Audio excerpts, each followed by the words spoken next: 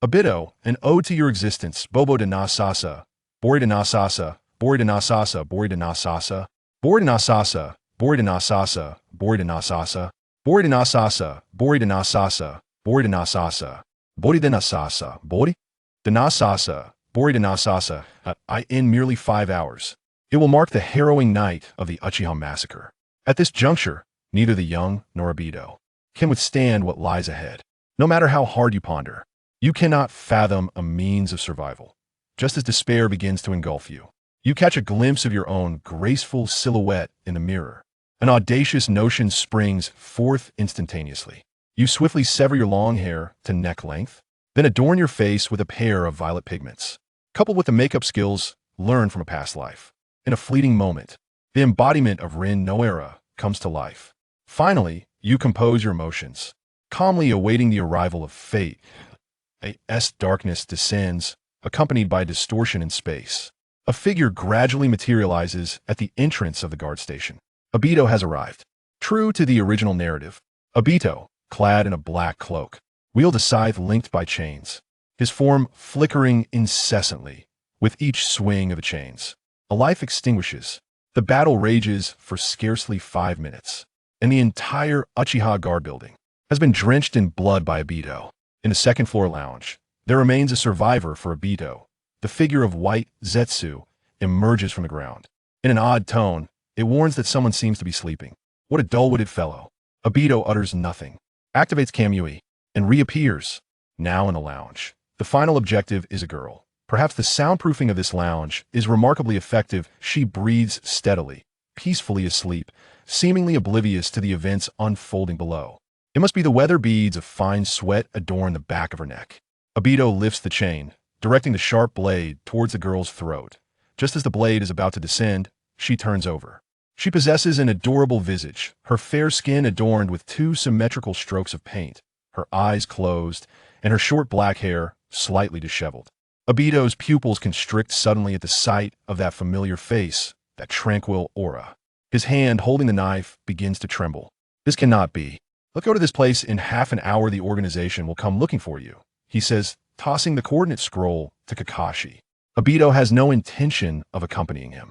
According to their agreement, Kakashi's initiation into the small organization does not require his endorsement. Kakashi says nothing, accepting the scroll before vanishing into the night, seemingly detached from everything behind him. Obito understands this child is off to be a spy again. It appears to be his destiny. Yet, Obito remains indifferent. Regardless of what identity Kakashi assumes, he is merely a pawn in Obito's hand, nothing more. However, compared to Kakashi's resolute departure, the now cold-hearted Obito glances back at the Uchiha direction after leaving. He ultimately softens. Faced with a face so reminiscent of Rin, he cannot bring himself to act. The Kimui is activated, yet he prepares to depart. His plans in the land of water are not yet fulfilled. Before leaving, Obito looks back at that direction once more, considering it merely a caught fish. Just live well. Meanwhile, upon awakening, Kakashi discovers himself in the Konoha hospital. He touches his face, murmuring that he is still alive. It seems that the bald man truly has no resistance against this face. Gazing at his reflection in the window, although dressed in a patient's gown and the face paint wiped away, he is strikingly similar to Rin, both in hairstyle and aura. Beyond these similarities, his age and height align closely with Rin's before her demise. With a bit of grooming, the notion of Rin's rebirth is no jest. After a moment of sarcasm, he begins to ponder his next steps. The world of Naruto is perilous, and he possesses a pair of coveted Sharingan. Moreover, he is a striking beauty. Should he falter, he risks being toyed with until his ruin. Caught in this dilemma, a melodious voice of the system suddenly resonates. Congratulations, host, for completing the Hell-level mission, surviving the Uchiha clan massacre night. Task rewards have been dispatched. Your spiritual energy has increased, and you have gained the ability to convert it into cursed energy. For the Hell-level mission, additional rewards include permission to utilize advanced reversal techniques, along with new curse technique replication capabilities. You can unconditionally replicate all ocular techniques, with this ability residing within your Manjiki Sharingan. You have also acquired a brand new domain, True Flames of Love. Within this domain, you shall receive comprehensive enhancements. The realm resides within your kaleidoscopic Sharingan. Your bloodline limit, the Sharingan, has ascended to the Kaleidoscopic form. You have acquired the third power, Susanoo. After a brief moment of distraction, you are instantly filled with joy.so. I have awakened a dual curse technique kaleidoscope, and it is the cursed energy version, a collaboration akin to that of the esteemed Gozi. It includes the cursed domain and reversal techniques. It seems like only a gift box is needed to complete the set. The bonuses stir the reflection of yourself within the mirror. Your pupils are suddenly overtaken by a mesmerizing crimson hue. The kaleidoscopic patterns are indeed intriguing. At first glance, they resemble the three blades of a fan. Upon closer inspection, they appear more like three petals. The blood-red petals carry a certain allure. The curse technique and domain my kaleidoscopic ocular art? That seems quite reasonable. You take a closer look at the description of the curse technique and immediately draw in a sharp breath. The unconditional replication of all ocular techniques. Do the Byakugan and Rinnegan count? In the realm of the heavens, the Rinnegan's ocular techniques could also be included. The Otsutsuki clan supreme ocular techniques must count as well. Goodness, it appears you have unlocked an extraordinary reward with your understanding of this world. The world of shinobi, known as the Bloodline Legends, is a battleground of lineage. It is indeed a place where lineage reigns supreme. In terms of bloodlines, you already possess the kaleidoscopic Sharingan. Setting aside the Byakugan and Rinnegan for now, the mere thought of being able to replicate all kaleidoscopic ocular techniques is terrifying. Yet consumption is a concern. You calmly reflect. The blue bar is eternally the bane of an ordinary kaleidoscopic wielder. The likelihood of you unlocking the eternal eye is slim, as the hard conditions are not met. Moreover, it is uncertain whether this so-called advanced reverse technique can cure the aftereffects of the kaleidoscope. The blue bar issue cannot be overlooked. There are two conventional methods to resolve the blue bar dilemma: the in-wind seal and cell transplantation. The path of the hungry ghost seems to be another option. If you can treat the mechanism as a power bank, then perhaps you won't falter. You begin to devise a plan. The in-wind seal may be a lost cause. Enticing Tsunade is akin to climbing a mountain. It may be wiser to seek out Uncle Snake. To acquire an arm filled with Hashirama cells. To unlock the hidden energy within your back. Of course, it would be ideal to replicate Danzo's Kotoama Tsukumi. Then proceed with a more stable approach. However, if you desire Kotoama Tsukumi, wouldn't it be too perilous to replicate it in person? No, the most reliable method remains the drawing and reincarnation. Let Shursui showcase his talents. By the way, Shizui's body should still be around, right? He hasn't been seen since the Third Great Ninja War. A familiar sensation arises, now that you possess a golden finger, and it is formidable, as long as time permits. You are confident in your command overall. Just as grand visions unfold in your mind, a figure suddenly appears, each adorned with a mask, bearing long swords upon their backs, each exuding a chilling aura. However, upon their arrival, they make no immediate move. Instead, they each find a position within the infirmary to stand. One among them even opened the infirmary door from the inside, to lower their guard. From the patterns on the masks of these ninjas, you ascertain their identity as Umbu. The one entering is naturally the third Hokage. A chilling realization strikes you. How long has it been since you awakened? Thus, this infirmary has been under surveillance all along. Fortunately, those inner thoughts were not vocalized moments ago. Along with the third Hokage comes, there was also a medical ninja clad in a white coat. After a brief examination, he nodded at the third Hokage, indicating that the external and internal injuries were likely a result of the illusionary attack that caused the fainting. Much like the child next door, that a period of rest would suffice for recovery. The third Hokage exhaled a sigh of relief, his expression shifting to one of guilt and kindness as he gazed upon the young girl in the hospital bed. Child, be strong in your grief. The events have transpired, and my failure to protect the Uchiha clan is my own shortcoming. Should you face any difficulties in the future, do not hesitate to reach out to me. He sighed again, urging her, you must find the strength within you. At this moment, the Uchiha clan consists solely of you and Sasuke's child. The old actor continued, reflecting that the agreement with the higher-ups seemed to only allow for Sasuke's survival. Sasuke was indeed nearby, and it appeared the third Hokage had no intentions of exterminating everyone. This was typical for him, as such dirty work was usually left to Danzo. Besides, with children involved, these two would likely be spared for the time being. You see, I am merely a rumored girlfriend of Yui, he thought, contemplating whether to assume another identity. However, Danzo's ambition to acquire the eternal Mangeki Sharingan was non-negotiable. You bowed your head, silently resolving to take action. You could not let Yui down either. It was imperative to approach Orochimaru and prompt him to initiate the artificial human project ahead of schedule. Yet, until that time arrived, you would have to indulge yourself. Oh, the poor child, the third Hokage lamented, performing his part while feeling an inexplicable heaviness in his heart. Yet the situation was undeniable. Until Orochimaru grasped the core technology, life would unavoidably continue in this manner. You found yourself contemplating whether to weep. The previous act had revealed that the original Mangeki Sharingan had indeed possessed 3 tomo, a fact well known to the root Umbu. The extermination of the human race seemed unjustifiable without proper evidence. Even Sasuke, in his anger, could manifest a single tomo. Even if the eyes had not awakened, these 2 old men would hardly believe it. However, the original abilities of the Mangeki Sharingan were not to be disclosed.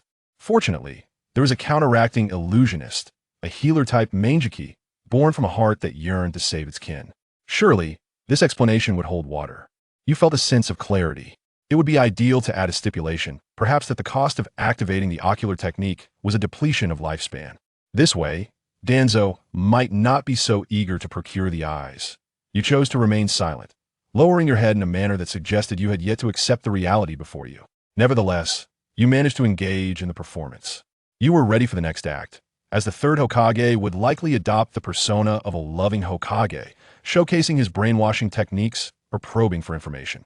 After all, you were one of the 2 survivors from the night of the Uchiha massacre, and the third Hokage would surely have ulterior motives in arranging matters thus.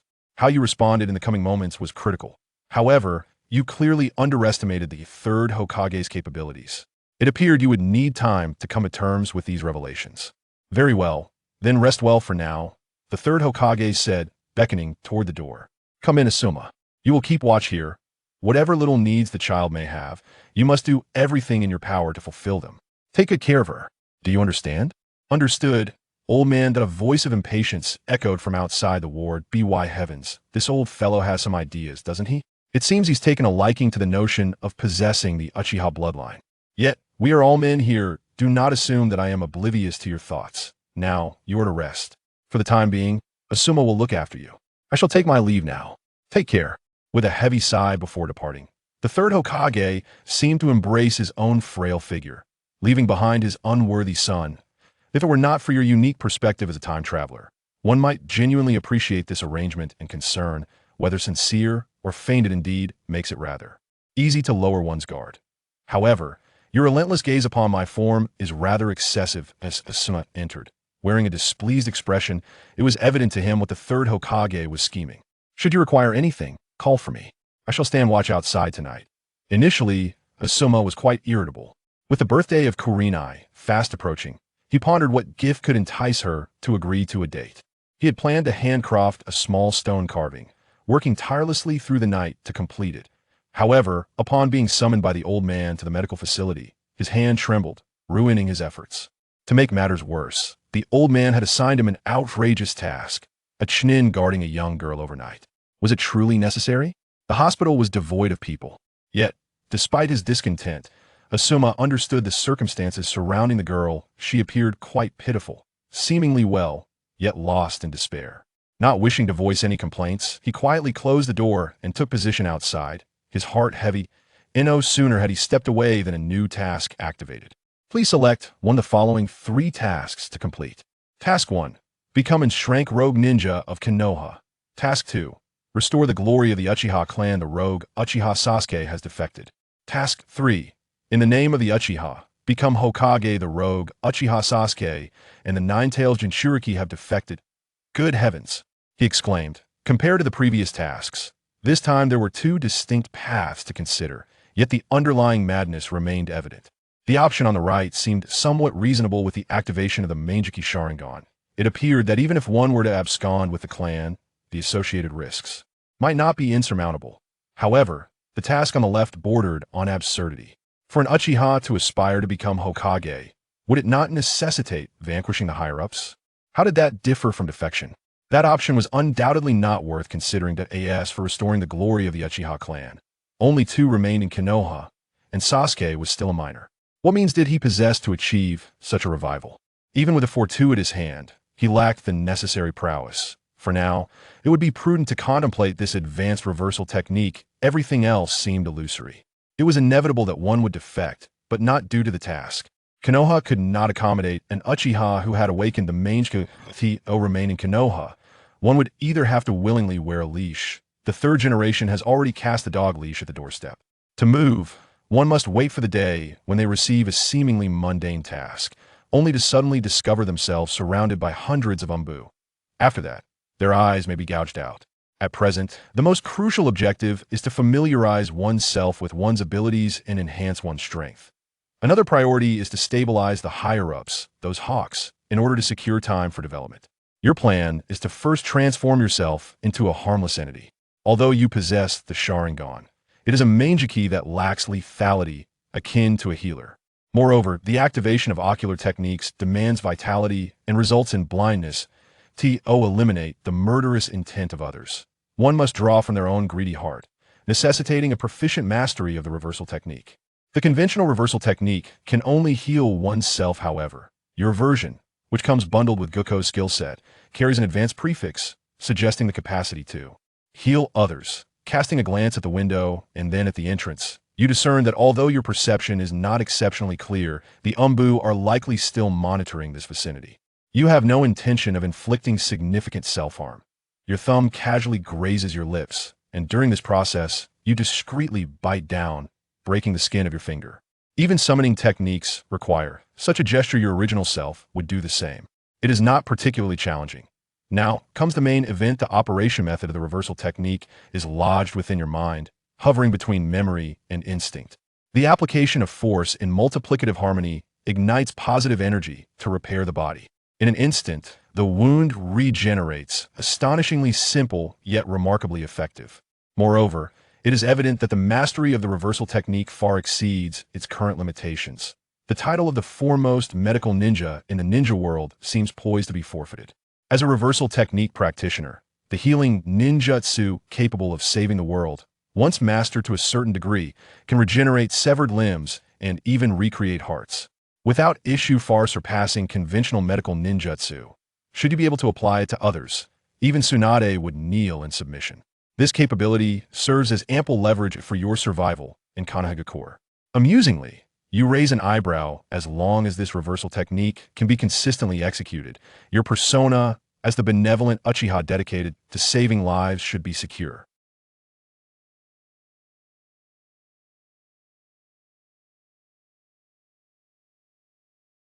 Chapter 4. The Duty of the Hokage. Sarutobi, you've gone too far. Before dawn, Danzo pushed open the door to the Hokage's office. Something major was happening in Konoha tonight. And as expected, the third Hokage had not gone home. What do you mean by that?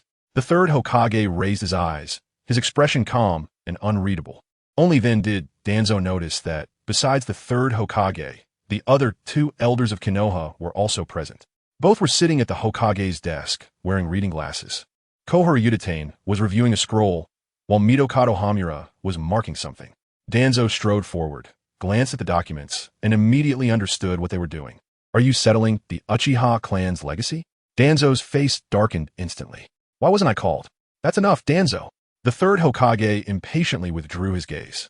What you have obtained tonight is already more than enough. Hearing this, Koharu and Hamura raised their eyebrows but tactfully said nothing, continuing their work. Danzo did not refute.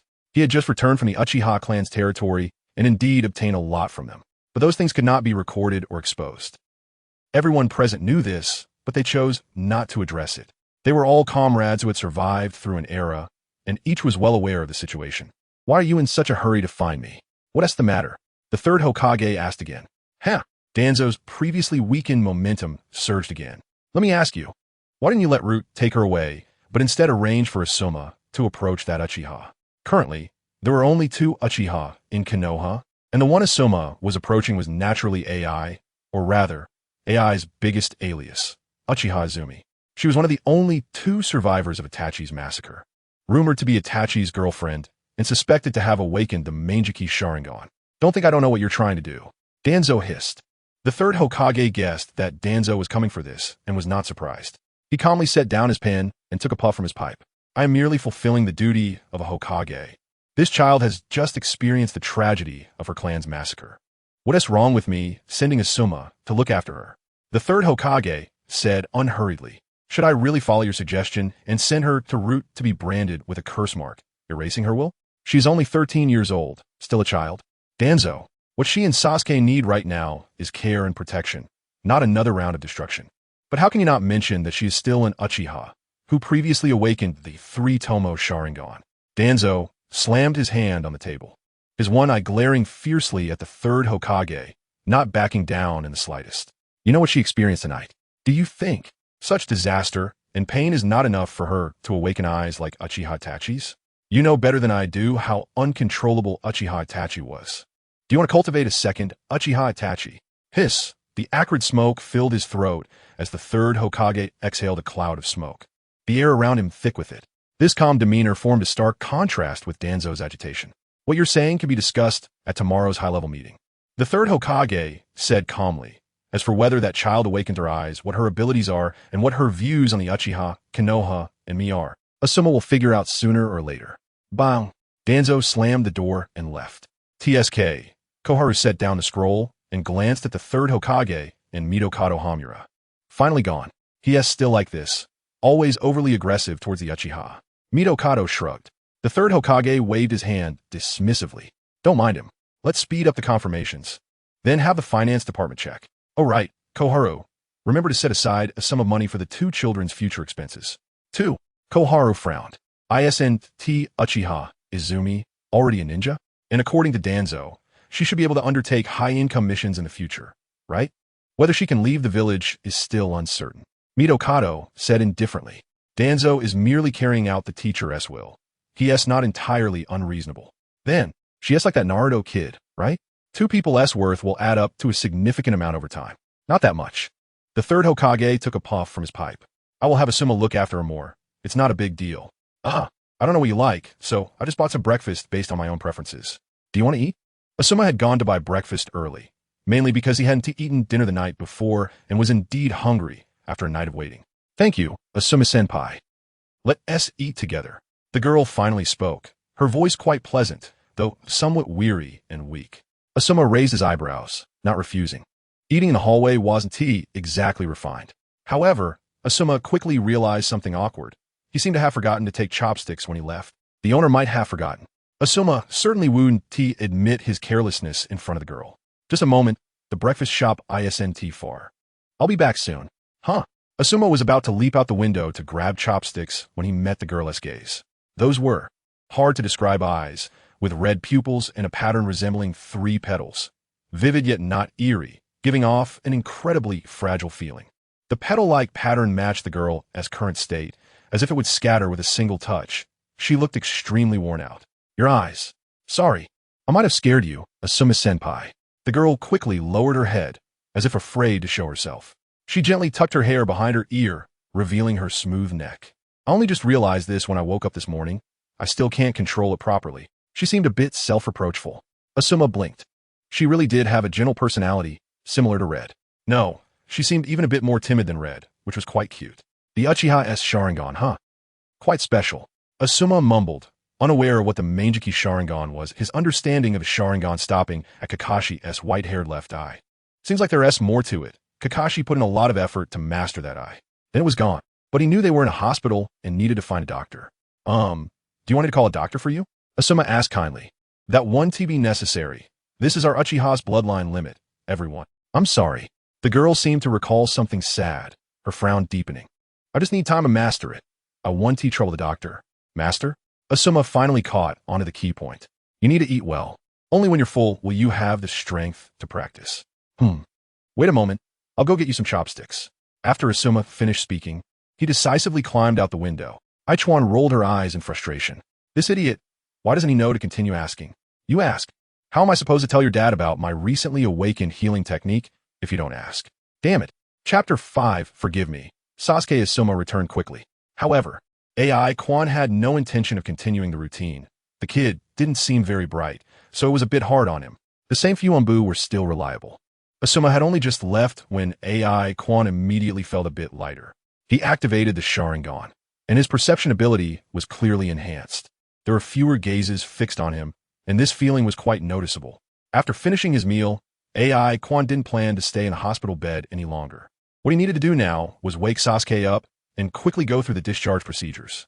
He needed to integrate many abilities from the original, such as fire release, shuriken throwing, and body flicker technique.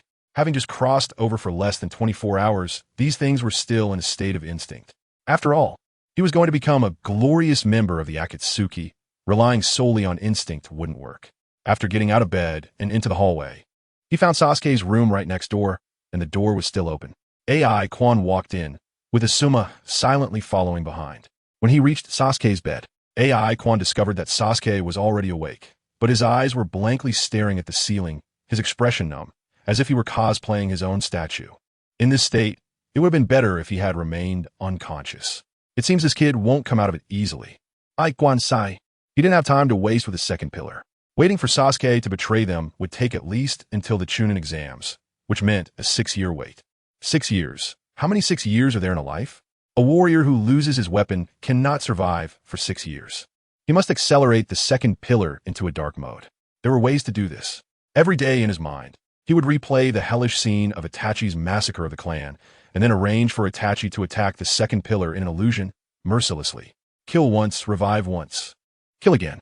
Fight every day. Forgive me, Sasuke. Without hesitation, he activated the Sharingan, raising his hand to cast a regular Jinjutsu. The principle of Jinjutsu is to disrupt the target's brain chakra. The eyes are the windows to the soul, and being close to the brain, the Sharingan Jinjutsu, using the eyes as a medium, often yields great results. With the enhancement of the Manjiki, even someone like Tobirama, who isn't primarily a Jinjutsu user, could use the fourth Hokage, who is a Jinchuriki, as a puppet. Although AI Quan lacked subjective experience with Jinjutsu, the original did, and with the Manjiki, controlling the second pillar was still a piece of cake. The Jinjutsu took effect, and Sasuke immediately trembled. Asuma noticed something unusual, glanced at Sasuke, then at the girl in front of him. When he noticed the girl's eyes had turned red again, Asuma scratched his head in confusion. What is going on? Sasuke needs treatment. He has suffered a blow from Jinjutsu. Medication alone won't help him. AI Quan responded fluently, seeing this as an opportunity to showcase. My Manjiki ability is medical. It can heal both the mind and body, though I'm not very skilled. It should help this kid. AI Quan spoke. He gently touched Sasuke's face. There was a scrape there, not very serious, and it had already formed a thin layer of scab. It was just right to test whether the reversal technique could be used. AI Quan released a bit of cursed energy, and the next second, something miraculous happened. The scab on Sasuke's face visibly shrank, and the new skin was instantly reorganized. With a slight movement of AI Quan's fingers, a layer of scab was easily pinched off. The reversal technique could clearly be used on others. Moreover, the effect was exceptionally good. Wow! Asuma was stunned. You can also heal. Is this your technique? What is this? Manjiki power? So what exactly is the Manjiki? Asuma was both shocked and confused. He had never heard of it before. No, wait. Dad seemed to have mentioned it last night, but he was too focused on that broken stone sculpture to pay attention. The girl exhaled wearily, her face a bit pale. Asuma quickly pulled a chair over, and upon seeing the girl's expression, he felt an inexplicable meaning. Medical ninjutsu, medical ninja, syringe manipulator. Asuma had been afraid of injections since childhood, especially of medical ninjas, particularly that blonde girl. Are you okay? Seeing the girl sit down, Asuma quickly asked. I'm Yufine. Just a bit drained. These eyes really aren't that easy to control. The total cursed energy consumption reached about 5, which indeed was a bit much. But this was due to him not refining his cursed energy properly. The total amount was not yet saturated. Plus, this was the first use, which inevitably led to some waste, a result of operational error. Practicing a few more times would be fine.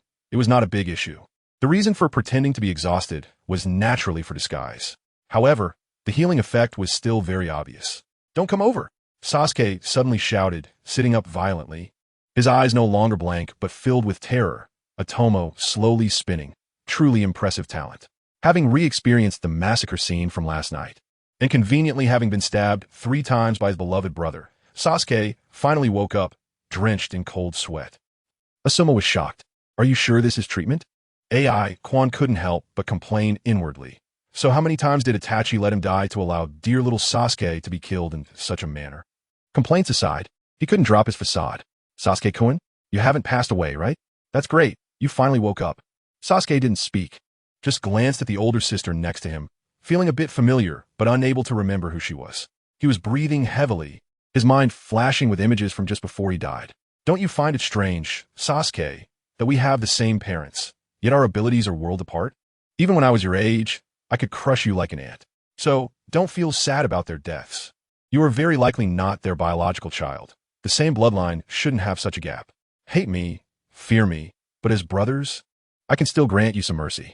I've implanted a Jinjutsu in your mind. Whenever you relax, I will meet you in the Jinjutsu. I will thoroughly enjoy the thrill of hunting you down. Swish, swish, swish. After saying this, that man stabbed him 3 times. There should have been 4 stabs, but he didn't get hit, and then he woke up. After catching his breath for a while, Sasuke finally managed to calm down. Ignoring his hoarse and dry throat, he scrambled off the bed, muttering, I must train, I must become stronger, I am the real one. Sasuke-kun, put on your shoes first. AI Quan hurried to stop him, but he couldn't. Although he only intended to make a token effort to stop him, Sasuke obviously ran as fast as he could. In fact, the reason he couldn't stop him was simply that AI Quan's attention was distracted. Kaleidoscope from a left eye, along with the system prompt. You have copied the ocular technique from the single-hooked Sharingan. Enhanced dynamic vision, improved chakra control ability, and enhanced illusion ability. You already possess this ocular technique. Therefore, its abilities have been slightly enhanced. Chapter 6. The Evil Uchiha. Medical Manjiki? The news of Uchiha Izumi and Uchiha Sasuke being discharged from the hospital quickly reached the Hokage building. After listening to the report from the Umbu, the third Hokage was somewhat surprised. It was Uchiha Izumi who actively informed Lord Asuma and even treated Uchiha Sasuke on the spot, with great results. Sasuke got out of bed immediately and ran quite fast. Is that so? The third Hokage pondered. That child has indeed awakened the Manjiki Sharingan, and it's a rare medical type. Calling it rare is an understatement. It's unheard of. Awakening the Manjiki Sharingan requires immense pain, resulting in great power. Yet, that girl's Manjiki ability is to heal others. Moreover, it can heal not only physical injuries, but also mental ones. It seems this girl has a gentle heart. And she even took the initiative to tell Asuma, not bad, not bad. This kid Asuma has quite a talent in this area. Go tell Asuma. The third Hokage ordered. During this time, he should not think of anything else, and should take good care of Izumi-chan and Sasuke, fulfilling his duty as a man. Tell him this is a test for him, a training. If he performs well, I will gift him a chakra blade in a while. Go. Yes. A Manjiki ability that can heal both mind and body. A similar conversation was unfolding at the root base, with a time difference of less than 30 seconds. Danzo received the same intelligence. Uchiha Izumi has awakened her eyes, and the ability she has displayed is to use her ocular power to heal both mind and body. After the initial excitement came calmness, and after calmness came instinctive suspicion, nourished by pain, yet gaining the ability to heal others. It sounds a bit unbelievable, somewhat illogical, contrary to common sense. If that's the case, then this girl's personality is too incompatible with Root. Is it really possible for an evil Uchiha clan to produce such a Manjiki? Danzo expressed his doubts. Recheck her past records, focusing on finding any information related to medical ninjas and medical ninjutsu. Hurry. Danzo decisively ordered. He knew there are people in this world who are born on the opposite side of Root, rejecting darkness, staying away from darkness, and even deep in darkness. Their sunny hearts cannot be shaken. For example, the former 4th Hokage and that 4th Hokage's teacher. Also, Danzo's own teacher. The elder brother of that god of shinobi. His teacher once said, this is a powerful character, and such people often gain great power. Danzo had once yearned for it. But Konoha needed darkness, so he became that darkness. Of course, some people are completely oblivious to darkness, like that guy who only knows taijutsu. But it is impossible for an evil Uchiha to produce either of these kinds of people. Absolutely impossible. They are adept at disguise, each harbors ambition, and their existence is forever a tumor in Konoha. There was once a Uchiha named Shursui, who possessed ocular techniques that could manipulate others' wills at will. That ocular technique was so powerful. Even if he could only unleash less than 30% of its power, he could easily control others. With such ocular techniques, that Uchiha claimed he only wanted peace. The arrogant Uchiha always viewed others as fools. Danzo's fingers gently traced the bandage over his right eye. Inside, was the eye of Uchiha Quan. A few years ago, he tried the power of this eye on a Cloud Village spy. The effect was astonishing. That spy voluntarily revealed all the information. However, he never expected that attempt would cause this powerful eye to remain dormant for so long. Sir, the meeting is about to start. Shall we proceed? Let us go. Danzo stood up, the memories just now dissipating with the wind. He despised using the power of this eye to obtain the position of Hokage. But using this eye to bring another pair of Mangeki under his control, firmly grasping in his palm, was indeed the most suitable outcome. Evil Uchiha, as long as I am here, you are destined to either submit or perish. Sasuke-kun, eat something. If you keep this up, you'll wear out your body. Don't nag. You have no idea what I'm enduring. Get away. Ugly Ugg. Uchiha Ruins, training ground number 3. Sasuke shouted halfway and suddenly groaned 5 seconds later. Don't come near me. Breathing heavily, sweat pouring down. That man struck him 8 times this time, and the reason was, he yelled at that woman just because he shouted. That man's Jinjutsu, since his lapse and automatically activated. Damn woman, don't disturb my training. Ugh. Another 5-second round of Jinjutsu torture. AI Izumi has not yet awakened her Mangeki. She is still in the 3-tomo state, and her Jinjutsu experience bar is rapidly rising. The continuous Jinjutsu blows still put a strain on Sasuke, but they also trained his poor 1-tomo. Sasuke gasped for breath, drenched in sweat, but he still didn't faint. He glared at that woman in anger, but didn't dare to say anything. Although there was no direct connection, the mental torment caused his brain to automatically produce avoidance reactions. You haven't eaten for a day. Sasuke-kun, please listen to me. Just eat something, okay? This woman is so annoying. Can't she just leave the food there? He doesn't need someone to feed him. Sasuke didn't know if eating counted as letting his guard down, whether that Jinjutsu would attack him while he was eating. But thinking carefully, he couldn't go his whole life without eating. So he reluctantly took the rice ball from the woman's hand. At a glance, it was obviously store-bought. She didn't even bother to heat it up. This woman really. Another figure flashed in his mind, and Sasuke didn't dare to think further, fearing he would cry. He hurriedly took a bite of the rice ball. The taste was surprisingly decent, and the Jinjutsu didn't come out.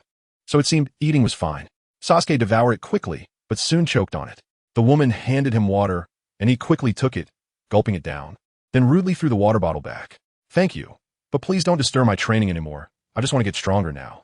Sasuke's tone softened considerably, and this thank you allowed him to dodge a round of Jinjutsu torture plus version.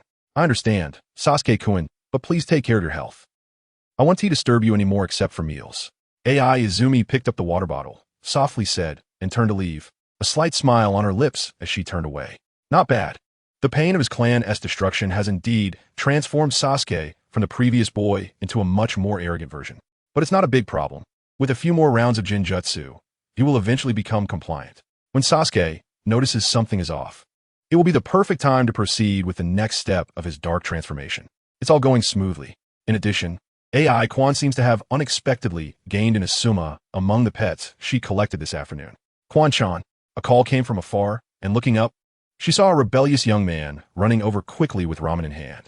AI Quan raised an eyebrow.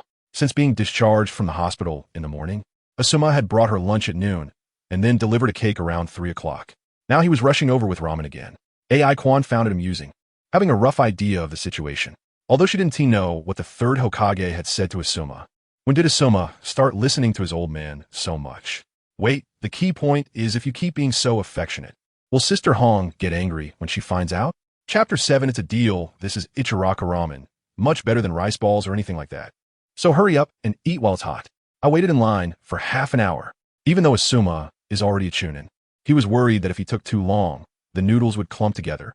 So he rushed from the bustling streets of Konoha all the way to the remote Uchiha district, and now he was panting. Asuma-senpai, we just met for the first time today. You're being too nice to me. How about you have a drink of water? The girl's voice, filled with gratitude and a hint of guilt, rang out as she handed him a water bottle. Hey, this is what I should do. I'm the senpai here.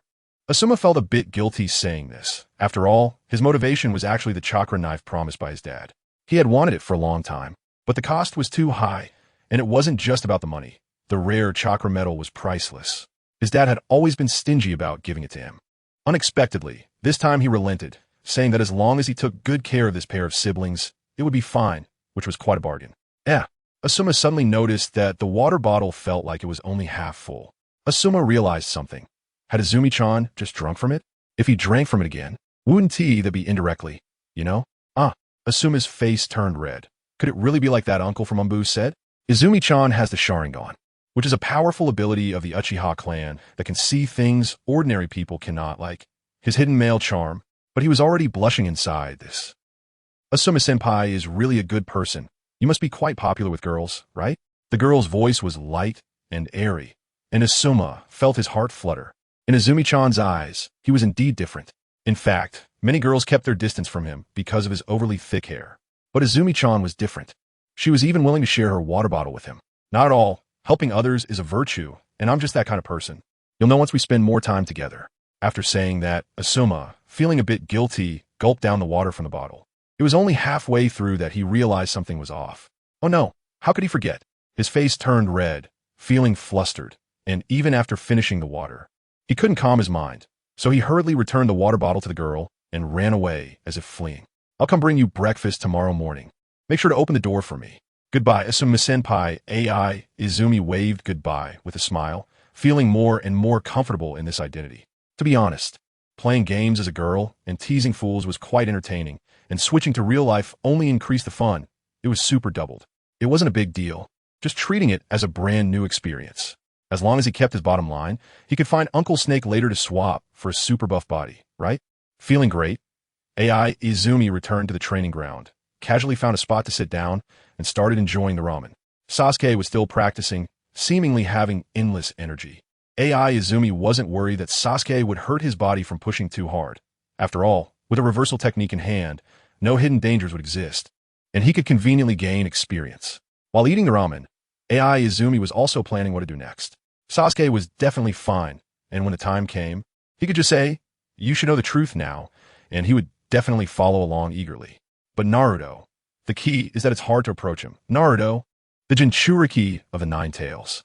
Jinchuriki are usually protected from fire, theft, and rampage, but most importantly, they need to be protected from the Uchiha. That's common sense. The higher-ups in Konoha definitely wouldn't let him get close to Naruto easily. Am I only left with relying on Sasuke? AI Izumi took a bite of noodles. It didn't feel right. Sasuke was definitely improving quickly, but he absolutely wouldn't have any friends. Forget it. When the time comes, I can just use an illusion to take him away. After all, there's no requirement for it to be voluntary, and there's no need to take him too far. The long-term direction was set. If all else fails, he could just exploit a bug to take Naruto out for a stroll, collect the rewards, and then let him go. Next was the short-term goal, collecting ocular techniques. Collecting Sharingan techniques seemed to be a bit challenging.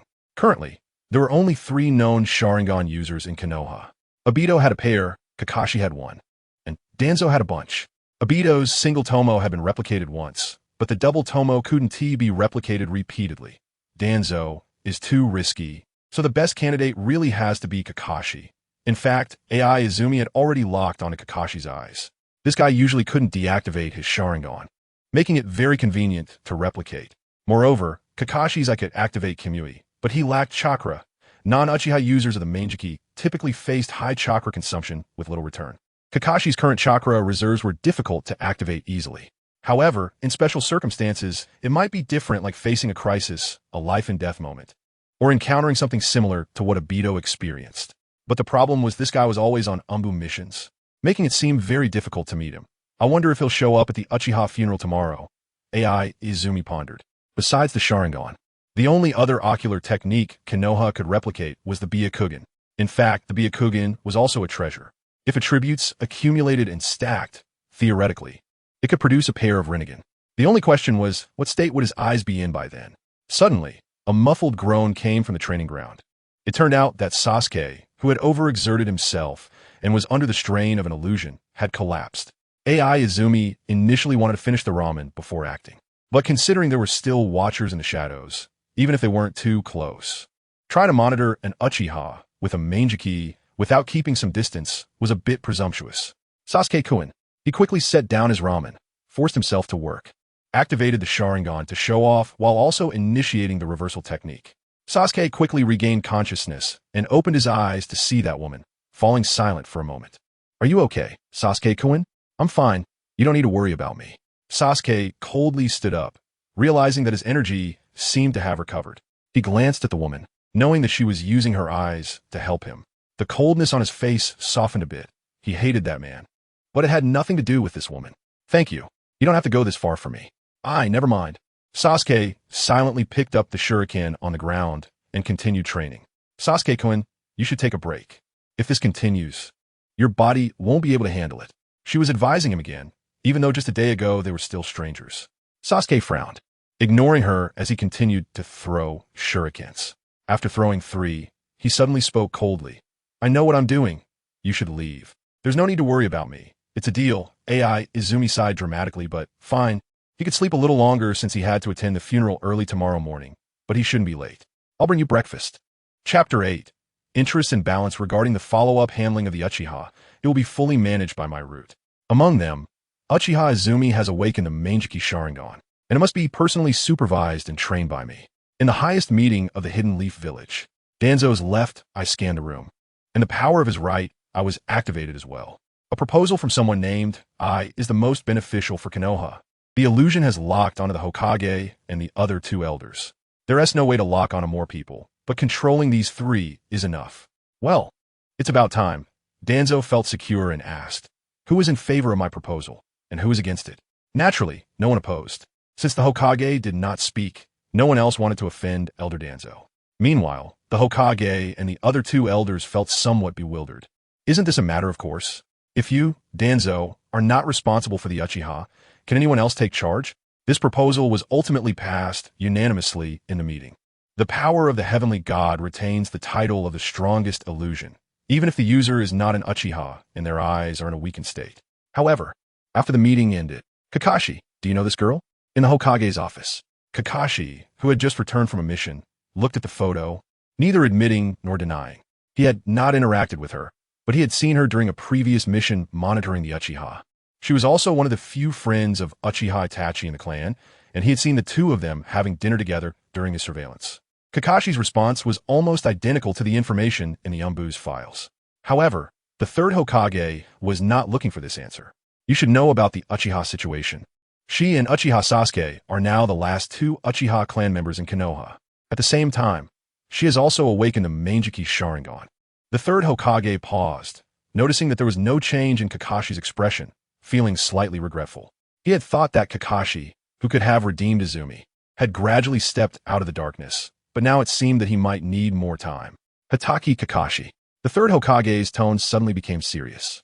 Kakashi tensed up, quickly kneeling on one knee and lowering his head. Yes, Danzo has taken full responsibility for the aftermath of the Uchiha, including Uchiha Izumi. If nothing unexpected happens, he is preparing to train this child to become another Izumi. The reason I am telling you this is that you are one of the few ninjas in Konoha who has a deep bond with the Uchiha. I do not want to see a day when you will regret it deeply. As for how to choose, that depends on you. Regardless, I support your decision. Do you understand? Yes. Kakashi's response was filled with surprise. The figure before him vanished, leaving only the 3rd Hokage in the office. Uchiha.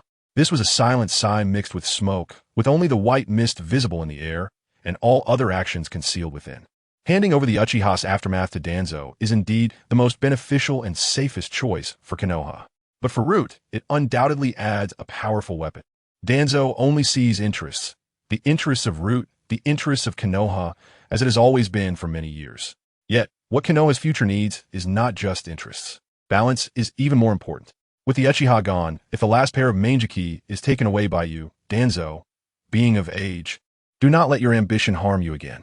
The second morning after the Uchiha massacre, the sun rose again, and the sky seemed unwilling to shed tears for this clan. The Uchiha's funeral carried a somewhat eerie atmosphere. Coffins were orderly arranged on the lawn, not far away, each numbered, as workers lifted the bodies one by one into the graves prepared behind the tombstones.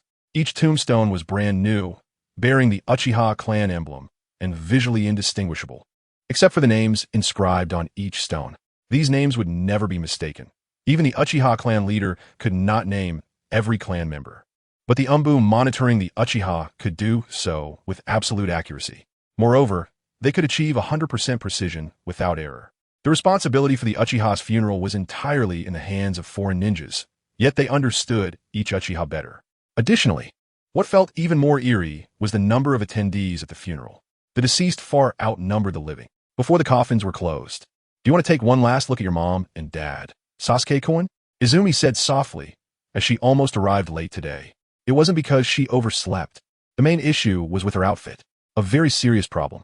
According to tradition, she needed to wear the attire of the ladies from the Widow series in the flash drive from before her crossing. Her hair had to be styled, her face refined, and on top of that, the key challenge was the three-piece black ensemble, a black dress, black stockings, and black high heels. However, after much deliberation, once she completed the intermediate steps, which felt like putting on thermal pants, she looked in the mirror and felt relieved. After all, no one in this world knows me, so let's do it. Where what needs to be worn, apply what needs to be applied. After completing the whole outfit, the most difficult part turned out to be walking in high heels. But it wasn't a big deal. After adapting with the Sharingan for a while, Izumi could strut around her home with a catwalk. Still the same saying. After all, there are no acquaintances here as long as she maintains her bottom line of beliefs. Everything else doesn't matter. Sasuke did not respond. One day and 2 nights, along with an excess of over a dozen illusions, had caused this young boy to show an aura of coldness prematurely. However, this aura is not something that can be cultivated overnight. The shell surrounding the boy was more of a stubborn disguise. Go take a look, kid. Asuma was also present today, but his gaze was always on that girl. She had tied up her short hair today, revealing her little ears, dressed in a black dress, black stockings, and wearing black high heels. Although she was several years younger than him, there was an inexplicable, special aura about her, neither mature nor seductive, but it made Asuma feel. Izumi-chan seems to understand herself quite well. Different from Hong, but both fit his aesthetic. Tisk, it's really hard to choose. Let's go. Izumi pulled Sasuke and walked towards the coffin for the burial. Sasuke still did not speak. His expression remained stubborn, but he did not resist, allowing his older sister to lead him. Arriving in front of the coffin, the former Uchiha Clan leader and his wife lay peacefully, dressed neatly. Izumi, taking advantage of the somber atmosphere, activated her Manjiki.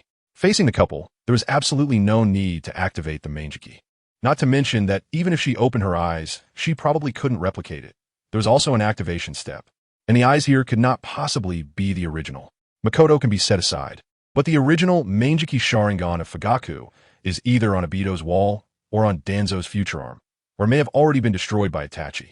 But it absolutely cannot still be in its original place. Sasuke pouted, holding back his voice, but his body trembled continuously. The kind-hearted Aikawa gently patted Sasuke's hair. "My condolences." Someone else spoke up. A man around 20 years old, nearly 1.8 meters tall, dressed in a black suit, with silver hair, wearing a mask that couldn't hide his handsomeness, and a fierce yet wild scar over his left eye, enough to charm most women in the world. In terms of charisma, even Aikawa at his peak could only be forced to a draw. His name is Kakashi Hitaki, a man who can provide a counterfeit Kamui. Chapter 9. The storm is coming. You have copied the ocular technique from the 3-Tomo Sharingan. Enhanced dynamic vision, improved chakra manipulation ability, enhanced Genjutsu ability, and increased Genjutsu resistance. You now possess this ocular technique, and its abilities have greatly improved. The white-haired figure was indeed too eye-catching. AI Quan had activated his Manjiki early, specifically to prepare for Kakashi. Unsurprisingly, Kamui was not within reach, as it was clear that Kakashi needed to enter Manjiki mode to copy it. AI Quan felt a bit disappointed. With Kamui, the safety factor would have increased. Then he could go to the Hyuga clan to copy the Byakugan, wear a mask like the masked man, and head straight to Danzo's lair. Danzo's Kodoeme Tsukumi required time to activate, and was also a one-hit wonder. The skill bar for copying ocular techniques with Manjiki was far shorter than Danzo's. He could replicate it on the spot and rebound it immediately without any issue. Kamui Kodoeme Tsukumi, 1 physical immunity, 1 invincible Genjutsu. With this combination, he could soar high. Unfortunately, while the plan was good, it lacked a bit of luck to be completed. However, copying a 3-Tomo was not a loss. Compared to a 1-Tomo, it provided increased Genjutsu resistance and substantial enhancements in various aspects. Not to mention, while Manjiki abilities might vary in strength, AI Quan's 3-Tomo at this moment was undoubtedly NO. 1. Oh, you're here too, Kakashi. Just as AI Quan finished copying Kakashi's 3-Tomo, he heard Asuma's voice. For some reason, there seemed to be a hint of hostility in his tone. AI Quan was a bit confused. The reason for the hostility in Asuma's tone felt oddly familiar to him. Before he crossed over, he occasionally played murder mystery games, and once teamed up with a girl for a script only to be targeted by an older guy throughout the entire game. Later, when that girl was taking a shower in the hotel, she confessed that the older guy was actually her ex-boyfriend. Did I unintentionally make Asuma feel this way? AI Quan began to reflect. This was only the second day since his crossing, and Asuma, no. Could he really be that sensitive? No, I can't take the blame for this. This responsibility definitely couldn't fall on him. It was clearly Asuma's own stance that was the problem. It's only been a day. Can't you stop being red? Well, I just returned from a mission and heard about this incident. Kakashi's tone was not dismissive, sounding rather calm. And after speaking, his gaze shifted from Asuma to the girl beside him. Unlike in the photo, this girl had cut her hair short. Her eyes had returned to normal, and what she had inadvertently displayed moments ago was likely the medical manjiki that the third Hokage had mentioned. Kakashi extended his hand and introduced himself. I am Kakashi Hitaki. I've heard of your name, senior. I am Izumi Uchiha. Nice to meet you. The two shook hands and quickly separated. This eye of mine comes from a dear friend of the Uchiha. He was a kind person. The late clan leader Fugaku also guided me, and I have always been grateful to the Uchiha clan. Kakashi continued, so, if you encounter any difficulties in the future, please be sure to let me know. Thank you for your kindness, Kakashi-senpai, the girl replied, but her gaze turned toward her younger brother. This little boy was not her biological brother, but Itachi's. Kakashi also couldn't understand why that junior would do such a thing, but now the entire Uchiha clan was left with just the two of them. Moreover, it seemed she hadn't directed her anger at Sasuke because of Itachi's actions. It was clear that she cared for her younger brother Sasuke. If Sasuke-kun encounters any difficulties in his training in the future, he can also come to me, Kakashi quickly added. Upon hearing this, the girl's eyes indeed brightened a little. She stroked Sasuke's head, then turned back to the face she had come from, finally wearing a smile. This smile made Kakashi's heart skip a beat. Then I will thank you on behalf of Sasuke-kun. To be honest, my wish has always been to become a medical ninja, and I was worried about Sasuke-kun's growth. The girl said with a smile, hearing you say that, it feels like a weight has been lifted off my heart. So, now there's a reason to find Kakashi, right? The more we interact, the more chances we can create for him to use Kamui, right? Huh? Why does this guy's gaze seem off? Kakashi's current gaze was a bit intense. The girl's smile was quite gentle, and she naturally had such a temperament. Kakashi knew that staring at someone like this was impolite, but he couldn't seem to look away. His chest felt tight, his heart raced, and a figure with a similar smile gradually overlapped with the girl in front of him. It seemed, Kakashi couldn't help but mumble. Huh? Aikwan Fagen in Godan. Oh, sorry. Kakashi quickly snapped back to reality, apologizing and retracting his gaze, realizing that his behavior was indeed inappropriate in this situation. Just as he was about to say something, he heard Asuma speak up. Old man, why did you come so late? It was the third Hokage who had arrived. The third Hokage ignored his son and slowly walked toward the pair of siblings. He was not alone. Behind him were two elders and a group of Sarutobi clan members. Danzo had also come, but was not with the third Hokage. Amidst the many gazes directed at him, AI Quan spotted a figure several dozen meters away in the nearby woods. Among the many gazes, this one felt the most dangerous, like a venomous snake lurking in the shadows. AI Quan had a premonition. Something might happen today. Take care. The sadness in the third Hokage's tone was just right. Now, the Uchiha clan only has the two of you left. Life's journey ahead will inevitably be tough. I still stand by my words. If you need anything, just let me know. Konoha will do its best to arrange it. Saying this, the third Hokage glanced at his son, but his gaze only lingered for a moment before returning to the girl. I heard from Asuma that the shopping streets in the Uchiha district have already closed. It must be quite troublesome for you two to procure supplies. Izumi-chan, have you considered moving to the center of Konoha? Sasuke will still need to attend school, and I can help you find a house closer to the school. That would be more convenient. The girl showed a troubled expression. Thank you for your kind offer, Lord Third Hokage. But if we move out of the Uchiha, I should respect Sasuke-kun's opinion.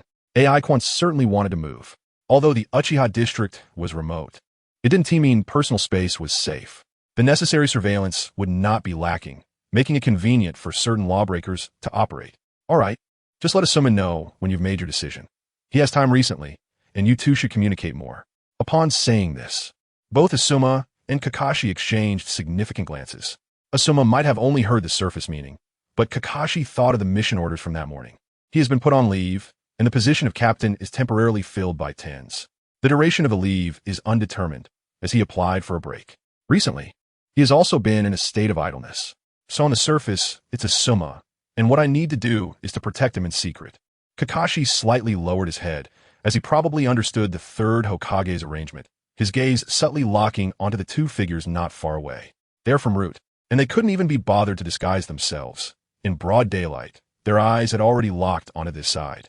Kakashi probably understood Lord Danzo's style of doing things.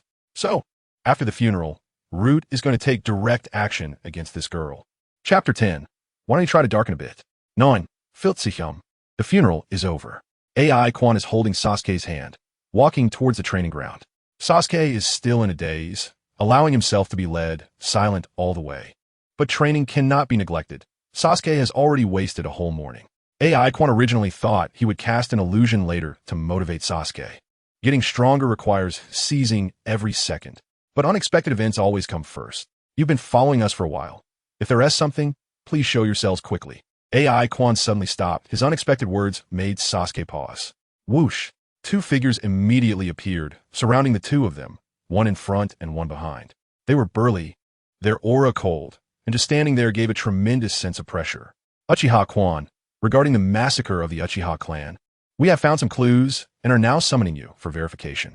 A very official statement that didn't reveal their identity. The masks on their faces said all. They're from Root. The Umbu had been monitoring them, but after the funeral, to be precise, after the third Hokage left, the Umbu withdrew. AI Quan estimated that the high-ranking officials of Konoha might have reached some consensus. In the original timeline, after Itachi's betrayal, Sasuke lived a worry-free life due to the high-ranking officials fearing Itachi. More importantly, Sasuke himself posed no threat. But now it's different. There is one more survivor, and it's an Uchiha who has unlocked the Mangekyou Sharingan. Even if this Uchiha's Mangekyou is harmless and nurturing. Clearly, things are not as smooth as AI Quan thought. The benevolent Uchiha persona cannot dispel Danzo's suspicions.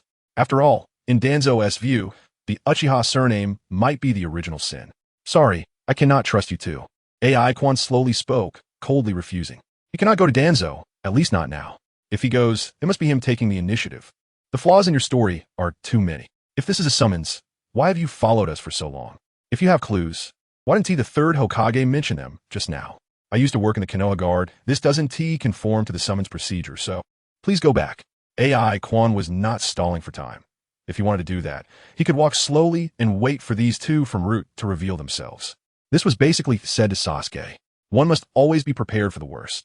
If he really has to tear his face with Danzo, he must at least let Sasuke know the truth about the massacre, so that after defecting from the village, he can continue to deceive Itachi. We're being forced. Konoha wants to eradicate us. We have no choice but to come find you. Something along those lines. Anyway, Sasuke can help testify later. Let us change the wording then. One of the Root members placed a hand on the hilt behind him. Someone has accused you of participating in the Uchiha massacre case, collaborating with the murderer Uchiha Itachi to launch the attack. Can you come with us? This statement was very Root-like, starting to become unreasonable.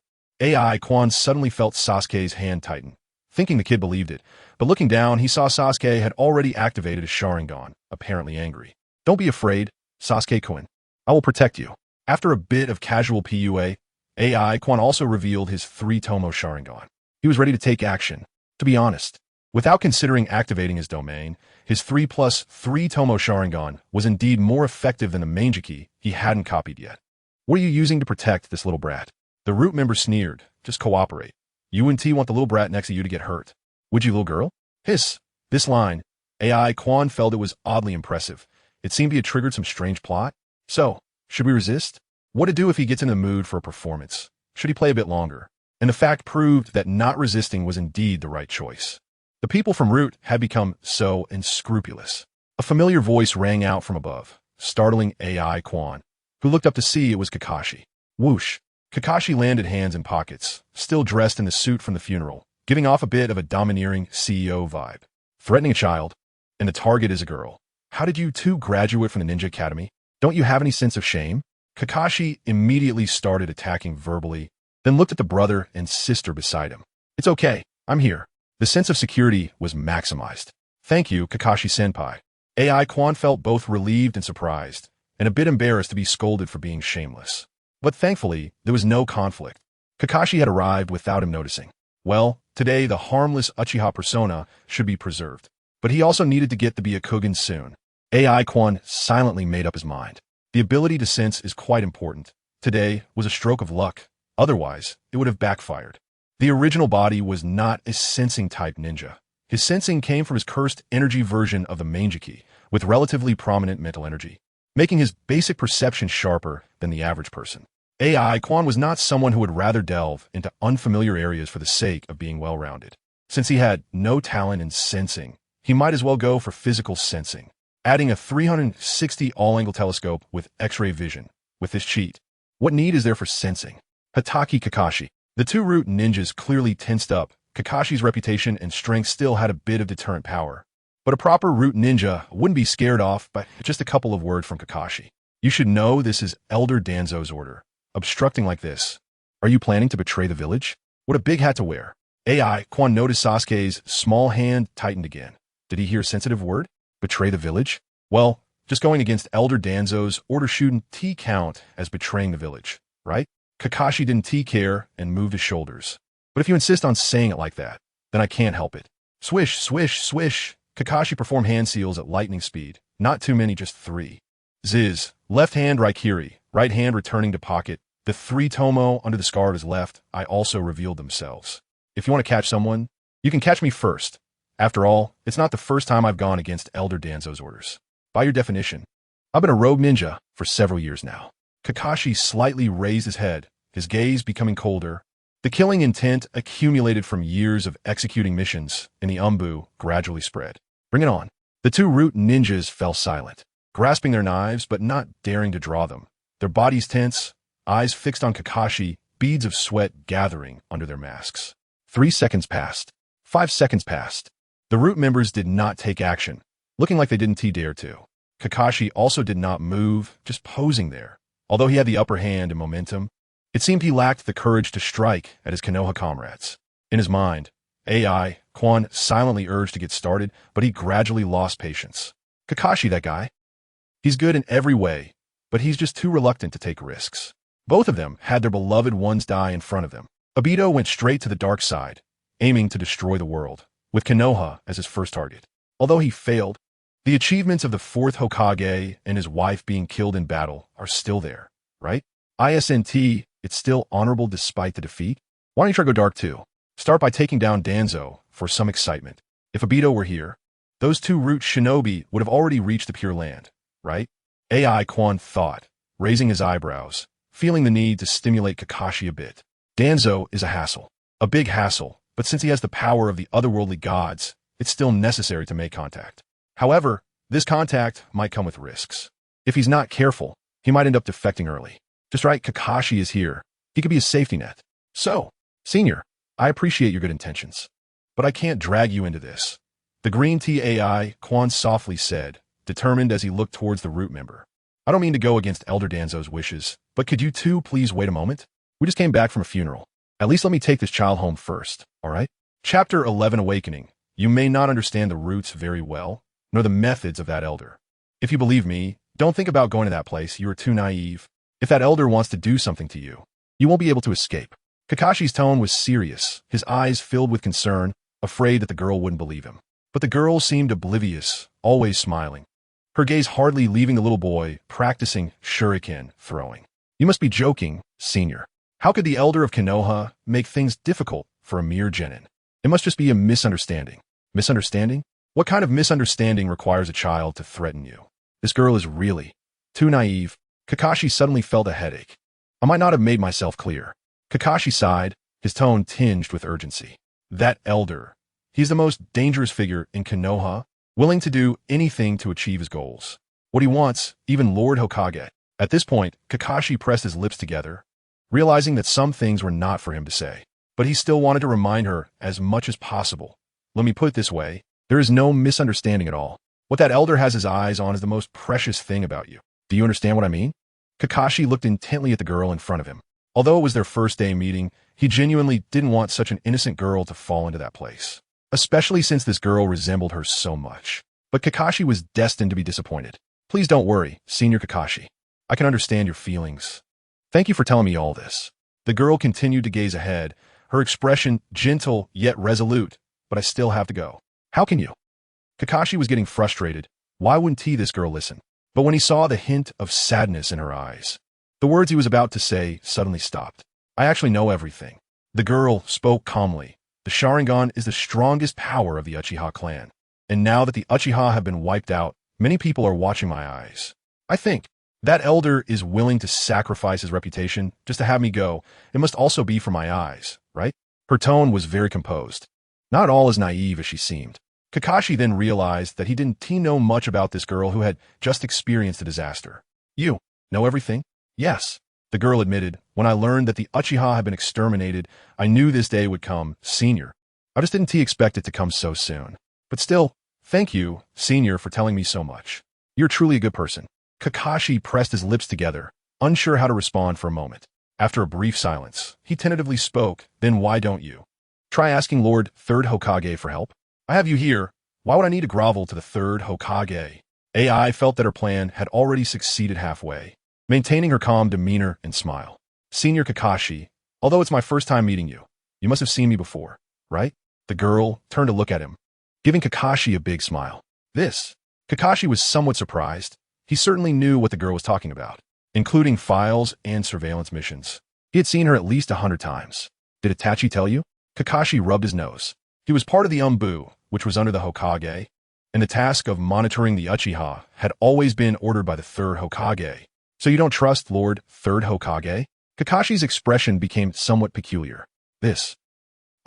Explaining this could be troublesome. Don't show the kind of expression, Senior Kakashi. You misunderstood. What I mean is, the current Third Hokage might not be able to help me. Otherwise, you might not even be standing here, right? Kakashi's pupils suddenly constricted. The words the Third Hokage had said to him last night echoed in his mind, and he suddenly realized that from the very beginning, he seemed to have received no authorization at all. This didn't even count as a mission. I just don't want you to regret it one day. This sentence seemed to be open to interpretation. Although he had seemingly saved the girl, what if Elder Danzo came in person? It seemed that the Third Hokage had entrusted him to protect this girl to prevent her from falling into Elder Danzo's hands, but had given him no authorization or instructions. It appeared that the Third Hokage had tacitly acknowledged this fact, but didn't want him to be completely unaware, so he gave him a chance to try. Trying, even if it failed, would only bring regret and self-reproach, rather than the remorse of having missed out. So it was like this. Kakashi felt somewhat lost, murmuring to himself. AI seized this moment to gather her emotions. In her view, whether it was Danzo or the Third Hokage, the higher-ups would definitely target her Manjiki, and there was no way to escape that. Konoha viewed the Uchiha as rabid dogs, capable of accidentally biting their owners to death. Now that the rabid dogs were all dead, even if there was a little teacup dog left, it needed to be on a leash when going out. The higher-ups would definitely put a leash on her, and that was quite mild.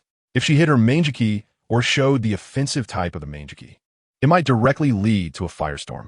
In the past, she had no choice and didn't want to choose. She didn't want either Danzo's leash or the Third Hokage's leash.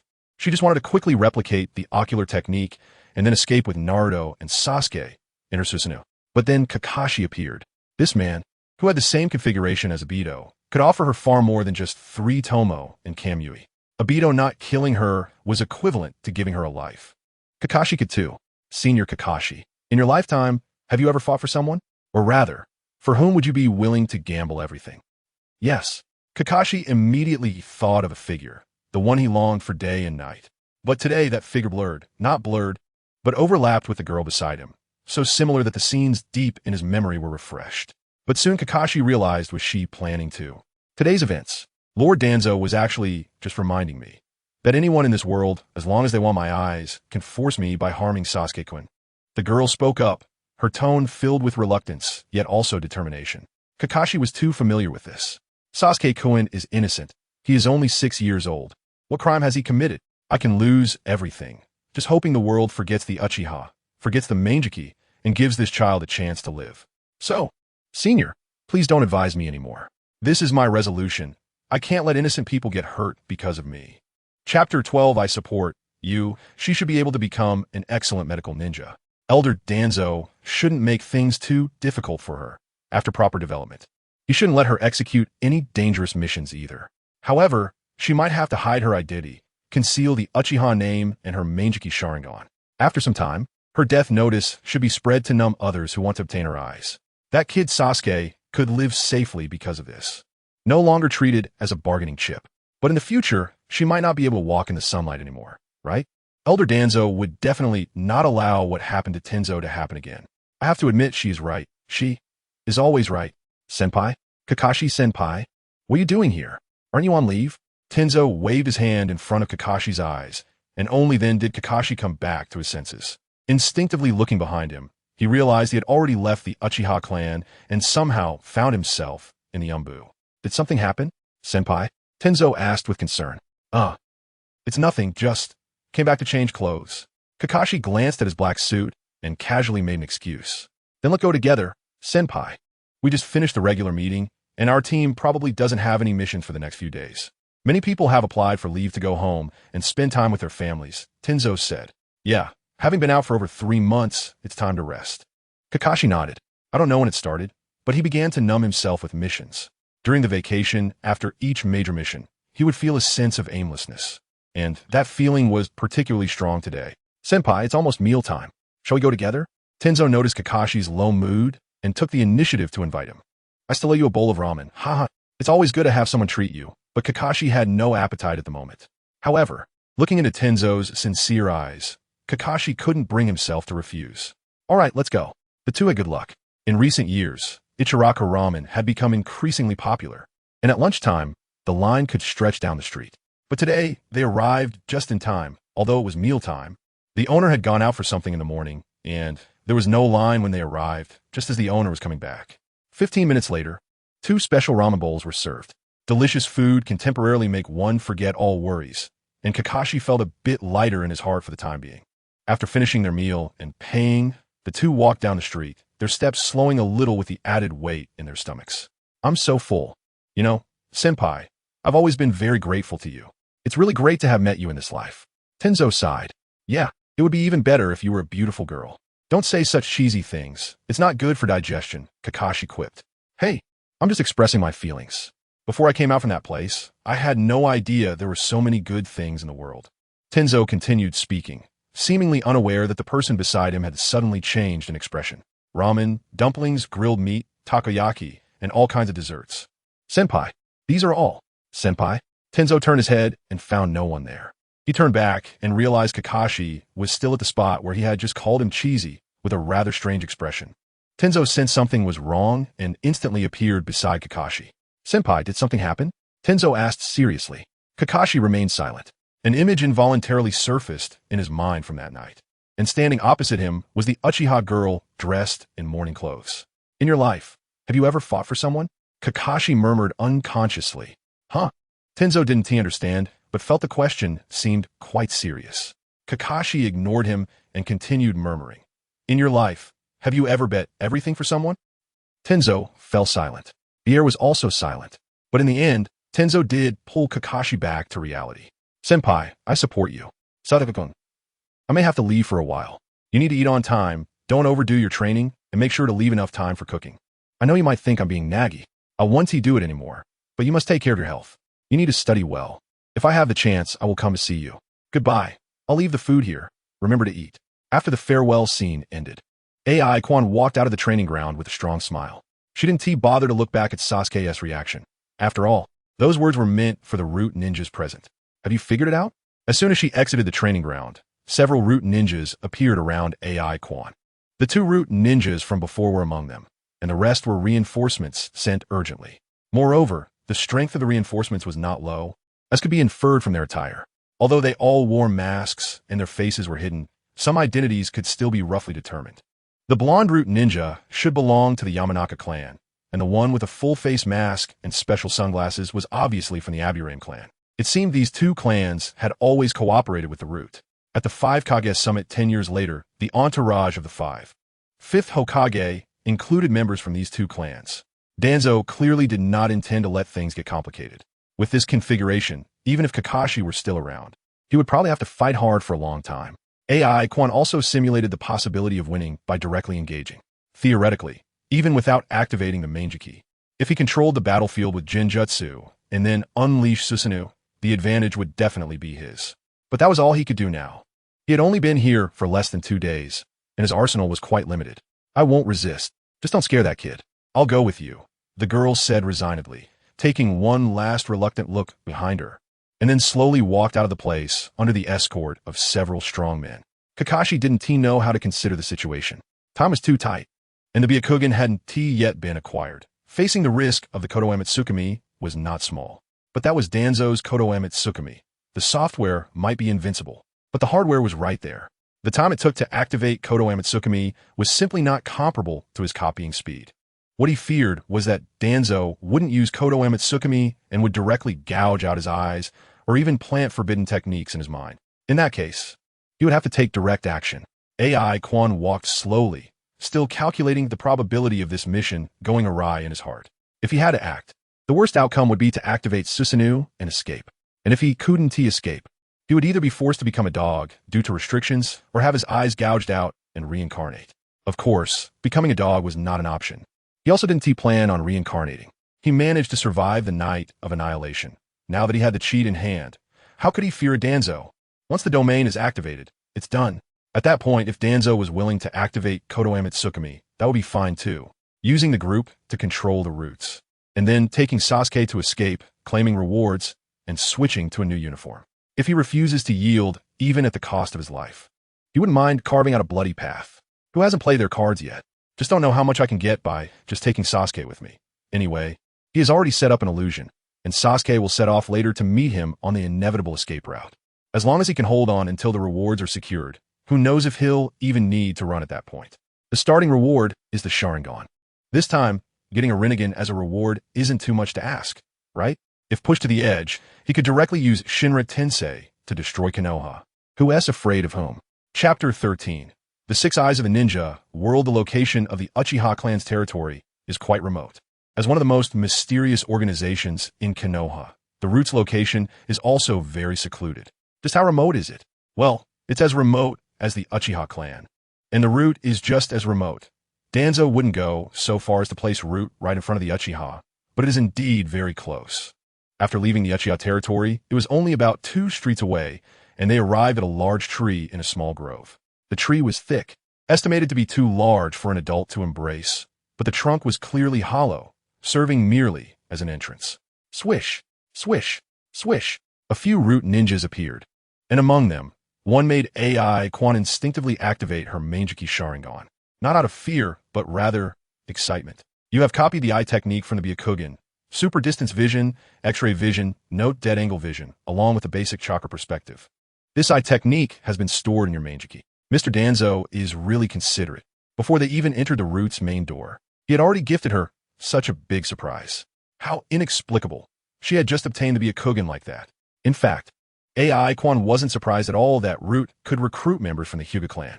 They had previously recruited Uchiha members, but those eyes were later taken by Danzo. As a member of the Uchiha, AI Quan felt it was her duty to retrieve those eyes. Not just Danzo's, but also Itachi's. Your mission is over. From now on, she is under our control, said the Hyuga Root ninja coldly.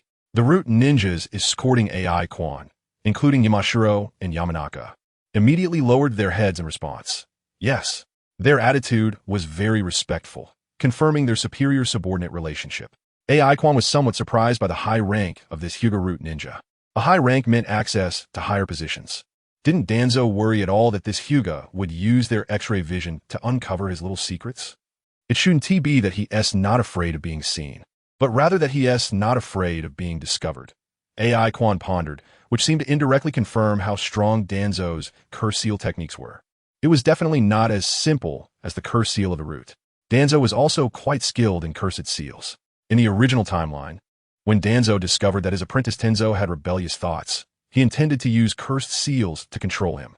In the confrontation with Sasuke, Danzo's self-imposed curse seal could even directly control him, forcing Sasuke to activate Susanoo just to break free. TSK. The probability of taking action has increased again, AI Quan thought. If Danzo was confident enough in his cursed seals, he most likely wouldn't actively use Kodoe Tsukumi. But it didn't matter, he would still make his move. With a knife at Danzo's throat, she truly didn't believe that Danzo would choose to die rather than use it. Surely he wouldn't refrain from using Kodoe Tsukumi just to ensure mutual destruction with the 4 symbols, right? Swish, swish, swish. Upon receiving the order to leave, the Root ninjas retreated, and the Hyuga Root ninja looked at the Uchiha girl in front of him. The mask obscured his face, but his expression seemed somewhat mocking. At least his tone was. What's this? The proud Uchiha is actually afraid? The Hyuga pointed to the girl's eyes. Or are you having second thoughts? Want to try to escape? It's useless. He then pointed to his own eyes, in front of these eyes. Any thought of resistance you have will be instantly seen through. He pointed to the girl's arms, then to her thighs, and continued. Soon your hands and feet will be broken, and your eyes will be gouged out. Want to give it a try, little girl? This was intimidation, blatant intimidation. The girl seemed genuinely frightened, turning her face away and daring not to meet his gaze. But her Mangeki was still active. That's enough. Lord Danzo is still waiting. Let us hurry. One of the root ninjas couldn't bear it any longer and urged. The Hyuga only sneered, shrugged. What a pity, the Uchiha clan is gone. And the last of the clan is just a coward. I was looking forward to a match with a legendary Mangeki. TSK? This guy's mind definitely wasn't normal. AI Quan recalled other Hyuga clan members and even began to suspect whether this guy's Byakugan was implanted. The likelihood was low. Danzo seemed to have no need to take such risks. Then he truly was a pervert. Well, how many people chosen by Danzo aren't perverts? Even K-Wang can't get in. Keep a close watch. Any Uchiha who can activate the Mangeki is not a simple person. The one who spoke up was still the one urging to set off. AI Quan did not look up, but used her Byakugan as 360 perspective to take another glance at him. Quite interesting. For someone to say something like this, AI Quan guessed that either he had been with Shui or had been beaten up by Shui. This was not a good thing. 2 instances of helping to defuse the situation didn't mean this root ninja had good intentions. On the contrary, if things were to escalate later, this guy definitely wouldn't underestimate her. Or perhaps this was part of some arrangement by Danzo to let him lower his guard? It didn't matter. Compared to all this nonsense, AI Quan was more interested in the ninja world version of the 6 eyes perspective she had just acquired. This was a whole new experience. A 360 unobstructed view, giving one the feeling of having activated a third-person perspective. Everything around her changed, reduced to black and white, along with the chakra networks on the 3 root ninjas. Judging by the ability, combined with a Mangeki-level chakra manipulation, it must be said that Wataru's 6 eyes seemed to be just like this. The X-ray ability was an active skill. AI Quan wasn't in a hurry to test it since it required cursed power, and this Hyuga would surely notice. So she didn't want to create unnecessary trouble. Now, Danzo activating Konoha Mitsukami will definitely not be missed, but I wonder if I can copy it directly. Suddenly, AI Quan realized a possibility. When she copied Sasuke and Kakashi earlier, she had only copied their eyes, although the basic ocular techniques of the Sharingan were passive, but the Byakugan was different. This Hyuga had just checked her body and chakra condition, without using the Byakugan's super distance vision. But this active skill that required chakra activation was still copied. 2 possibilities. Either that Hyuga used super distance vision, or the copying ability only looked at the eyes and not the person. If it's the latter, then it will be much easier in the future. Just point at the ocular techniques carrier to copy it directly, just looking at the eyes. Now that these Mangeki are set aside, when she sees pain, she'd be able to directly obtain the Rinnegan, copying the Rinnegan from a Mangeki. That's interesting. The trunk itself was an entrance, similar to the temporary base during Pain's attack on Konoha, but clearly more advanced. The entrance was sealed, even blocking the Byakugan's view, making it extremely concealed. In this regard, a grassroots ninja like Pain truly couldn't compete with Danzo. Upon entering, there was a downward staircase, with torches lighting the way on both sides. After descending about 5 or 6 meters, there was another flat passage going forward. 3 individuals from the root organization were positioned with 1 in front and 2 behind, seemingly escorting, but actually escorting. The passage was very narrow, and after walking 30 meters, it suddenly opened up. A vast space was excavated underground, and they had extended the passage they came through into this space. Huge iron frames connected both sides of the space, serving to stabilize this underground world, acting as pathways and resembling the roots of trees embedded in the ground.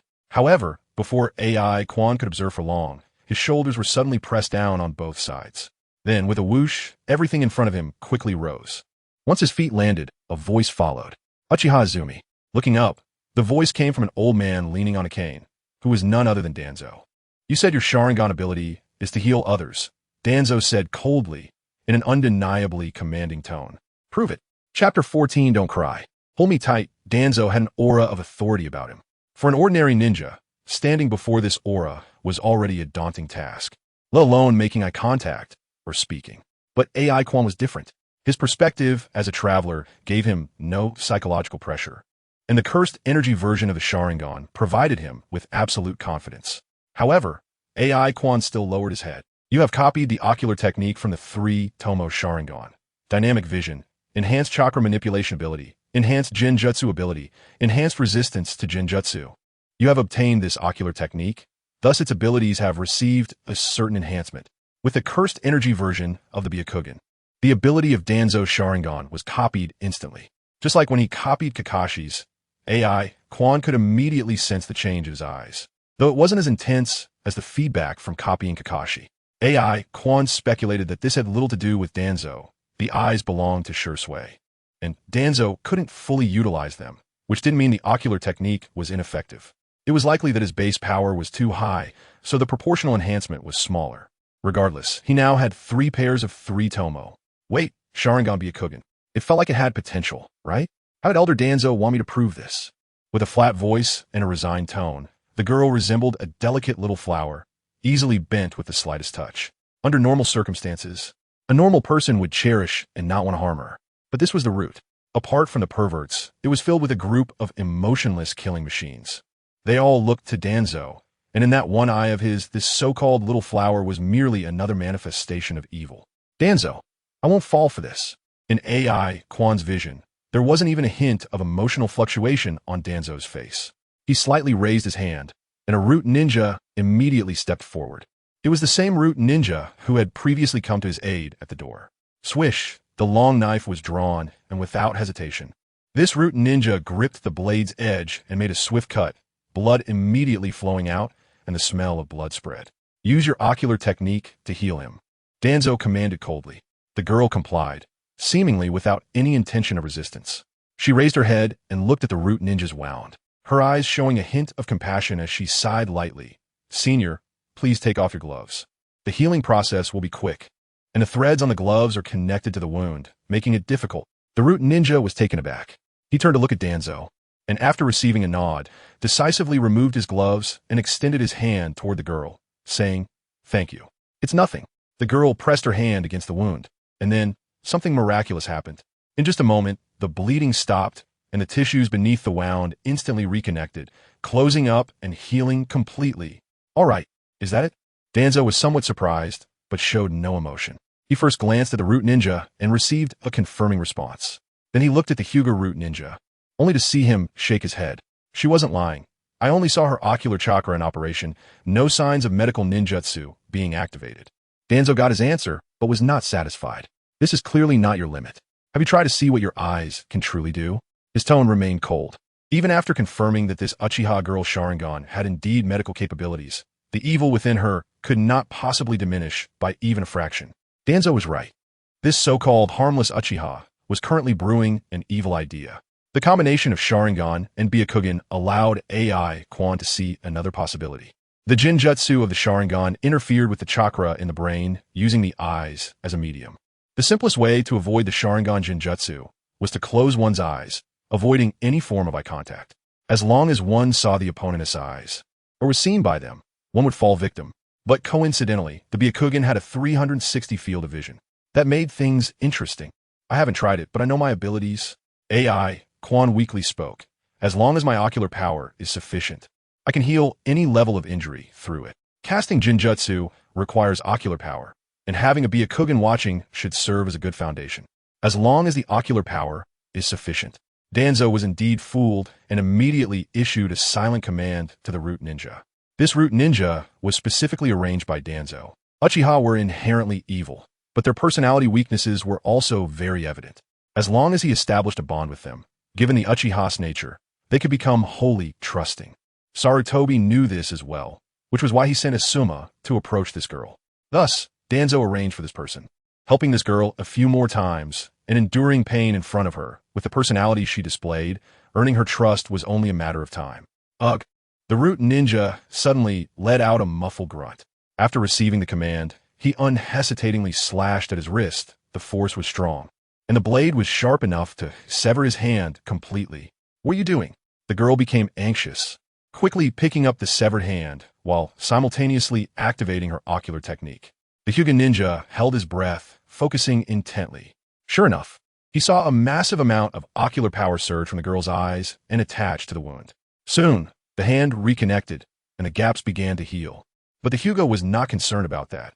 His task was to monitor the girl's state while she activated her ocular technique, confirming it was indeed an ocular technique and not medical ninjutsu, and nothing more. The Hyuga root ninja suddenly noticed something unusual. The girl's chakras seemed to fade. What's wrong? Danzo asked coldly. Her ocular power is weakening. This technique is having a considerable effect on her, sir. The Hyuga root ninja replied swiftly. Danzo's eyes flashed with understanding. This was something he had anticipated. Such a degree of injury would require a significant amount of chakra and time even when using medical ninjutsu. It seemed she truly wasn't lying. Being able to heal injuries so quickly was indeed her Sharingan technique without a doubt. Yet Danzo still had no intention of letting the girl stop. He wanted to see her limits. Besides healing wounds, do you have other abilities? Danzo continued to ask. The girl did not answer directly. She first lowered her head, taking heavy breaths as if exhausted, and after stabilizing her breath, she sighed and weakly said, "Please stop this. Lord Danzo." Danzo frowned. The girl continued, "If you want me to heal your right arm, just say so. I can do it, but I need sufficient ocular power." Oh, surprise finally flashed in Danzo's eyes, but his tone remained cold. "You can restore a severed limb?" "Not restore, create," the girl replied. "My eye technique is not merely a form of treatment, but the power of affirmation and negation. Affirmation is positive energy, allowing me to create limbs, organs, and even repair eyes, or replenish the eye power of other kaleidoscopes. Negation is negative energy. I can reject the injuries of others.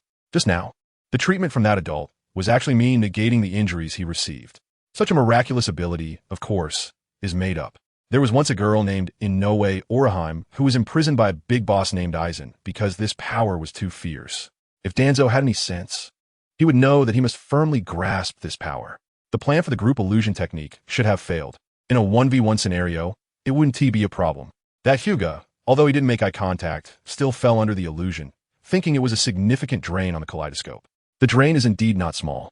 A slight visual deviation initiated in this way surprisingly requires about 3 times the power. Although it's not a big deal with so many people here, the cost of AoE crowd control is too high. It all depends on how Danzo chooses whether to use the curse seal or activate the other dimension god. Uchiha Quan is already prepared. While affecting the chakra perspective of the Hyuga behind him, he concentrates his cursed power, ready to unfold the domain at any moment. If Danzo doesn't use the other dimension god, then there's only the option of taking action. What a pity. Just the second day after crossing over. He hasn't even taken a good look around Konoha yet, and he hasn't enjoyed various delicacies, only having eaten a bowl of Ichiraka ramen, and that was takeout. Affirmation and negation? Danzo pondered the girl's answer, finding it more and more incredible. Danzo has always unconditionally doubted the Uchiha, including now. If that's the case, then if your own limb were severed, you should also be able to create a new one, right? Or perhaps negate the fact that your arm is severed. Come, show me. Danzo raised a finger with the hand holding his cane. One of the root ninjas beside him immediately understood, drew his long knife, and walked toward the girl. The root ninja with a mission also acted in sync. At this moment, he needed to step forward to plead, then suffer punishment to gain the girl's trust further. Everything was proceeding in an orderly manner, including Uchiha Quan. The curse power surged, and he didn't want to pretend anymore. Although having an arm severed, reversing the technique to recover would be a matter of minutes. But this seemed like it would hurt a lot, right? Domain preparation. Sorry, young master, today. The cursed power stopped, and Uchiha Quan, with a full view, instantly switched expressions. He lowered his head, pursed his lips, his body began to tremble slightly, and at the same time, he used his eye power to stimulate the tear glands, causing big tears to fall down. And the next second, would release. Great force technique. A voice rang out from above, clear and loud. As would release, Tenzo made a dazzling entrance. His arms spread into black wooden vines, spreading out over many root ninjas, forcibly controlling quite a few. Only those slightly stronger managed to dodge. Protect Lord Danzo. The remaining root ninjas split into 3 groups. One group guarding Danzo, another attacking Tenzo in midair, and the last group slashing at the wooden vines to rescue their comrades. Don't mind me. Their target is Uchiha. Just control her well. Danzo raised his eyes to glance at Tenzo and calmly ordered. The intention was too obvious, kids. just as a group of root ninjas was about to charge forward.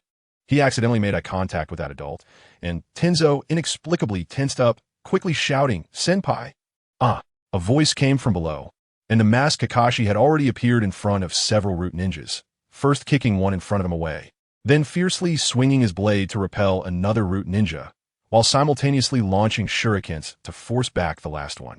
He then flashed to the girl's side, his gaze cold and his tone firm. "I told you not to come. Stop crying. Hold on to me. I will take you home." Chapter 15. The God of Heaven, Part 1.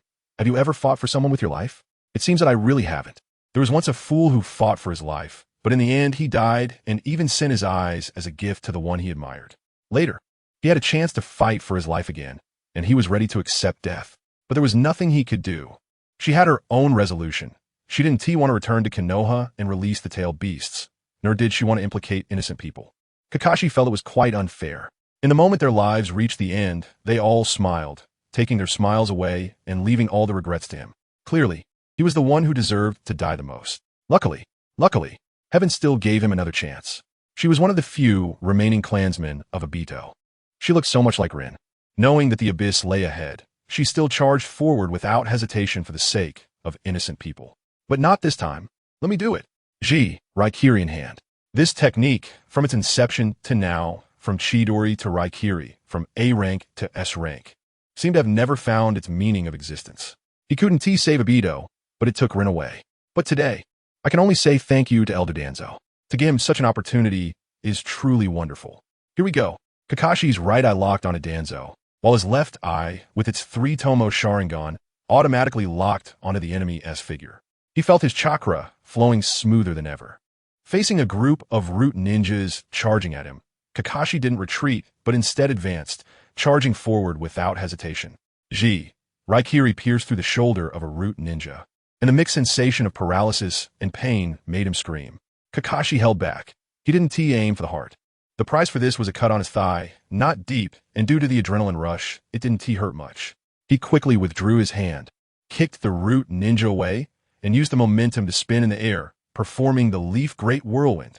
This taijutsu move from Guy was really useful. After all, he had been perfecting his taijutsu techniques, never ceasing for 10 years. It was a pity. He hadn't seen Guy for 3 months and didn't know what new techniques this guy had developed. However, it seemed he wouldn't be able to use the Sharingan to directly copy his moves anymore. Bang! A kick sent a root ninja crashing into the ground, and the fire-style jutsu from behind was already attacking. Kakashi formed the hand seals in mid-air and, as he landed, pressed his hands to the ground, Doton, Dori Heki. The earth wall blocked the fire style, but Kakashi in a handstand didn't dare to pause. He exerted force with his arms to spring up, and a large sword brushed past, narrowly missing his hairstyle. Bang! Kakashi spun in midair and kicked out, but was blocked by a root ninja who raised his arm. This person was tall and muscular, a strength-type ninja. Kakashi wasn't very fond of this type of opponent. He kicked again, using the force to create distance while forming hand seals again. Fire style, great fireball. This technique belonged to Obito. Kakashi had long since copied it, but had always deliberately refrained from using it before. But today, are you here to supervise me, Obito? The fire style engulfed the root ninja. With such distance, he couldn't evade due to his heavy build, and cries of agony rang out amidst the heat wave. While Kakashi landed steadily, the first wave of offense was temporarily resolved, and the rhythm of the battle slowed down slightly. Tens also barely dealt with the ninja that had just attacked him and landed on the other side of the girl. The two protected the Uchiha girl, their chests rising and falling. Although the encounter was brief, it was far from easy compared to any previous high-risk missions. Sorry, Tens. I shouldn't have dragged you into this. Kakashi locked his gaze ahead, panting as he spoke. That sounds like, I just wanted to come back and take a look and exercise a bit. It has nothing to do with you, senpai. Tens also knew that today's events would certainly not end well, and no matter the outcome, it was beyond his prediction, so he relaxed his mindset. He stole a glance at the girl. TSK. I must say, senpai, your taste is indeed good. You're back again, Hatake Kakashi. No, Traitor Kakashi. Danzo remained in his initial stance, and Tens's attack had barely grazed his clothes. Holding his cane with one hand, he controlled the situation on the field. This was the base of Root. Just 3 days ago, these Root ninjas were still training to execute the Uchiha clan. Now, only Kakashi and Tens had arrived, and Danzo didn't feel angry. This was clearly a good thing. He had long wanted Kakashi's 3-tomo, and it was this guy who had led tens astray. And now he planned to take away this evil Uchiha. Then let us settle it all at once. This time, the third Hokage, 1T, help you again. Danzo was about to give the order to launch a full-scale attack. But Kakashi spoke up at that moment. Elder Danzo, I didn't understand a word of what you just said. Why see a few people sneaking into the Uchiha clan's territory, threatening this girl with the lives of her clansmen, kidnapping her here, and preparing to further harm her? If the third Hokage knew about this, he would definitely come to rescue her, right? You're right, senpai. Tens chimed in. Danzo didn't want to say anything more. He despised verbal disputes and was too lazy to expose the two little tricks to buy time. Danzo suddenly looked at the evil Uchiha, who had been silent from the beginning. For her, Kakashi had taken action twice in one day, even bringing Tens along. The last time Kakashi came was due to Sarutobi's behind-the-scenes manipulation and support. He failed to assassinate the Hokage, but compensated with a would-release ninja, which was considered even. But Kakashi's appearance this time was clearly unrelated to Sarutobi. Even if Sarutobi noticed something, it wouldn't be so quick. Kakashi's visit this time was undoubtedly a personal action. But that was precisely the strangest part. So that's how it is. I underestimated you. Danzo suddenly said. It's quite obvious. Isn't it? With such a large Uchiha standing there, if it wasn't her doing, who else could it be? Connecting everything to the Uchiha made all the difficult problems suddenly clear. Of course, Danzo didn't want to say more. He immediately ordered to take action. Although he didn't think these two could take her away, there was no need to give them more time to recover their chakra. But suddenly at this moment, since Elder Danzo has said so, then I won't hide it any longer. The girl spoke softly, her eyes shifting from earlier weakness to exceptional determination. Oh, Danzo's hand that was about to order the attack didn't rise. A rare interest appeared in his single eye. This girl's character was similar to Shirsue's, but even weaker, or perhaps better hidden. Even at the moment of his death, Shirsue didn't tear apart his disguise, still holding onto his idea of peace. As if once dead, the disguise could not be torn apart. But today, he wanted to see this evil Uchiha tear off her disguise. In Danzo's eyes, the darkness at the root is even less than that of Uchiha. What do you want to say? Danzo's tone was still cold, but one could hear a hint of anticipation. What do I want to say? Doesn't Lord Danzo know what's in his heart? The girl retorted. Know what? Danzo's heart skipped a beat for no reason, and he suddenly felt something was off. His intuition told him that the girl in front of him seemed to have suddenly become different. Chapter 16, Konoha Mitsukami, Part 2. The girl slowly stood up, her hands forming a seal, and her overwhelming ocular power immediately spread out. My power is too great. The pain endured by the entire Uchiha clan during their destruction has coalesced to give birth to these eyes.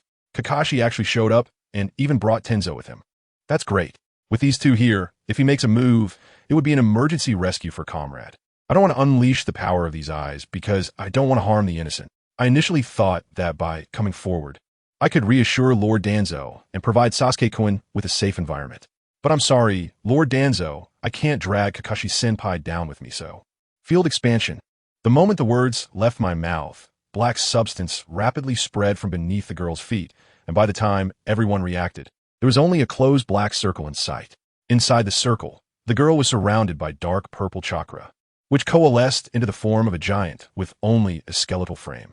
The giant bowed its head, its arms crossed over its body, with two massive swords thrust into the ground before it, resembling a guardian spirit ready to draw its sword at any moment. That giant was the third power of the kaleidoscope, Susanoo. The two giant swords were products of cursed energy from the kaleidoscope. Field expansion, true and false love. The three pairs of Sharingan and Byakugan that were copied converged into these two cursed energy swords, which now became Susanoo's weapons. Everyone stay still. I can't control this power. If I'm not careful, it could kill someone. The girl's tone suddenly turned mockingly, creating a stark contrast to her earlier demeanor, giving an eerie feeling. The frenzied release of cursed energy instead gave AI Quan an unprecedented sense of power, a feeling of exhilaration he had never experienced before. In fact, whether Kakashi came or not, he had planned to end this route journey with this move. Although up to now he hadn't copied any kaleidoscope jutsu. His own field expansion wasn't bad at all. Even though it was his first time using it, the field emerged naturally from his heart. Like painting the scenes in his mind, it felt familiar, as if he had mastered it for a long time. One pair of single-hooked Magatama, two pairs of triple-hooked Magatama, and one pair of Byakugan converged into two cursed energy giant swords, wielded by Susanoo. With the sure hit effect, Danzo wouldn't be able to block it. The plan was just that simple. If it failed, he would defect. If it succeeded, he would linger a bit longer before defecting. And now it seemed that the plan was most likely successful. He risked himself for Sasuke and was forced to go all out to save Kakashi, while showcasing his power. He also exposed his weaknesses. Even the higher-ups of Konoha wouldn't continue to push forward. It was obvious. Controlling Sasuke meant controlling a super kaleidoscope. So what was there to fear? Just unleash all means on Sasuke. However, simultaneously activating the field, and Susanoo indeed took a toll on AI Quan. Just a short while later, even with his 10 Magatama foundation, he felt his eyes beginning to strain. But all the effort was clearly worth it. The unparalleled pressure forced Danzo to make one of his few choices. Through his Byakugan perspective, AI Quan suddenly saw Danzo's chakra surge violently toward his eyes. A faint green chakra appeared in Danzo's right eye, enough to be significant. Copy. AI Quan eagerly activated the jutsu. Although Danzo's abilities were insufficient to use this eye perfectly, he couldn't take risks. You have copied the Kaleidoscope Sharingan Limited Jutsu, Konoha Tsukimi. This jutsu has the ability to alter the will of others, causing memory deviations and fabricating memories for a certain period. This jutsu is time-sensitive. The duration depends on the amount of cursed energy consumed, as well as the target's mental strength and willpower. When the target's mental strength is far higher than yours, or their will is sufficiently strong, this jutsu will be deemed ineffective. Finally got it. AI Quan smirked. The jutsu description was similar to what he imagined. It could alter will, and naturally, it could also alter memories. However, this still falls under the category of illusion techniques. Even if it holds the title of the strongest illusion, it has its limitations. When facing opponents of the sage level and above, the so-called strongest would also be discounted. But when those opponents appear, AI Quan wouldn't need to rely on Konoha Tsukimi. The higher the level of the ocular techniques that accompany it. Why not just copy and use it? And now, the only one AI Quan had to face was just a half-blind, half-mummy old man. So he could directly activate Konoha Tsukimi without hesitation. The target was naturally Danzo. But the command was not to make Danzo commit suicide or rush to retrieve Naruto. In this regard, Danzo's will was probably strong enough. Danzo was indeed evil. But he was definitely not weak. At least his will was strong enough. After all, he was someone who could have the 4 symbol seal tattooed on his body. But the stronger the will, it might not be an unusable factor in the face of Konoha Tsukimi.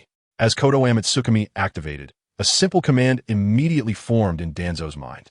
Uchiha Izumi is too evil. I can't die. I must quickly use Izanagi. Command sent. The opponent has received it. Through AI Quan's Byakugan perspective, he immediately noticed that a faint red chakra appeared in Danzo's eyes, and he activated the copy once more, and indeed received a prompt.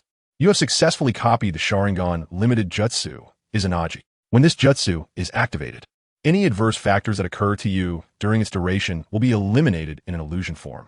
Note, activating this jutsu requires a permanent consumption of 3 Magatama Sharingan ocular power, and the consumption is proportional to the duration. This doesn't have a minimum consumption requirement. AI Quan was somewhat surprised. Following Danzo's will, Konoha Tsukimi indeed took effect, directly frightening him into activating Izanagi. He had indeed copied it. Just this skill's description. Under normal circumstances, a 3-hooked Magatama Sharingan can activate Izanagi once. Well, it seems his eyes are not normal. This left eye has 10 Magatama, and it doesn't seem to fear consumption. But to be fair, the jutsu version of Izanagi, if used properly, seems to be on par with Kamui, right? If only he had enough 3 Magatama. His gaze shifted back to Danzo. AI Quan immediately prepared to issue another command. Danzo's role was quite significant. Before completely defecting, he could lead Danzo to do many things. But as this thought just arose, the sharp pain in his eyes forced him to temporarily give it up. Is this enough for only one more activation? Aikwan Gunset Dando. Then at Kakashi, raising an eyebrow. Since he had Konoha Tsukimi in hand, it seemed he didn't need to leave after all. Staying with Danzo might allow him to catch quite a few fish. Kakashi was already on the verge of breaking. After that, he could also have contact with Snake Uncle. Through Uncle Snake's transmission of information, perhaps we can even persuade Obito to come over. Goodbye, Obito. It will be fun to play with you. The barrier is lifted. Susanoo also dissipates immediately. Under the shocked and vigilant gazes of everyone, AI Quan looks at Kakashi. Senior, you should go. You saw what I just did. I can't control this power, and if I go berserk one day, I'm afraid I might hurt others. Danzo furrows his brow. Kakashi's expression changes drastically. Quan, the girl closes her eyes, and when she opens them again, her gaze has become incredibly determined. You should leave, Senior Kakashi. I came here willingly, no one forced me. After saying that, she turns to leave, walking resolutely towards Danzo, as if she has made up her mind. Not looking at Kakashi again. The power the girl just displayed was too terrifying. Everyone from Root momentarily forgot to stop her until she stood in front of Danzo. Lord Danzo, I am willing to be loyal to you forever. I will not resist, no matter what restrictions you place on me. But please do not harm Senior Kakashi and his friends, and do not harm Sasuke Quan. This is my only request. Please. Chapter 17. The roots in Danzo's eyes move faster. I really don't understand why Lord Danzo agreed not to kill you. Traitors, useless. Just wait. Lord Danzo will come to settle the score with you sooner or later. Under the escort of several Root ninjas wielding knives, Kakashi and Tenzo were driven out of the Root headquarters. Tenzo supported the injured Kakashi, who had a wound on his thigh, and they walked slowly forward. The wound wasn't deep. It was just a cut, and during the fierce battle, he didn't feel any pain. Perhaps it hurt now, but Kakashi couldn't feel it. His face was numb, and although he had left the Root, it seemed like his soul hadn't caught up yet. Senpai, should we go find Lord Hokage? Tenzo tried to lift Kakashi's spirits. If it were Lord Third. Kakashi then glanced at Tenzo, stopped walking, and looked down at the ground. Tenzo, you should go home first. Forget everything that happened today. Just pretend you weren't involved in today's events. It's different. Last time, Lord Third supported him, allowing him to bring people to the Root for negotiations and restore Tenzo's freedom. But was that really freedom? After years in the Umbu, Kakashi had completed so many missions, drifting between light and darkness. How could he not understand that ninjas didn't really have freedom? It was just that compared to being in the Root and serving the Third, at least he didn't have to extinguish his conscience and point his blade at his comrades. But Senpai, Tenzo was a bit anxious, wanting to say something, but was stopped by Kakashi's gaze. I'll report to Lord Third. I'll bear any responsibility. After all, you shouldn't have been dragged into this today. Kakashi sighed. Tenzo, you're the person I trust the most. There is something I need to ask of you. A minute later, although Tenzo was still worried, he left. Kakashi told him to find Sasuke. Although he knew this wouldn't salvage anything, at least it would allow Tenzo to extricate himself and not be implicated. There was nothing more he could do. Even if Lord Third wouldn't blame him, he probably wouldn't be able to help either. But he still had a report. The deed was done. Although he hadn't achieved the intended goal, the price still had to be paid. Kakashi dragged his numb body forward but stumbled and fell to the ground. His thigh injury was affecting his movement, and he needed to deal with the wound quickly. This couldn't go on. Kakashi silently got up, quietly took out bandages from his ninja tool pouch, and silently bandaged himself. The wound was quickly treated to some extent, and the pain seemed to lessen, but the numbness on Kakashi's face didn't fade at all. Obito, Kakashi murmured. If it were you, what would you do? Obito. Konoha is in big trouble. Obito was resting with his eyes closed when White Zetsu appeared, dancing around as he described the information relayed back from the spore clone. Manjiki? That special term caught Obito's attention. Another pair of Manjiki? They're quite powerful, capable of using ocular techniques to heal others, but according to her explanation, it seems to have the ability of creation and negation. I didn't hear it clearly, but it's really impressive. The more White Zetsu spoke, the more excited he became, gesturing wildly with exaggerated movements. Her eyes are really amazing. Kakashi and that guy who can use would release went to the Root to save her. It was too dangerous. I was sweating for them. And guess what I saw? She directly created a big black sphere that enveloped everyone. At this point, White Zetsu suddenly let out a sigh and spread his hands helplessly, saying, but it seems she has no interest in killing. No one died. Once she dispels that technique, Danzo will let Kakashi and the wood-release kid go. It's quite disappointing. I thought that Uchiha girl could kill everyone. And then? Obito frowned and said coldly. And then? Then my clone relayed the information back. White Zetsu looked innocent. Black Zetsu suddenly emerged from Obito's sleeve and merged with White Zetsu. After sharing the information, Black Zetsu finally understood what this guy was talking about. Another pair of Manjiki has appeared, Obito, and its power is quite strong. It seems your choice that day was correct. Black Zetsu intentionally avoided mentioning the reason Obito held back at that time, deliberately provoking him by saying, but it seems Danzo also wants to claim those eyes for himself. The girl is currently forced to join the route. The reason should be to avoid implicating Uchiha Sasuke. I wonder how long she can survive. Preparations on the water countryside are almost complete. That pawn named Kisame can be activated now. Black Zetsu wanted Obito to accelerate the plan. The ninja world is currently in a ceasefire. After resting for a few more years, it won TB so easy to stir the waters, especially concerning the capture of the Nine Tails. Back then, this guy could have taken the Nine Tails directly, but insisted on destroying Konoha as well, resulting in the Nine Tails being sealed again. And he even took a Rasengan to the face. Now, another pair of Manjiki has been born within the Uchiha. Moreover, the situation of the owner of this pair of Manjiki is so ambiguous. Black Zetsu felt that the opportunity to create chaos had arrived. So that useless one went to save someone, but ended up becoming a burden? Useless. Obito's first reaction was to vent his anger on Kakashi, which left Black Zetsu stunned for a moment. Then he quickly realized, is this guy finally coming to terms with it? Is he preparing to retrieve his eyes? Previously, Black Zetsu had tried to urge Obito to quickly reclaim his power. But this guy kept using the excuse that one eye was enough, and that there was no need to increase the risk of exposing his identity. Black Zetsu knew very well that this was because the ties hadn't been completely severed. After all, Obito was just a pawn, and his character flaws destined him to never become someone like Uchiha Madara. Forget it. Obito closed his eyes again. This reaction left Black Zetsu a bit perplexed. Just as he was about to say something, he noticed Obito's fingers were rapidly tapping his thigh. After hesitating for a moment, Black Zetsu chose to remain silent. Obito had his eyes closed, rapidly pondering within. What could make Kakashi risk everything, even to the point of becoming a rogue ninja, to rescue? Was he trying to salvage something?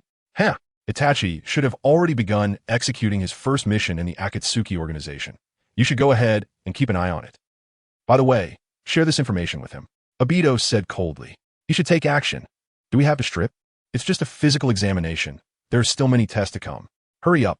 A woman in a white lab coat was urging the root ninjas behind her, who were 3 burly men, making it 4 against 1. The little girl looked weak and pitiful. I refused. This was a matter of principle. AI Quan had a hold firm. Danzo must have started preparing his methods to deal with him. Having lost the Kodoha Mitsukami and witnessed Susanoo domain, AI Quan estimated that Danzo's original plan was definitely deemed insufficient. That's why he arranged this so-called physical test. Normally, the test would require a certain amount of combat to continuously expend energy, keeping his condition in a weakened state. This would delay preparation while also preventing him from resting even for a moment. Once Danzo's arrangements were complete, with various methods deployed, a unique Uchiha hound belonging to Root would be created. The plan was good, but unfortunately, it was discovered by Kodoha Mitsukami. Do you want to defy Lord Danzo's orders? The woman in the white lab coat threatened with narrowed eyes. Then she saw a pair of scarlet eyes, and after 3 seconds of being lost in thought, her expression suddenly changed. The leader needs to rest. You all go to the testing ground and make some noise. The 3 root ninjas exchanged glances, and the leader nodded, then raised 2 fingers. A shadow clone appeared and transformed, creating another Uchiha girl on the spot. We're going to the testing ground now. Please rest quickly, leader. After the 3 left, the woman in the white lab coat didn't idle either. She took out a kunai and walked to the door. Don't worry, leader. I will guard this door with my life. Kodoha Mitsukami was truly useful. For these root ninjas, whose mental energy was far inferior to his, it was basically a piece of cake. Speaking of which, Shursue's Manjiki Sharingan was quite similar to Obito's. The ocular techniques of both eyes were essentially the same, just with different effects. For example, Obito's eyes both had Kimui, but one required direct contact and the other was long range. Shursue's left eye, with Itachi, could permanently change others' will, but it had a long cooldown, 10 years after one use. The right eye was an AoE temporary genjutsu. It consumed a lot of chakra and had a relatively long cooldown, making it suitable for use during battle, akin to an enhanced version of Tsukuyami. AI Quan's Kodoha Mitsukami was a copied technique. It could be seen as a knockoff, but knockoffs aren't necessarily inferior to the original. With the ocular technique activated through Cursed Energy Manjiki, not only was its power undiminished, but the entirely new consumption method allowed for more efficient use. This was the advantage of having excellent hardware. AI Quan pondered that once his ocular power fully recovered, without any chakra charging supplies, using regular Kodoha Mitsukami 3 to 4 times a day should be no problem. Faced with a tough opponent like Danzo, Forcibly changing his will once or twice should also be achievable, just missing Kakashi's Kimi. The Byakugan seems like it could be collected too. There were only so many ocular techniques in Konoha. If he could copy all of the Hyuga clan's Byakugan, he didn't know if he could gather enough for a Tensigan. Theoretically, it was feasible. Otsutsuki Kagaya had tried it. Uchiha Quan sat in his chair and began to rest his eyes, controlling Danzo, calling Uncle Snake, although the permanent version of Kodoha Mitsukami hasn't arrived yet. Guiding Uncle Snake to start the biochemical technology shouldn't be too difficult, right? Really looking forward to it. With good luck, he might soon recover his super muscular body. Hee. Chapter 18. What if I am Shursui? Danzo-sama. The surgery has been successfully completed. Please move your eyes according to my instructions. I need to confirm whether your eye nerves are normal. The eye transplant surgery is finally over, and after a series of postoperative procedures, the medical ninjas finally withdrew, leaving Danzo alone to rest in his chair. So much has happened today that Danzo suddenly realized he might truly be getting old. In the past, such a surgery could be done easily. Even if there was some discomfort, he would adapt in a few days. But he didn't know when it all started. His blood vessels and nerves had become increasingly fragile. The time consumed for each eye transplant surgery was getting longer. There had even been a close call before, nearly resulting in intracranial hemorrhage. With age, his courage had diminished. Shursui's eyes were incredibly precious. Yet to avoid risk, he directly activated Izanagi. It seemed laughable when he thought about it. Back then, he negotiated alone with the Land of Rain, persuading Hanzo to eradicate that new organization. He could maintain composure even when facing demigods. Yet today, he was bested by a young Uchiha girl. Danzo furrowed his brow. A cold aura erupted from him, instantly transforming him from a reminiscing old man back into the root leader he had been for decades. I am Shimura Danzo. How can my life be compared to a mere kaleidoscope? Losing one kaleidoscope, I can still retrieve a pair. Come here. Swish, swish, swish. One by one, root ninjas appeared, varying in stature and from different clans, yet all wearing root uniforms and masks, half kneeling before Danzo. Is everything ready? Danzo asked coldly. Yes, replied a chubby ninja, a rare sight within the roots. Then bring her before me. If she resists during the process, kill her without hesitation. The previous containment methods were clearly insufficient. That girl was indeed hiding power. If she was willing to completely give up her freedom and accept the restraints, then keeping her would be acceptable. But if she harbored even the slightest other thoughts, it would be no problem to kill her for her eyes. Not just Uchiha Izumi, but Uchiha Sasuke must also live under control. The weak Sarutobi may still be wary of Itachi's strength, but this is Konoha. How could they fear a mere Uchiha? Uchiha Izumi, extend your hand. Danzo seemed finally ready, sending 5 root ninjas to retrieve her. Among them were 3 familiar faces, Yamashiro, Oil Woman, and also a Hyuga. The one speaking to him was from the Oil Woman clan, quite polite. Additionally, there was a slightly plump fellow and another who, despite wearing a mask, couldn't hide his receding hairline. Izumi didn't even need to activate her Byakugan to see the composition of this small team and Danzo's probable methods. One Hyuga is responsible for monitoring chakra conditions. One Oil Woman will plant insects on me, plus a Shikamaru ready to suppress at all times. Danzo is quite well prepared. The ninjas from the various clans of Konoha were gathered together. Raising an eyebrow, Izumi activated her Sharingan, and the expressions of the 5 instantly became blank. She didn't use Tsukuyami, but rather her enhanced version of the Sharingan Genjutsu.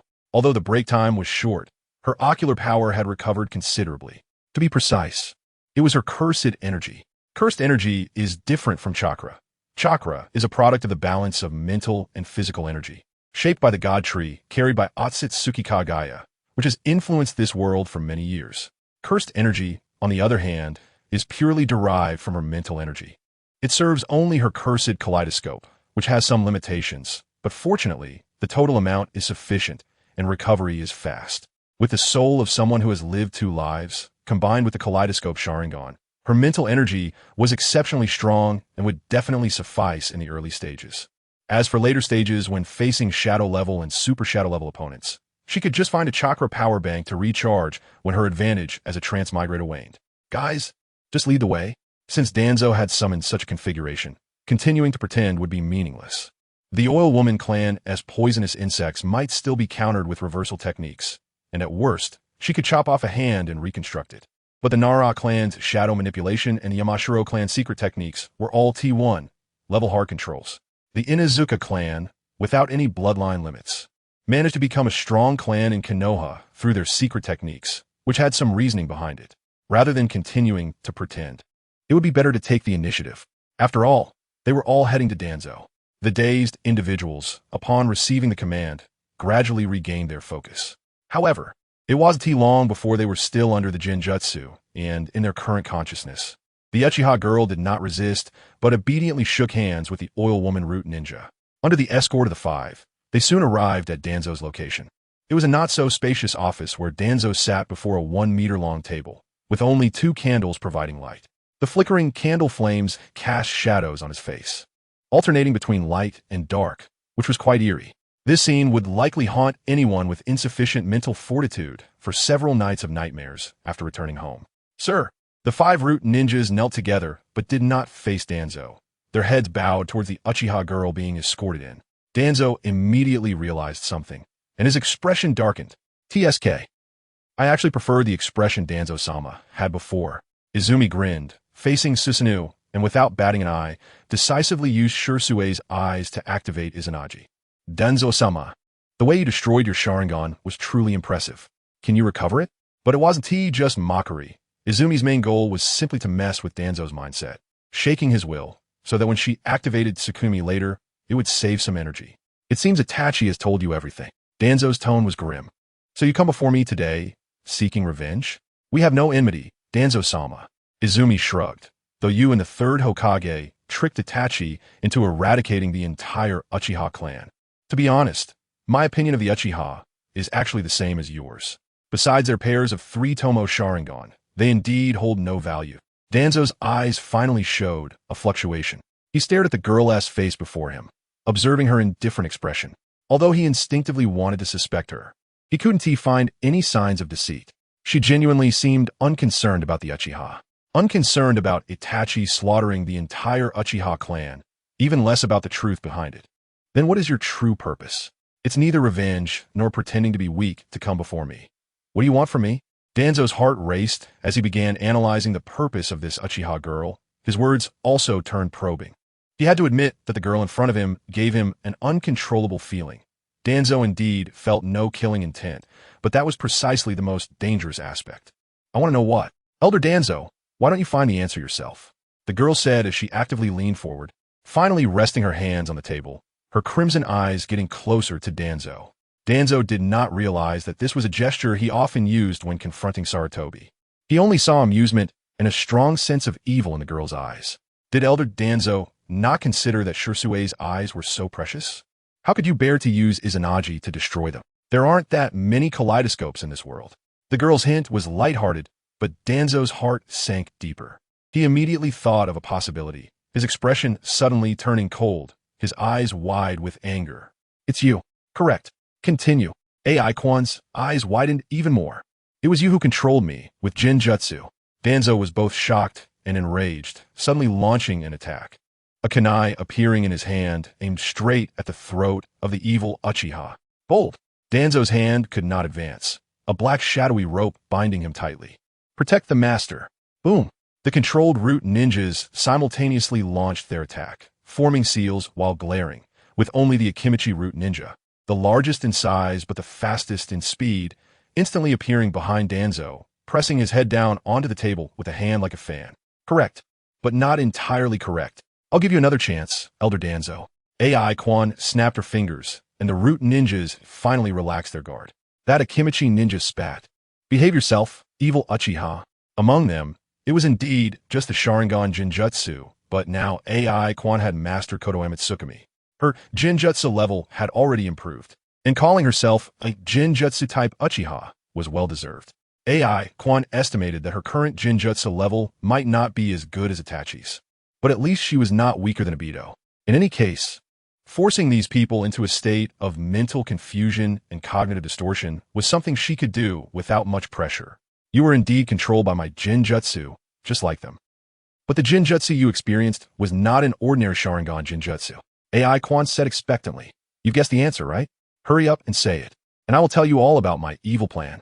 After the recent events, although the anger in Danzo's heart did not diminish, the feeling of being completely out of control kept his heart rate accelerated, but Danzo's expression eventually cooled down. He calmly analyzed and searched for a turning point, while also beginning to re-evaluate the Uchiha girl before him.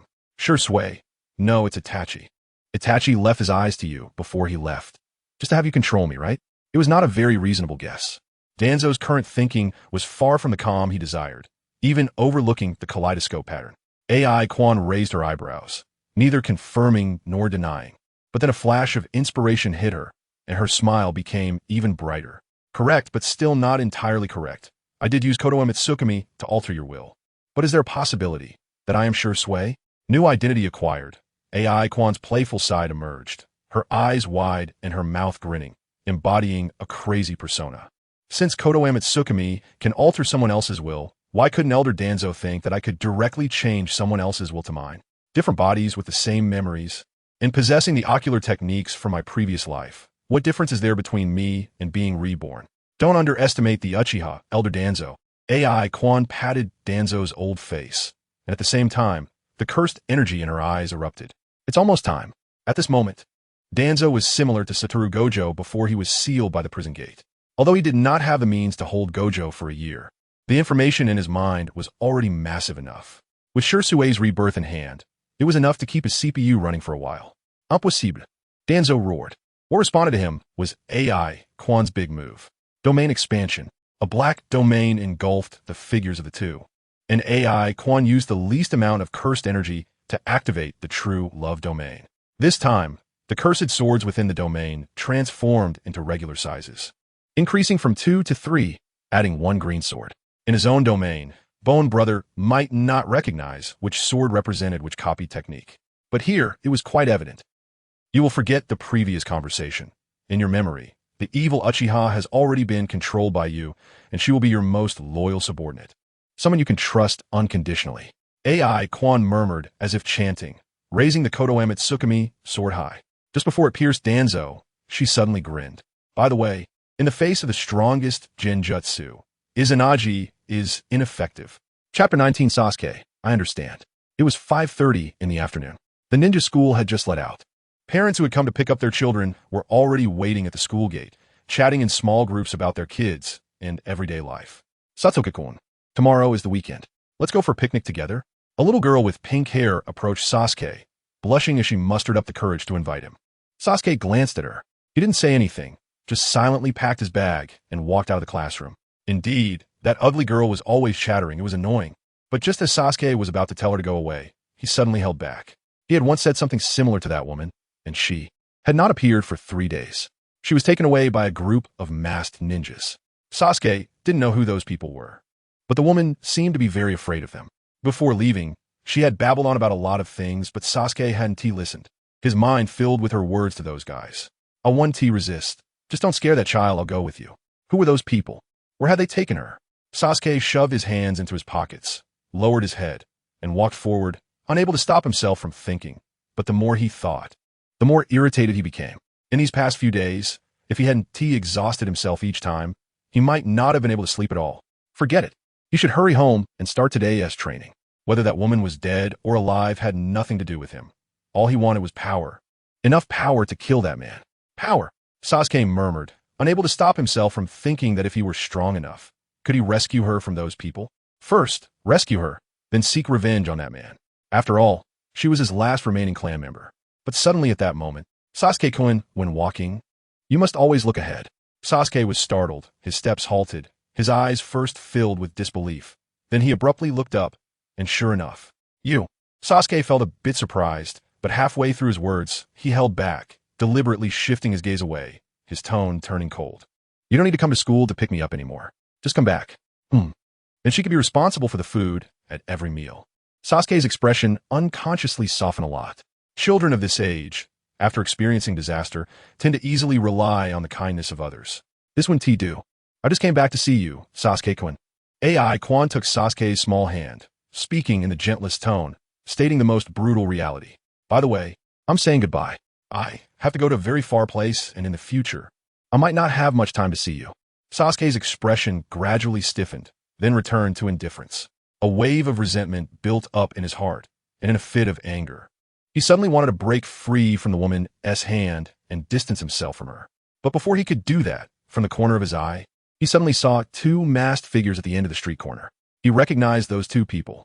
Sasuke realized they were there to take her away. So soon? But Sasuke fell silent and stopped trying to break free from her hand. He silently walked forward until he stood before the two masked figures. "Time's up, Uchiha Izumi." One of them spoke coldly, using an authoritative tone. "I understand." Sasuke felt a gentle rub on his head. "I'm leaving. Remember to eat on time, Sasuke-kun. I will try my best to come back to see you more often." She left.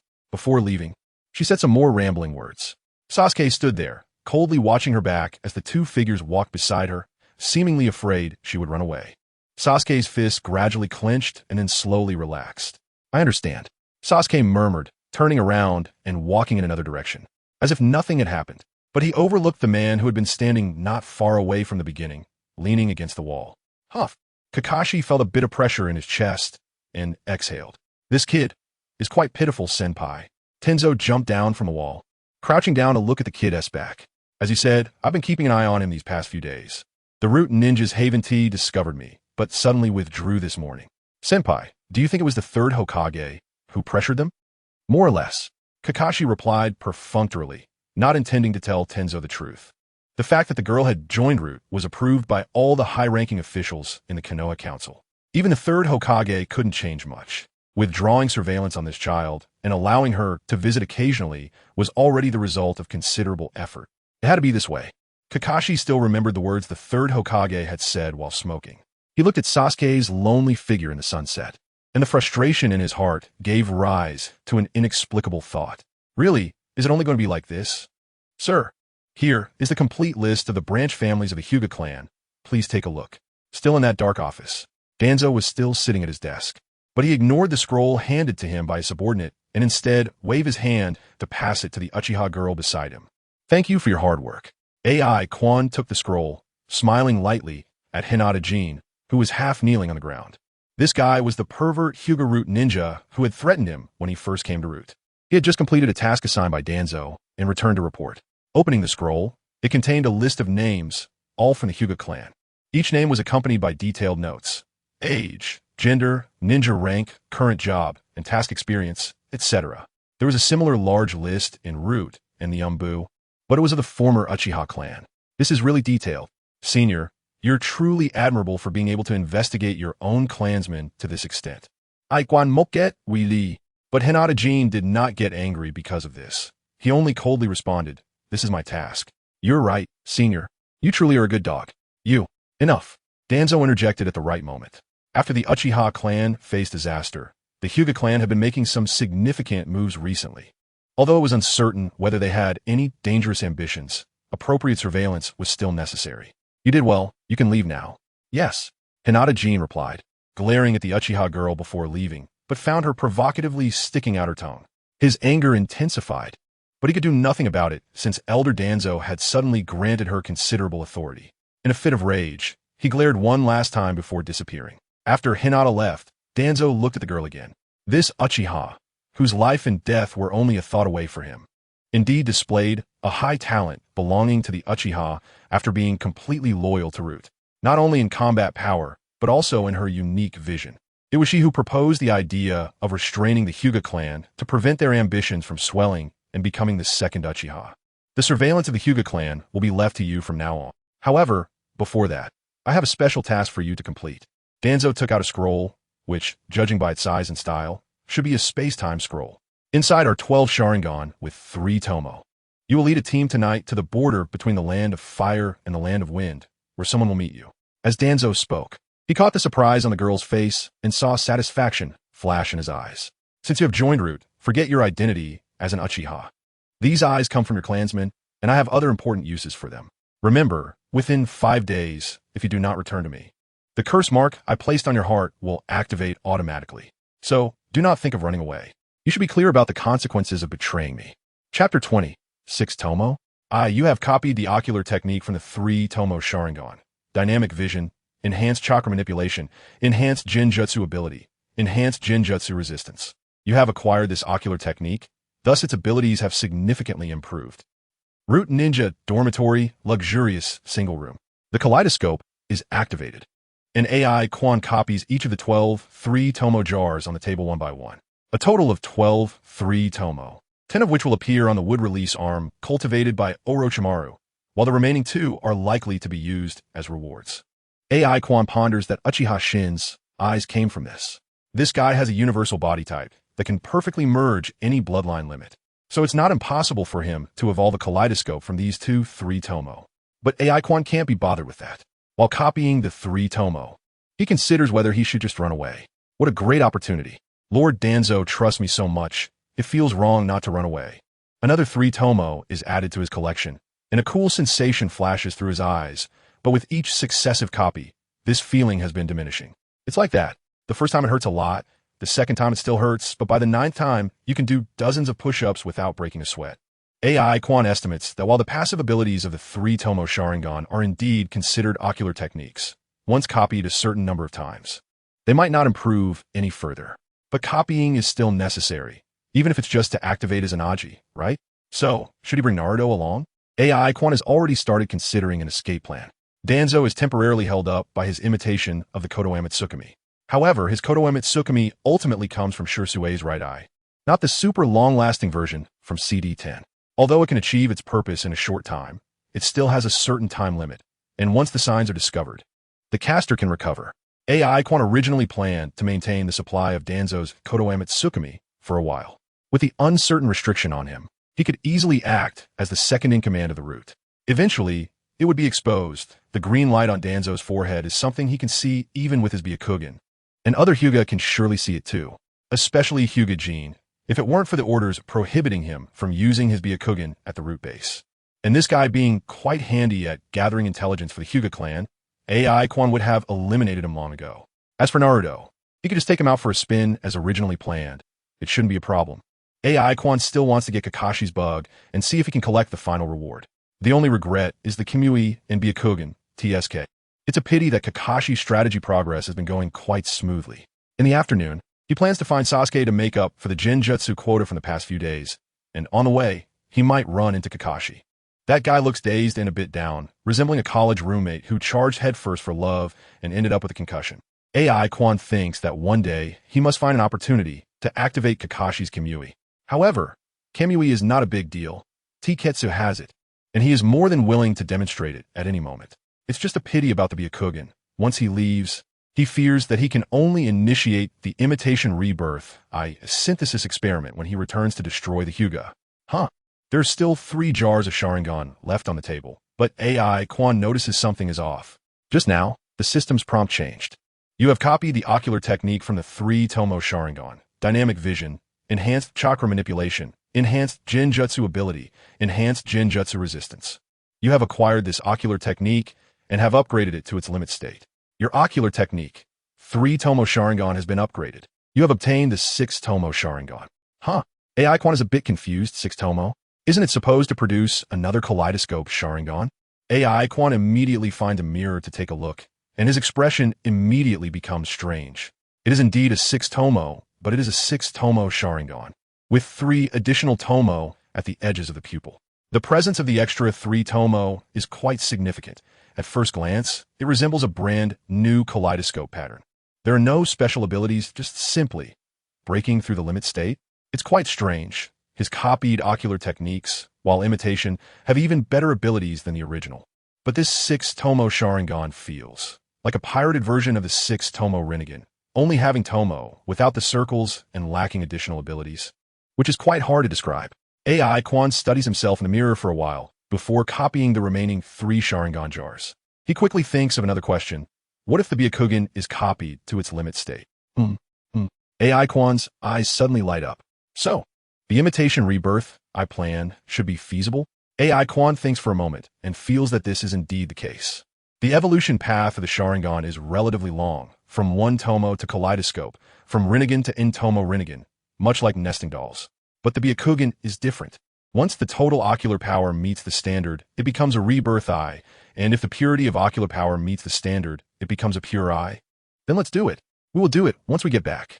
Danzo's requirement is to set off tonight, concerning the first meeting with Uncle Snake, so it cannot be delayed. The defection plan is temporarily postponed. If he can activate the rebirth eye, then there's no need to worry about the bug being ineffective. He could just drag Naruto along and run. AI Quan can still calculate this clearly. The only risk is whether the meeting with Uncle Snake in the next few days will expose Danzo. AI Quan is not worried about Danzo being able to break free from the Jinjutsu. He hasn't reached that level yet. What he fears is that the green light of Konoha Tsukimi on his forehead will be discovered. The task requires 5 days, and he has left enough chakra in Danzo's mind. Hyuga Jin cannot be left alive. There's only this one Hyuga in the entire route. If he takes him out and instructs Danzo not to go out in the next few days and to stay at the route base, basically, there will be no problem. He has long wanted to kill him. Previously, he even intimidated a harmless 13-year-old Uchiha girl. What a pervert. Kume. Put the 12 Sharingan jars back in place. AI Quan walks out of the dormitory and shouts into the air. 3 root ninjas immediately appear, the very trio from the route: Inuzuka, Nara, and Akimichi. Danzo entrusted the leadership of these 3 to him, which is both a sign of trust and surveillance. Lord Tsutsuki. The 3 kneel on one knee, forming a triangular formation, with the leader, Akimichi, at the front. The Inuzuka, Nara, and Akimichi teams usually have the deer as the core, and this team is no exception. But this Nara is mute and can only issue commands through sign language. Previously, it was fine for the 3 to act together, but now that there's a leader, they naturally need to communicate. This leader was also chosen by AI Quan, and the reason for choosing Akimichi is, of course, he has a loud voice. If Black Zetsu can hear him, he might just come and make contact. At that time, all you need to say is, "You're too slow. Mama's been waiting for you on the moon for too long. Send me down to give you a hand. Maybe the real, behind-the-scenes boss of the ninja world will be right in your hands." Chapter 21. An immature girl? The task is pretty much as stated, and we'll set off tonight. Aizawa recounted the details of the mission with a smile, then looked at the 3 of them cheerfully. Given the potential risks of this mission, and since this is my first time carrying out a task for the great Danzo, I decided to prepare a bit more to ensure everything goes smoothly. Do you have any objections? Naturally, there were none, although there was still a surveillance mission. The 3 of them were still primarily under his orders. It didn't matter if they didn't obey. He could still have a meal. I plan to add a few more team members, Aizawa said as he pulled out a scroll and threw it directly to Captain Akimichi. Please notify everyone on the list in this scroll and gather at the designated location in an hour. Any questions? Akimichi Yuan opened the scroll and took a quick look, finding only 3 names: Hyuga Jin, Yakushi Nanoyu, and Yakushi Kabuto. Lord Otsutsuki. Akimichi Yuan immediately spoke up. Some of the people on this list might. The Byakugan of the Hyuga clan might be helpful for this mission, and the name of Yakushi Nanoyu, the wandering priestess, is well known in the Root's intelligence department. But this Yakushi Kabuto, Akimichi Yuan was not clear about Danzo's little arrangements. He only remembered that this kid seemed to have graduated not long ago and was specially recruited by Lord Danzo. This mission is of great importance, and Lord Danzo's requirement is absolute certainty.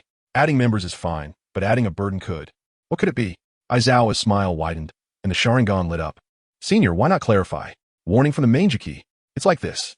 Faced with the glaring Mangeki, Akimichi Yuan, though with his head down, showed no signs of fear. When Lord Danzo placed restrictions on this Uchiha girl, he was right there, and he even slapped this Uchiha who tried to resist down to the ground. The level of this mission is extremely high, and Lord Danzo's requirement is. Halfway through his words, Akimichi Yuan suddenly felt a poke on his back. It was Nara Sasaki. Akimichi Yuan quietly glanced back. Nara Sasaki was naturally mute and had a deadpan expression, but he had a pair of eyes that seemed to speak. After putting on his mask, those eyes appeared even more lively. With just a glance, Akimichi Yuan immediately realized something and promptly shut his mouth. Their little movements naturally did not escape Aizawa's foe Byakugan. Interesting. Aizawa's curious gaze returned from Nara Sasaki. Lord Danzo's orders were given to me, and how to execute the mission is something I need to consider. Any more questions? None. Akimichi Yuan immediately rolled up the scroll and disappeared to find the people on the list. And shall we set off? By the way, Yamashiro-senpai, before we depart, please go to the equipment department and fetch me a standard model knife. Yes. Yamashiro Kuko immediately disappeared. Aizawa had no cursed tools and didn't know how to condense weapons with cursed energy, but when going out, one must always carry something for self-defense. Especially after he awakened his 6th Tomo Sharingan, he wanted to test various abilities. And tonight would be a great opportunity. Half an hour later, outside the Konoha detection barrier, at a little-known exit. This exit is exclusive to Root, directly connecting to the root base, allowing them to evade the barrier team as scrutiny and leave Konoha without anyone knowing, conducting missions that even the Hokage building is unaware of. A girl holding a knife sat on a stone slab, eyes closed in rest. She wore a practical ninja outfit, short sleeves, shorts, and a mask. Compared to the usual root ninja, she lacked those steel plates that could partially block shuriken and slashes. And some of the cold cruelty seen in root ninjas was absent from her. The moonlight fell, casting a silver hue on her exposed skin, adding a touch of purity. Without that knife and silver mask, she might even give off an impression of being harmless. Nara Sasaki and Yamashiro Kuko half-kneeled nearby, on standby. Whoosh! Several figures flashed in. Lord Otsutsuki, everyone is here. It wasn't yet the agreed time, but Akimichi Yuan was highly efficient. Hyuga had indeed been brought over, along with that mother and son who shouldn't have met at this time. They're already here? That was quick. Aizawa opened his eyes, revealing his 6-tomo Sharingan, scanning the area before finally landing on the mother and son.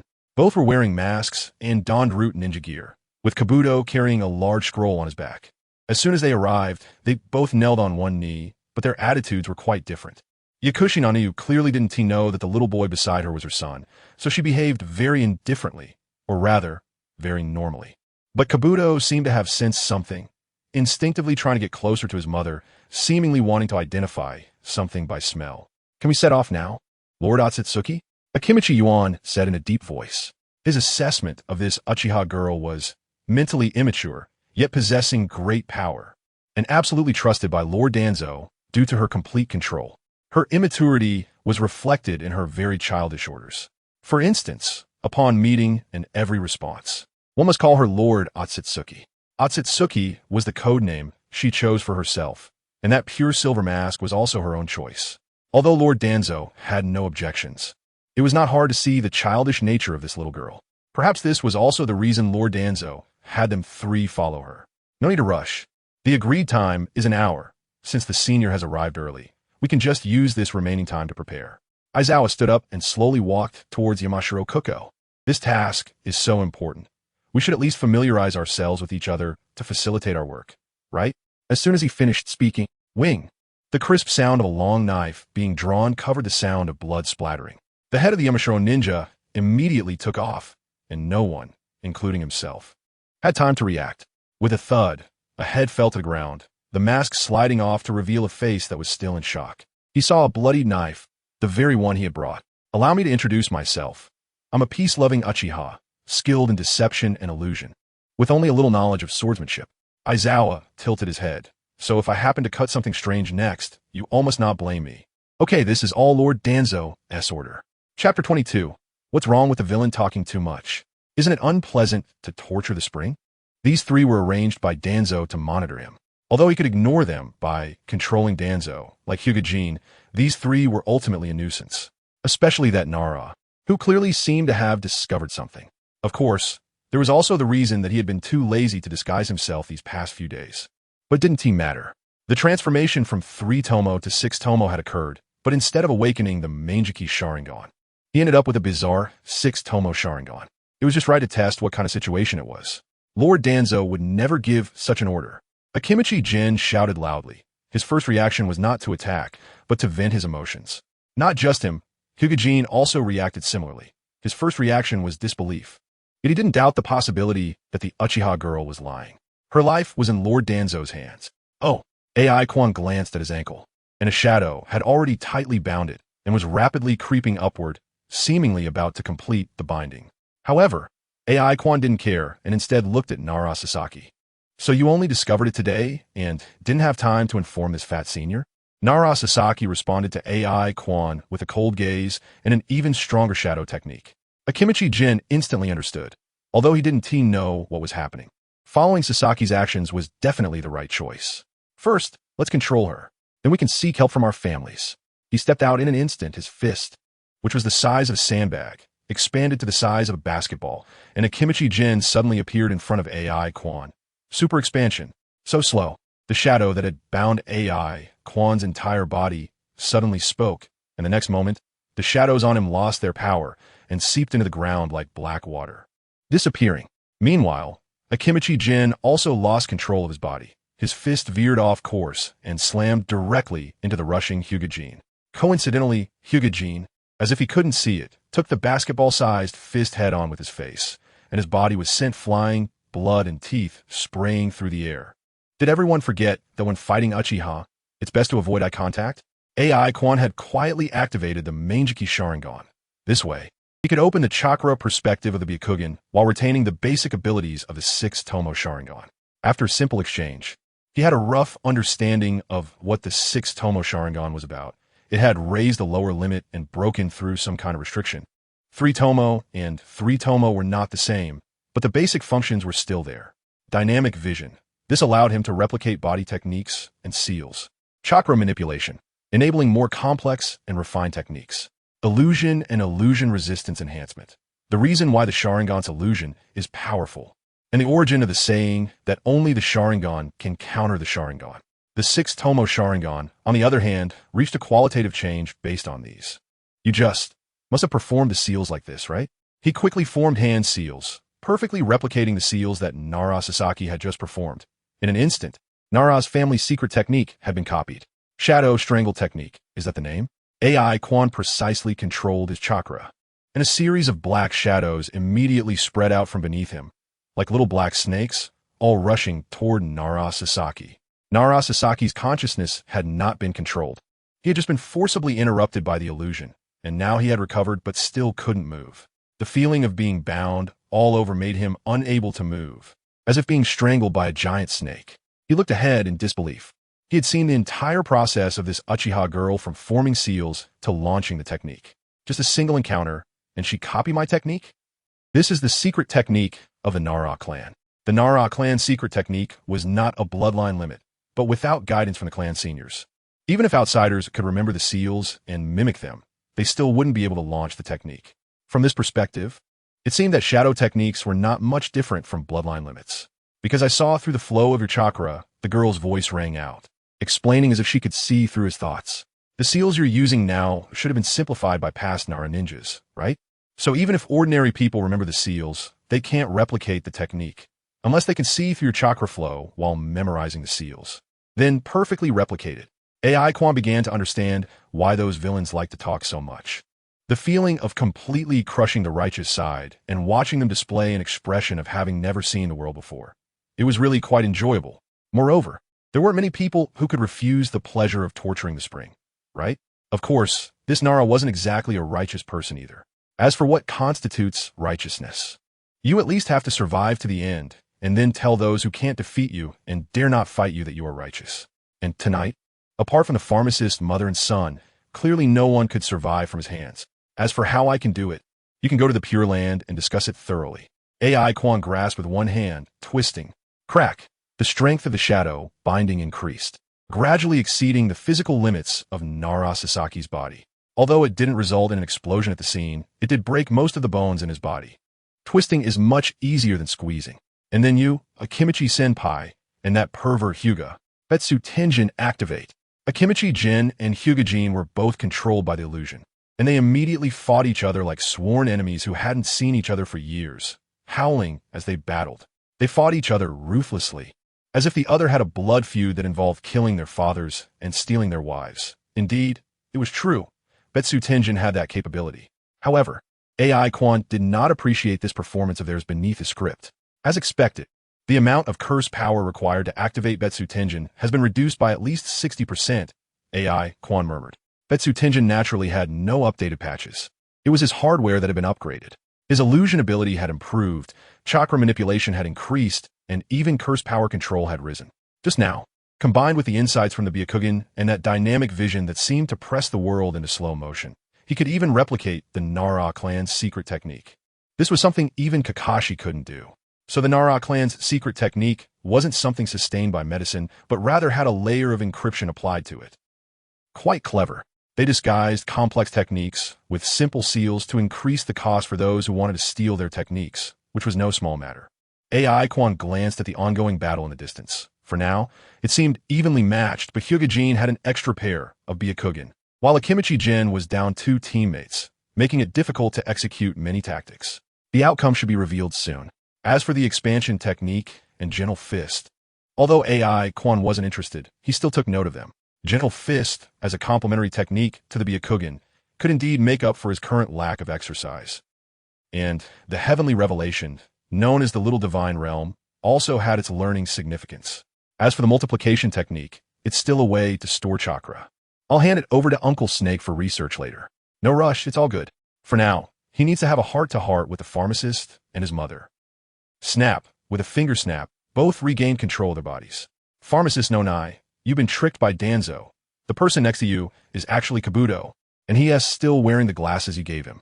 I won't say anything unnecessary. AI Quan got straight to the point. I'm planning to take out Danzo, and then you can become the second Hokage of the Root, with Kabuto as the captain of the Root Division. You two can grow stronger and create new glory. Are you interested? Chapter 23 afterwards. Please call me Lord Otsutsuki. The reunion process between the pharmacist's mother and son went quite smoothly. Danzo's plan had just been implemented for a short time when Orochimaru took off his mask and revealed some little secrets known only between mother and son. And Yanoyu immediately understood. The mother and son embraced each other in tears, expressing their longing over the years. Aijin didn't rush, just quietly watched. On the left was the passionate clash between the Akimichi clan and the Hyuga clan. On the right was the deep emotional portrayal between mother and son. The emotional drama and action scenes were perfectly combined, and Aijin sat in the front row, secretly enjoying the show. Finally, Hinata-jin used his last bit of chakra to strike Akimichi Moto's forehead. The raging chakra directly shattered Akimichi Moto's brain, causing blood to pour from all 7 orifices as he weakly knelt on the ground. Hinata-jin finally achieved victory, but he wouldn't last long either. His abdomen had already been sliced open by Akimichi Moto's kunai, intestines spilling out onto the ground. The only thing allowing him to achieve a near-death counterattack was his obsession with avenging his wife and daughter. Get up, fat pig! Hinata-jin grabbed Akimichi Moto by the collar, a grim smile on his face. He had finally completed his revenge. Wife, daughter. Can you still remember their names? The playful voice of a girl sounded from behind, and the illusion was lifted, causing confusion to flash in Hinata-jin's eyes. He seemed to not have been married yet. Wife and daughter. He was still a virgin, so where did... Thud. Hinata-jin fell to the ground, while the caged bird activated, and those white eyes were subsequently destroyed. Yanoyu-senpai. Aijin called out, meeting Yanoyu's gaze, which held both wariness and gratitude. Aijin pointed to the corpses on the ground. Could you please handle the scene? It's too close to Konoha.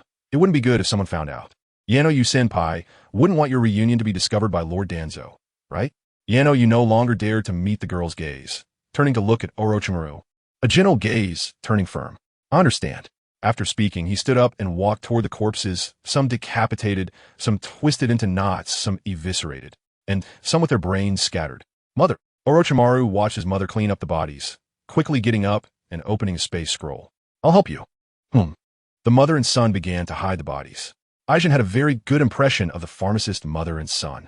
They both possessed excellent espionage abilities, enough to make Danzo wary and even willing to destroy them, which surely meant they had something to offer. Especially Orochimaru. Aijin had been optimistic about him since the first part, being able to act as a spy under the watchful eyes of Orochimaru and Danzo, while also being an informant for Sasori, meant he'd gained the trust of 3 factions simultaneously, a proper triple agent. The key was that he had self-taught and learned the impure world reincarnation from Orochimaru, mastering sage art of the Dragon Cave that even Orochimaru couldn't grasp. His potential was very promising. Moreover, this ability to gain others' trust could help him connect with Naruto. As for Orochimaru's adoptive mother, Yanoyu, Aijin thought she still had her charm. Controlling Yanoyu meant controlling Orochimaru. Aijin understood that logic well. The mother and son were quite efficient in cleaning up the battlefield. In less than 10 minutes, Yanoyu took out a small medicine bottle, completely masking the scent in the air.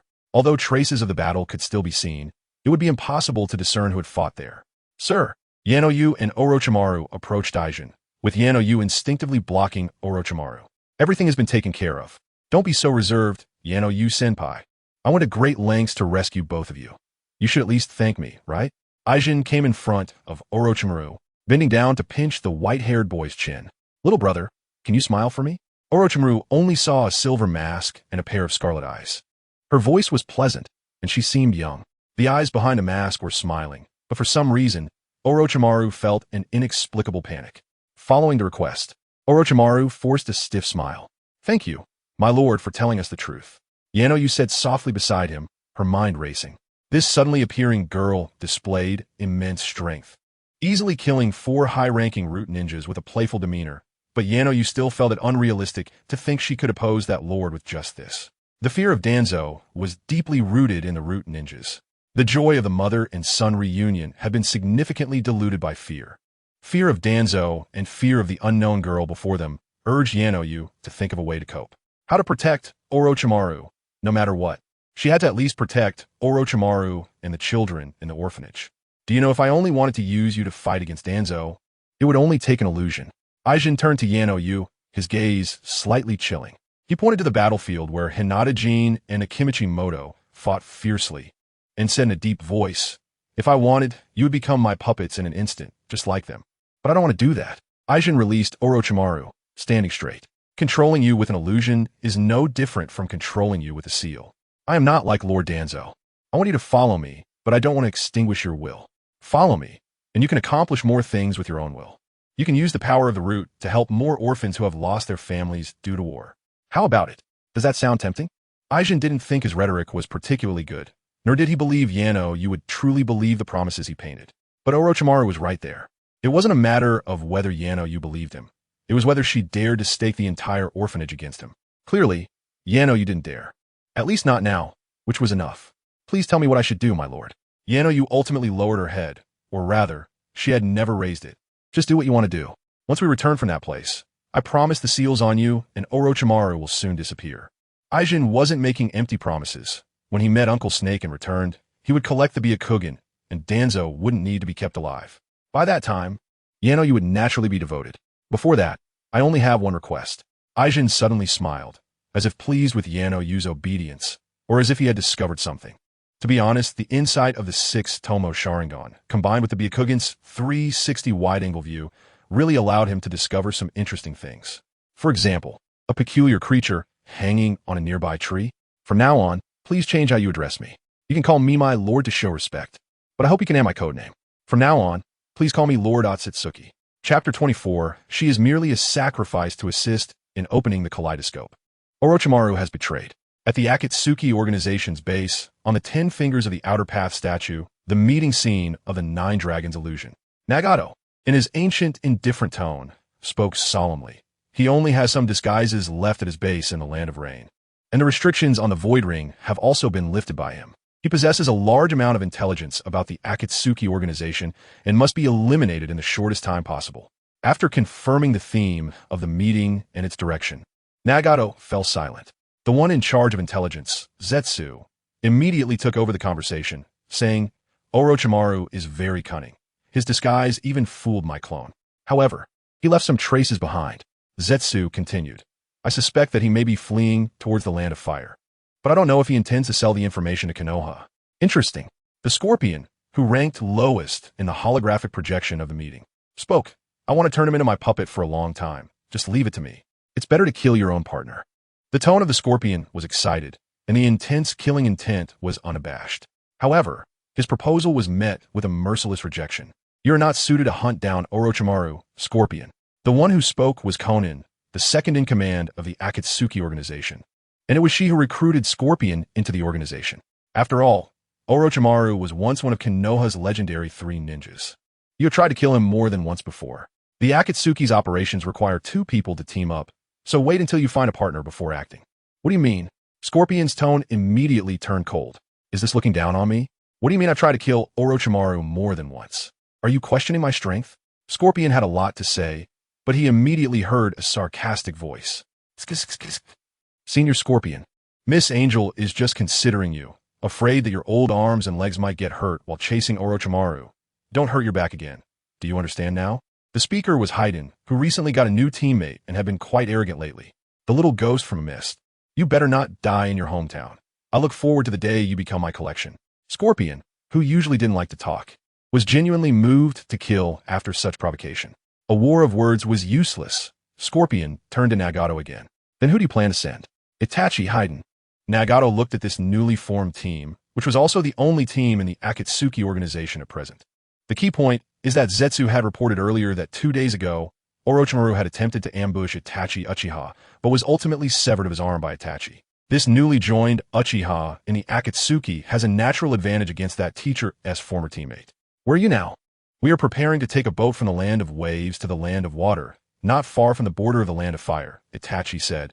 If necessary, we can return and stay for a few days to see if we can intercept Orochimaru. Since that day, he was defeated by his Genjutsu. Orochimaru immediately betrayed, which Itachi never expected. Itachi had just been considering whether Orochimaru, like himself, was also a spy from Konoha, but that seems unlikely. The evil on him doesn't seem like a disguise, and those inhumane human experiments. Senior Ki mentioned some of the things Orochimaru did. They are all true. Okay. Itachi's proposal received Nagato's approval. Zetsu will share intelligence with you, and if you discover Orochimaru's whereabouts, kill him on the spot, and remember to bring back the Void Ring. Also, his corpse. The previously silent Kakazo added, don't waste the corpse. Orochimaru's bounty is quite high. If you don't want it, you can give it to me, and we'll split it 60-40. His corpse is mine. Scorpion couldn't hold back anymore. Now even the corpse is being fought over. However, it was clear that the two could no longer argue on this topic. Then let us end it here for today. Itachi, Haiden, if the interception is unsuccessful, focus on capturing the three tails. Nagato raised 2 fingers, directly ending the meeting. Looks like I'll have to delay a few days before I can smell the scent of my hometown. After the meeting, Haiden, who was sitting on the ground, lowered his 2 fingers and turned to look at Itachi, who was leaning against a tree. Itachi did not respond to the topic of hometown, but silently gazed into the distance. Quite profound. Haiden chuckled. He always felt something inexplicable about this 14-year-old kid with a remarkable story. After a few days of contact, this kid who slaughtered his entire clan and left his hometown seemed completely different from those madmen from the mist. A rare opportunity. Why don't you sneak into Konoha and take a look? Haiden teased. You killed your entire clan, but left your lover and brother. I really can't tell. Are they your last tenderness? Just as Itachi was about to leave, he stopped. There are only 2 survivors left of the Uchiha clan. When he heard this news, his shock was greater than anyone else's. That masked man doesn't seem like the type to show mercy. He once doubted whether his dealings with Konoha's higher-ups had been leaked. Leaving one more person means one more bond, which also gives him one more weakness. And the masked man can use this to restrain him. A reasonable deduction, but he had no way to verify this thought. Since that night until now, the masked man had not appeared. He also couldn't go to Konoha's higher-ups to verify. Among the people he agreed with, there was only Sasuke. If you want to verify now, it would only put that girl in danger. She barely survived. How could he go? Then just admit it. She is merely a sacrifice to assist in opening the kaleidoscope. Itachi responded, not pretending to be cold, his tone only indifferent. A sacrifice? Haiden grinned. So, you mean she will eventually die by your hand? Itachi did not respond, his expression still indifferent. Then let me do it for you. Haiden stood up, shouldering his beheading sword, testing the boundaries of death. I haven't tasted Uchiha blood yet. The Akatsuki organization allows mutual killings among comrades. I can spare you, but you have to give me some compensation, right? It's hard to imagine that this kind of guy will one day wield a sword to protect Itachi from tailed beast bombs. Itachi glanced lightly at Haiden. There was no pretense of killing intent, nor any concealment of guilt. He merely glanced at him dismissively. Haiden was first taken aback, then immediately enraged by the contempt in Itachi's eyes. Hey, little ghost, what kind of look is that? Looking down on me? Do you think I can't kill you, or a little girl? Do you believe I would chop you and your brother together? Itachi still gave a look that was close to ignoring him, full of mockery. He was not worried that any external force could harm that girl and Sasuke. On the contrary, anyone who wanted to harm them would have to cross the barrier of Konoha first. But the problem lies here. Danger does not only exist outside of Konoha. He used the leakage of all Konoha's secrets to enemy villages as a bargaining chip to ensure Sasuke's safety in Konoha. However, the agreement was only for Sasuke. He did not anticipate that the girl could survive as well. It is foreseeable that Konoha's higher-ups would not treat her the same way they treated Sasuke. Itachi was hesitant to act recklessly because he did not know if this was a test from the masked man. At this moment, Itachi felt somewhat anxious. But he was not the only one. Did Danzo take action against her? Obito coldly stared at Zetsu in front of him. His expression seemed cruel, but the hostility emanating from him revealed his inner anger and anxiety. Indeed, Danzo had mobilized 2 teams, but fortunately, neither of them were a match for her eyes. It was Black Zetsu who spoke, but Obito had no doubts, even though the one gathering intelligence was actually a clone of White Zetsu. What happened to her? Obito asked coldly. She should be injured. Her ocular techniques could handle it. However, her consumption must be severe, and 2 medical ninjas were specifically left behind. She should be at her limit. Black Zetsu wasn't entirely lying. At least the process and outcome were not far off. It just omitted some details, like how the girl claiming to be Tsutsuki used Genjutsu to kill indiscriminately, and how she gained the trust of that mother and son by replacing Danzo's words. Compared to the lies she told, the information presented by Black Zetsu, which was trimmed and embellished, had no flaws at all. At least White Zetsu, who only wanted to know what flavor Xiong was, thought so. After all, in the presence of Black Zetsu, it did not need to think. Obito. Her situation is already very dire. Danzo should be wary of her ocular techniques and want to use the accident as an excuse to obtain her eyes. Black Zetsu began to incite her, although she survived. The restraints within her body and her concern for Sasuke forced her to continue carrying out tasks and then return to that dark place. According to what you mean, I've already arranged for Itachi to meet her. Do you think Itachi will tell her the truth? Orochimaru is just a decoy. That guy is too cunning and left no traces at all. Everything is just Black Zetsu's scheme. The girl claiming to be Tsutsuki Uchiha. This is very interesting. Although it is unknown whether she is friend or foe, it cannot be ruled out that it is just a coincidence of a code name and surname. The girl might not even know the meaning of Tsutsuki. But what if? At least what she is currently showing is definitely worth paying attention to. She has already controlled Danzo with Genjutsu, just like how Obito controlled the 4th Mizukage. This is something neither Uchiha Shursui nor Uchiha Itachi could accomplish. Moreover, Black Zetsu had a premonition, a strong premonition. This girl claiming to be Tsutsuki definitely resonates with him. Black Zetsu was confident because the last time he had this premonition was with Uchiha Madara. The truth. What truth is left in this false world? When Itachi entrusted me to annihilate Konoha's security department, he lost the right to reveal the truth. Obito scoffed, his eyes filled with disdain. Let me reveal to her the true nature of this cruel and deceptive world. Chapter 25. Give Uncle Snake a chance. Black Zetsu has actually always been somewhat dissatisfied with Obito. Or rather, he looks down on Obito's twisted personality. Losing the Nine Tails and not reclaiming his own power has resulted in a lack of sufficient deterrence at Nagato's side, causing the progress of the tailed beast collection plan to remain slow. Indeed, Black Zetsu has always been very patient. After waiting for thousands of years, he finally found a suitable reincarnation of Indra, and the Moon Eye plan was finally effectively executed. However, just because Uchiha Madara is a once-in-a-millennium talent doesn't mean Obito is the same. It seems they have reached the mission location. Do you want to go and make contact with her now? Black Zetsu, attached to White Zetsu's body, asked with a sly smile toward Obito, who was standing on a sturdy tree branch, gazing intently at that figure. The mask obscured her face, but compared to last time, she now held a long knife in her hand, and her hair was tied up, looking much more streamlined. It might be just an illusion, but after not seeing her for a few days, she seemed to have lost weight. No need to rush. Let us notify Itachi and Shizen first, saying that we've encountered a team of Konoha ninjas, and to prevent Orochimaru from escaping, we must kill them first. Obito said coldly. Black Zetsu chuckled, a good idea, Obito. And it also allows us to test Itachi's attitude. He complimented just right, then asked they shouldn't be a match for Itachi and Shizen, right? If they really engage in battle, if those two exert too much force. With Itachi around, they won't be in any danger. Obito replied coldly. Even if there is danger, White Zetsu can provide healing. Learning ability is quite strong. So are we going to replicate the scene where Uchiha Madara saved him back then? The layout is quite similar, with Itachi and Shizen having an absolute advantage, just like the explosive unit from a Wagakure back in the day. Just don't know what choice this girl will make. The two Zetsus immediately sank underground to look for the remaining actors in this grand play. Just as they left, Obito hesitated again. If he only wanted an extra Sharingan for assistance, was it necessary for him to do this? To save her in a dying state and then control her with lies?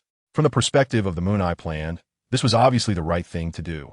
But it seemed to go against his original intention, not killing her simply because of that similar face. Thinking of a girl who resembled Rin becoming his tool in the future, Obito felt inexplicably blocked in his heart. Would this also be a kind of desecration of Rin? Obito hesitated, truly hesitated. It was still possible to chase after Zetsu, but his feet felt as if they were glued to the tree, unable to move at all. Interesting. Quan, who was using his Byakugan to look for Uncle Snake, smiled. He didn't find Uncle Snake, but he found a guy named Tsuchi and his half-brother Black Zetsu, who just ran away. The Sharingan can't copy it. Is it because the distance is too far? AI Quan's first reaction was naturally to copy the eye technique, as he had long coveted Kamui. But the distance was too far for the Sharingan to copy, and it didn't seem appropriate to rush in. So AI Quan pondered for a moment, and then looked at the mother-son duo of the medical need. You two should evacuate this area, as far away as possible. I will find you later. With the Byakugan, he wasn't worried about not being able to find them. Yes, Lord Otsutsuki. The mother and son didn't hesitate and immediately vanished from spot. Without the burden, AI Quan began to ponder the reason for Obito's appearance here. It was highly unlikely he was just passing by, nor was it likely that he came to find Orochimaru. He must be here for him, or perhaps to see the face behind that mask.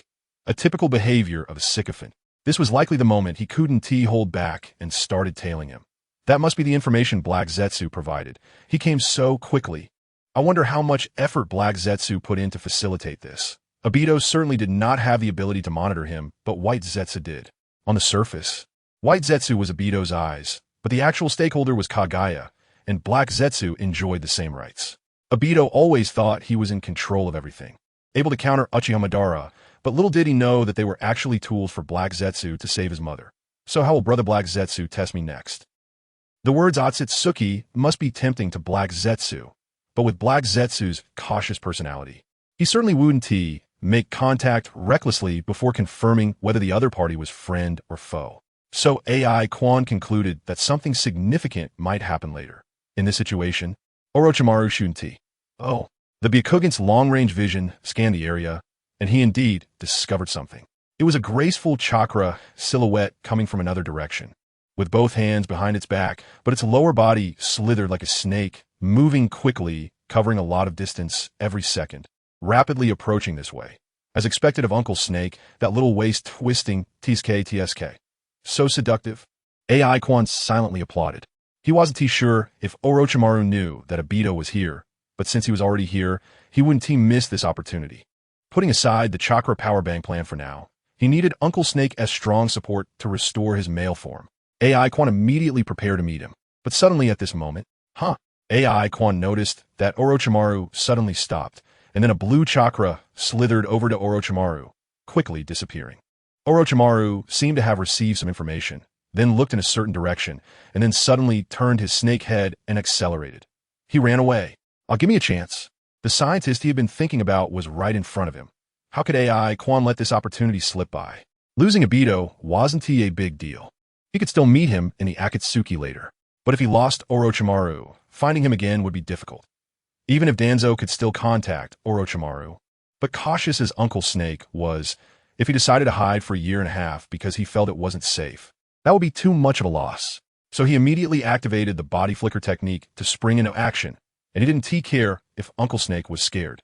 Holding 12 Sharingan canisters, plus a pair of 6 Tomo Sharingan as a base for his Manjiki, he didn't believe he couldn't keep Uncle Snake's heart.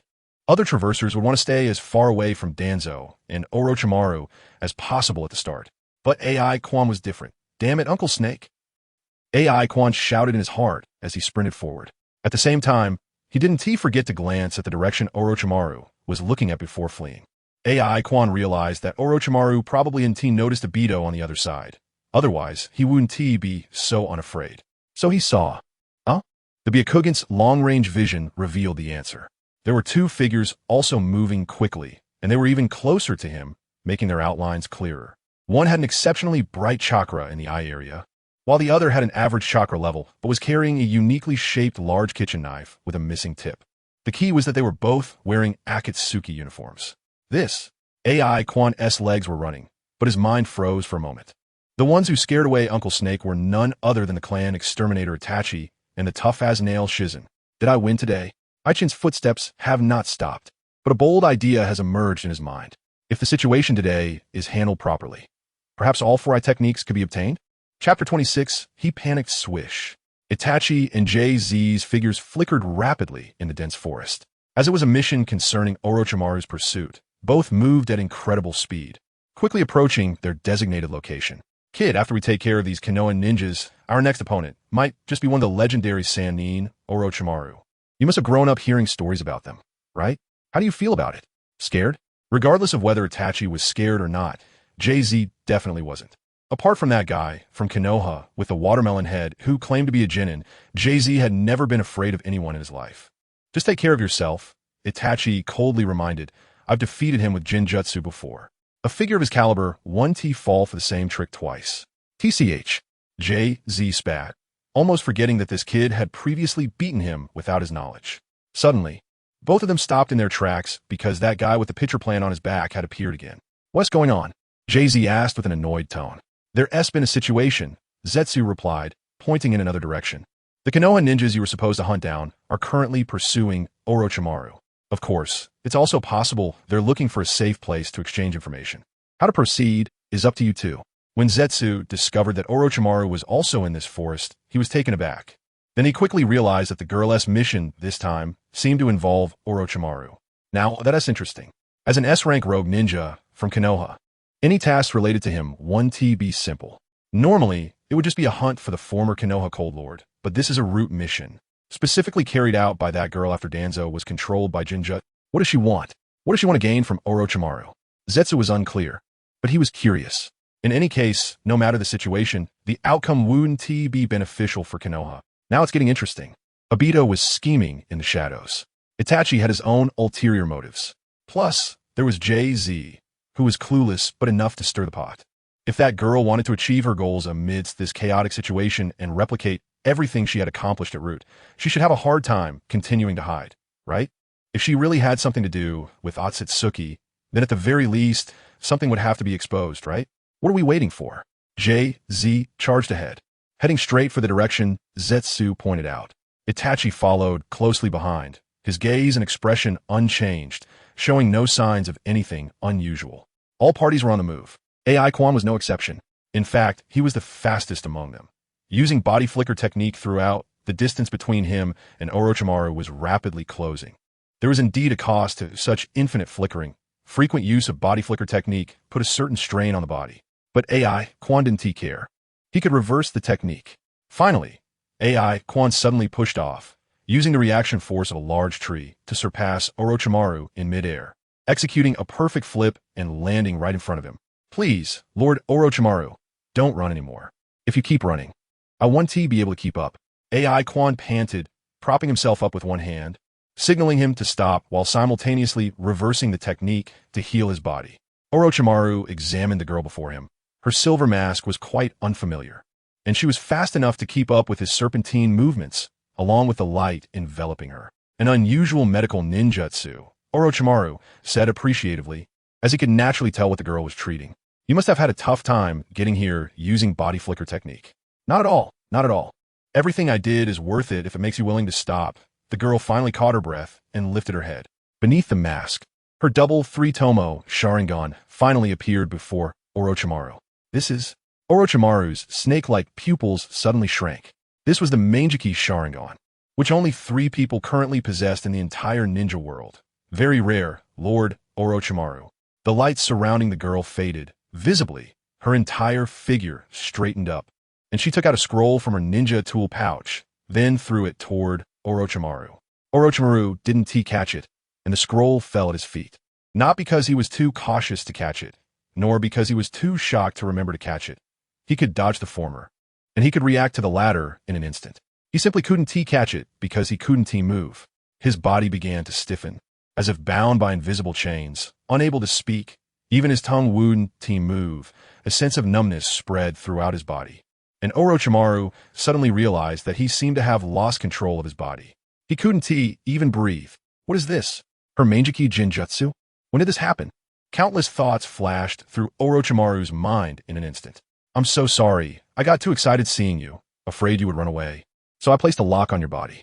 The girl spoke very sincerely, while also lifting her mask to reveal her delicate face.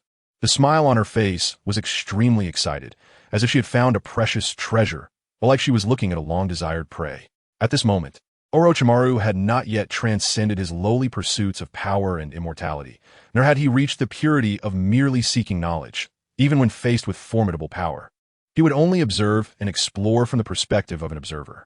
Now, facing an uncontrollable force, such as the Mangeki Sharingan that he longed for, especially with its owner smiling at him like that, At this moment, Orochimaru realized. He panicked.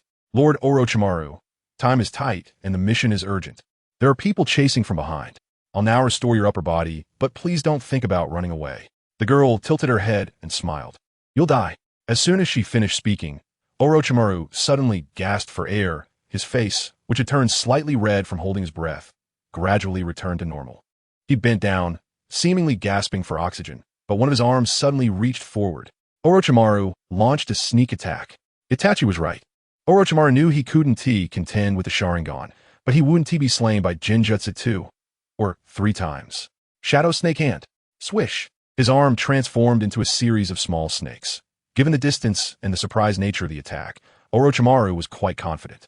Of course, his confidence didn't stem from the effectiveness of a surprise attack. He had already tested this before, and a surprise attack would always be exposed in front of the Sharingan. The same technique had failed him last time, as he didn't even manage to transform his arm into snakes before Itachi severed it. Orochimaru's true goal was to escape, to retreat using body flicker technique and then run like crazy. He had even prepared himself to lose an arm, but this thought had just arisen.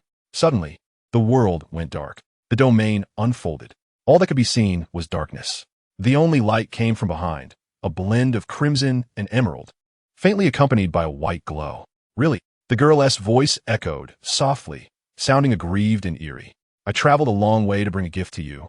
Yet I didn't expect you to disdain me so much, preferring to die rather than obey. A strong sense of crisis pricked at my back, and Orochimaru couldn't help but turn around for a glance. There he saw the girl holding a knife in an attacking posture, the green blade reflecting light onto her small face, and she was smiling, in a very twisted way. Your obsession with the kaleidoscope has surpassed fear. To obtain these eyes, you are willing to give everything, including your soul and body. After a whisper that sounded almost like a chant, puffed.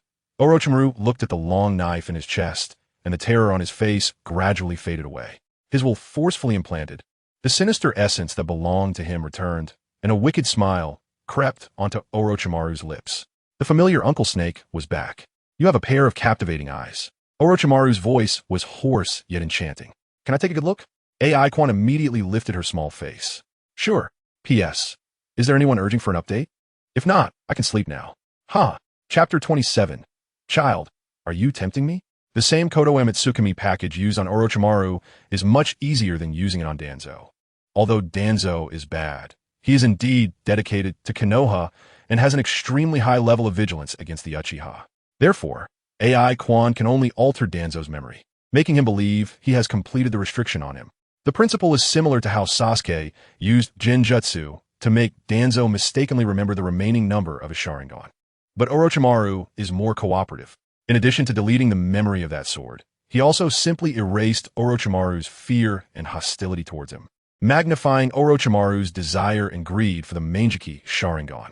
Then, once everything calmed down, this future scientist immediately found himself unable to move. The benefit of doing this is that the duration of Kodo Tsukimi can last longer, and it is also difficult for Orochimaru to self-reflect on the issue. Of course, there are drawbacks. In this state, Orochimaru is still technically uncontrollable. But once he goes home and thinks it over, as his greed spreads further, it is very likely that Orochimaru will plan some unnecessary activities to obtain the Manjiki. Just like how he attacked Itachi in the Akatsuki. The previous Orochimaru fled because he thought he couldn't win, but the future Orochimaru might be different. However, this is not a big problem. As long as he can copy Shirsue's left Kodo Tsukimi perfectly, everything can be resolved easily. This is a gift from Lord Danzo to you, Lord Orochimaru. AI Quan smiled as he took out the space scroll and handed it to Orochimaru. Orochimaru calmly accepted it, opened it, and took out one of the items, pinching it between his fingers, intersecting it with the Sharingan in the can. Indeed, it was a 3-tomo Sharingan, a total of 12 of them. A snake appeared from Orochimaru's sleeve, opening its mouth to swallow the Sharingan, can, and scroll in succession. Child, this is not a gift, but a transaction, Orochimaru said with a strange smile. He also wanted to obtain Uchiha's power, so he asked me to help him research some things, that's all. Saying this, Orochimaru looked back at the girl, or rather at her Manjiki. Scarlet, deadly, enchanting, truly a pair of eyes that are hard to resist. He knew this girl was from the Uchiha clan and deliberately said this to test something. But upon realizing that the girl didn't seem to care that much, Orochimaru suddenly seemed to understand something. Interesting. Orochimaru grinned, a perverted smile spreading across his face, and a strong impulse suddenly surged in his heart, driving him to seize this pair of eyes. Demeo. Suddenly, at this moment, the girl took a step back and smiled while shaking a finger. There were still many enemies outside, including Uchiha Itachi, Bijou Shizu, and that masked man who caused a Nine-Tails disturbance years ago. If Lord Orochimaru doesn't want to face all three of them at the same time, he can't act against my eyes now anyway. Today is definitely not convenient. But Lord Orochimaru might as well leave a contact method. There will be plenty of opportunities in the future. Orochimaru immediately stopped his thoughts of ambushing. He felt a bit hungry. Child, are you tempting me? Orochimaru extended his long tongue, excitedly licking his cheek, his voice hoarse. With a fiery gaze reminiscent of a parched land meeting spring, or of Shimin seeing Lien. This girl is different from Itachi. This girl is even more captivating than Itachi. But someone has to stop them, right? AI Quan shrugged. Orochimaru's gaze made him realize that he seemed unable to continue playing, being stared at by a man. At least for now, a male figure made him feel a tightness in his rear, right? Brother Jia, is that you? There will be plenty of time in the future, but if today's hurdle cannot be crossed, Lord Orochimaru will be completely out of luck with this pair of eyes. In the field, he couldn't see the situation outside, but AI Quan estimated that the people who should come had probably already arrived. It was time to showcase the real skills. Orochimaru, finally managed to temporarily suppress his inner desire. Although he didn't know the girl's situation, she was definitely not the same type as Itachi. Orochimaru was also unclear about what kind of technique was surrounding the darkness, which could isolate everything. But he probably knew how things were outside. The intelligence of Itachi and Shizu being here had been confirmed through the snake swarm. The Akatsuki had indeed locked onto his position. What surprised Orochimaru even more was that the masked man seemed to be with the girl. It seems his first instinct was right. He couldn't stay here for long. He could abandon his temporary base, and it was best to hide further away to conduct his upcoming research. But that said, seeing the girl's calm demeanor, she seemed unconcerned about the danger outside. Orochimaru was even more curious now. A small snake appeared, slithering to the girl's feet, and then opened its mouth, surprisingly spitting out a mini scroll. Inside is sealed my chakra. Through this scroll, you can contact me at any time, Orochimaru said in a hoarse voice. But are you sure you can stop them? I don't want you to just die like this. That's not something you need to worry about, Lord Orochimaru. Having achieved his goal, AI Quan quickly put away the scroll, then in a moment, appeared behind Orochimaru, fingers raised, and the black domain shattered. At that moment, the Byakugan's full view finally returned to normal, and a holographic map immediately appeared in AI Quan's mind. Itachi and Shizu had indeed arrived, and Ju was hiding nearby in a tree observing, but Obito was not within the normal line of sight and should be lurking in some corner. I will do everything I can to hold him back, AI Quan said coldly, holding his knife in a defensive posture, looking ready to enter battle. I will die to cover Uncle Snake's retreat. Orochimaru paused slightly, feeling something was off, but he didn't think too much about it. In this case, even with 2 pairs of Manjiki Sharingan on the field, he had no reason to stay. Just as the girl said, there would be plenty of time in the future. Orochimaru was about to activate his snake step to retreat, but at that moment, a thought suddenly came to his mind, very strong, directly replacing his intention to run away. He instinctively asked, I haven't had the chance to ask your name, child. Name? AI Quan feigned a pause, since Kurizetsu was present. The moment this battle began was when he revealed himself. My name is Quan, Otsutsuki Quan, and you can also call me by my former name, Uchiha Quan. In the Byakugan's perspective, the half of the body controlled by Kurizetsu seemed to tremble slightly. Not only Kurizetsu, but Itachi opposite him also reacted similarly. But his expression management and body control were very good, with minimal movement, maintaining a poker face as he quietly stared ahead. Beside her, the tattooed face of Paipa Shirzong suddenly grinned, revealing a set of jagged teeth like those of a misty hidden man, but he said nothing, merely took down the beheading kitchen knife from behind him. After noticing Itachi glance lightly in his direction, Paipa Shirzong's grin widened even more. Is this little brat feeling nervous about something? At this moment, the scene seemed to be divided by the girl and the knife in her hand.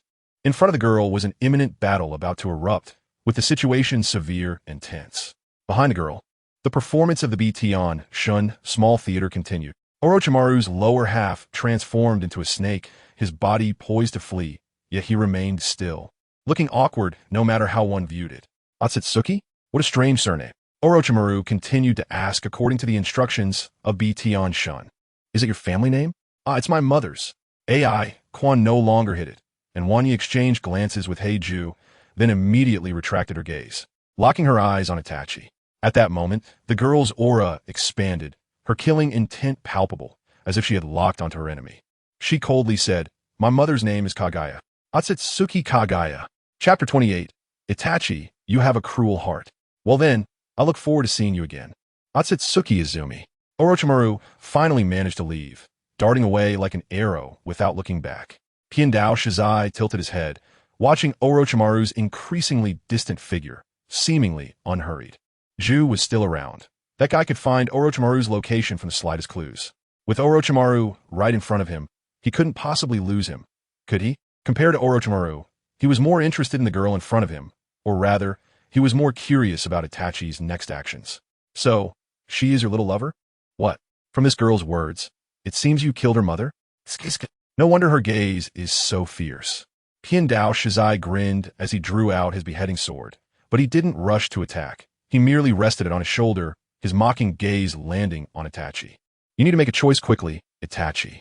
If Orochimaru runs too far, we won't be able to report back to the leader. Itachi's expression remained as cold as ever, seemingly unaffected. But only he knew how tricky the current situation was. From Izumi's recent words, he gleaned some information. She was sent by Danzo to carry out a mission, which seemed to involve a handover with Orochimaru. Was it a handover of Akatsuki's intelligence? Could Orochimaru really be a Konoha spy infiltrating Akatsuki? If that was the case, then his previous attacks on him were just to solidify his position in Akatsuki? No, this speculation seemed reasonable, but many aspects didn't add up. Firstly, Orochimaru's position in Akatsuki was clearly more stable than his. If the goal was to disrupt Akatsuki, Orochimaru wouldn't need to defect from Akatsuki. So the problem lay with Orochimaru. But Orochimaru had never hidden his evil nature. His attributes were never obscure. It was only because he seemed to have a connection with Konoha now that it had become. Itachi's gaze turned slightly colder as he realized something. What if Orochimaru's connections with the higher-ups had nothing to do with Akatsuki? Even if there was a connection, why send her to carry out the mission? With so many people in the route, why specifically send her an Uchiha who is outside of the agreement? So Danzo's target is you, Izumi. Itachi began to understand. Orochimaru's nature wasn't the focus. The girl in front of him was the real target. Was this a warning to him? That only one person can be part of the agreement? That only one Uchiha can be left alive? She was just a low-ranking ninja. Why couldn't the higher-ups let her go? You're not a match for Orochimaru. Leave the pursuit mission to me. Thoughts flashed in an instant, and Itachi quickly saw through the conspiracy and made the most appropriate decision. There was no other way. Zhu was watching from the shadows. He couldn't show any abnormal behavior. Piandao Shizai's strength. You only know water release and sword techniques. You should be able to handle it. Right, Izumi? Just a Piandao Shizai should be manageable for her. This was their only intelligence advantage at the moment. The power of the Sharingan could only be known by the Uchiha who had awakened it. Though it sounded unpleasant, I was quite surprised that you could actively deliver her to me. Piandao Shizai switched from carrying to holding his beheading sword aimed at the girl. She was just an accident, a pathetic survivor. Itachi's gaze remained icy, and he spoke the most ruthless words. You better be careful of her eyes. Any sword technique can be tracked by the Uchiha's Sharingan. It sounded like a reminder, but in reality, it was digging a pit. The Sharingan did have extraordinarily strong dynamic vision, but it still had certain limits. If the target was fast enough, the Sharingan might not react in time. There could even be situations where it reacted, but the body couldn't keep up. All of this was what Shui had told him and personally demonstrated. Itachi said this only to make Piandao Shizai think twice about attacking and to ignore the other abilities of the Sharingan to some extent, such as Jinjutsu or her unique ocular technique. The Sharingan, Piandao Shizai shot a glance at Itachi before striding forward, his expression playful and his tone arrogant. Hey girl, do you think you can see through my movements? In response, however, was a rapidly enlarging long sword and the girl's voice filled with hatred. Don't get in the way. You trash. Ping. In an instant, she closed the distance, the long sword aimed directly at Piandao Shizai's neck. The girl was actually making the first move. She clearly came with overwhelming hatred. Her cold gaze was almost tangible, and the crimson hue was filled with madness. Quite the character, this little girl. Once she entered battle mode, Piandao Shizai's excitement surged even more. He swung his sword, knocking the girl back, and then charged forward, the beheading sword swinging down hard at the girl. But isn't your strength a bit lacking? Ping! The girl reacted quickly, immediately raising her sword to block. But her strength was clearly inferior to Piandao Shizai's. Otherwise, she wouldn't have been knocked back earlier. Though she managed to block it, under the immense pressure, she could only hold on. Bang! Piandao Shizai kicked out. The girl was unable to dodge and was kicked in the abdomen, sent flying backward. Izumi! Itachi was frantic, immediately realizing that the girl had let her anger cloud her judgment. Was it because of his presence? It seems your eyes haven't given you enough power for revenge. Itachi glanced at Piandao Shizai. There was no need for him to watch any longer. Wrap this up quickly, then come support me. Orochimaru has suffered once. He must be prepared this time. Finding an excuse for himself, Itachi was about to leave, even though the girl was currently at a disadvantage. And the power gap between the two seemed vast. But Itachi's operational space was indeed limited. Before leaving, he cast a Jinjutsu on Piandao Shizai to give her enough time to calm down. That was all he could do. Zhu was watching from the shadows. Not teaming up with Piandao Shizai was already risky, let alone attacking her. I'm sorry, Izumi. It's not the time to be honest with you. Itachi silently thought as he activated his body flicker technique to leave. He didn't expect to be forgiven. He only hoped that this hatred was strong enough to give her more power, at least to get through this crisis. But at that moment, just as Itachi was about to pass by the girl, ping! The long sword suddenly appeared in front of Itachi. He restrained his instinct to counterattack, forcibly dodging and retreating while secretly locking onto Piandao Shizai behind him to prevent her from launching an attack. Do you know what I went through that night, Itachi-kun? The girl stood in front of Itachi with the long sword in hand, a layer of faint red chakra covering her abdomen and wrist. And the injuries she had just sustained, including the shock to her wrist, were rapidly healing. They're all dead. Everyone is dead. My predecessors, my mother, the children. I desperately searched for you, but I couldn't find your figure. Do you know how desperate I was at that moment? The girl tilted her neck, casually took off the mask on her face and threw it aside, her expression seeming both mad and frenzied. It would have been even more perfect if I could have added a grotesque scar in time. I prayed to the gods, asking them to grant me the ability to heal people, but the deity refused me. He could not bring the dead back to life. I prayed to Danzo and the third Hokage, asking them to help me find my beloved, but they told me that you were the murderer, that everything was done by you. You killed everyone, leaving only me and Sasuke, forcing us to mourn for our entire clan, to attend the funeral of our clan, living humbly in this world. Itachi. The girl suddenly smiled, a gentle smile, but it looked eerie. You truly have a cruel heart, don't you? Chapter 29, I have been ruined by you, Itachi. The 4 great ocular techniques, 3 bright and 1 dark.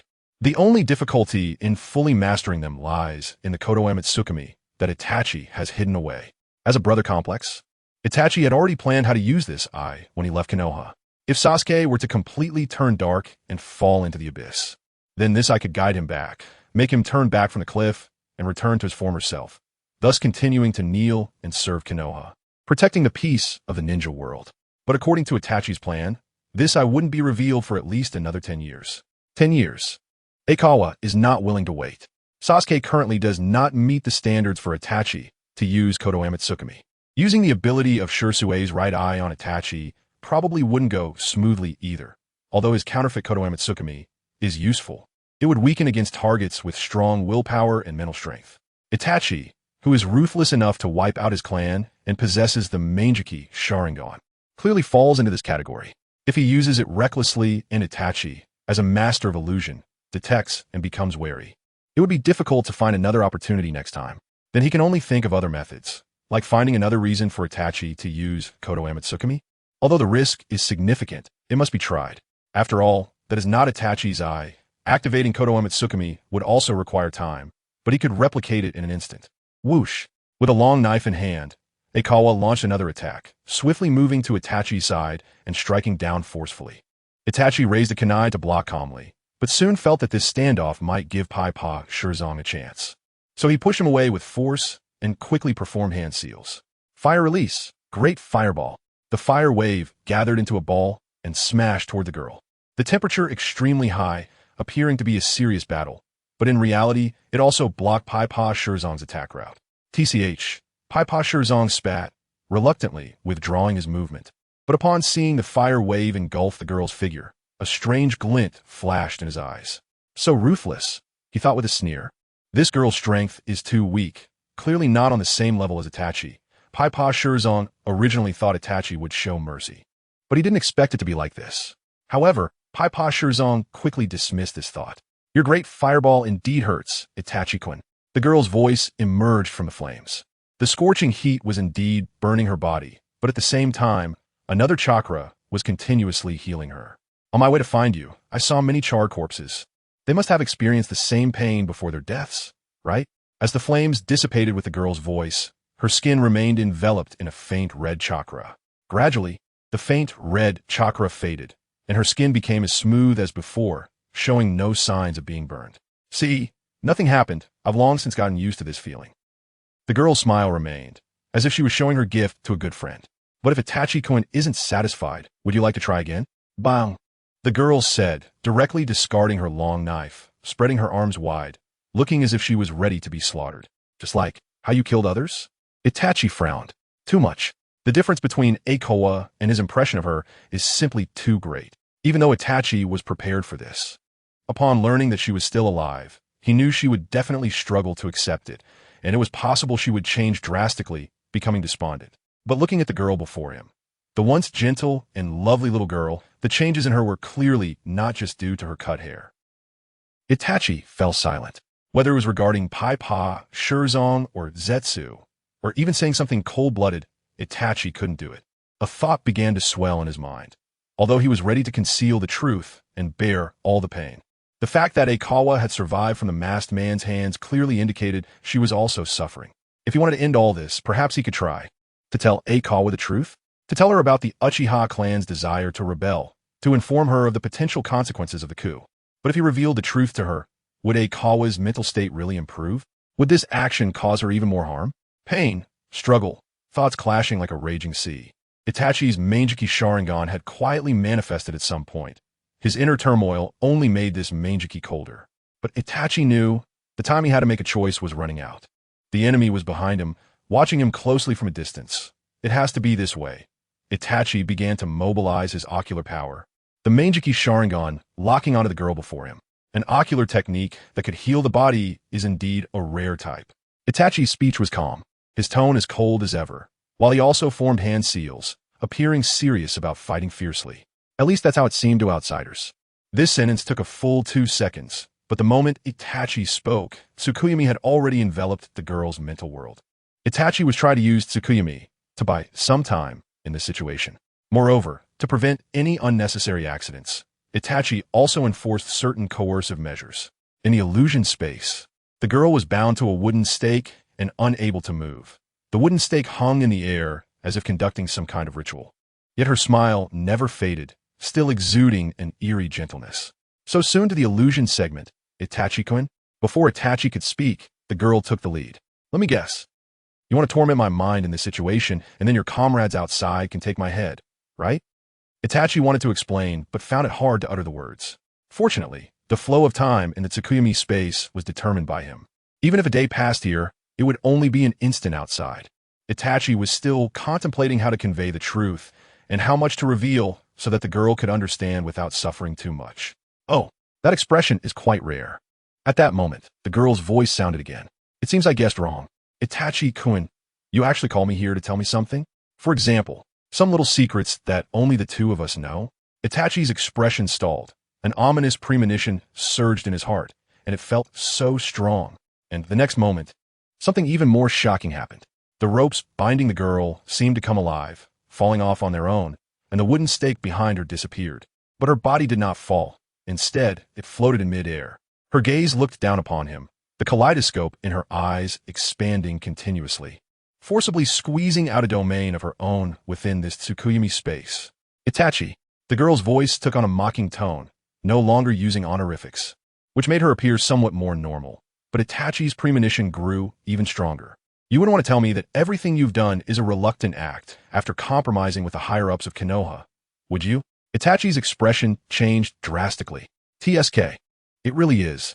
The girl caught the change in her expression, and her tone was even more mocking. You don't really think that just by telling me the so-called truth, I would forgive you, do you? Koju, it's not like that. Itachi finally spoke, almost instinctively, his tone filled with urgency. The truth is, you have no idea what I've been through in these few short days. The girl's voice suddenly turned cold, No longer the strange, gentle tone, nor the mocking remarks. Itachi felt a surge of despair and a hint of madness. The entire Uchiha's hatred towards you has all gathered on me. When I close my eyes, the dark world is filled with their wails. My life has already been ruined, Itachi. By you, by the Uchihas, by Konoha. The decisions you made have intertwined to lead to all of this.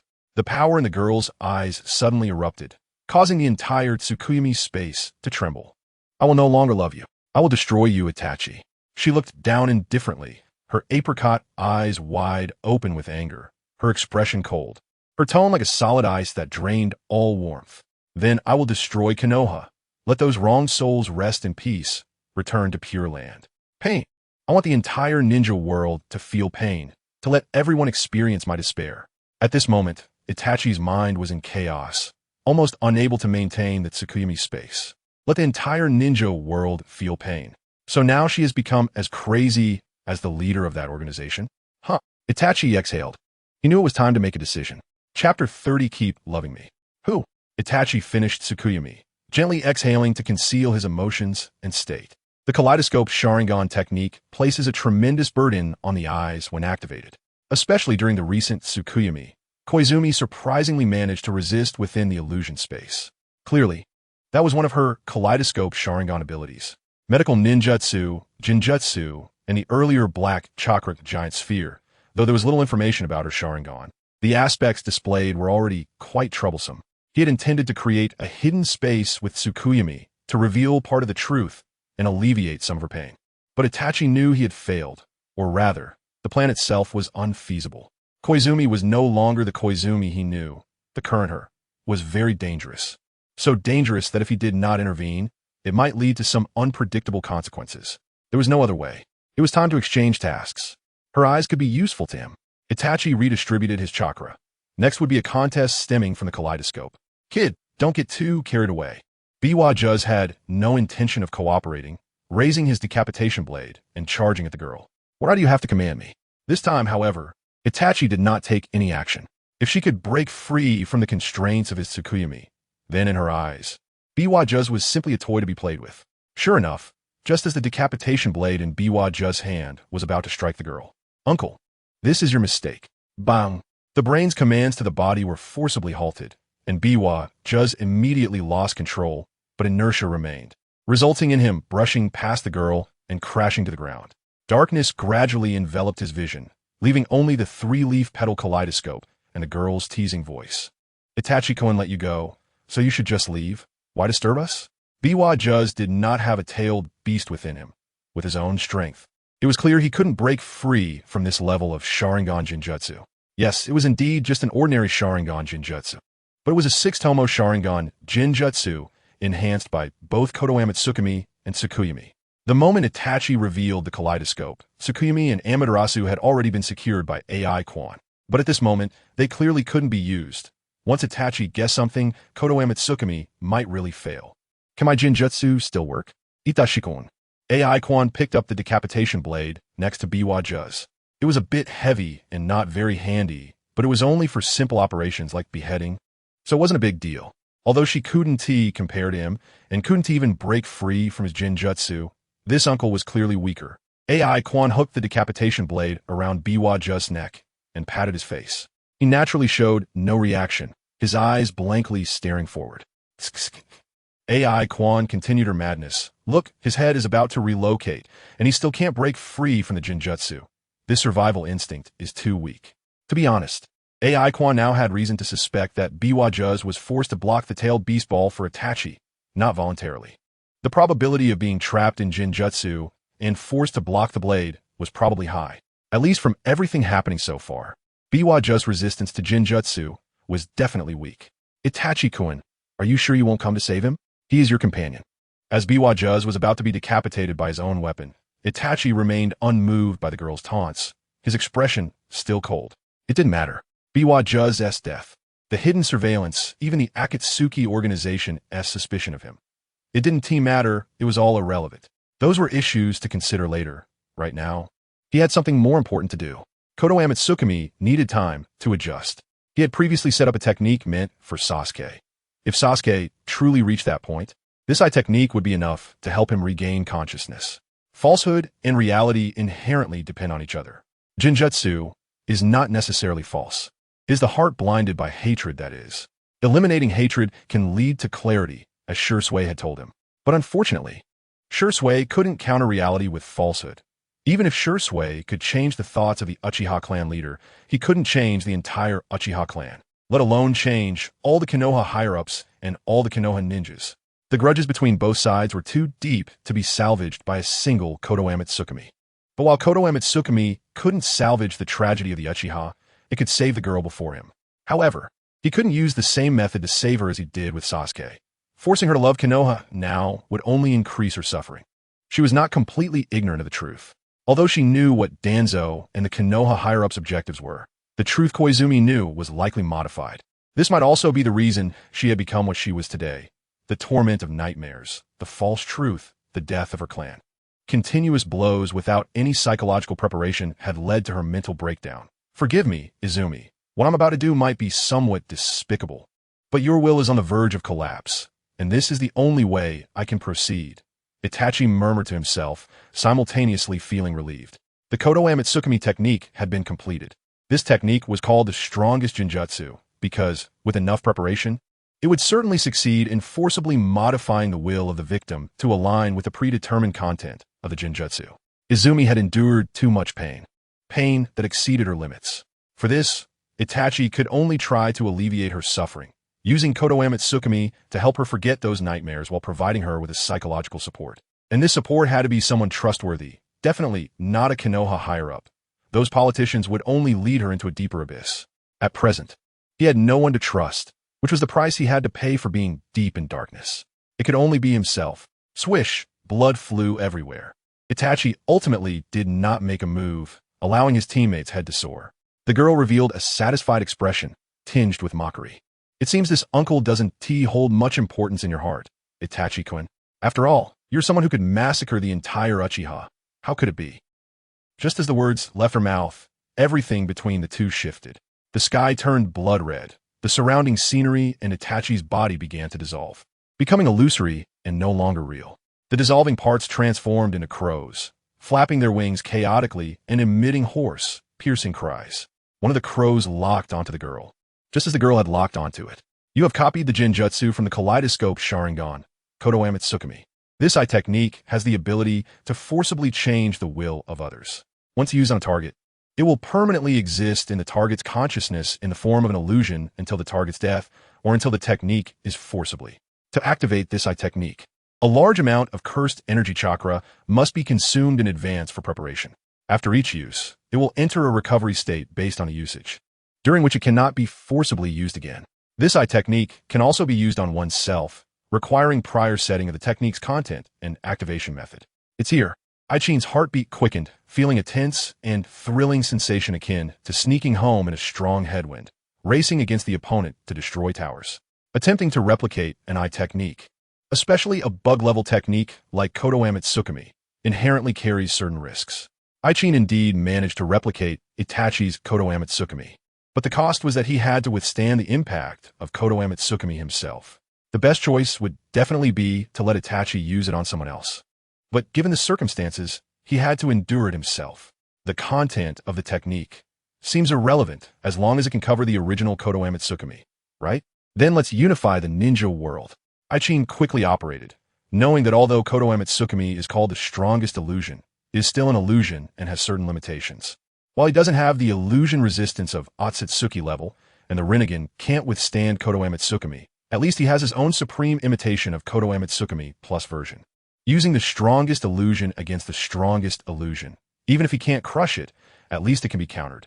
Setting a small target randomly, Aichin began to set the activation method for the eye technique. In the original timeline, Itachi, realizing his time was short, entrusted Konoha Tsukumi to Naruto, setting it to activate upon seeing another Sharingan. Aichin decided to copy this method. The first thing I should see is Itachi's face, right? Forget it. Copying homework is unambitious. Just set it to activate upon breathing the first breath of air. Hurry. Once the settings were complete, he was ready. Aichin poured all of his cursed energy and chakra into this Konoha Tsukumi and then directly gave up resistance, looking at Itachi, who was operating. At this moment, he was indeed very mentally exhausted. He completed the preparations in the shortest time while also enduring the impact of Konoha Tsukumi. But Ichin's soul was happy. Just a bit more for Kamui. Itachi frowned. His instincts told him he must have overlooked something. But at this moment, Itachi couldn't think too much. Saving Uchiha Quan with Konoha Tsukumi was the top priority. Those nightmares would no longer harm you, because you know that no matter what choice you make, the Uchiha clan only has the path of destruction. Itachi whispered softly. Konoha Tsukumi had already been activated, and his words would be the guideline for the girl's future will. Love me as you always have, Quan. You will no longer feel lost, because you know that even in the darkness, I have always loved you. When you wake up, return to Konoha and take good care of Sasuke. One day, we will meet again, and we will bask in the sunlight, where all darkness will disappear. Goodbye. Chapter 31. Obito. She is mine.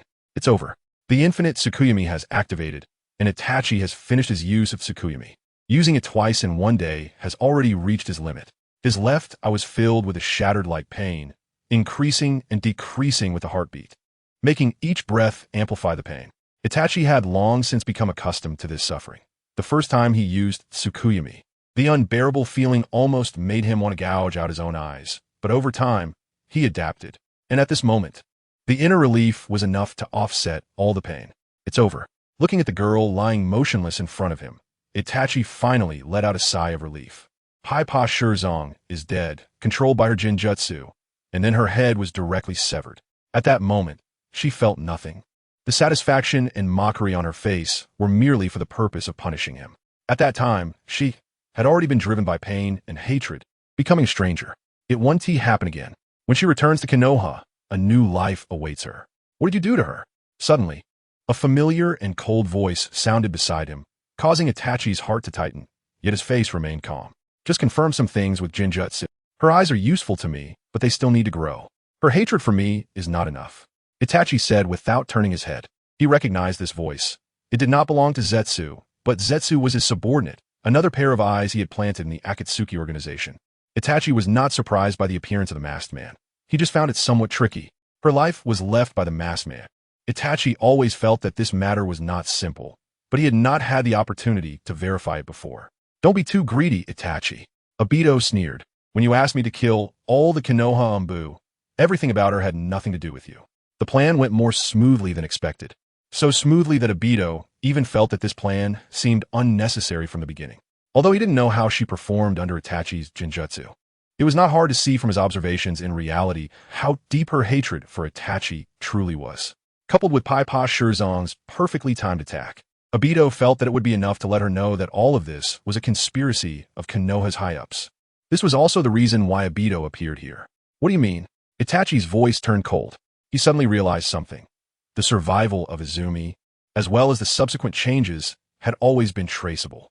Not only the downfall of the Uchiha clan and the Konoha high-ups' distortion of the truth, but the source of everything came from that accident, right? Because of the masked man, Izumi became one of the two survivors. Then everything that happened afterward. Her eyes are useful to me. Obito repeated Itachi's earlier words, his tone flat, but in Itachi's ears, it sounded so mocking. Do you think I left her life for you? Like you, although her parents are not both Uchiha, she inherited pure Uchiha blood. Before executing the killings, I invaded the consciousness of every Uchiha with Jinjutsu, but only she passed the test.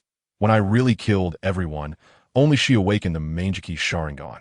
Obito's words were completely fabricated. Kurizetsu was nearby, and it knew exactly what happened that night. But Kurizetsu would definitely not expose Obito, because there was no need, because those who knew the truth were not just it. There was also this girl who shared the same mother as it. After she deliberately conveyed her gaze and said that sentence, my mother is Kagaya Otsutsuki. Although Kurizetsu still couldn't figure out the girl's true identity, it knew one thing. This girl had long discovered herself. This news was shocking. Even Kurizetsu, who had traversed the ninja world for thousands of years, didn't know how to proceed next. It could only take one step at a time and see how she would act next. Although she seemed to have lost under Itachi's Jinjutsu, Kurizetsu was not worried at all. Perhaps only it knew that right now, aside from Konoha's Danzo, Obito and Itachi seemed to have also fallen into her trap. Itachi, her Manjiki Sharingan was created by me.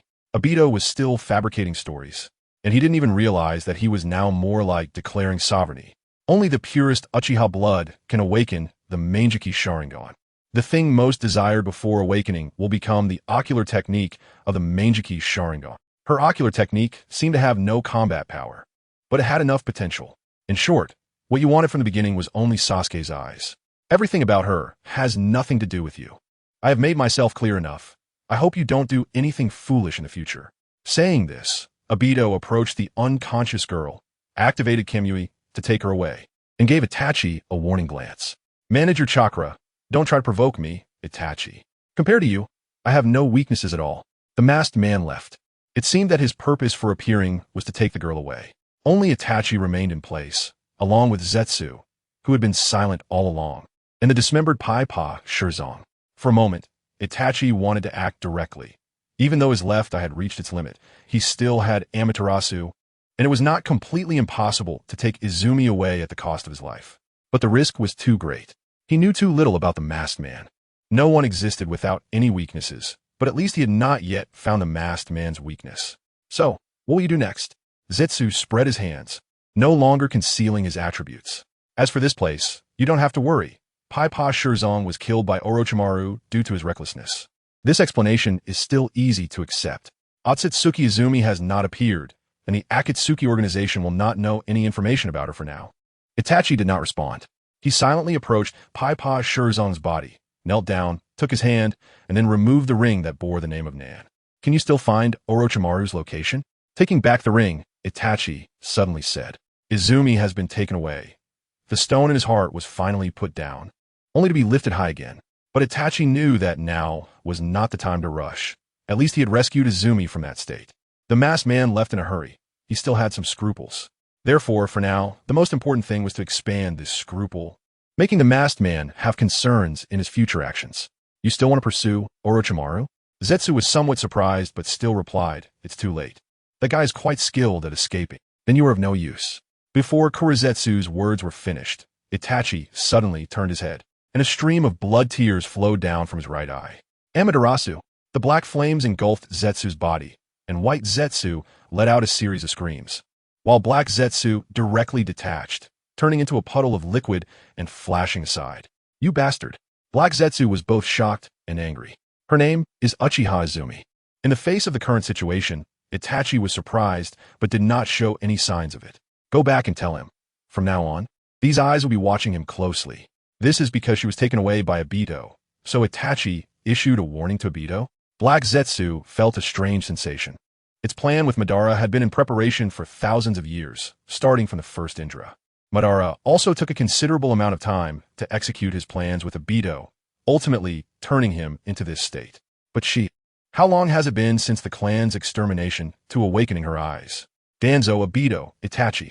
Danzo is one thing, but Obito is threatening Itachi because of her, and Itachi is warning Obito because of her. So what exactly did she do? There's something to her. Chapter 32. She is too innocent. Obito gently placed the girl down and reached out to touch her face. This was the second time. She had fallen asleep like this before, deeply, unaware even when a knife was pressed against her neck. Just like, Obito murmured. However, just as his hand was about to touch the girl, it retracted as if shocked. She seemed to be waking up. Obito immediately stood up, the expression under his mask turning cold, his gaze sharpening. Ugh! The girl let out a groan, and Obito frowned, a flash of pain in his eyes. What exactly did Itachi do to her? Where is this? The girl asked weakly. This is the gap between life and death. Obito replied in a deep voice, just as Madara had told him years ago. You almost died. I saved you. Quite straightforward. Even though Uchiha Quan's mind was still foggy, she roughly understood what Obito was getting at. Is that so? Uchiha Quan sat up, so I thank you. Obito frowned, a bit surprised. This reaction seems a bit too calm.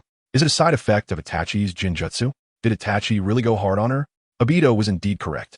Uchiha Quan currently had two voices in her head. One came from Itachi, and the other from herself. Itachi was continuously looping the commands he issued when he activated Kodo Amatsukami, rich in content and emotion. Her own voice was much simpler. Bounce, bounce, bounce, bounce. Uchiha Quan didn't quite understand why the firewall she imposed on herself with Kodo Amatsukami turned out like this. But the effect was quite evident. Itachi's will couldn't interfere with her. And even her own Kodo Amatsukami didn't have much effect on her. such as creating an obsession like unifying the ninja world. AI Quan estimated that the final outcome of the two Konoha Mitsukami clashing would likely leave very little of the surviving one, if not both perishing together. This round was basically secure. Thinking of this, AI Quan raised her head and looked at Obito. Unfortunately, Obito's eyes hadn't activated the Sharingan form yet. Otherwise, she could have gotten the final Kamui. But then again, once he mastered Kamui, Obito's invincibility buff would be completely gone, right? Do you remember what happened before you lost consciousness? Obito was silent for a moment before finally speaking, trying to guide the girl's hatred towards Itachi. I remember. AI Quan assessed her condition and responded after weighing her options. The situation isn't ideal. My chakra is almost depleted, even though I haven't used much. My cursed energy is also nearly exhausted. I went all in to prevent Itachi from stealing my account, and now I can't even activate the Manjiki, let alone the eternal Manjiki.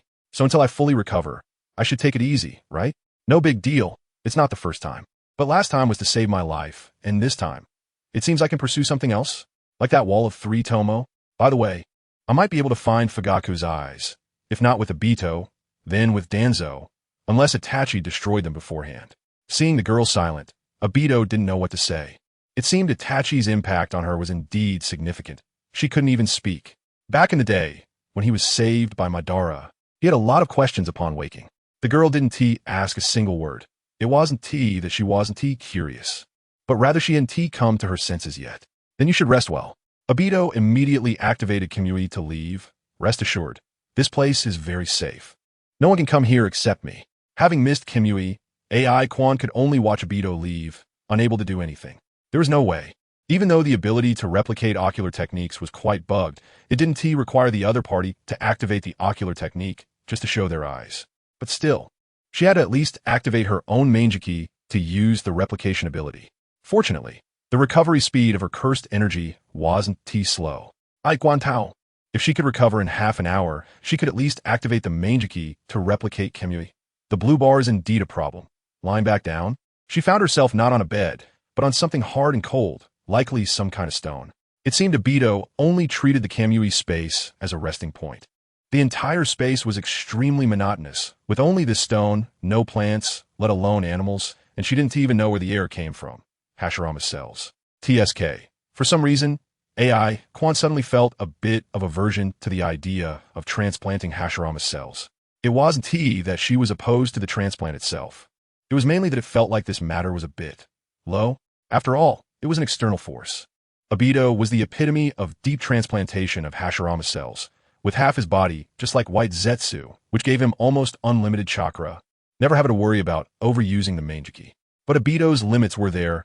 A single Rinnegan almost couldn't handle it, and after transplantation, he could barely maintain the balance between Kamui and the Rinnegan, unable to even use the basic Shinra Tensei.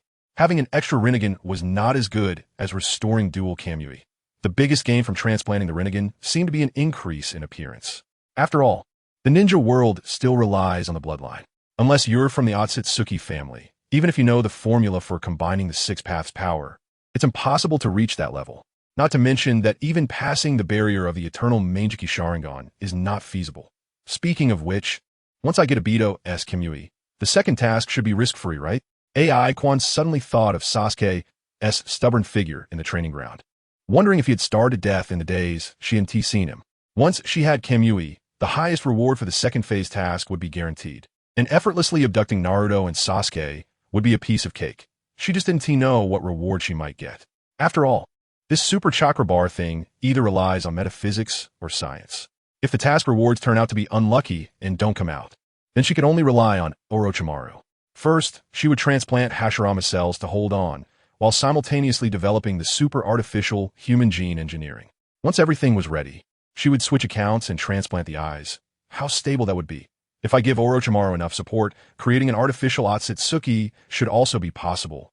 Right? The difficulty shouldn't be small, but if I use Konoha Mitsukami to give Orochimaru enough motivation, it should be fine, right? As AI Quan recovered her cursed energy, she freely fantasized about the future. Meanwhile, Obito had also found Black Zetsu again. Do you know how to explain this to Nagato? Obito said in a commanding tone. Of course. After all, That is one of the legendary 3 ninjas. Killing a single Hashigaki Kisame would be easy for him, and Nagato wouldn't doubt it. Black Zetsu replied fluently, I've also informed Itachi on my side, but the mission to capture the 3 tails may have to be delayed. TSK. The current Akatsuki organization seems unable to even gather a small team. Black Zetsu deliberately concealed Itachi's warnings to Obito. If these 2 guys could fight because of that one, it would be best. This is a good opportunity. Obito said lightly, with Orochimaru defecting and Hzuki SHZ dead, the Akatsuki organization should also be looking to replenish its ranks. Upon hearing this, Kurizetsu immediately reacted. Obito was planning to recruit that one into the Akatsuki. So, was Obito's plan successful? No. Was it that one who made Obito believe his plan was successful? Kurizetsu was already struggling to suppress the thought of meeting that one. Indeed, the pieces you previously set up in Kirigakure can finally be put to use. Kurizetsu didn't directly mention that one, although it knew Obito must have this in mind. But it wasn't appropriate to say it outright since Obito didn't like others guessing his thoughts. Sure enough, as soon as Kurizetsu finished speaking, Obito brought it up himself. Not just the Akatsuki's Kisame, Uchiha Zumi was also a suitable candidate. But she was a bit special. She was too innocent. With such a personality, the Akatsuki might not accept her. Innocent? Kurizetsu almost lost control of its expression, but quickly realized, based on Obito's few observations of that one, plus its own deliberately distorted reports, that one in Obito's eyes, willing to join route to avoid implicating others, accepting Danzo's control, knowing Danzo wanted to kill her, yet still coming to carry out missions for Sasuke, like going to her death. The only time she deviated from innocence was today, where she exhibited extreme hatred towards Itachi and cruelly killed Hzuki SHZ. But because of this, wouldn't Obito be eager to take her away? Coupled with Obito's certain alternative feelings towards her, calling her innocent, seems quite reasonable? That might be true. Kurizetsu continued to support Obito while also realizing that its opportunity was coming. Why not give it a try? I just need to disguise myself, as your will, then follow her back to Konoha and find a chance to tell her the truth about Itachi's massacre. With just a slight modification, your plan could be completely successful. Kurizetsu tempted. You really are something, Obito. By then, when you reappear in front of her, a piece that could threaten Itachi will have been born. Of course, it wouldn't tell Obito that one already knew the whole truth. She just didn't care. After all, that one has the surname Tsutsuki. Kurizetsu's understanding of Obito was still quite thorough. Obito frowned slightly when he heard that the girl would have to return to Konoha, but as he listened to the end, his brows gradually relaxed. He hesitated for a moment, weighing the pros and cons, and after clearly reminding himself that Rin was irreplaceable, he eventually nodded. All right, let's do it your way. Chapter 33. I've seen you, Mr. Mass. Because of the fight between the 2 Kage-level shinobi, Uchiha Quan slept soundly. Upon waking, he felt refreshed. The 2 Kage-level shinobi had mutually cancelled each other out, and the remaining illusion chakra was forcibly digested by him. Fortunately, it was a 10-year cooldown. Uchiha Quan immediately checked the Kage-level technique, fearing that it might have a 10-year cooldown, which would mean he had essentially copied a loneliness technique. But it turned out that this so-called 10-year cooldown period might indeed be true, but it belonged to Itachi. After all, those weren't Itachi's eyes. Uchiha Quan estimated that if it were Sure Sway himself using it, it definitely wouldn't take that long. After a single overuse, resting for a while would probably restore it. Even Itachi had said that if he had Hashirama S cells, he might have been able to use Kage-level techniques directly on Sasuke before he died. If Madara could trick Sure Sway into his hands, then the ninja world would truly be finished. TSK. The cooldown period wasn't that long. It should recover in about 3 months, which wouldn't delay using it on Uncle Snake. In a year, it could be used about 4 times, which means in 10 years, it would be 40 times. Moreover, this cooldown period could be further shortened. The eternal Mangekyou Sharingan would definitely shorten it. But he lacked the conditions. However, the route of Hashirama SLs could be tried, along with Sage Art from the Dragon Cave. And the increase in mental power might strengthen the technique. Besides that, further enhancement of the Sharingan should also reduce the cooldown of Kage-level techniques. This would require Obito's wall of Sharingan to support it. Just then, accompanied by a swirl of space-time, a figure appeared, holding a tray. It was Obito returning with Kamui. Uchiha Quan immediately locked onto Obito's Mangekyou Sharingan. You have copied the ocular technique from the Mangekyou Sharingan, Kamui. This technique can create a personal space unique to you by consuming chakra. This space can expand infinitely, with the range of expansion being proportional to chakra consumption. This technique can be activated on oneself, allowing the body to sync with the personal space during activation. This technique can mark the current space and location. Consuming chakra can teleport the body to the marked location. This was undoubtedly the easiest copying process. The first time he copied Kaga-level techniques, Danzo couldn't unleash its power, but there was a group of armed root ninjas lurking behind him. The second time facing Itachi, there were countless tricks involved, and in the end, he was still struck by Kaga-level techniques, leaving his head buzzing. Only with Obito.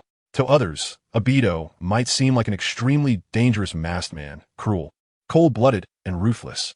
But these people just couldn't see Obito's genocide, at least for Uchiha Quan. The entire process of copying Kamui was very safe. Moreover, after copying it, there was food to eat. This copied knockoff version of Kamui. Do I have to create the space myself? Uchiha Quan was a bit puzzled at first, but after thinking carefully, it didn't seem like a bad thing. Creating space by oneself. The knockoff version of Kamui seems to be a bit more advanced than Obito's. It has intangibility and teleportation functions. The only difference is the accompanying Kamui space. The space beneath his feet, from a certain angle, doesn't actually belong to Obito. The Manjiki doesn't have the ability to create a material space. Obito just connected to this space when he opened his eyes, gaining the permission to access it freely. In fact, Obito's upper limit is not just this. In his dual Kamui state, as long as a chakra is sufficient, he can even find all the alternate spaces in the time-space seams. He could even find Kagaya Otsutsuki's heavenly realm, making him a god of finding people. But Obito, indeed, does not have the ability to create space. Uchiha Quan's chakra-based Kamui, after gathering a pair, wouldn't be too different from Obito's. The ability to create space, to some extent, can also be considered a small heavenly realm. This round of victory belongs to the knock-off chakra space. I wonder if it can combine with a domain? Uchiha Quan thought. Constructing space with chakra seems like a similar approach to a domain. But the chakra space under Kamui is permanently existing, if operated properly. He might even have a fixed domain, the kind where whoever comes will die. In his thoughts, Obito had already walked over. You look like you've recovered well. Eat something. I'll take you out later. Obito placed the tray in front of the girl, and then quietly stepped back 2 paces, maintaining distance. They had already confirmed the action plan with Kuro, and since he wanted her to willingly leave Konoha, he couldn't show too much purpose for the time being. Thank you. The girl spoke softly, glancing at the food on the tray, but she did not start eating. Instead, she looked at the masked man. I'm sorry. I was in a good state before, I apologize. I'm Uchiha Izumi, a ninja from Konoha. Thank you for saving me. Kuro, hidden in Obito's sleeve, inexplicably laughed. She's calling herself Uchiha again? Don't rush to thank me. There will be plenty of opportunities later.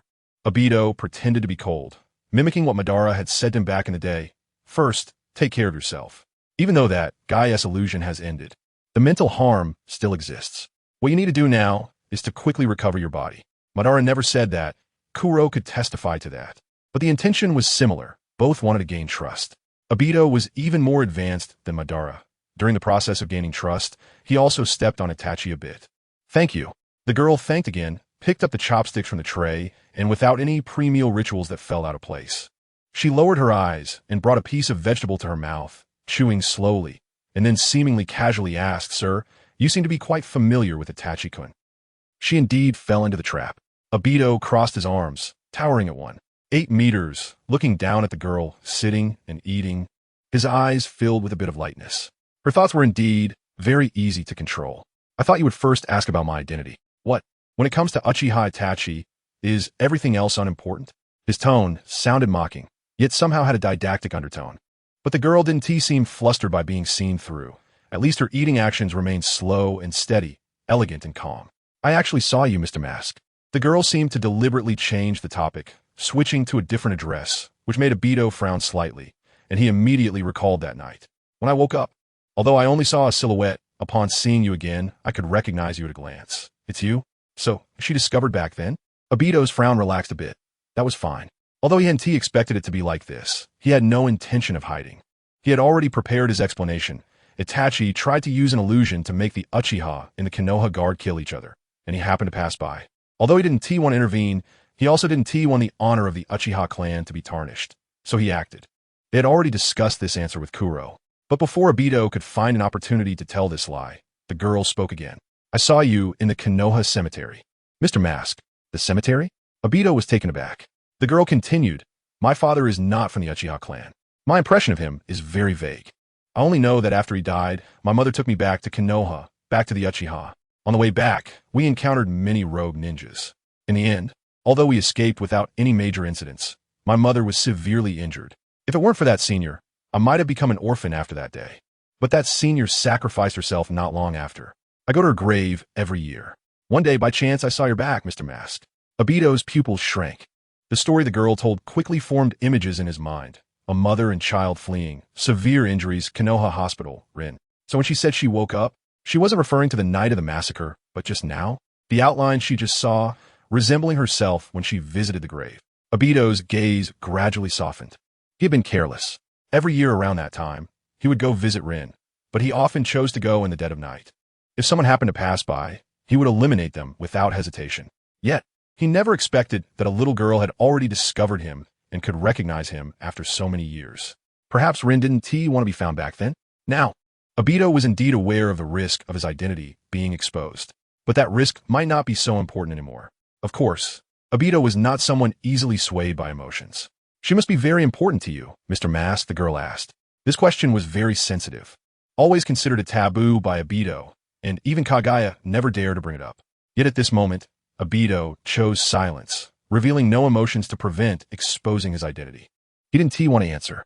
He didn't want to use lies to tarnish his feelings for her, even though he could easily disguise it by saying she was just an old acquaintance. But Obito didn't want to do that. Fortunately, the girl didn't press further. It seems, Mr. Mask, you're quite lucky. Lucky? Her death was lucky. A surge of anger rose in Obito's eyes, and Kaguya, hidden in his sleeve, trembled. Although that senior had died, the memories Mr. Mask had of her should all be beautiful, right? Obito was taken aback, and the anger immediately vanished without a trace. Mr. Mask could still go to that senior's gravestone every year to speak and reminisce about the past. Losing a loved one is undoubtedly painful, but at least there are beautiful memories to accompany him. The girl sighed, then slightly raised her gaze, her eyes sweeping over Obito's sleeve, subtly giving him a look. Compared to those who were deceived and had their feelings toyed with from the very beginning, Mr. Mask is indeed much luckier. Kaguya silently gave a thumbs up. Confirmed just from that look. This little story that could so easily manipulate Obito's emotions was definitely not something an ordinary person could come up with. She must have already known Obito's identity. She was definitely one of their own. Chapter 34 Mom really misses you. Your current appearance is quite different from when you saw Itachi. Obito had been emo for a while before finally saying this. Everything he had prepared seemed indeed unnecessary. Obito even doubted that if he proposed to the girl now, that he could help her kill Itachi. With the price being her choice to submit, she would probably agree, right? Naturally, it was different. The girl softly said, he destroyed me, but Mr. Mask saved me. My hatred for him cannot implicate others. But you still killed Pai Pa Shirzong and chopped off his head. Obito raised an eyebrow. He didn't say this out loud and held it back. He still remembered the expression on the girl's face, filled with mockery and satisfaction, as she used Genjutsu to make people lose consciousness and then mockingly beheaded them. The current her was entirely different from the one in front of Itachi. So, this Mr. Mask. At that moment, the girl suddenly looked up, her eyes bright, causing Obito to momentarily lose focus. It really looked similar, but was completely different. I don't believe there is anything free in this world. All favors come with a price, just that the price hasn't been disclosed. The girl said calmly, Mr. Mask wouldn't save me for no reason. Although I don't know what I can do for you now, you might as well tell me directly how I should repay you. Obito fell silent. Clearly, he was in control of everything. Letting Itachi see her, letting Itachi hurt her, then rescuing her from Itachi's hands and bringing her here. How did it suddenly become passive? Obito wasn't dull. He realized that the initiative in this conversation had somehow fallen into the girl's hands. This girl was quite different from Lin in his memories. That's fine. This isn't a bad thing. Obito raised an eyebrow and, unexpectedly, felt a sense of relief. She wasn't Lin, so he didn't have to worry about Lin seeing him like this. I do have something that requires your help, Obito said according to the plan. Please go ahead. The girl changed her sitting posture, crossing her smooth and straight legs, appearing attentive. Obito shifted his gaze away from her legs, returning to his cold demeanor, and met the girl's eyes. I have something with the Konoha elder Shimura Danzo. Konoha is heavily guarded, and the cost of forcibly breaking in is too high. Your identity as a root ninja is a good cover. Obito said in a deep voice, "Go help me retrieve it, and everything between us will be settled." Just retrieve something? The girl slightly frowned upon hearing Shimura Danzo's name, looking somewhat hesitant. Obito didn't respond, leaving space for her to consider. She shouldn't refuse, of course. It wouldn't matter if she did. He just needed to find a reason to have Kurizetsu follow her, to show her the altered truth, and that would be enough. I can. Indeed, she did not refuse. Tell me what that thing is, Mr. Mask. The girl agreed readily, but with a condition. However, if it's too dangerous, I might not be able to complete it immediately. After all, I have someone I must kill, as Mr. Mask should know. The person she must kill was clearly Itachi. She spoke decisively when saying this, so it was irreversible. The corner of Obito's mouth curled slightly beneath the mask, but his tone remained cold. I'm sorry. To prevent you from leaking it, I cannot tell you before you obtain that thing. Saying this, Obito pretended to form a hand seal, but indeed activated the chakra in the left half of his body. Kurizetsu also knew it was time, slowly emerging from Obito's sleeve. This is my will incarnate. It represents my will. It will infiltrate Konoha on its own, and when necessary, it will tell you how to act. Kurizetsu cooperated and landed on Obito's shoulder, making a smiling face towards the girl. The girl showed surprise, seeming somewhat incredulous as she said, "Is this your Manjiki Sharingan technique? Will has taken a physical form?" She probably didn't know what yin-yang release was. That's fine. There was no need to explain too much to her now. Sort of. When a Manjiki Sharingan evolves to a certain extent, it can possess many unexpected abilities. Obito wasn't lying. Do you have any other questions? It was time to ask what her identity was. Obito had been waiting for the girl to speak from the start, but she seemed not very concerned. No, Mr. Mask. If it's certain that your will can infiltrate Konoha on its own, and there are no other requirements, you can send me away now. Obito pressed his lips together. All right. Kamui activated immediately, and in the blink of an eye, the scene in front of them changed, and they arrived at a small forest where Pai-Pa Shirzong's corpse was still lying on the ground. Itachi had already left, taking only Pai-Pa Shirzong's ring and not even his beheading sword. Aside from that, there was a knife on the ground, which was the one the girl had dropped during the earlier battle. Then, farewell, Mr. Mask. The girl picked up her own knife, but I must clarify. If the task carries a risk of death, I will not hesitate to give up. There are many ways to repay others. I have things I must accomplish, and I hope you can understand. All right, Obito responded in a low voice. Kurizetsu quietly left his body. According to Obito's plan, it needed to infiltrate Konoha on its own. Does Mr. Mask have any other instructions? Seeing the masked man hadn't left for a while, the girl asked curiously. Obito hesitated for a moment before asking, "Aren't you curious about my identity?" Was she not the least bit curious? Is it important? The girl retorted, "I used to know many people, but their names are now on tombstones. Mr. Mask, if you only need me to retrieve what you need, then it's best that we keep our distance. As I said, I'm an unfortunate person." I see. Obito understood. She blamed everything on misfortune. So, when she learns the truth, will she blame this world? Then I wish you success, Uchiha Izumi. We will meet again. Obito's voice faded as he vanished with Kamui. Idiot. As soon as Obito left, AI Quan immediately commented. Is he planning to use Madara's tricks to fool people? Can't he be a bit more creative? What about the cracks between life and death, and the will incarnate? God knows how much pain AI Quan felt trying to hold back laughter at that moment. He had a bit of a grudge against Obito. If it weren't for Obito, he wouldn't have had to force himself to cosplay as Noera Rin from the start, losing his dignity to save his life, including a series of subsequent actions. He was forced to do so, all because of Black Zetsu. If it weren't for the need to deal with Kagaya, AI Quan would have already used Amaterasu to burn everything away. Speaking of which, after hinting at Black Zetsu so many times, shouldn't this guy say something in response? Black Zetsu must have taken a bait from the fact that Obito still didn't know that Danzo had already been controlled by him. AI Quan could deduce that Black Zetsu was definitely on his side. That day, White Zetsu was nearby watching. He deliberately said those words, and Obito was unaware of it. This could only be because the information was intercepted by Black Zetsu. As the biggest behind-the-scenes manipulator in the ninja world, Black Zetsu's existence seems harmless, but it is actually quite significant. This guy has a special ability, gaining trust, unlike him, who relies on a godlike perspective and superb acting skills. Black Zetsu is a powerhouse in his own right. He can disguise himself as a creation of Uchiha Madara's yin-yang release. turning Madara into a pawn without him realizing it until his heart was pulled out. One can imagine how excellent Black Zetsu's workability is. It's the same in the Akatsuki organization. When Pain announced the names of the original 10 members, he read out each name, including Zetsu, but not Obito. It is obvious that the trust Zetsu received in front of Pain far surpassed that of the masked man. Of course, when it comes to trust, nothing works better than divine intervention. But who could refuse the achievement of convincing a major villain to become a subordinate? Moreover, Black Zetsu's role goes beyond that. He is the key to Kagaya's resurrection, and Orochimaru's artificial Tsutsuki plan might require extracting Kagaya's cellular power. Of course, those things are still far off. Right now, AI Quan just wants to know how deeply Black Zetsu has bitten the hook. The kaleidoscope lights up, the Byakugan activates, and before AI Quan opens her long-distance vision, she already spots Black Zetsu's figure from a holographic perspective. Oh. AI Quan raises an eyebrow. This guy really hasn't gone far. It seems he's also waiting for Obito to leave. So from beginning to end, he and Black Zetsu have been watching Obito play the clown? There are no other people nearby. Come out. We both come from the same place. I have always been able to sense your presence. AI Quan's gaze locks on a Black Zetsu, who no longer hides and directly emerges from the ground. At this moment, although Black Zetsu roughly guesses the girl's identity, he still maintains a bit of reserve and caution. Tsutsuki Izumi, what a wonderful name, isn't it? Black Zetsu wants to test further, but AI Quan has no intention of wasting time. Although Black Zetsu is a creation of Yin-Yang release, it doesn't mean he is immune to damage. On the contrary, this guy is quite fragile.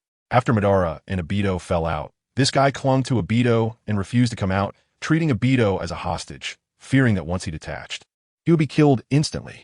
If AI Quan wanted to, she could now launch an Amaterasu lock-on, and Kagaya would never be able to resurrect. The one who laughs last would be Uchiha Madara, but she won't. Mom has been waiting for you on the moon for thousands of years.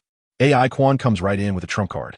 She misses you very much, and even once gave up the thought of resurrection, thinking that just being able to see you would be enough. And then, she created me. AI Quan spreads her hands while revealing her 6-tomo Sharingan. To be honest, this thing is flashy, but it is indeed very effective against someone like Black Zetsu, who knows the ninja world well. After all, if even Black Zetsu can't explain it, it must be Mom's masterpiece, right? You now have two choices. Either help me bring Mom down quickly, or go back and accompany her. She really misses you. Chapter 35. What a mess of crying. The rain kept pouring down, and the atmosphere was far from pleasant. Xiaonan walked into the cave, holding a jar, and before she could reach, she heard Nagato's coughing. Nagato's body had been growing weaker lately. Xiaonan quickened her pace, came to Nagato's side, opened the medicine jar, and gently patted his back. Nagato, it's time to take your medicine.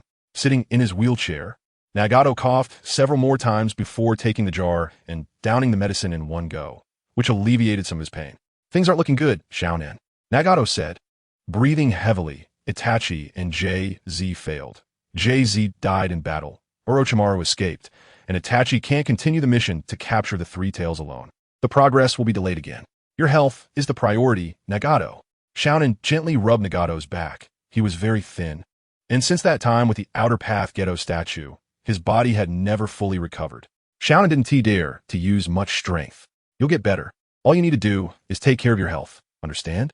Nagato didn't ignore Xiaonan's concern. Nodding as he drank the last of the bitter medicine from the jar, the familiar bitterness spreading in his mouth. Help me to the console, Xiaonan. Nagato suddenly spoke, not waiting for Xiaonan to say anything, as he looked up towards the cave entrance. That guy should be here soon. He definitely won't miss this opportunity. And I can use his strength to quickly replenish the Akatsuki's manpower. Xiaonan naturally knew who Nagato was referring to side, and said nothing more as she pushed Nagato toward the nearby console. This place was very discreet. Nagato didn't want that person to see him in a weak state, and he always presented himself as Yahiko. Xiaonan had also been wary of the guy who called himself Uchiha Obito. Nagato was right. As soon as Xiaonan returned to the base, she found Pain and the masked man had been waiting for a long time. It seemed that the capture of the Three Tails would have to wait, but I found a decent replacement in the Land of Water, who could take Jay-Z's place and monitor Itachi. Obito sat on a chair made from earth release, looking at the newly arrived Xiaonan. His Sharingan had a significant effect on Jinchuriki, but actions had to be restricted, and the strength of the person monitoring him couldn't be too weak. That guy was just right. Pain didn't respond, which could be taken as agreement.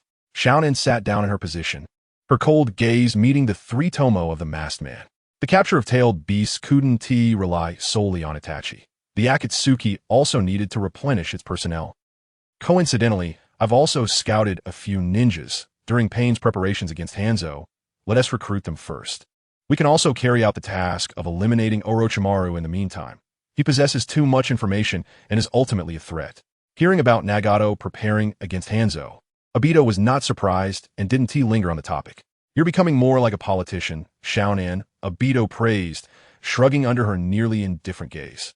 But you don't need to be too anxious about Orochimaru. According to my informant in Konoha, he indeed has dealings with Konoha's upper echelons. But the content of the deals has nothing to do with the Akatsuki. My informant will confirm this further.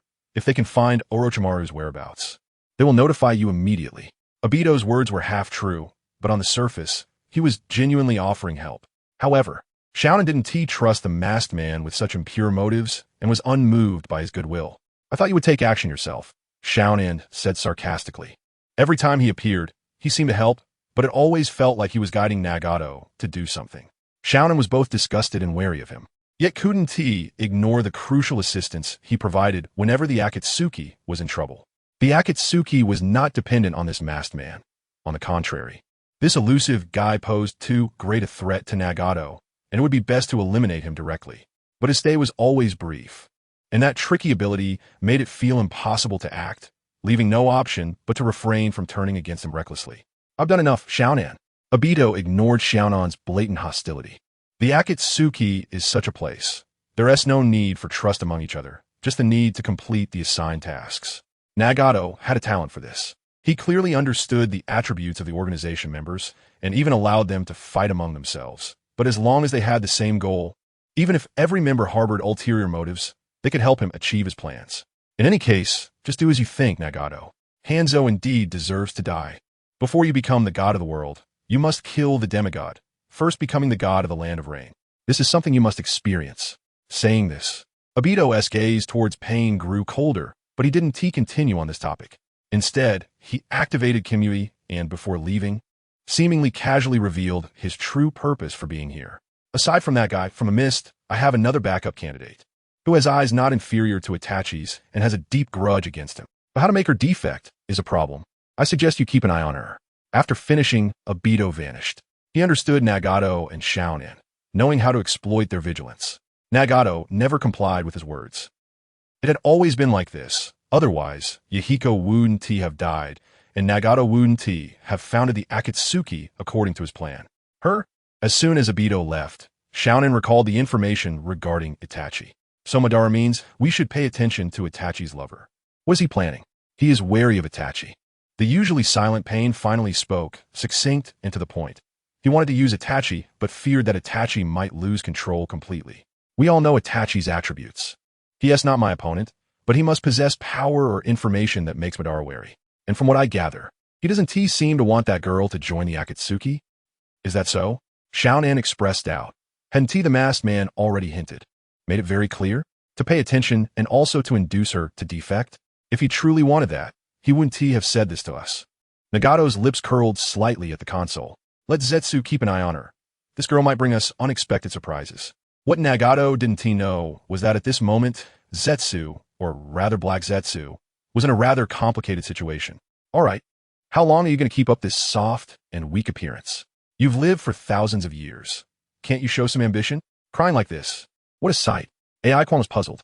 They had been crying all the way, and it was almost time to reach Konoha, yet they still wouldn't settle down. Chapter 36. My pet just lost its mother. Kurizetsu is a magical creature. It is the embodiment of Kagaya Otsutsuki's will and belongs to the realm of Yin and Yang. Its purpose of existence is to resurrect the ancestor of Chakra, whom it considers as its mother. Strictly speaking, Kurizetsu has a gender. He is the third son of his mother, with two older brothers who are even more formidable. In order to revive his mother, Kurizetsu hid in the darkest corners of the ninja world, plotting since Indra's time, and after thousands of years, he finally waited for Uchiha Obito. With the final backstab and the yin-yang technique of Mother-S resurrection, he accomplished the monumental task of saving his mother after a millennium. Although he only managed to bring her back for a few episodes, it can still be considered a success, making him a somewhat honorable schemer and a filial son. But that was the impression AI Quan had of Kurizetsu. Kurizetsu actually has feelings. When he was born and looked at his sealed mother, he felt anxious and fearful. After thousands of years manipulating the fates of others, Kurizetsu may not empathize, but every time he gazes at the night sky alone, he feels lonely in addition to nostalgia. And it has been proven that even such a creature, once hit precisely at the emotional point, can break down. It's all my fault. I'm so useless. Making my mother wait for so long. She must miss me a lot, right? She must be very lonely up there on the moon, all by herself. Little Quan, your brother's really a waste, boo-hoo. As Kurizetsu, hanging on his arm, was about to turn back into liquid and flow to the ground. AI Quan was too lazy to coax him anymore. Just as he expected, mentioning Kagaya Otsutsuki's name indeed captured Kurizetsu's attention, successfully hooking him in. Once he revealed the 6-tomo Sharingan, his so-called Otsutsuki form received a certain degree of confirmation. After pointing out Kurizetsu's identity as the third child of Kagaya, which even the sage of 6 Paths brothers did not know, Kurizetsu completely believed him. However, he did not expect that after mentioning how much mother missed him, Kurizetsu would actually break down. His filial son attributes were fully exposed. Do, come here for a moment. Aikwanwea to zaku sizu. Do, who was called, met the girl's eyes, his little face flushed. He was about to jog over, but felt it was a bit unstable, so he looked at the director mother, and after receiving a nod, he dashed over. Lord Otsutsuki, please instruct. Is there a glass jar or some kind of container in that big scroll of yours? My pet is tired from crying and might need a rest. Do glanced at the unknown object on the Lord's wrist. He had indeed never seen such a creature, but since the Lord said it was her pet, then it must be. Yes, please wait a moment. Do immediately opened the treasure scroll behind him. This child has always been meticulous and considerate, bringing everything he could think of when going out. Didn't he know if all children who wear glasses are this thoughtful? Is this okay? Do took out a glass jar of about 5 liters, which is commonly seen in Orochimaru's laboratory. AI Quan looked at Do for a moment. At this time, Orochimaru should not have interacted with Do yet, so it seems she could play matchmaker a bit. It should work. Thank you, Do. You are really reliable. AI Quan casually praised him, then stuffed Kurizetsu hanging from his arm into the glass jar. You stay in there and calm down for a while. After saying that, feeling it wasn't enough, he added sternly, reflect on yourself. If mother saw you like this, what would she think? She wouldn't blame her son for being useless. She would only feel sad for you. Comforting words for anime protagonists are usually like this, right? When Neji was stabbed, combined with Obito's psychological tactics, Naruto almost broke down. And Hinata, besides comforting him, seemed to have slapped him once. The key point is that with Kurizetsu's physique, where could he even hit him? Forget it. With the lid on and the glass jar stuffed into Do's hands, AI Quan put on a professional fake smile. Do, my pet just lost its mother. Please take good care of it. Okay, Lord Otsutsuki. Do was still very obedient. Handing Kurizetsu over to him, AI Quan wasn't worried. After all, Kurizetsu himself wasn't worried. Let us leave it at that. After all, they're all on the same side. AI Quan was also planning to find an opportunity to send Do to Orochimaru as a full-time assistant.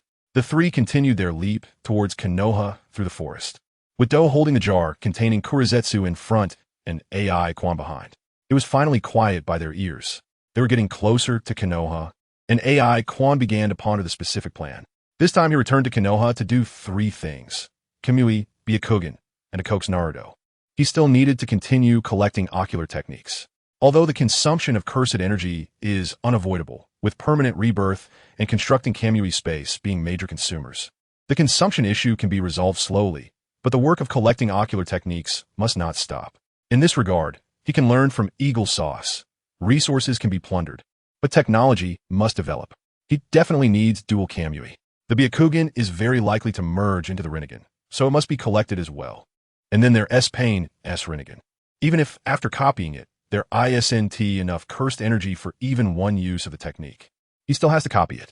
The only thing AI Quan is worried about now is the overuse of the Mangeki Sharingan. The cursed energy Mangeki doesn't follow the usual path, launching ocular techniques in the form of cursed techniques. So far, after using it so many times, there hasn't been any significant decline in vision. However, the 2 instances of empty cursed energy have clearly shown the vulnerability of the eyeballs under overload.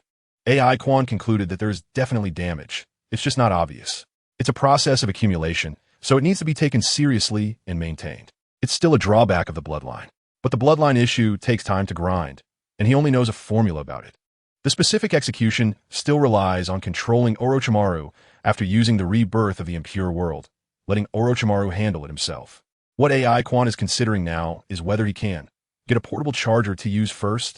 The Death God's mask is in Konoha. Should I try to collect the 9 tails from Minato's belly first?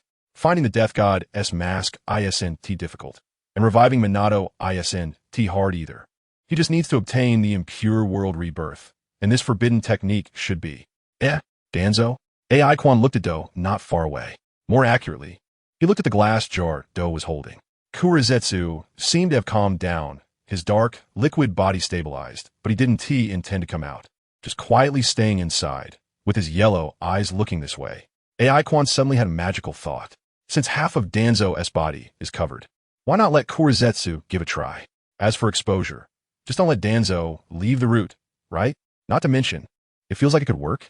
AI Quan immediately put on a professional fake smile at Kurizetsu and asked, Onaikin, are you feeling better? Chapter 37, the evil sibling duo. When they left Konoha, they used a special passage, and when they returned, it was the same. There were no Byakugan to monitor them, nor did they touch the Konoha barrier, so naturally there was no record of entering or leaving the village.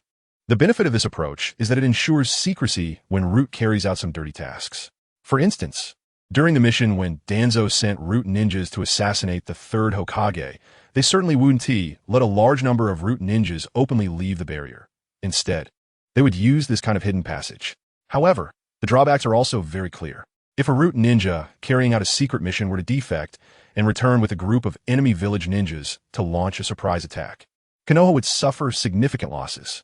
In response, Danzo's countermeasure is the curse seal based primarily on the tongue curse seal, which prevents leaks and stops his subordinates from defecting. This is especially true for the Uchiha girl in front of him.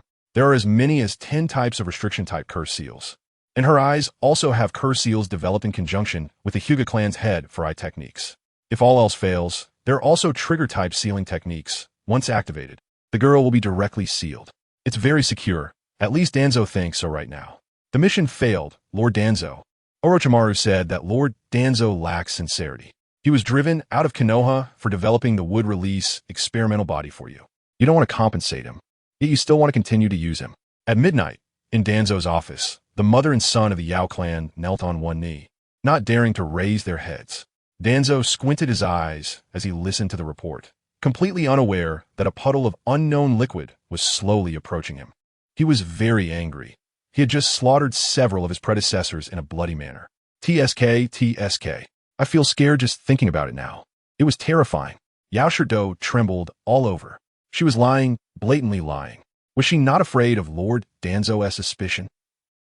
She indeed seemed unafraid. But Do was afraid. If Lord Danzo found out he had been fooled, he would surely kill them all, right? Fortunately, at that moment, Do felt a warm hand grasping him.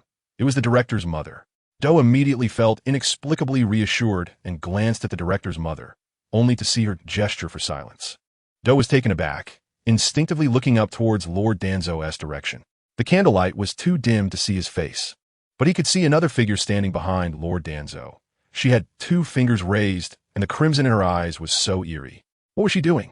At that moment, perhaps it was instinct. Do's curiosity even overshadowed his fear. Orochimaru said, those 12 eyes could at most be considered interest.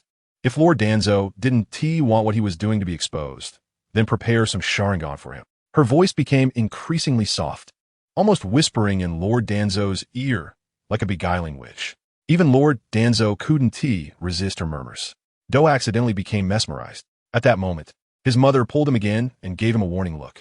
Do then realized something and quickly lowered his head. But he still couldn't help but sneak a glance in that direction. She stopped speaking. Lord Danzo seemed to have entered some sort of state, as if in a trance or daze. Suddenly, it seemed he was trying to break free from this state. He shuddered violently, startling Do, but soon he noticed. Lord Danzo only trembled once, then immediately slumped down as if his breath had been cut off. It's done, sister. A sinister voice emerged from Lord Danzo's position, which was clearly not his voice, but seemed to belong to his pet.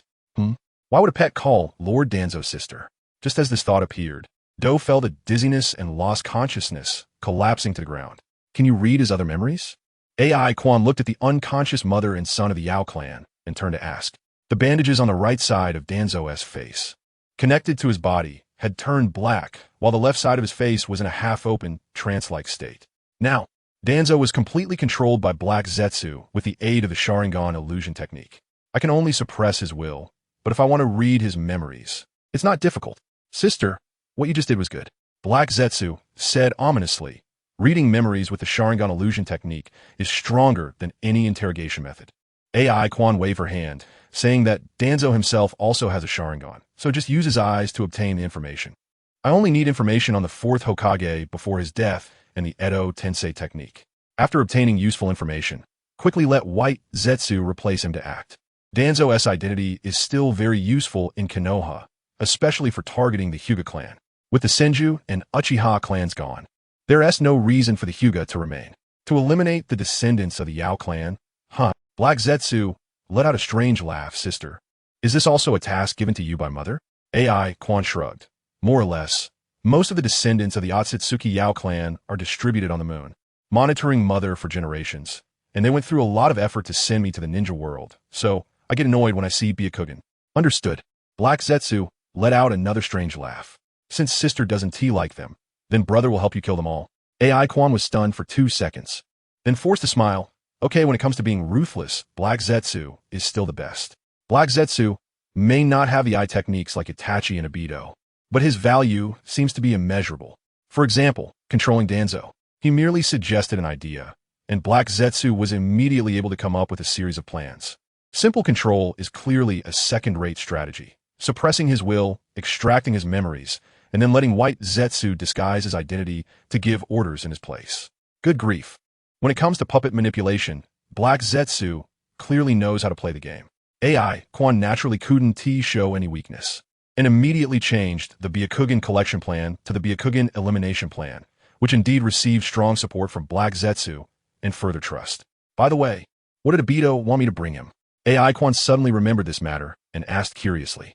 Obito is just a fool, sister. At the mention of Obito, Black Zetsu's strange laughter carried a tone of mockery. He wanted me to show you the truth behind the Uchiha massacre. For this, he even specially fabricated a story in which Itachi reached an agreement with the higher-ups, trying to use illusion to slaughter the entire Uchiha clan. He, passing by, chose to intervene for the glory of the Uchiha and saved you, who was then sound asleep. Oh, AI Quan became interested upon hearing this. And then what?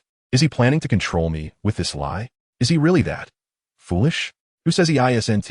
Upon hearing this, Black Zetsu seemed to have opened the floodgates of conversation, launching into a tirade against Obito.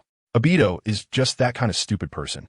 I advised him multiple times to retrieve his eyes, but he wouldn't listen. A few years ago, he missed an opportunity to take the Nine Tails, directly leading to the leakage of his abilities and causing Konoha to strengthen its barrier. After that, he had to be cautious every year when he returned to pay respects at the girl's grave. This time, assisting Itachi in the massacre of the Uchiha. If it weren't for the higher-ups in Konoha deliberately orchestrating it, the Umbu would have long since attacked the Konoha Guard Division. Black Zetsu was indeed very dissatisfied with Obito. If there were other options, Black Zetsu might have chosen someone else, or even directly assisted Nagato. Now, that would be quite interesting. AI Quan suddenly thought of something fun. Since that's the case, when we leave Konoha, let's conveniently return Obito's eyes to him and reveal his identity as well. AI Quan's lips curled up, and her expression gradually became excited. Oni-chan, since I'm here, you don't have to keep watching over that useless Obito anymore. Treat him as a discarded piece and squeeze out his remaining value.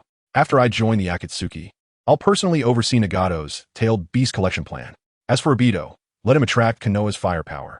Upon hearing this, Black Zetsu was visibly taken aback for a moment, and the look in his eyes towards his sister became increasingly meaningful. AI Quan thought she might have been too forceful. After all, her current identity was Kagaya's youngest son.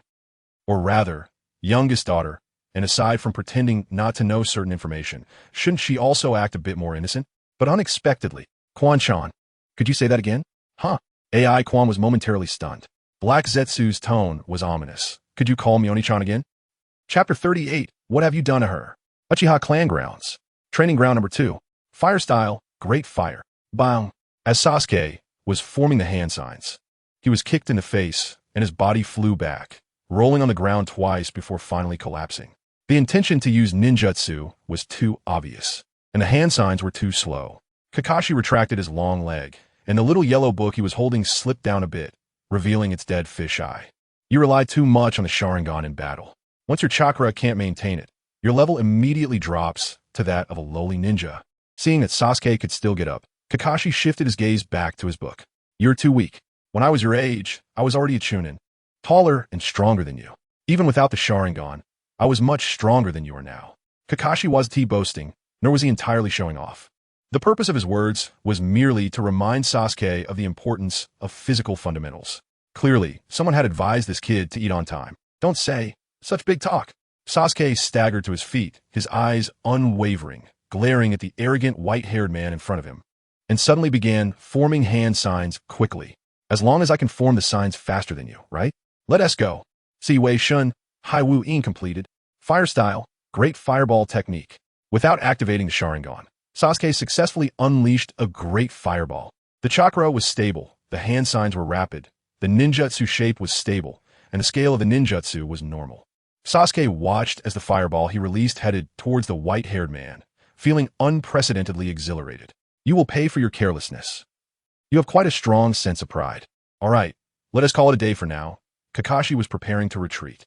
Even if he had the time to train Sasuke every day, he wouldn't overextend himself for a kid who doesn't eat proper meals. But just as he was about to leave, a figure in a white martial arts uniform suddenly caught Kakashi's attention. Koizumi? In that moment of distraction, the fireball had already reached him, and Kakashi didn't bother to dodge, casually waving his hand to disperse the fireball. This wasn't an exaggerated move. Sasuke's great fireball was just a shell, looking scary but could be blown away by a gust of wind. This was the price of firing on an empty stomach. Whoosh! Kakashi used body flicker technique to approach, wondering how she came. But halfway through his thought, Kakashi noticed two root ninjas watching the girl not far behind her, and the words he was about to say suddenly caught in his throat, a bitter feeling spreading in his heart. He almost forgot. Elder Danzo would never let her visit Sasuke alone. I just returned from mission, Kakashi-senpai. The girl smiled, gentle as always. Mission? Was it smooth? Kakashi instinctively took half a step back, his gaze scanning the girl from head to toe, wanting to see if she was injured. But today, she happened to be wearing a loose martial arts uniform, her body completely covered. Seeing her instinctively place her right hand behind her back, Kakashi immediately realized. Are you hurt? Kakashi's voice turned cold. No. You're mistaken, senpai. The girl tilted her head, not daring to make eye contact. Black Zetsu quickly shrank back. Let me see. Kakashi's tone was icy, sounding somewhat angry. Black Zetsu stopped shrinking back, preparing for battle. He had already recognized this person's identity, Hatake Kakashi, the so-called waste in Obito's eyes. Although Obito looked down on him, this guy's strength was not weak. Kakashi's reputation for Raikiri was quite famous. Even if he couldn't fully utilize Obito's Sharingan, his insight was evidently not weak. Had he discovered his presence? Carelessness, it seemed he could only fight now. His sister's body was still in a developmental stage, and he didn't know if she was his match. Did he, as an older brother, drag his sister into this? Black Zetsu felt guilty, but at that moment, Sasuke-kun is still here. Please, senpai, I don't want him to see, the girl said in a pleading tone with a hint of tears. Black Zetsu fell silent. As expected of a sister, with her mother on the moon, she must have been taught how to manipulate these monkey psychology, right? Impressive. Kakashi also fell silent. He didn't think that much. At least not as complicated as Black Zetsu. He simply empathized with the little girl's feelings. Ultimately, he could only sigh and shake his head, the familiar feeling of helplessness resurfacing. I understand. Then I won't disturb you. Her Manjiki Sharingan's ocular technique inherently has healing abilities, but even so, she still. What mission did Danzo send her on? Or, what did Danzo do to her eyes? Kakashi stepped aside, watching the girl walk towards the little brat, a strong determination brewing in his eyes. Sasuke-kun, long time no see, how have you been? Sasuke was still in a daze. His great fireball just disappeared. That white-haired man didn't even use any ninjutsu. He didn't even bother to dodge. Sasuke-kun. It seemed someone was calling him, and it seemed to be someone very important. But at this moment, the blow Sasuke received was too great. Even his worldview was shaken. Was his great fireball really that weak? The gap between him and that man. Suddenly, the scene before him began to change. This situation was incredibly familiar to Sasuke. That man was coming again. My foolish Adudu. Have you finally realized your ordinariness? Admit it. You're not their biological child. You're just the wrong child, their kind lie. That man appeared as expected. Still with the corpses of his father and mother behind him, the blood still dripping from the knife in his hand. Sasuke's eyes instantly turned red. You're not my real parent. You beast. I will kill you. Sasuke charged forward. But just as he took a step, whoosh, a silver flash, and Sasuke suddenly felt his foot lighten, then his body lost balance, accompanied by sharp pain. Sasuke realized. His foot was gone. Then it was his hands. Whoosh whoosh. Sasuke didn't even have time to scream before he saw his hands flying away. A frantic scream, heart-wrenching. But this illusion clearly wasn't over. To make up for the earlier shortfall, someone directly used Tsukuyami. Adudu, you must have practiced well before, which is why our meeting was delayed for so long. Fortunately, you're still so useless. Since you also feel you can't do anything tonight, let us have some fun together, shall we? In the end, Sasuke fainted, unable to even scream in the real world. AI Quan immediately pretended to rush over. Sasuke-kun, you didn't pass away, right? Sasuke-kun? Sasuke-kun? After shouting a few times, AI Quan was still prepared to send the person to the hospital. But how could the two root members agree? They swiftly stepped in, one on the left and one on the right, blocking the two in front of them. Your visiting time is over, Uchiha Izumi, the two root members said coldly, like two emotionless machines. Just as their words fell, Kakashi, who hadn't left yet, immediately revealed Raikiri. She just wanted to send her family to the hospital. Couldn't Elder Danzo allow even this small request? Under normal circumstances, these two root members might instinctively have retreated a bit. After all, Kakashi was quite intimidating right now. But these two were different. They had no illusion techniques on them. How could AI Quan bring them here? Root acts without the need for explanation. Two long knives were immediately drawn, and one of the members raised two fingers but looked at the anxious girl. Uchiha Izumi, if you don't come back with us, don't blame me for being heartless. Or do you want to experience the feeling of having your bones gnawed by bugs again? Kakashi was immediately shocked. What do you mean? The feeling of having your bones gnawed by bugs? What did you just say? Kakashi instantly appeared in front of this root ninja, gripping his neck with one hand and lifting him up. What did you just say? Say it again. What do you mean by having your bones gnawed by bugs? What have you done to her? Kakashi was furious. What exactly had she experienced en route? Kurizetsu tightened his body and silently gave a thumbs up. The girl had previously said things that made him hurry back to the moon to complete the task of reviving their mother. It seemed she was serious. She was really treating these guys like monkeys. Senior. The girl sighed, and Kakashi's heart tightened, gradually regaining calm. I'm leaving it to you, Sasuke-kun. He must be too tired, and he often has nightmares at night. If possible, please take care of him more in the future. The girl brought Sasuke over, and Kakashi also let go of that root member, picking up Sasuke with a complex expression. I should go now, senior. The girl lowered her head again and hid her arms behind her back. She really left, once again taken away by the two root members like a prisoner. Kakashi held Sasuke and watched her leave, gritting his teeth, clenching his fists, his joints already turning white. That obsession became increasingly clear in his eyes. If he couldn't take her away, at least he wanted to stay by her side and not let her get hurt again, right? But Sasuke, Hatake Kakashi. Suddenly, a voice appeared behind Kakashi. He immediately turned his head and saw a woman dressed as a nun standing there, accompanied by a little boy wearing glasses. My name is Yakushi Nanoyu, and I am the director of the Konoha Hope Orphanage. That girl just entrusted me to help take care of the child in your arms. And I agreed. If you don't mind, you can hand him over to me. Izumi's entrustment? Kakashi instinctively doubted and sought information to support his suspicion. He quickly found evidence that this woman might be lying. Her breathing, her stance, both of them were clearly ninjas. But if they weren't ninjas, she wouldn't dare to take Sasuke from her, right? Kakashi quickly thought in his mind and asked, how can I believe what you say? That girl said that as long as she said one sentence to you, you should understand. You say it. Kakashi had a rough idea. The bespectacled woman adjusted her glasses and asked lightly, in your life, have you ever fought for someone? Chapter 39. Oni-chan's plan with Black Zetsu. These were indeed her words. Although their interactions were limited, this phrase left a deep impression on Kakashi. It was because of this statement that he fell into self-conflict and made an impulsive decision, ultimately achieving nothing. It was she who, at great risk to herself, exposed her powers to ensure he and Tenzo could escape route safely. Everything she experienced afterward must have been related to that day, right? Kakashi chuckled self-deprecatingly. Leave this child to me, Kakashi said. I have an agreement with Elder Danzo. Root cannot interfere with the orphanage. If you leave this child with me, at least his safety will be guaranteed. The woman spoke again and approached Kakashi. His expression gradually froze, and his eyes filled with astonishment. When she finally stood before him, he raised his head but did not immediately hand over Sasuke. Instead, he asked in surprise, Danzo, can't interfere with your orphanage? This orphanage can truly render Root powerless? It's just an agreement. Elder Danzo, for the sake of Konoha, walks in the shadows and inevitably has to carry out some sensitive missions. I'm merely exchanging the cost of protecting these for a promise from Elder Danzo, Yakushi no Nai said, following the instructions of that adult. That adult told her that soon a reality far beyond these words would unfold before her. That adult was planning to destroy all of Root and personally bring it back to life. The children of Konoha would have a true orphanage that could protect them, and that orphanage would be called Root. Yakushi no Nai didn't really believe those words. But since that adult controlled Danzo in front of her and Kabuto, she started to believe. Is that so? Kakashi felt somewhat disappointed.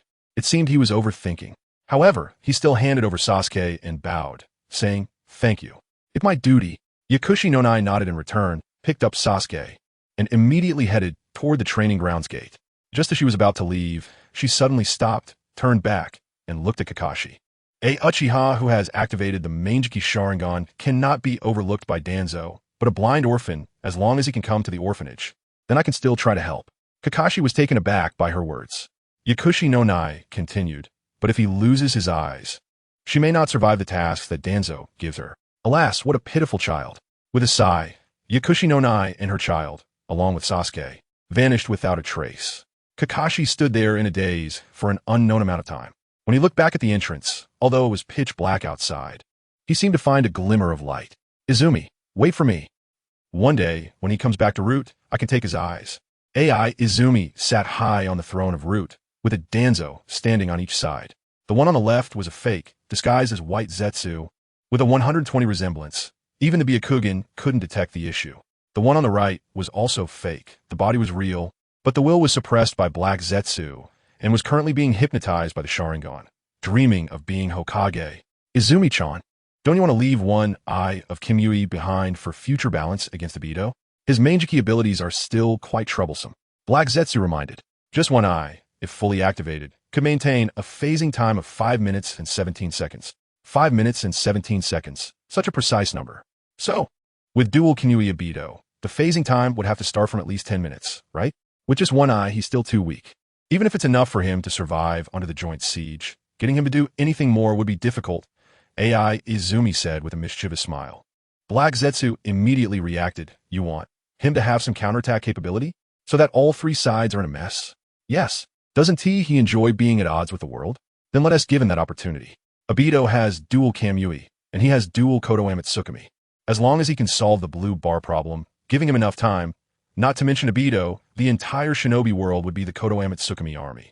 The 5 Kage meeting would only be able to discuss kneeling techniques. What battles would they fight? Direct peace.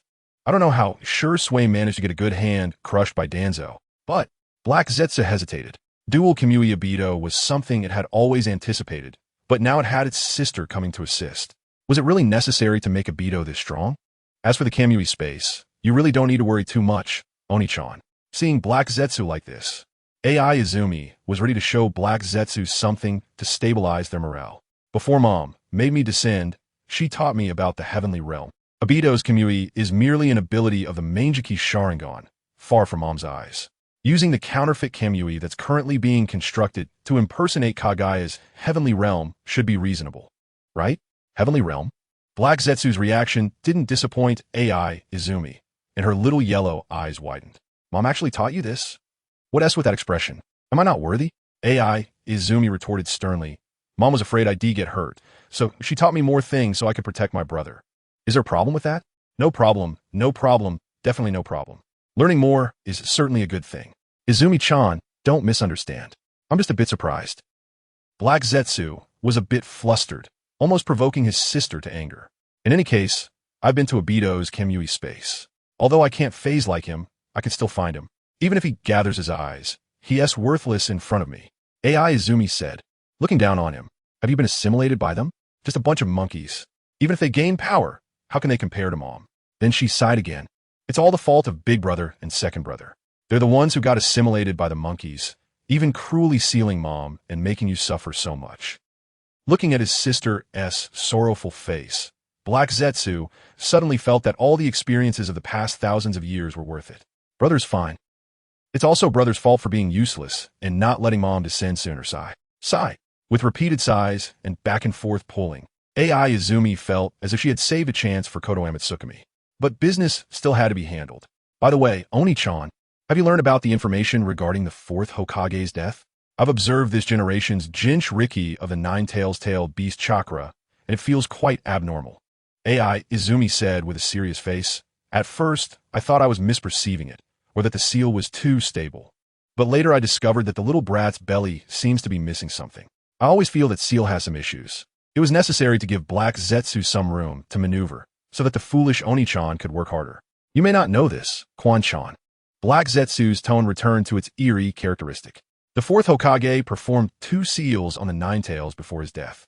First using the Reaper Death Seal to split the Nine Tails in 2, leaving one half for his son and taking the other half with him to the Pure Land. Your perception was not wrong, but the issue lies not in the seal itself, but in this current reincarnation of Ashura, the Nine Tails Jinchuriki. The Nine Tails within him is only half. The other half has already been permanently taken to the Pure Land. I see. AI Quan nodded thoughtfully. Fortunately, there is the Edo Tensei technique.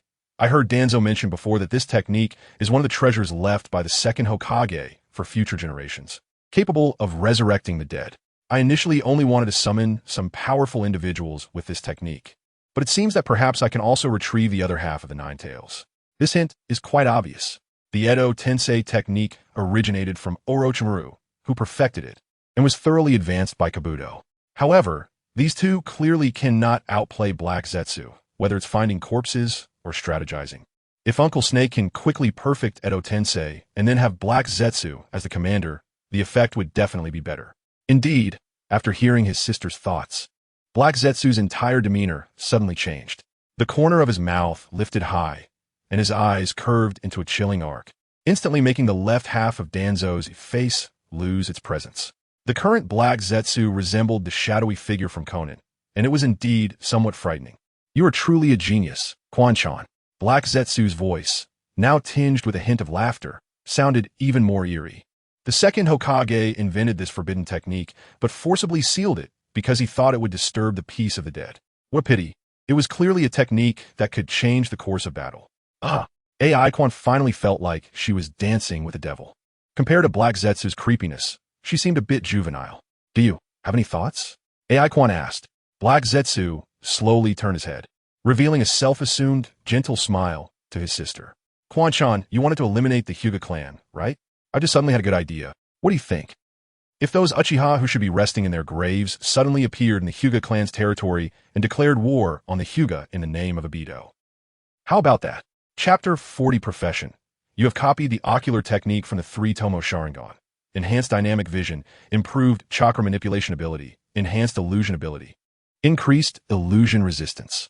You have acquired this ocular technique. Thus, its abilities have received a limited enhancement. Danzo still has some stock left. Not much. About 10 or so. AI Quan estimated that Danzo initially intended to create a spare arm, but he definitely won't need it anymore.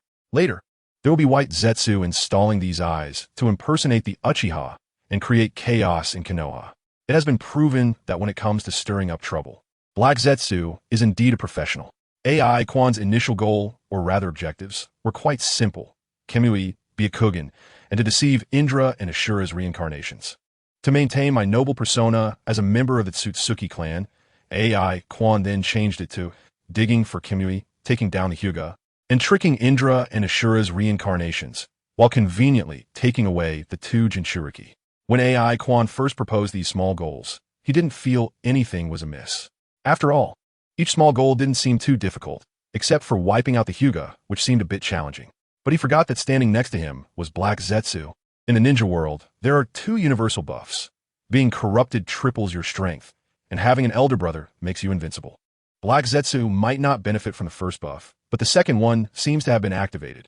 And then an evil plan quietly came into being to help his beloved sister eliminate the annoying Hyuga and accelerate the arrival of their mother's descent.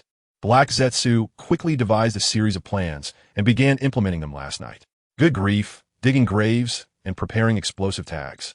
The entire route was ablaze with activity under Black Zetsu's command. Danzo had completely become a puppet. No, he wasn't even a puppet. Black Zetsu didn't even bother to use Danzo to command the route. He directly transformed into Danzo. Not only did he issue a series of commands to the route, but he also planned to take him to a meeting at the Konoha building today. In this regard, Black Zetsu truly is the professional. After putting away the jars of 3 Tomo Sharingan, AI Quan thought of the contact information left by Orochimaru. Speaking of which, he originally intended to give these 3 Tomo Sharingan to Orochimaru, hoping he could research cloning technology. Although it sounded a bit far-fetched if it worked, he could have eternal eyes. Everything impossible could be handed over to Orochimaru. Perhaps there would be a miracle? But this idea had to be temporarily shelved because these eyes had great use for his elder brother's plan to do big things. It was said that Edo Tensei has certain limitations. He intended to continue the second Hokage's approach, using mutual explosive tags.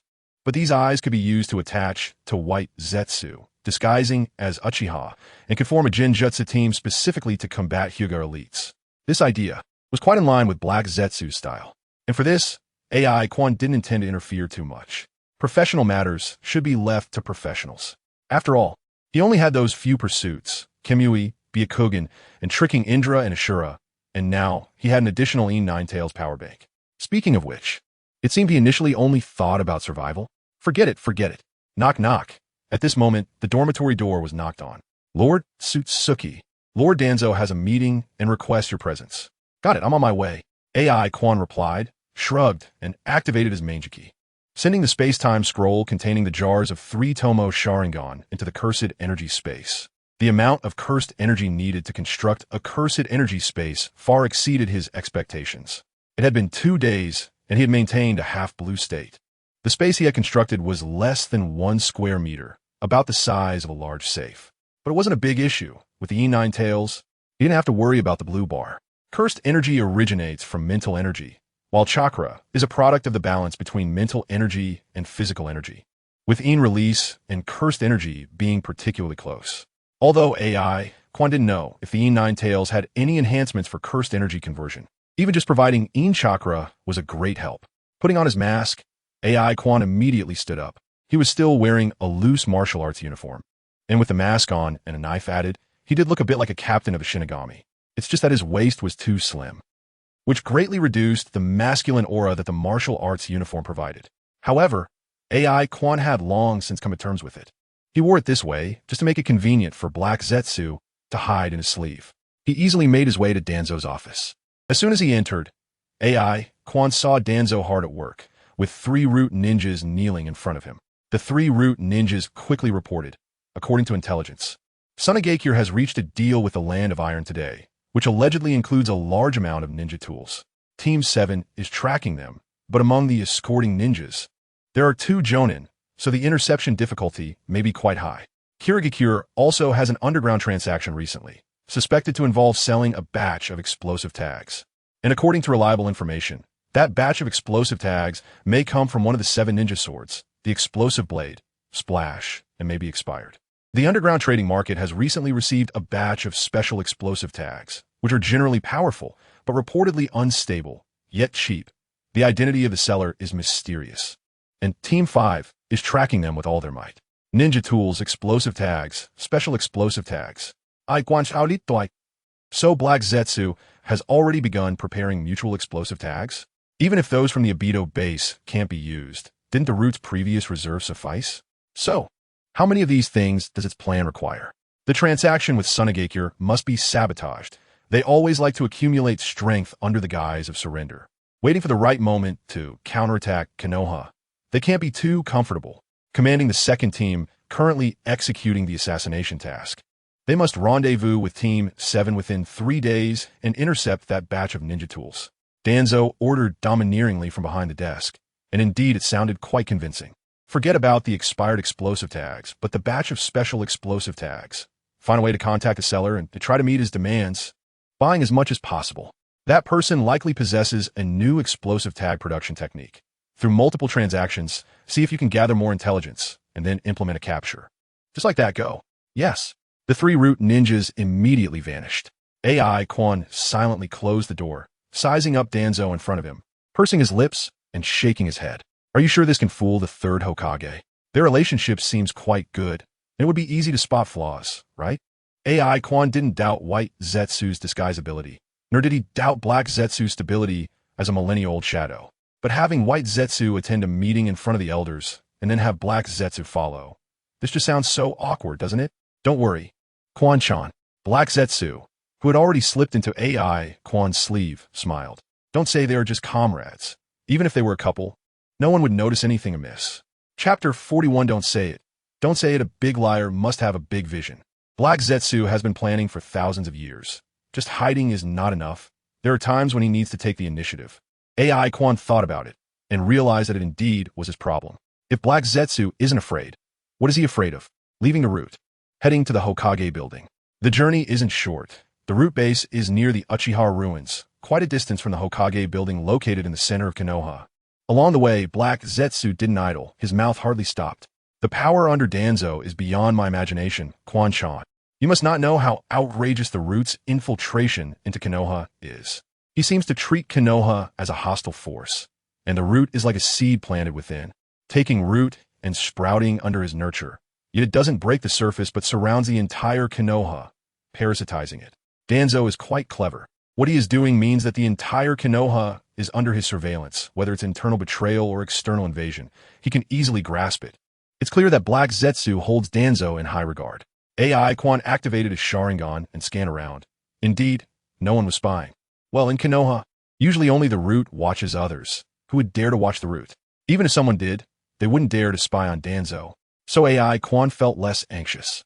He had previously thought discussing these matters in broad daylight was rather unstable. At least finding a small dark room to talk slowly would be better, right? One could only say, as expected of Oni-chan, calm and steady, bold yet meticulous. He must show some response now.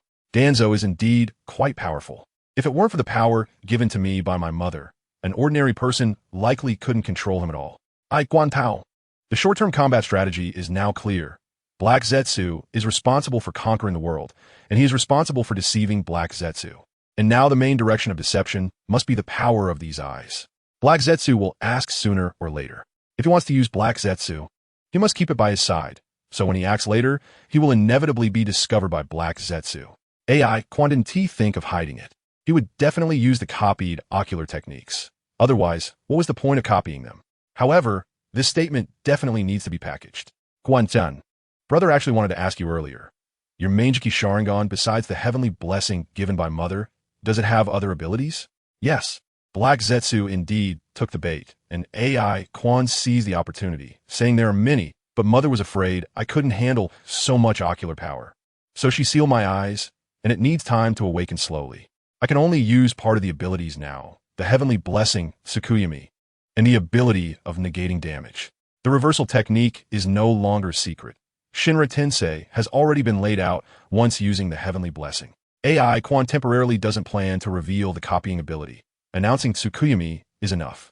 In fact, even if he said it, Black Zetsu probably wouldn't overthink it. After all, it's power from mother, so it wouldn't be excessive to be a bit outrageous. But this kind of thing, better safe than sorry.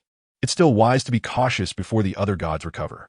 In fact, ever since he deceived Black Zetsu into his side, AI Quan felt like he was becoming more and more stable these days. He used to be quite brave. Tsukuyami? I see. No wonder you can control Danzo. A regular Sharingan can't do that. Black Zetsu clearly did not suspect anything.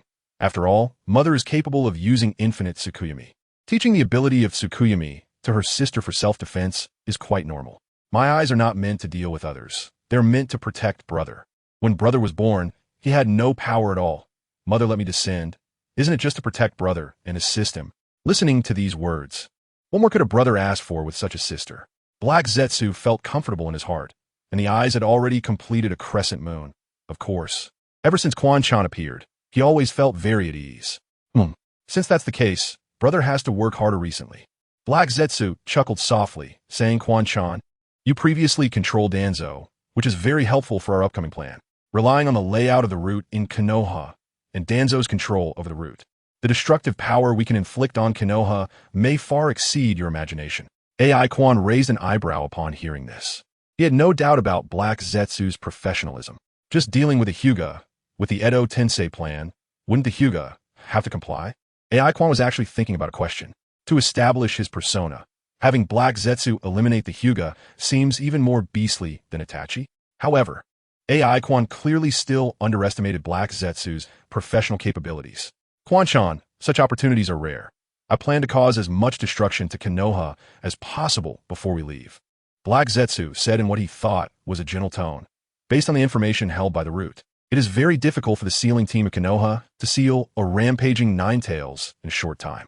If the plan goes smoothly, we can successfully obtain the Nine-Tails chakra from the 4th Hokage's body, and then the Nine-Tails Jinchuriki might be able to join the battlefield. Under this premise, if we can also clean up the sealing team in advance, then the damage the Nine-Tails can inflict on Konoha will undoubtedly reach its maximum. The more Black Zetsu spoke, the more outrageous it became. We just need to prepare enough explosive tags, using Edo Tensei and the combined explosive tag technique, along with the Nine-Tails destruction. With Konoha's current strength, by the time all the Konoha ninjas react, Konoha might have already turned into ruins. And in the chaos, whether it's to eliminate the descendants of the Uchiha or to steal Konoha's core secrets, it will no longer be a problem. Afterwards, the Konoha ninjas will only blame everything on the masked man, and their anger will only be vented on him. Gun, I Quan Quieli Swalao, his face still looking ordinary. Black Zetsu's plan, after completely gaining Danzo and the root, has become even more insane. There must be a reason for this. Perhaps family gave Black Zetsu confidence? It started with just wiping out the Hyuga, and now they are preparing to destroy Konoha? But don't say it. Don't say it all. From wiping out the Hyuga to destroying Konoha, although the scale of destruction has expanded, it sounds somehow even more thrilling. Moreover, the sense of guilt has inexplicably diminished. AI Quan blinked. Could it be that he was the one who was off? Chapter 42. True Hokage versus fake Danzo, carrying the evil plan to bring down Konoha. AI Quan and his brother arrived at the Hokage building. Before they even entered, I Quan Sensei numero vedet. However, White Zetsu's disguise was evidently very successful, with Danzo's identity shielding him. Having Black Zetsu hidden in his sleeve did not raise any suspicions at all. AI Quan activated his Byakugan and began to probe back through the gazes, and indeed, he caught sight of 2 Hyuga wearing green vests. From their attire, they did not seem to be part of the Umbu, but rather the regular guards of the Hokage building. This highlighted the differences between the Umbu and root. Yet, there was not a second Hyuga to be found in the entire root, and the only one present was a pervert. But upon arriving at the Hokage building, even the doormen could be Hyuga ninjas. AI Quan could understand this. The Hyuga clan, although a powerful and influential family, had absolute control over the branch family from the main family. Such a strong and highly united family would typically be something Danzo would be wary of. However, the Hyuga clan was clever. They always supported the 3rd Hokage, almost openly declaring themselves to be a Hokage family, making it difficult for Danzo to find trouble. They couldn't monitor the Hyuga clan either, as surveillance would be quite offensive to the Hyuga, who possessed Byakugan. Moreover, Danzo's previous focus had largely been on the Uchiha, so he had not paid much attention to the Hyuga. Recruiting Hyuga-jin seemed to be simply because that guy was perverted enough to meet Root's aesthetic requirements, and since Byakugan was indeed useful after placing enough seals on him, there was no fear of Hyuga-jin leaking information, so he was recruited. I need to find an opportunity to visit the Hyuga clan's territory. AI Quan thought to himself. Black Zetsu's evil plan became even more insane. Concepts like humanitarianism did not exist for him. AI Quan had his own bottom line that he needed to uphold, and that was very important. Thus, he decided to further help Black Zetsu refine the plan. If it was to collapse, it had to collapse thoroughly. Strike Konoha hard. Strike fear into them. Strike them until they couldn't lift their heads. What is Uchiha? It is glory. It is battle. It is a fight to the death. Let the world forever remember the power of Uchiha. Remember the wrath of Uchiha. Collapsing Konoha may seem like a way to vindicate Uchiha, but in reality, it was for the arrival of Mother. As for eliminating the descendants of the Feather Village, it didn't matter. They were just a group of caged birds, posing no threat to Mother-S resurrection. The focus must still be on destroying Konoha. After all, the one who would take the blame in the end would be Obito. The inner beast was roaring, but AI Quan's facial expression remained quite normal. Entering the hall, he walked up the stairs to the 2nd floor. Elder Danzo, please enter. The Umbu in front of the Hokage's office opened the door for Danzo. Quan, as a mere small guard, certainly did not have the qualifications to go in and could only stand at the door obediently, watching as Danzo, leaning on his cane, walked in. Suddenly, it felt a bit thrilling. This blatant disguise, infiltration, even attending a meeting at the highest authority. Wasn't this like a ninja spy movie? With two Umbu closing the door again, most of the sound was cut off, but that couldn't stop the probing of the Byakugan. Oh, indeed. It became clearer. The initial boost of the ocular technique was quite evident. With two pairs of Byakugan, the X-ray ability had improved by more than half. Quan was uncertain if all the Hyuga combined could produce a pair of Rinnegan. If not enough, he could only go to the moon to find Otsutsuki Kagaya. If he were to kidnap Hinata and Hanabi, would Kagaya come looking for him? While thinking this in the office, the conversation between Danzo and the third Hokage had begun. You've been making some big moves lately, Danzo. The third Hokage leaned back in his chair, smoking a cigarette, giving off a bit of mob boss vibe. Quan was slightly surprised. Could it be that Black Zetsu's actions to collect explosive tags had been too conspicuous? Had they been discovered? But he saw the fake Danzo was completely unperturbed. Hands resting on his cane. This is how I have always operated. Just speak it, Daizan. After all these years, this is not what you wanted to say. No matter how shocked Quan was, this response was indeed very much like Danzo. But White Zetsu shouldn't have such ability. So did Black Zetsu anticipate this ahead of time? Did they rehearse the script before departing? So just how much had Black Zetsu done in these past 2 days? Digging graves, stealing corpses, and preparing explosive tags, while also rehearsing with White Zetsu? They had to be cautious with their words, right? The third Hokage's tone had taken on a note of dissatisfaction. The clan heads of Inuzuka, Nara, and Akimichi had approached me before. Those kids were supposed to come to the Umbu, and you could just take them away, but you didn't even leave their corpses behind. Even if they died in the line of duty, you should at least give some explanation to the clan heads, right? What the third Hokage wanted to say was likely not this. Even as an observer, Quan could tell this was merely a test. The ones who died were killed by him, but from an objective perspective, for a small team like Inuzuka, Nara, and Akimichi to perish, it would at least have to be an S-rank mission. His actions had no third-party witnesses. The White Zetsu he saw at that time was now one of their own. The third Hokage must have discovered something else, but was uncertain, summoning Danzo merely to probe the situation, not knowing if Black Zetsu's contingency plan had any preparations for this aspect. To be honest, Quan was feeling a bit nervous. He hadn't felt on the way here, but now watching the fake Danzo inside perform, it felt like they could be exposed at any moment, which was quite thrilling. If Black Zetsu were also inside, Quan would definitely be calmer. His brother was always trustworthy. Yet since it was White Zetsu, it still felt a bit risky if there were only contingency plans. They intercepted a group of ninja troops from Sunagakure, to say it like that. The fake Danzo said almost dismissively. In the next second, Quan heard the third Hokage's response, which was even more dissatisfied. Don't go too far, Danzo. This line sounded very familiar, but had the protagonist changed? What exactly did you send them to execute? And your route has been frequently leaving Konoha lately. Your actions are almost comparable to wartime. What exactly are you doing? The third Hokage was furious. He seemed to be genuinely angry, but Quan instead felt calm. The third Hokage's emotions were being stirred by the fake Danzo, which proved that the rhythm was still under control. As expected, haven't I already told you?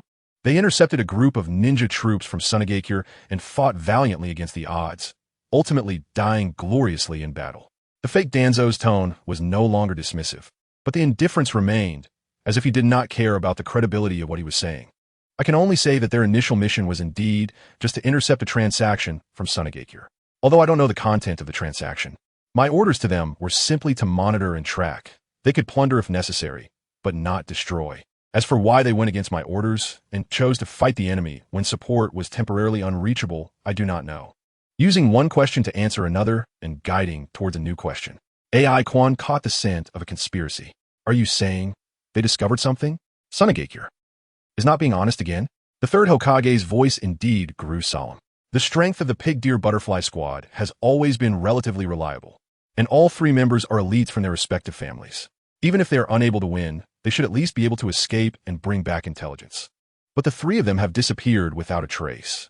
Excluding the possibility of the 3 defecting from the village, the situation behind this disappearance is worth pondering. Did they discover something? And did they encounter a situation where they had to engage in battle?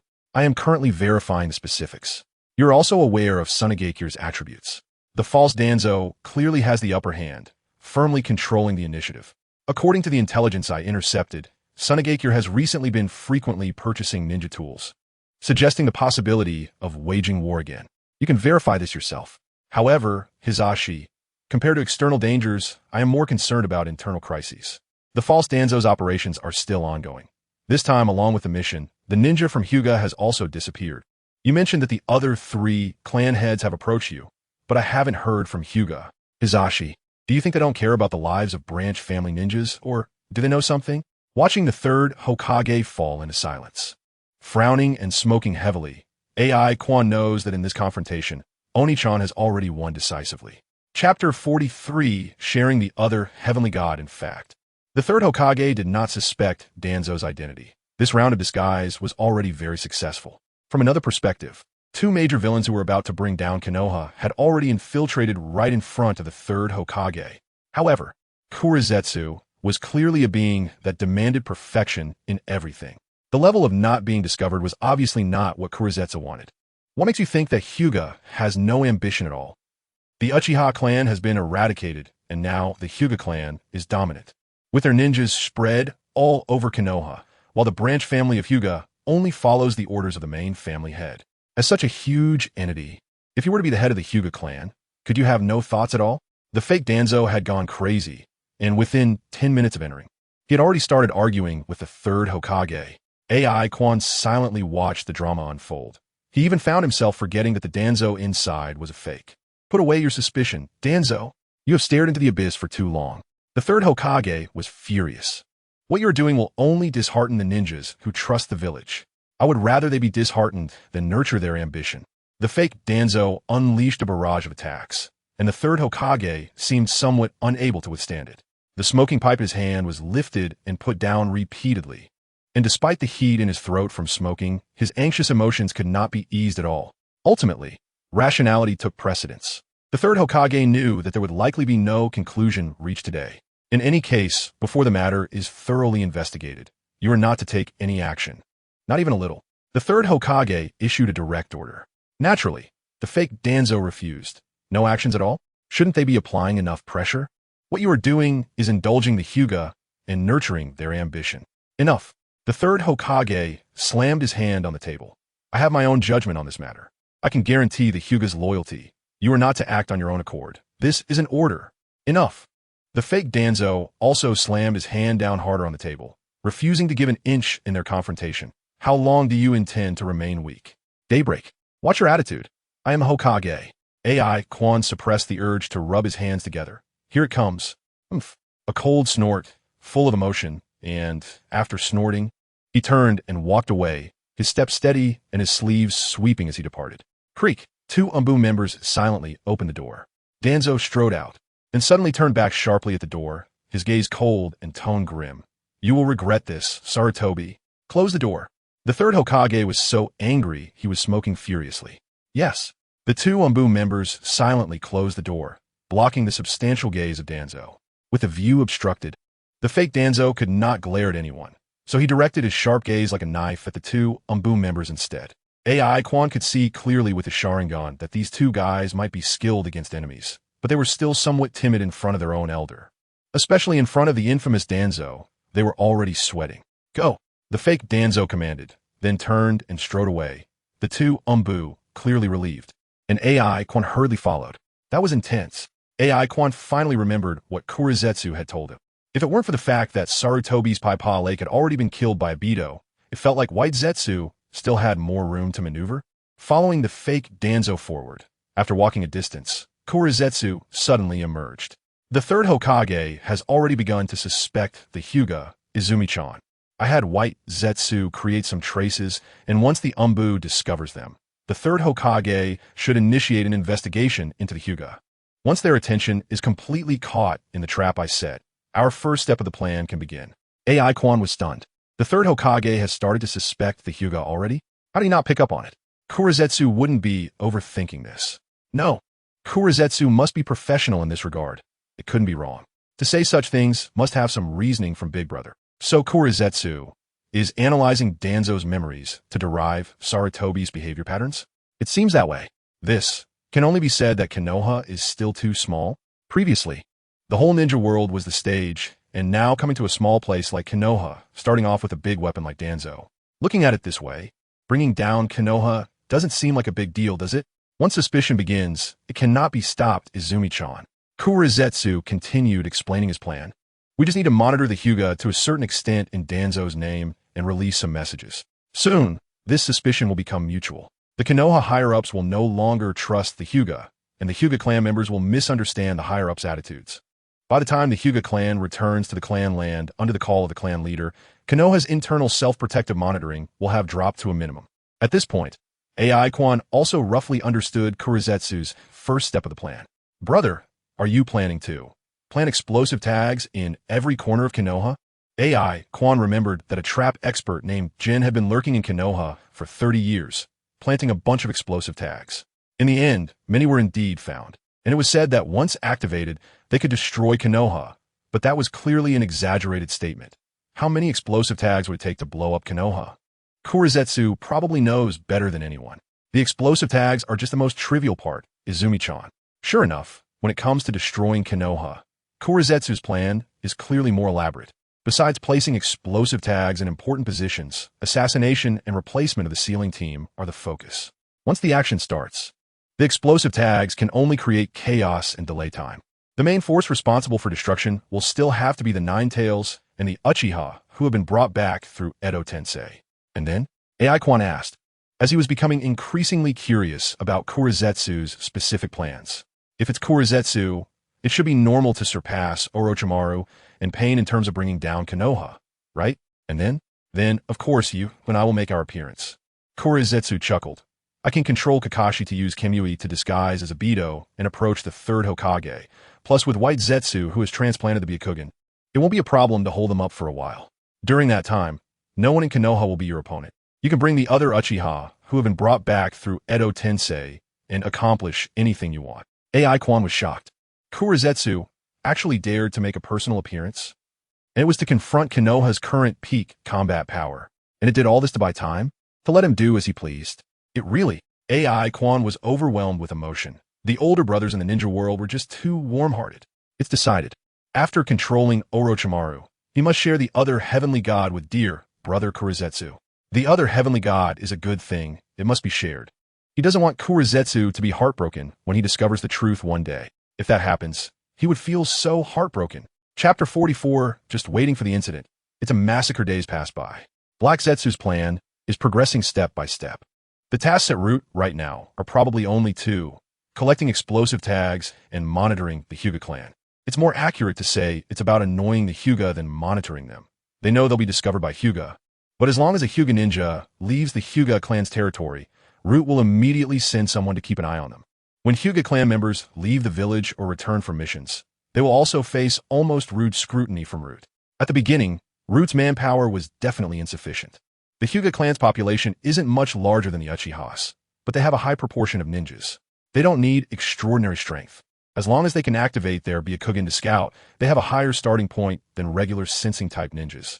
The number of Hyuga ninjas is even greater than the combined number of Root ninjas. But Black Zetsu doesn't care about that. Not enough manpower? Then use equipment. The surveillance devices previously dismantled from the Uchiha compound just came in handy and were installed in the Hyuga compound right under the noses of the Hyuga clan members. This is no longer just annoying. It's outright provocation and an insult. The Hyuga clan naturally did not remain indifferent. The clan head, Hyuga Hizashi, went directly to the Hokage building. After a respectful yet assertive explanation, the third Hokage immediately pressured Root to cease monitoring the Hyuga and dismantle the surveillance equipment. Black Zetsu was very cooperative in this regard and indeed withdrew most of the Root personnel monitoring the Hyuga, leaving only a few small teams on rotation at the entrance of Konoha to scrutinize every passing Hyuga. However, with less monitoring, the seeds of suspicion were sown. The aftermath of the Uchiha clan massacre had not yet passed, and many Hyuga clan members had also participated in the previous actions against the Uchiha. Now the same tactics were aimed at the Hyuga, inevitably leading people to draw connections. But Hyuga Hizashi is a clear-headed person. He understands that all of this does not come from the will of the third Hokage, but from that suspicious elder. So, Hyuga Hizashi has been trying his best to soothe the emotions of his clan members, But with different positions, people see different things. Perspectives vary. What Hyuga Hisashi can understand, his clan members may not necessarily grasp. What most people can see are the surveillance devices installed by Root in front of their homes and the unreasonable scrutiny when leaving and returning to the village. In just half a month, the dissatisfaction among the Hyuga clan members grew more intense. To prevent unnecessary incidents from occurring, Hyuga Hisashi knew he needed to meet that elder. Izumi-chan, the head of the Hyuga clan, personally went to the entrance of Konoha and had the Root ninjas stationed there bring me a letter. Controlling the body of the fake Danzo, Black Zetsu smiled on one side of his face and said, "That kid wants to meet me, and the time is set for tonight. It seems his clan members have been putting pressure on him during this time." "Huh, really? Let me see." AI Izumi took the scroll from Black Zetsu's hand. The scroll was small and exquisite, and the content was brief. "At 7 p.m., please meet Elder Danzo, Hyuga Hisashi." Concise and to the point, it was just an invitation, but it felt very grand. "He's a smart person," AI Izumi commented, raising an eyebrow. In fact, AI Izumi has always looked down on the Hyuga clan, feeling that their methods of protecting their bloodline limit by treating them like caged birds were rather cowardly. In comparison, the Uchiha's approach was much more domineering. Anyone who dared to pluck an eye from the Uchiha clan would be prepared to be hunted down by the entire Uchiha clan. But dominance aside, the Uchiha's fate is laid bare. The entire clan was wiped out, and they hardly managed to protect many eyes. When comparing the Hyuga, caged birds are still caged birds, but they have indeed continued very steadily, and later on hit the jackpot, directly becoming the maternal family of the 7th Hokage, enjoying a moment of glory. Meanwhile, the last Uchiha matriarch was still facing a mortgage crisis every day. This kid is indeed quite clever. He knows the problem lies with Root and understands that this is the best way to appease the emotions of his clan. Black Zetsu said ominously, regardless of whether Danzo from Root shows up or what he talks about after showing up. At least the Hyuga clan members and the 3rd Hokage will see the attitude of their clan leader. AI Izumi nodded in agreement. This is similar to how the 2nd Hokage assigned the Uchiha to be responsible for Konoha's security department.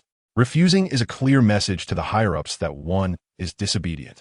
Agreeing means having to handle unpopular tasks, gradually being marginalized. This invitation is the same. If Elder Danzo doesn't show up, it reflects his guilt. Why does the dignified Hyuga clan have to be afraid of a confrontation? If Elder Danzo shows up, he must provide a reason for today's inappropriate actions. If he doesn't, it will appear as if he is deliberately targeting the Hyuga clan. The 3rd Hokage and the Konoha high-ups will stand up for me. At worst, we can meet at the daimyo's residence. The key is whether Danzo will attend. The attitude of Hyuga Hisashi as the clan leader in protecting his clan is now public. For the sake of the Hyuga, this clan leader is willing to confront the elders of Konoha. Let's see how fast my allies can like this. This is a public strategy. But Black Zetsu does not intend to respond. There's no need. It's not on the same level, not on the same tier. Hyuga Hisashi's reactions are inconsequential. Black Zetsu has already completed the necessary procedures for the plan during this brief strike by the Hyuga clan. The explosive tags have been laid out, and the sealing team has been successfully infiltrated by White Zetsu. Just waiting for the incident, it will be a massacre. Giving a super operator like Black Zetsu half a month, the things he can accomplish are beyond ordinary imagination. Black Zetsu ignored Hyuga Hisashi's little cleverness and controlled half of the fake Danzo's body, saying, "Don't pay attention to them, Izumi-chan. The reanimated Uchiha are ready, and Kakashi Hataki's mission should be ending soon as well. Next, we just need to control Kakashi Hataki, disguise him as Obito, so that someone can take responsibility for our plan. The rest is just waiting for action." From planning to action, Black Zetsu only prepared for half a month.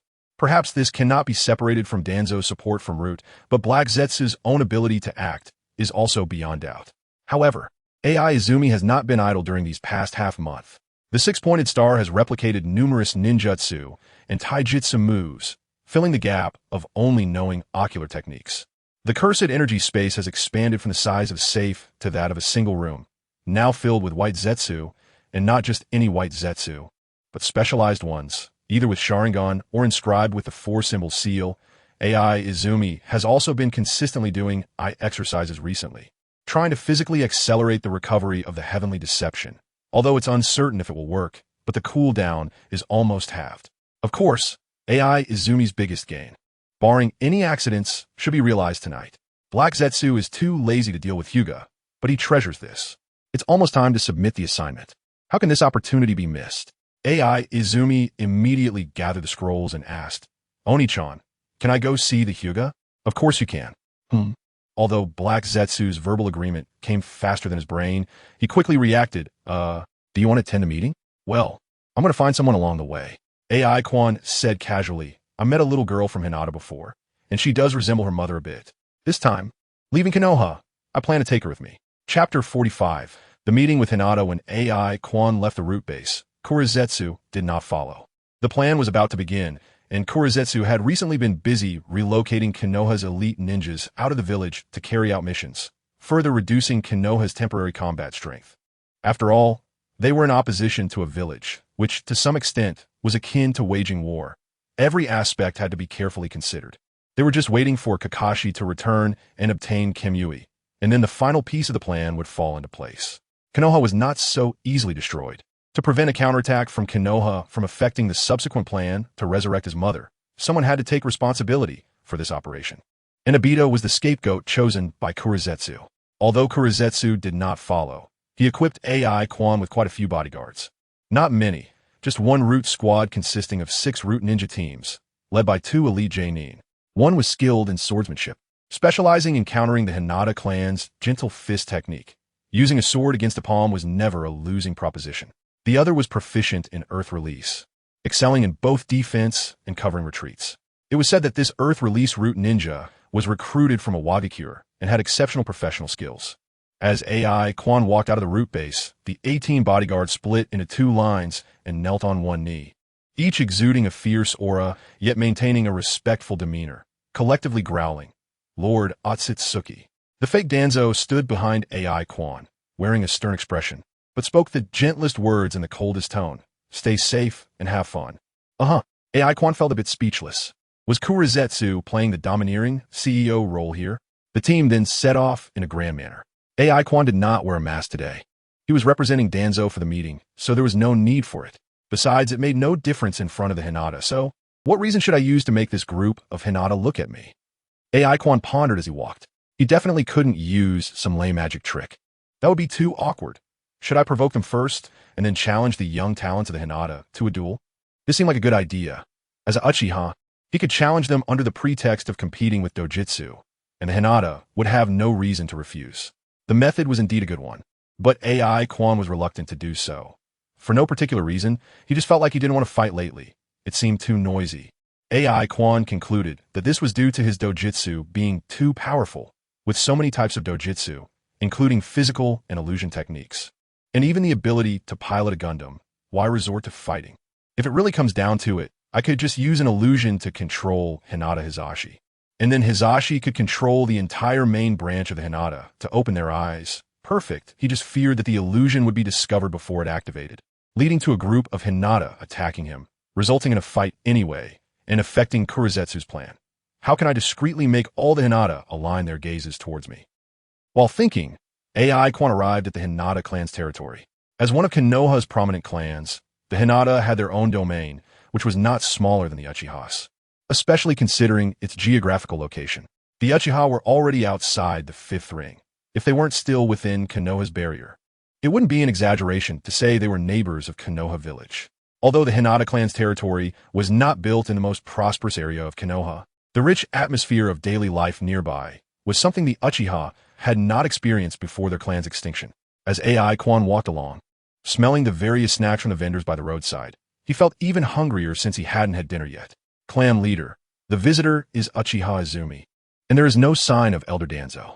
Dressed in a flowing kimono, with the Hinata clan symbol hanging on her chest, Hinata Hizashi stood straight at the entrance of the Hinata clan's territory, his gaze fixed on the imposing and fierce team approaching.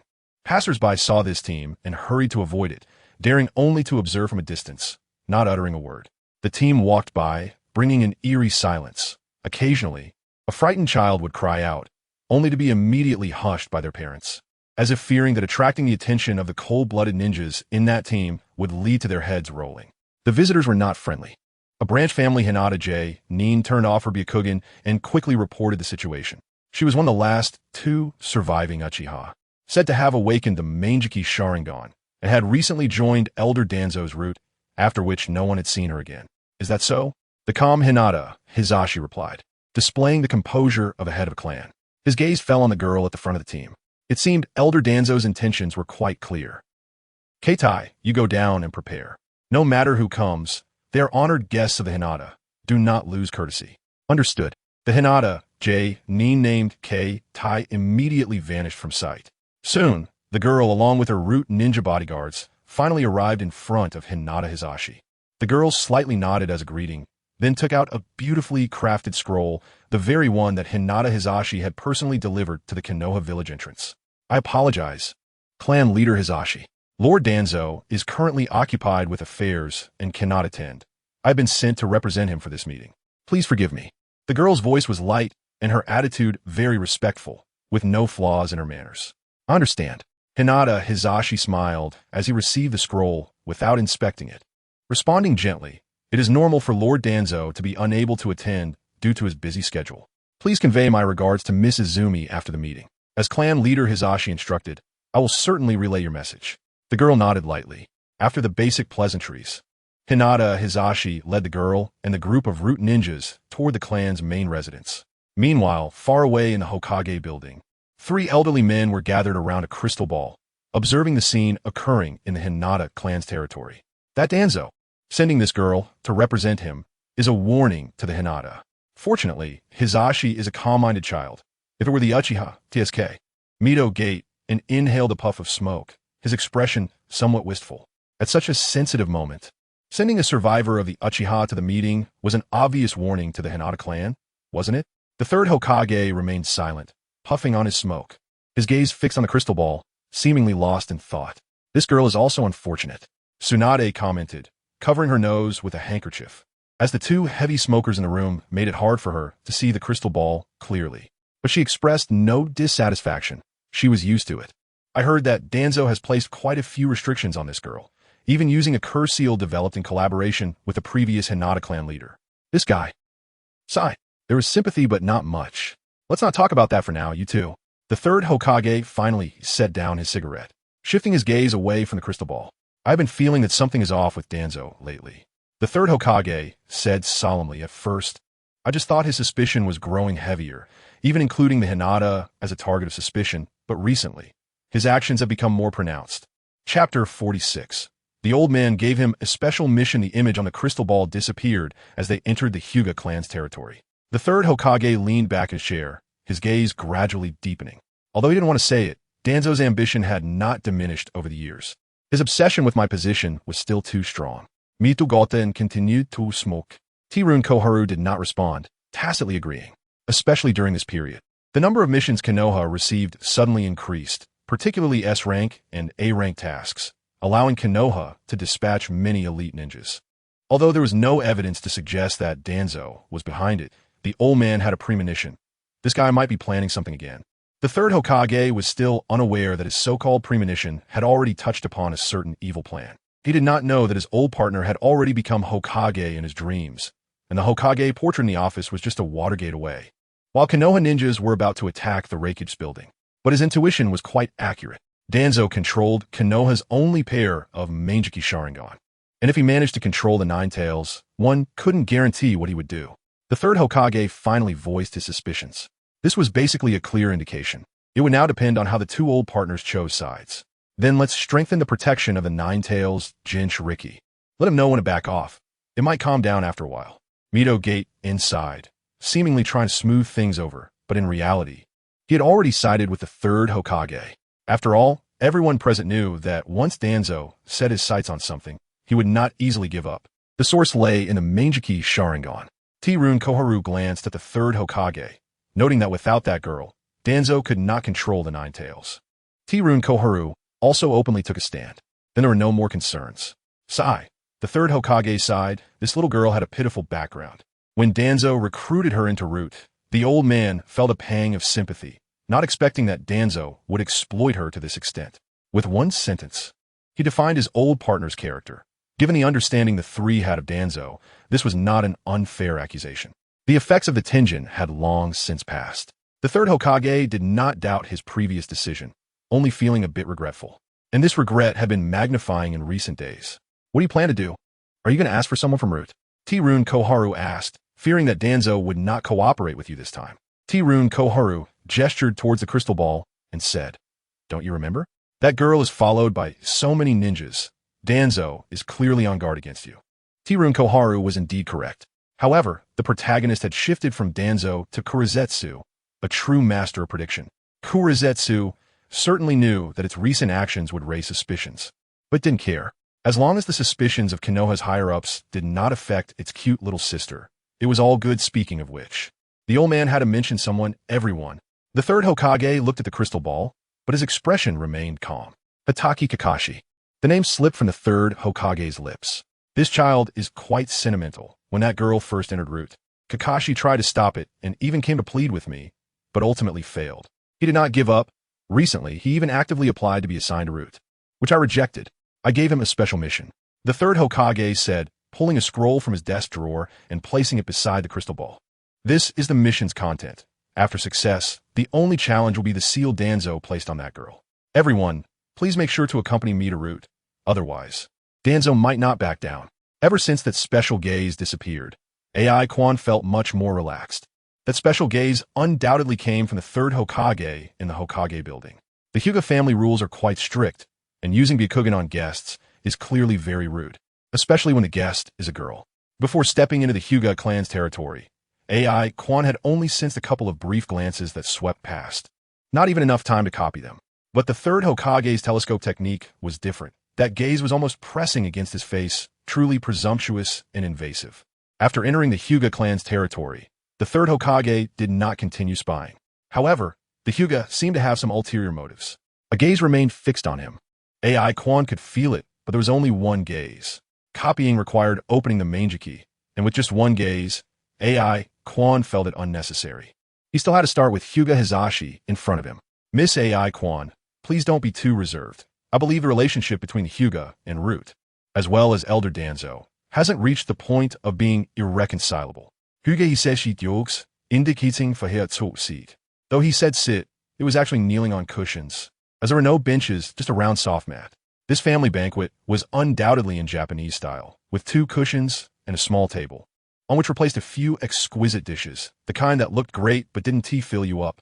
Island culture always has a somewhat stingy feeling, just like their tanks, all on a mini route. Since clan leader Hizashi said so, I can rest assured.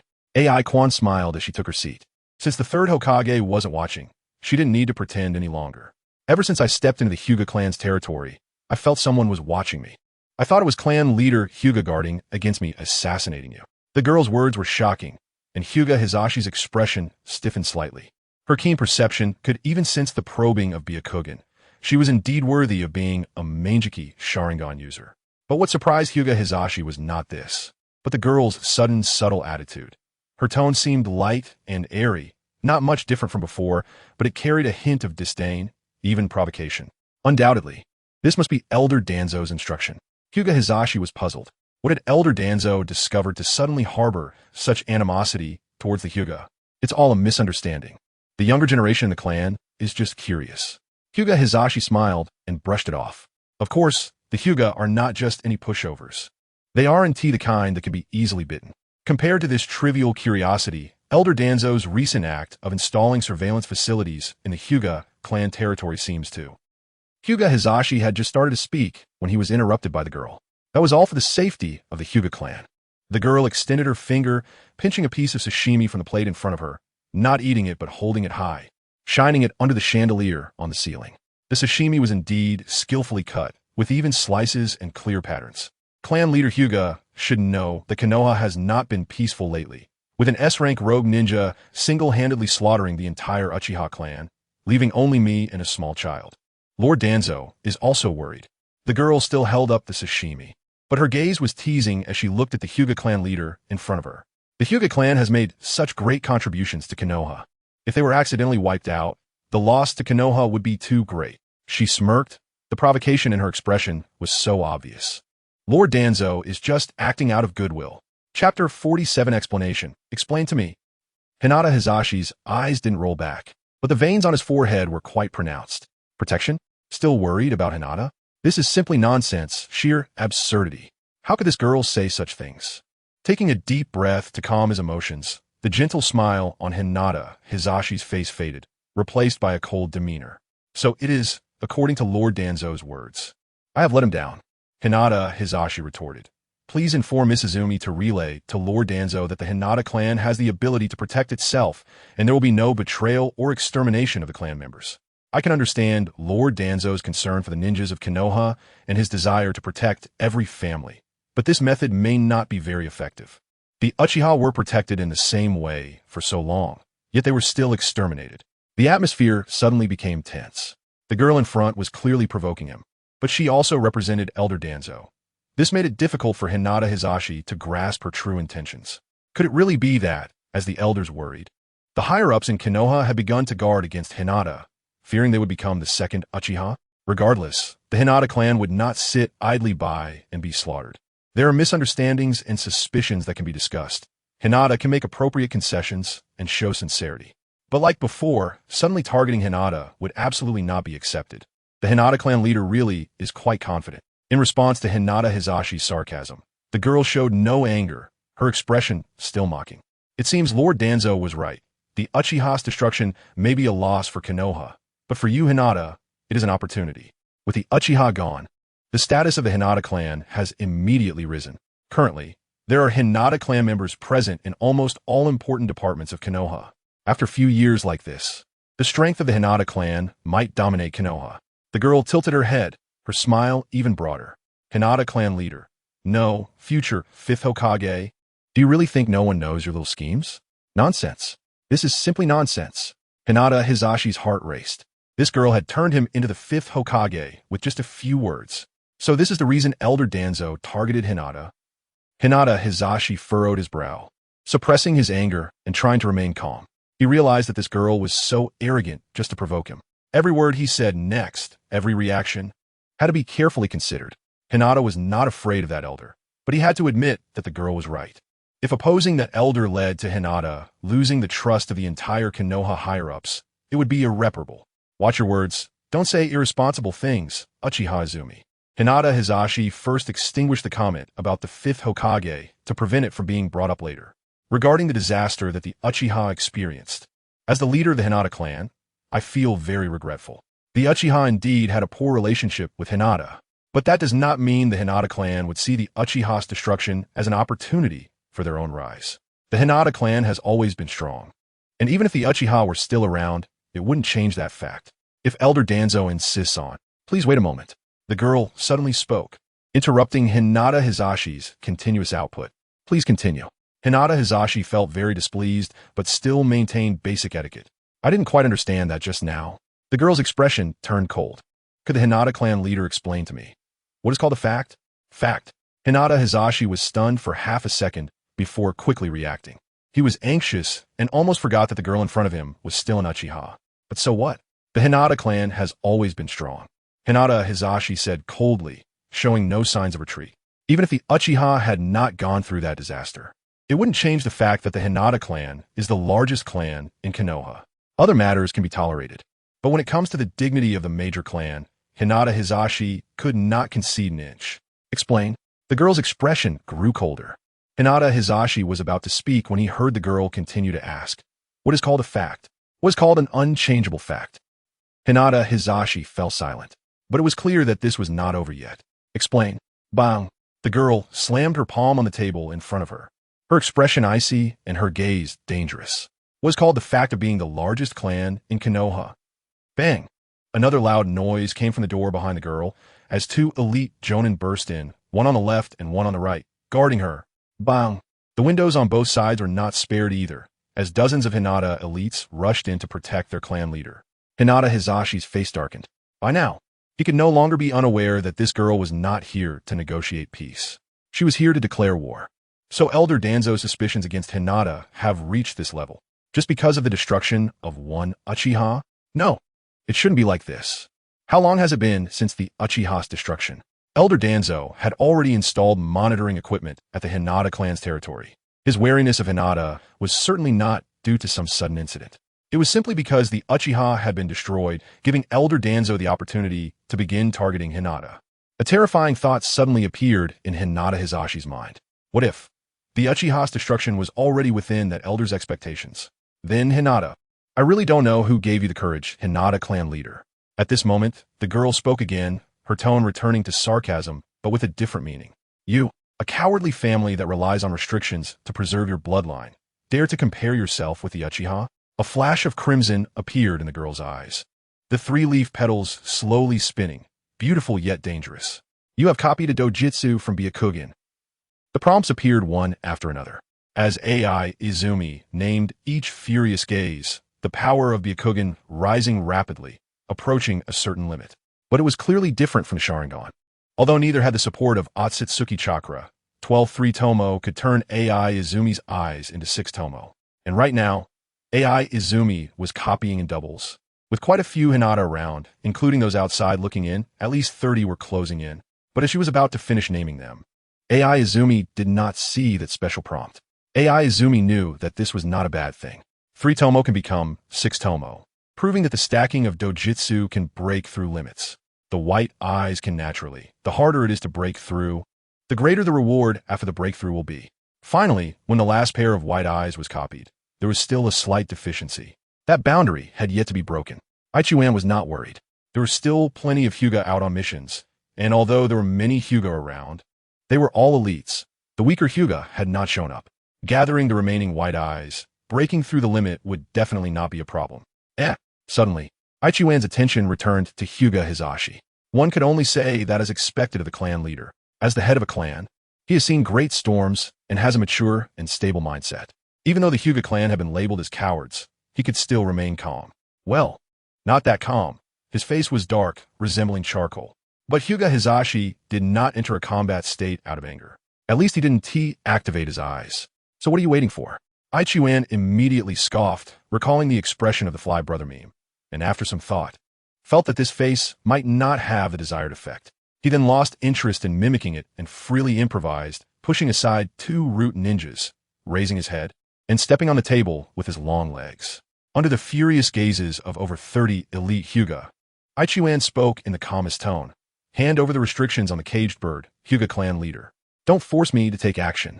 Chapter 48 Premonition. As the old saying goes, a gentleman does not stand under a dangerous wall. But AI Quan really doesn't take this group of Hyuga seriously. So what if I look down on you, Hyuga? Go ahead and glare at me with your Byakugan. Before Black Zetsu set off, he was allowed to bring so many root ninjas.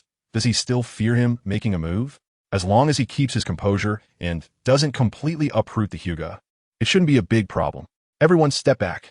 Hyuga Hizashi still hasn't activated his Byakugan, but his anger should be nearing its peak. With bulging veins on his forehead, he looks as though he's activated it. Hyuga Hizashi is indeed very angry. The girl's words have gone beyond insulting the Hyuga. They are trampling on Hyuga's dignity. At the same time, Hyuga Hizashi is also very aware that the girl is deliberately provoking him. At this moment, Hyuga Hizashi's eyes are filled with coldness, yet he maintains absolute calm. Hand over the restrictions on the cage bird. This may indeed be Elder Danzo's suggestion, but Elder Danzo will definitely not admit it. That's why he sent such a Uchiha girl here, isn't it? Seizing the opportunity to create and escalate conflict. Using unreasonable provocation to threaten the Hyuga. Isn't it just to make him make some irrational decisions, and then further exploit the situation? Hyuga Hizashi is trying hard to suppress his anger, his gaze coldly fixed on the girl in front of him, striving to remain calm. As an adult man, a husband, and a clan leader, he cannot allow any of these identities to be dominated by anger. He cannot act directly, as it would bring disaster to the Hyuga clan. But he also cannot simply let her go. So many eyes are watching him as the clan leader. The recent death of Hinata has left the branch family members cold-hearted for a long time, further expanding the conflict between the main and branch families. If he cannot uphold the dignity of the Hyuga today, then no matter how much the clan members support the main family, he is unworthy of being this clan leader. After careful consideration, Hyuga Hizashi made a decision. He immediately sealed off the Hyuga clan's territory, expelled all unrelated personnel, and at the same time fired a flare to summon all Hyuga clan members to return to the clan's territory immediately. Hyuga Hizashi shouted loudly, and the clan members were initially stunned when they heard the call to return, but soon excitement replaced their shock. The clan leader is finally going to take action. Some elders showed concern but remained silent. Even if they wanted to advise the clan head to remain calm, now was not the time. Yes, Immediately, a young Hyuga responded excitedly, and before leaving, he shot a fierce glare at the Uchiha girl and the group of root ninjas. Guangtai, send someone to notify the major elders of Konoha and Lord Third Hokage, and inform all clan leaders. Hyuga Hizashi ordered, his eyes still locked on the Uchiha girl in front of him.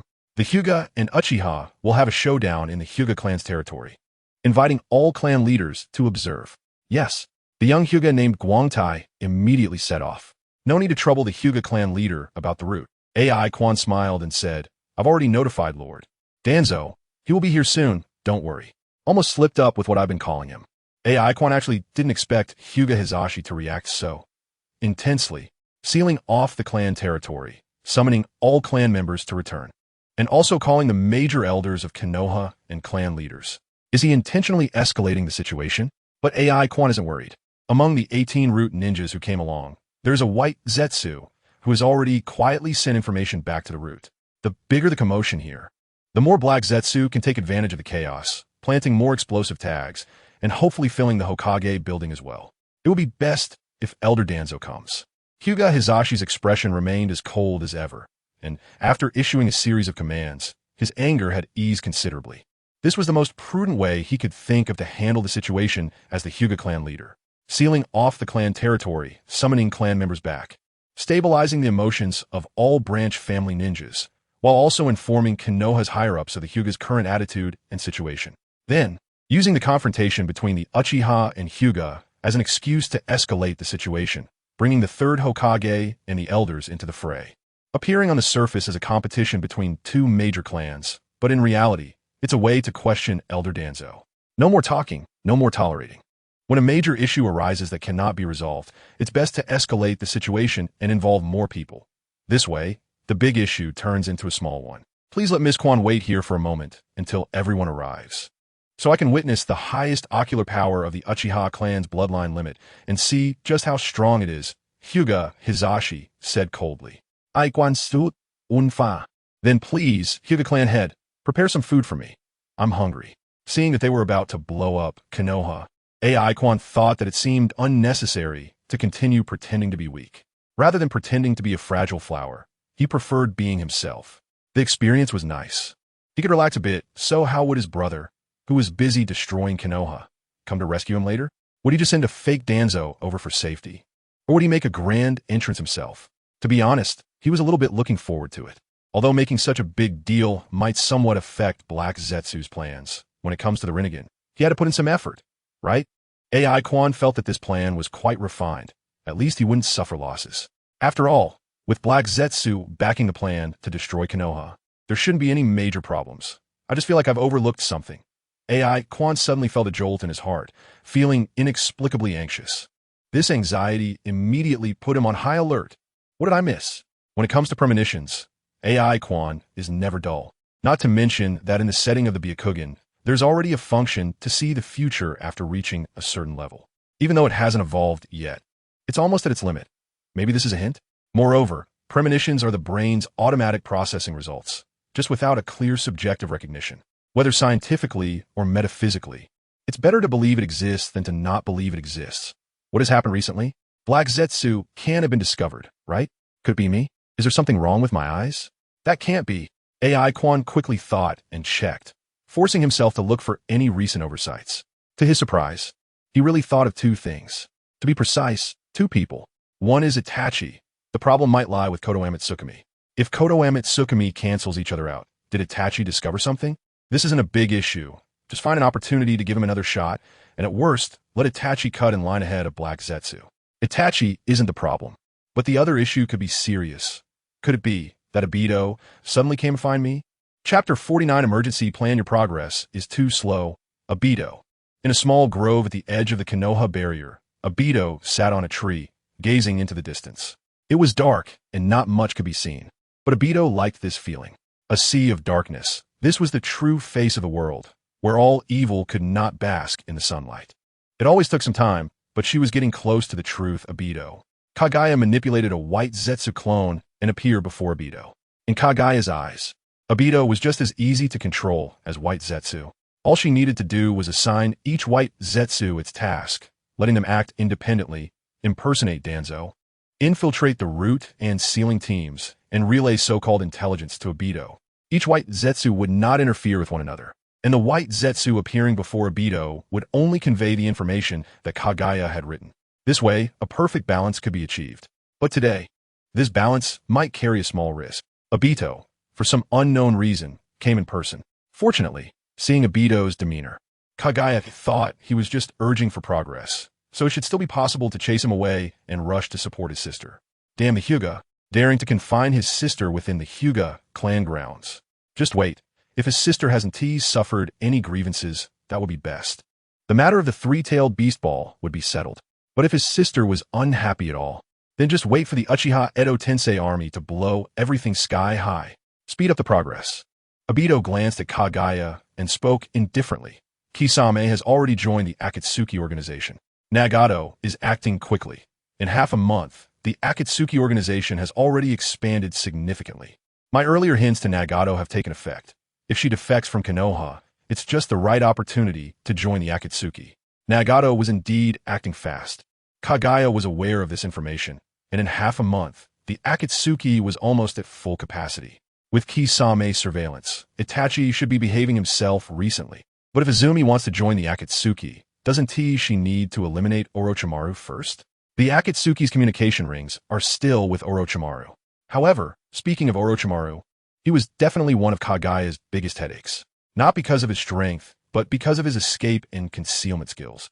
Kaguya had roamed the ninja world for many years, yet she still couldn't find a fleeing Orochimaru. Orochimaru wasn't a problem. White Zetsu was still searching for him. And once found, she would inform Nagato. Obito wasn't too concerned about this. These dirty and tiring jobs were all done by White Zetsu. Currently, no ninja in the ninja world could evade White Zetsu surveillance, and Obito felt Orochimaru would be no exception. What you need to do now is to hurry. Suddenly, a red light pierced the night sky and shot upwards, spreading out in the air and transforming into a special symbol. Obito recognized this symbol. It was the crest of the Hyuga clan. Although he didn't know exactly what had happened, Obito could roughly judge what this signal flare represented. The Hyuga. Obito also looked down on the Hyuga. It seemed that Konoha was quite unsettled lately. Obito said, glancing at Kaguya again, seemingly asking why she hadn't reported this to him. And just with that glance, Kaguya, who understood Obito's character and behavior patterns well, immediately realized the seriousness of the situation. This guy will definitely not let this opportunity slip. If chaos arises in Konoha, he will definitely take the chance to infiltrate Konoha and accelerate his plan. Kaguya immediately thought of the worst-case scenario. Obito would take this opportunity to demand she execute the plan immediately and tell his sister the false truth, that Itachi's massacre of the clan was indeed at the behest of the higher-ups. But the higher-ups only wanted to eliminate the ninjas within the Uchiha who were trying to start a coup, while Itachi, for the sake of power, chose to slaughter the entire clan, sparing even his own parents. Passing by, Obito saw members of the Konoha security department fighting each other, not wanting the glory of the Uchiha clan to be tarnished. So he chose to take action personally and saved his sister. The despicable truth aimed to make his sister completely lose faith in this world, and Obito would then take the opportunity to reveal the so-called Eye of the Moon plan. And based on Obito's usual style, he would definitely make his sister seek revenge on Danzo. He would use Genjutsu to control Danzo, make him lift the non-existent restrictions on his sister, and then let her kill Danzo with her own hands. Time was tight. Kaguya decisively made a decision. It was time to activate plan number 153. As the number one conspiracy master in the ninja world, Kaguya had countless backup plans behind every scheme. The first rule of survival: preparation is always the most important. Emergency Plan 153 for the Konoha collapse. The plan has not yet been initiated. Obito's unexpected appearance. His sister is unaware and has encountered certain difficulties. In such a situation, Obito must be found and his sister must be asked to buy time. That direction. The situation isn't looking good. Obito. Thoughts came in an instant, and decisions were made in an instant. Kaguya decisively activated the plan. Controlling her tone as she said, Danzo issued a task to Izumi 2 hours ago, apparently to head to the Hyuga clan grounds for something. And he sent quite a few root ninjas along. This signal flare. Kaguya pretended to think for a moment. Obito, Izumi might be in trouble again. This was very important. In the false intelligence Kaguya had been transmitting to Obito during this time, Danzo had indeed made his sister undertake several high-risk missions. As expected, before Kaguya finished speaking, Obito's aura had already turned cold. Upon hearing that the girl might be in danger again, a faint killing intent emerged. Danzo, Obito growled in a low voice. Kaguya quickly fanned the flames. From my investigations into the route recently, it seems Danzo has been treating the Hyuga as a second Uchiha. But if he is wary of the Hyuga clan, wouldn't it suffice to control their clan head? The current head of the Hyuga clan has 2 daughters. The eldest is 6 years old this year, and the youngest has just been born. If Kaguya hinted at this point, Obito could easily deduce the truth. Danzo sent her to carry out the mission to assassinate the head of the Hyuga clan. Obito looked at the second red signal flare now in the sky. The Tomo in his eyes had switched to the kaleidoscope. She must have done something. Otherwise, the Hyuga wouldn't be sending out these family signal flares, which were clearly to be used in emergencies. The head of the Hyuga clan isn't so easily assassinated, even with the cooperation of root ninjas. It would be impossible in the Hyuga clan grounds. Cooperation? Obito suddenly realized something. What if this was Danzo's collaboration with the Hyuga? Intending to use this method to rationally eliminate the Uchiha? What would the final outcome be? The resentful Uchiha, attempting to control the head of the Hyuga clan, thereby controlling the entire Hyuga, and launching a retaliation against Konoha? She shouldn't be allowed to come back. Obito gritted his teeth and said this, immediately channeling his chakra. The plan has been moved up. Kaguya, hurry up and prepare. The Kamui activated, and Obito's body vanished into the space-time vortex. I must catch up. Once inside the Kamui space, Obito immediately locked onto Hinata, preparing for a second spatial leap. I must catch up. Kaguya immediately burrowed into the ground and ran frantically. Her relationship with her sister absolutely must not be exposed. It absolutely must not. Chapter 50 Passive and Active Hyuga Clanland. By the time the third signal flare was fired, the Hyuga ninjas still in Konoha had mostly returned to the Hyuga clanland. The same was true for ninjas on missions outside. Those who could see the signal flare either quickened their pace or simply abandoned their missions, rushing directly towards Konoha. A failed mission meant only compensation, which could still be salvaged. When it came to the survival of the clan, no Hyuga dared to delay for even a moment. As night deepened, more and more people arrived at the Hyuga clanland. Aizawa was still in the banquet hall of the Hyuga clan's main residence, sitting opposite Hyuga Hayashi, eating while keeping her Sharingan activated. She wasn't targeting Hyuga Hayashi, but rather using her Byakugan to search for the possible figure that might appear. Although it was just a premonition, what if?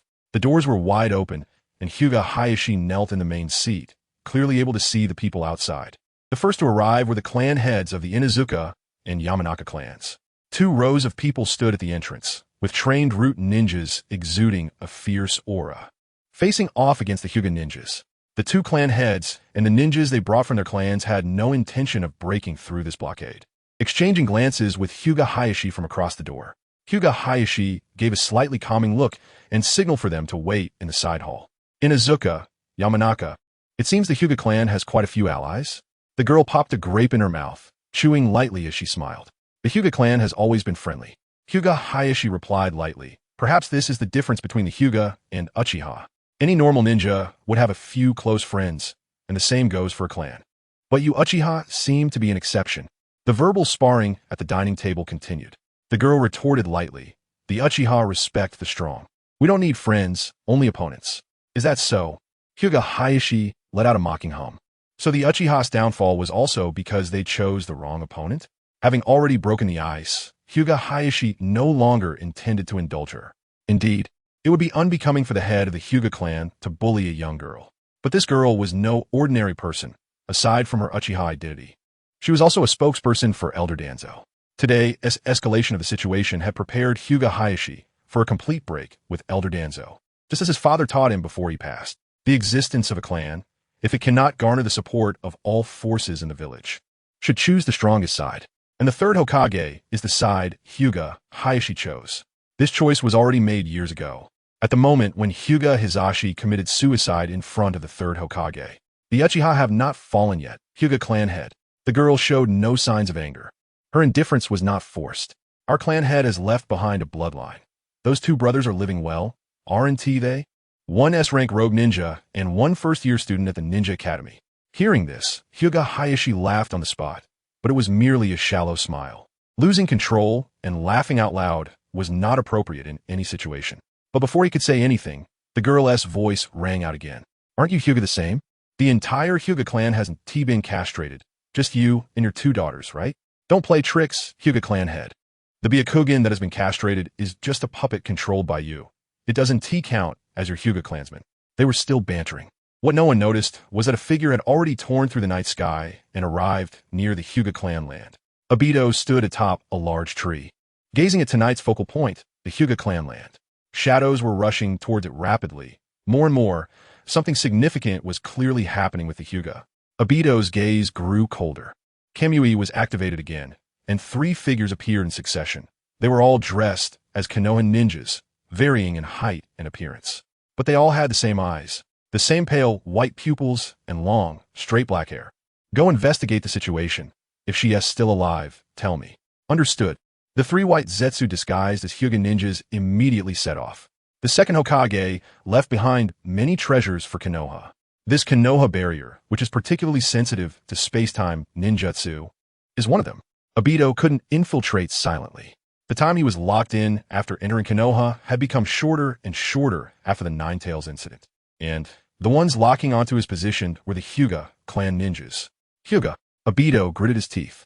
If Danzo had sent her to another clan, he would have gone without hesitation. But it just had to be the Hyuga. He had to think of other solutions. If she is still alive, she must still be alive, as long as she can hold on until he creates chaos and diverts everyone's attention. Even if there is some risk, he should be able to save her. But if she is already... Obito didn't continue thinking. He needed to stay calm. Kakashi. Obito thought of that useless person. Black Zetsu was right. He should have taken back his eyes long ago. That useless person couldn't protect her at all. He never could, and he still can't. Anger had clouded Obito's mind. He might have continued to think, but certain self-deceptive beliefs further blurred his thoughts. The 2 girls were indeed not one person. Obito had always known this, but the longing was too heavy. Once he found a direction to cling to. And didn't he stop himself? Didn't he cut his losses? He would only sink deeper. Kamui activated again. This time, Obito's target was Black Zetsu, who had provided him with the location of the root base. He was prepared to give Black Zetsu 2 tasks. One was to use the explosive tags in the Kamui space to cause as much destruction to Konoha as possible. The other was to quickly lock onto Kakashi's position, so he could go rescue her. What Obito didn't know was, Black Zetsu had actually completed both tasks. The former had been set up 2.5 days ago, just waiting for Black Zetsu to activate it. The entire Konoha would be engulfed in the explosion of the explosive tags. As for the latter, Kakashi has betrayed? Just as Black Zetsu returned to the root base, he heard this news. It was synchronized intelligence from the Hokage building, reportedly during an escort mission. He suddenly activated his Sharingan Jinjutsu, took the young lord of the land of fire hostage, injured an Umbu ninja, and even severely injured Tenzo. Fake Danzo said, "The situation is very serious. The 3rd Hokage has already dispatched the 1st pursuit team." Black Zetsu fell silent. This was obviously a trap, and it was very obvious, very crude. Just the point of Kakashi's betrayal alone couldn't support the credibility of the entire situation. Given Black Zetsu's control over Danzo, it was easy to deduce that this was definitely the 3rd Hokage's scheme. The 1st pursuit team will definitely return and defeat. Then just find a random excuse, like saying that only the Sharingan can counter the Sharingan, and with the pressure from the daimyo of the Land of Fire, forcing Danzo to send his sister to participate in the chase. Danzo would have no room to refuse. A clumsy tactic, but it can be executed effectively. So the 3rd Hokage is also eyeing the sister's Mangekyou Sharingan. He thinks too highly of himself. But it doesn't matter, Obito has already arrived. So Kakashi and the 3rd's clumsy tricks can be ignored. Your mission en route has ended. Kurezetsu, controlling Danzo's body, suddenly erupted, and the kunai in his hand directly decapitated the fake Danzo in front of him. There was no splatter of blood, only the restored form of White Zetsu. WY. The head of White Zetsu that fell to the ground asked unwillingly. It does not have a human body, but it has human emotions, can feel pain, and understands what betrayal is. And all it received was a cold snort from Kurezetsu, devoid of emotion. You know too much. Contingency Plan 153 Step 2. After holding Obito back, erase all traces of route immediately to eliminate all potential hazards. Once the hazards are resolved, the passive factors will basically disappear. Then it's time to seize the initiative. With the sister's abilities, she should be able to handle all of this, right? Although the sister doesn't know all the details of the contingency plans, she understands the principles behind all the arrangements. There is no need to share information. When she sees Obito, she should have a rough idea of the situation. The sister is always so smart. Kurizetsu took a breath and began further operations. First, controlling Danzo, he moved White Zetsu's corpse to another side. Then he walked to the desk, turned sideways, and due to the lighting, anyone coming in wouldn't be able to see the other side of Danzo, where his true body was. Kurizetsu's disguise was so simple and unadorned. After finishing all this, he had root ninjas come in to clean up White Zetsu's corpse. Once everything was done, Kurizetsu quietly left Danzo's body, burrowing underground and rushing towards the fake location he had previously left for Obito. The so-called fake location was actually very close to the root base, a tree hollow used for entering and exiting root. The fakeness wasn't in the location itself, but in concealing the fact that he had already taken control of Danzo. When Kurizetsu arrived, he happened to see Obito emerging from the Kamui space. Earlier than expected, but fortunately still in time. Kurizetsu immediately adjusted his mindset, first letting out a sinister chuckle, then speaking with a tone of three-part surprise. "You won't believe what I discovered, Obito." Obito frowned. He was well aware of Kurizetsu's state, which usually indicated some special gain. Uchiha Azumi is much stronger than we imagine. If it weren't for this incident, even I wouldn't have discovered that she could achieve such a level. What exactly did you find? Obito was already lacking in patience. Do you remember what you did to the fourth Mizukage, Obito? Kurizetsu laughed eerily. Obito's expression suddenly changed. She accomplished the same thing. Chapter 51, Keep Contributing. Following the guidance of Kurizetsu, Obito unraveled the restrictions at the roots, bypassed the barrier, and after evading countless hidden sentries, he finally stood before Danzo. Under the candlelight, Danzo sat upright, holding a scroll with both hands, his single eye half open as if reviewing it, but more like he was pretending to be asleep. Indeed, Obito's expression under the mask was complex. How could he not see Danzo's current state? It was obvious that he was under the control of a Jinjutsu, and the level of control was even deeper than what he had done to the fourth Hokage. So when did she? Obito fell into thought in shock. So she actually knew the truth long ago? The scene from their last meeting naturally resurfaced in his mind. Kurizetsu had only just discovered Danzo's anomaly. So at that time, had she already controlled Danzo? She had deceived everyone, including Itachi, Kurizetsu, and even himself.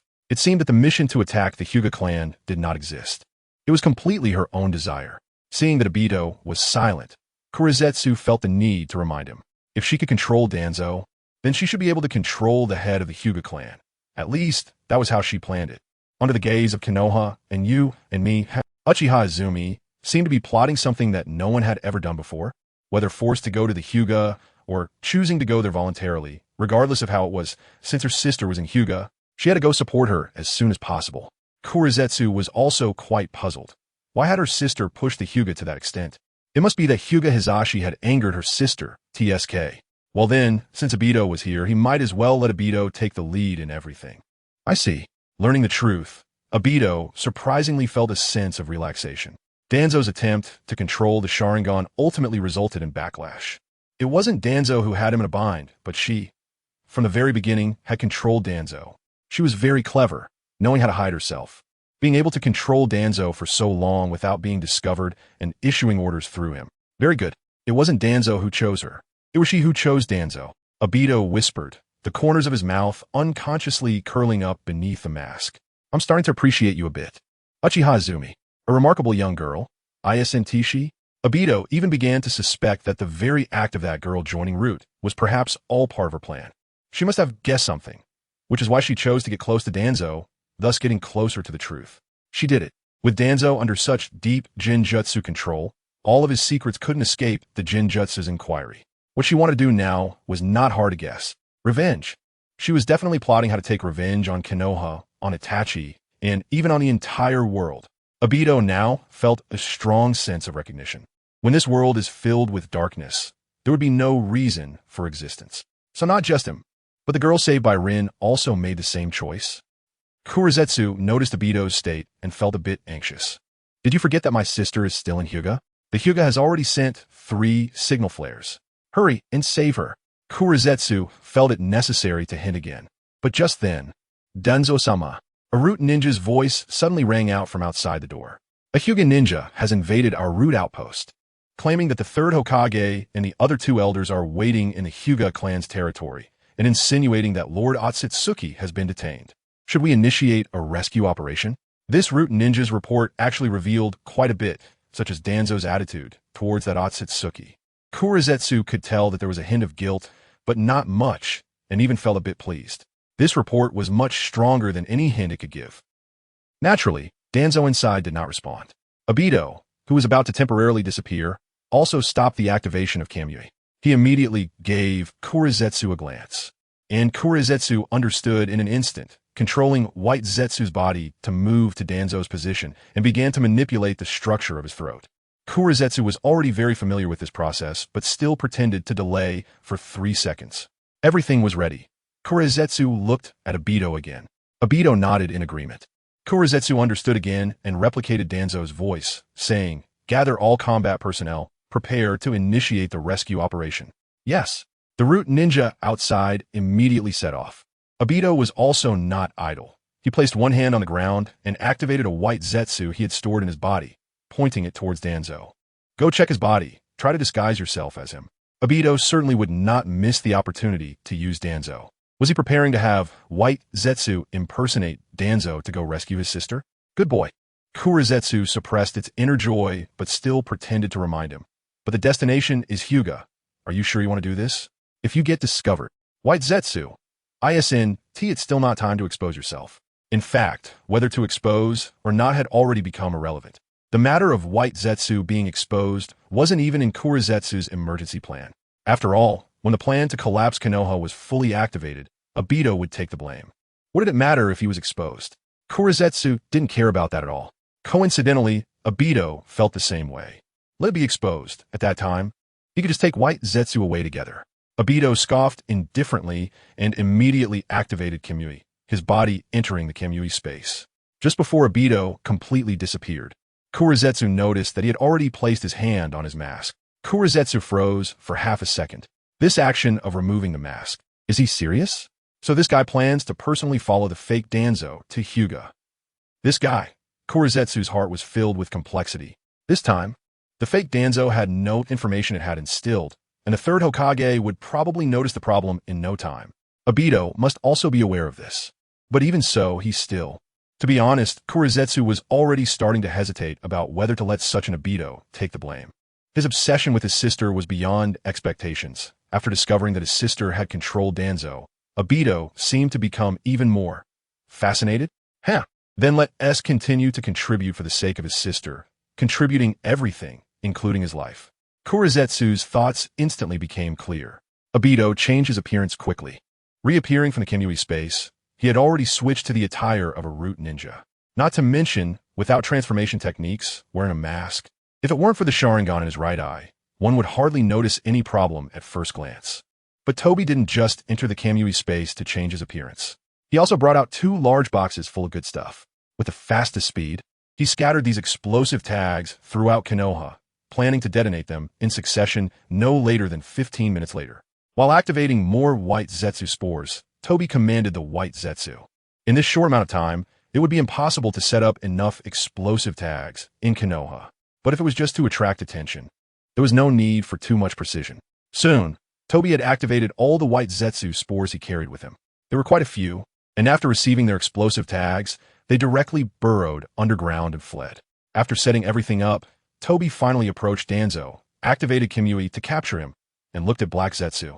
Later, when reporting to Nagato, he would say that these were all revenge actions against Konoha after Uchiha Izumi controlled Danzo. Throughout the entire process, apart from the necessary rescue, I did not participate at all. Black Zetsu smiled, following Toby's words. This way, she qualifies to join the Akatsuki organization. Moreover, with a Danzo, Nagato's suspicion towards her will be much less than towards Itachi. Black Zetsu chuckled and praised, "As expected of you, Toby." Chapter 52, a little more arrogant. You have copied the Byakugan from the ocular technique. Long-range vision, X-ray vision, no blind spots, and basic chakra perspective. You have obtained this ocular technique and have upgraded it to its maximum state. Your ocular technique, Byakugan, has leveled up. You have acquired the Eternal Byakugan. which will no longer reside in the Sharingan and will continuously activate in a passive form. You have gained the ability of foreseeing, which activates randomly without any consumption. More and more Hyuga are returning, and some can't help but sneak a look over here. After about 10 minutes of a ceasefire with Hyuga Hizashi, AI Quan received the prompt when he copied the 44th pair. It still had nothing to do with any Sage Eye synthesis formula he knew. It wasn't the Rinnegan, nor the Tensegan. This change, caused by quantity leading to a qualitative transformation, is most evident in the activation method. It has detached from the Sharingan and turned into a passive skill. There are pros and cons. The advantage is that if he wants to use the Byakugan to see something in the future, he wants to have to activate the Sharingan first. That makes things much more convenient. The disadvantage is still unknown because AI Quan is unsure what it means for it to activate continuously in a passive form. It can't really give me a pair of Byakugan, can it? They said. To be honest, the possibility is quite high. If 3 Tomo can be turned into 6 Tomo, creating a pair of Byakugan doesn't seem that strange. Feeling restless. AI Quan couldn't help but want to confirm it quickly. But there's no mirror on site, and saying he needs to go to the bathroom right now wouldn't be appropriate. Would it? It really wouldn't be appropriate. The vision from the back of his head caught the movements outside, and as several figures arrived, the other clan leaders waiting in the side hall also came out. It was indeed those few from the Hokage building. Among those whom Hizashi had shaken hands with, except for Danzo, the major clan leaders and the higher-ups of Konoha had basically gathered. The time taken wasn't too long, just over 20 minutes, less than half an hour. However, during this time, it was enough for the excitement caused by the impulse to recede. AI Quan hadn't originally planned to take action. He had chosen to advance because of the Byakugan.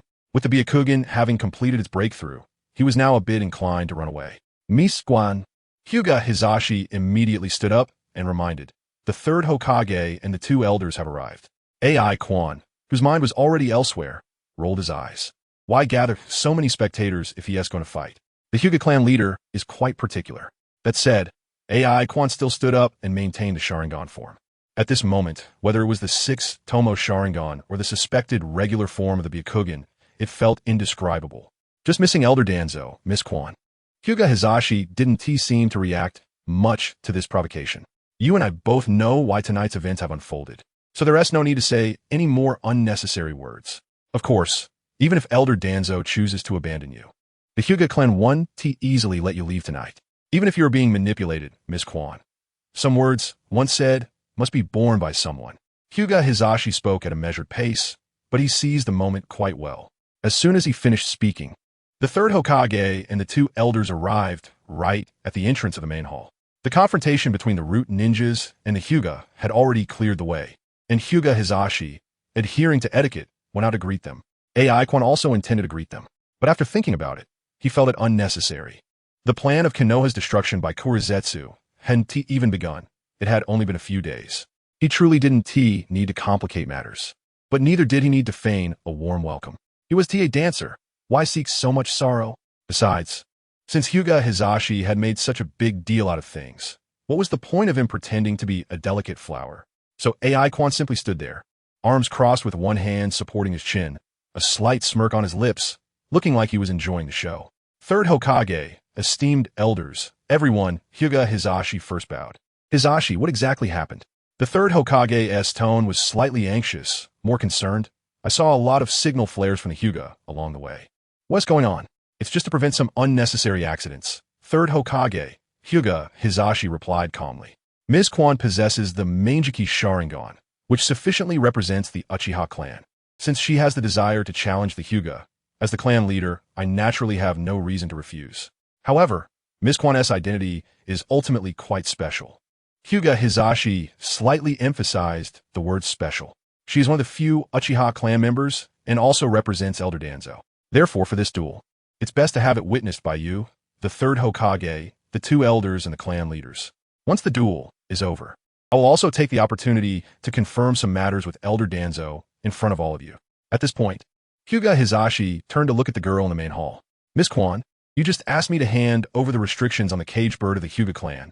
I haven't confirmed that with you yet. When you said that, did you represent the Uchiha or Elder Danzo? A well-structured argument, neither servile nor arrogant, logical and substantiated. Hyuga Hizashi maintained the dignity of a clan leader and also grasped the appropriate attitude and boundaries toward the Konoha higher-ups. As the clan leader of the Hyuga, and also an elite jonin of Konoha, Hyuga Hizashi was evidently competent. The focus immediately shifted to the girl in the main hall. She smiled, unfazed by the situation. Seeing everyone's gaze upon her, she simply tucked a mischievous strand of hair behind her ear, her eyes smiling and slightly teasing. The corners of her mouth curled, as if mocking. Do you know, Hyuga clan leader, you look like a child who feels wronged, crying and seeking parental comfort. Hyuga Hizashi's expression didn't change much. He had heard far worse just moments ago, and this was nothing. But the expressions of the third Hokage and the two elders were quite intriguing. First surprise, then scrutiny, as if they were beginning to suspect something. Uchiha Quan raised an eyebrow. The plan hadn't started, and Danzo was still Kurizetsu. No matter how much they suspected, they could only suspect Danzo. So, tonight, being a little arrogant didn't matter. After all, Danzo was still alive. He could still take the blame. Uchiha Quan was just about to continue his mocking remarks when suddenly, an extraordinary scene appeared before him. It was like an illusion.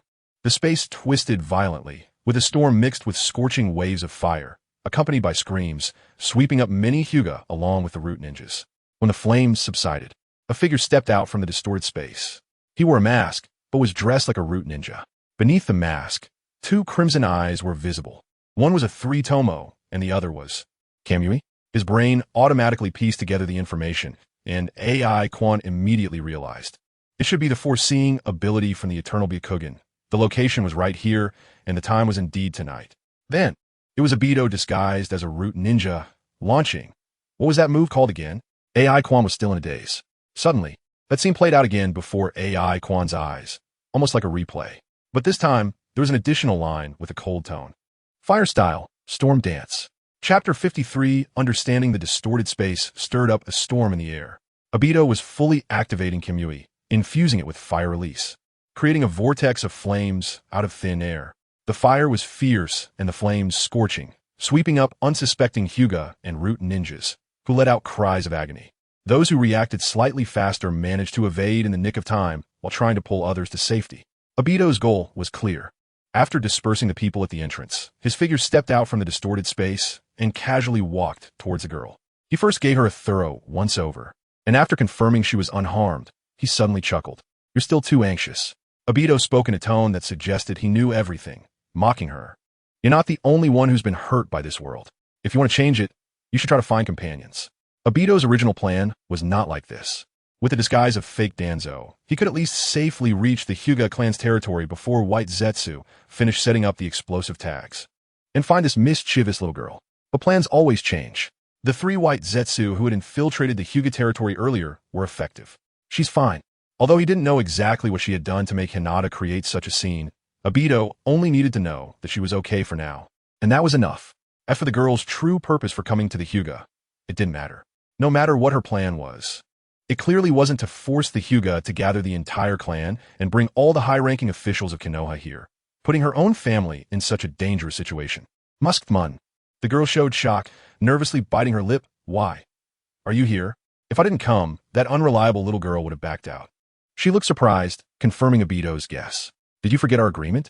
You haven't found what I wanted, yet you've put yourself in such a dangerous place. Obito was in a great mood, his gaze sweeping over the people who had gathered at the main hall's entrance. Look at these guys. The mockery in Obito's words grew stronger. To deal with a little girl, they've made such a big fuss. Is this the will of fire of Konoha? Heh. It's really exhilarating. Obito knew how to mock. Counting the time, there were less than 5 minutes until the explosive tags would explode and create chaos. As expected, she acted impulsively. Since she's fine, there's no need for him to rush to appear. Timing it right, he could wait for the explosive tags to create confusion before coming out. But it didn't matter anymore. With Danzo in hand, he had leverage for this mission. As long as he could take her away, everything would be worth it. Evacuate the injured and set up the barrier immediately. The third Hokage ignored the masked man's mockery and swiftly issued orders with seriousness. Hinata, tell the children to disperse quickly to avoid unnecessary casualties. For now, this place will be handled by me and the Umbu, Koruin, and the Nine-Tails Jinchuriki. I leave it to you. The third Hokage had already taken off his Hokage cloak, revealing the battle armor he wore year-round, biting his finger to summon a contract. and the Monkey King appeared in a puff of smoke in his hand. Several Umbu responsible for the barrier quickly spread out, each finding their position and forming hand seals. Shouting in unison, "For purple flames formation." A purple light curtain rose in the night sky, completing the connection midair. "You dare to barge into Konoha like this? You're too arrogant." The third Hokage slightly bent his body, holding the Monkey King, ready to strike. Though small in stature, with wrinkles revealing his age. At this moment, the third Hokage exuded a momentum akin to a lion preparing to pounce, a unique impact belonging to a ninja hero. His target was obviously the masked man, even though there was a girl nearby whose safety was compromised due to the masked man's presence. But the third Hokage did not dwell on the reason for the masked man's sudden appearance, nor did he consider the relationship between Izumi, Uchiha, and him. What their relationship was would become clear once the battle began. Don't get me wrong, third Hokage, Obito, seemed indifferent, shrugging his shoulders as his gaze quickly scanned the surrounding Umbu ninjas. Unfortunately, he did not see Kakashi. "I came today with no ill intentions. I just can't stand you bullying a little girl." Of course, he did not deny his disdain for Konoha. This place would eventually be destroyed by him. But not today. Obito certainly did not want to confront the third Hokage. It wasn't because this man was once his idol, mainly because it was unnecessary. He wasn't here to declare war today. His goal was simply to take the girl away. That said, if he could let the girl experience the third Hokage's strength, helping her recognize some gaps, the effect might be even better. So, he decided to linger a bit. There were 3 minutes left, and activating Kamui for the transfer would take time. Waiting for the explosive tags to explode might be a good opportunity. If all else fails, he still had Danzo as a hostage. Obito then looked at the girl beside him. This was a rare opportunity. Should he try? Whoosh! The moment Obito turned his head, the third Hokage launched an attack. The Monkey King in his hand charged straight for Obito's forehead, aiming to knock him out. "Watch out!" the girl suddenly shouted. Obito felt pleased, his smile widening. The intangibility had already activated. This strike ultimately passed through his head, causing no damage at all. "You're getting old, third Hokage." Obito turned his head to look at the third Hokage behind him, feigning concern. "You used to be much faster than this. Though it's not like you could hurt me anyway." The penetrative attack, just as Minato had said. After landing, the third Hokage did not immediately continue his attack. After a moment of thought, he looked at the girl next to the masked man. The girl's earlier warning was enough to confirm her current status. The masked man could not be attacked, but the girl could. However, all of this was clearly within Obito's expectations. If he didn't have complete confidence, no matter how impulsive he was, he wouldn't take such a big risk. "I advise you not to have any crooked thoughts, third Hokage." Obito's voice turned slightly cold. "If you don't want me to send Elder Danzo to other ninja villages, it's best not to harm her." The third Hokage's expression indeed changed dramatically, his brows furrowing, eyes filled with shock and anger.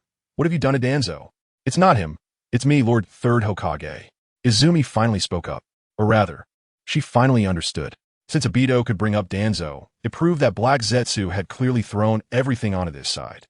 The question of how to respond to this situation had been raised by Black Zetsu before. Although there wasn't a detailed plan, Izumi still had a general direction. "I already know about your dealings with Itachi. Today, using Hinata as the leader, I gathered you all here just to take you all down in one fell swoop. The time has come to test the siblings' tacit understanding." The original plan was for Black Zetsu to impersonate Obito and go to the Hokage building to buy time, while AI Quan would do some underhanded moves on his own. But plans have changed. Kakashi's Kamui hasn't been obtained yet, but Obito's true self has arrived.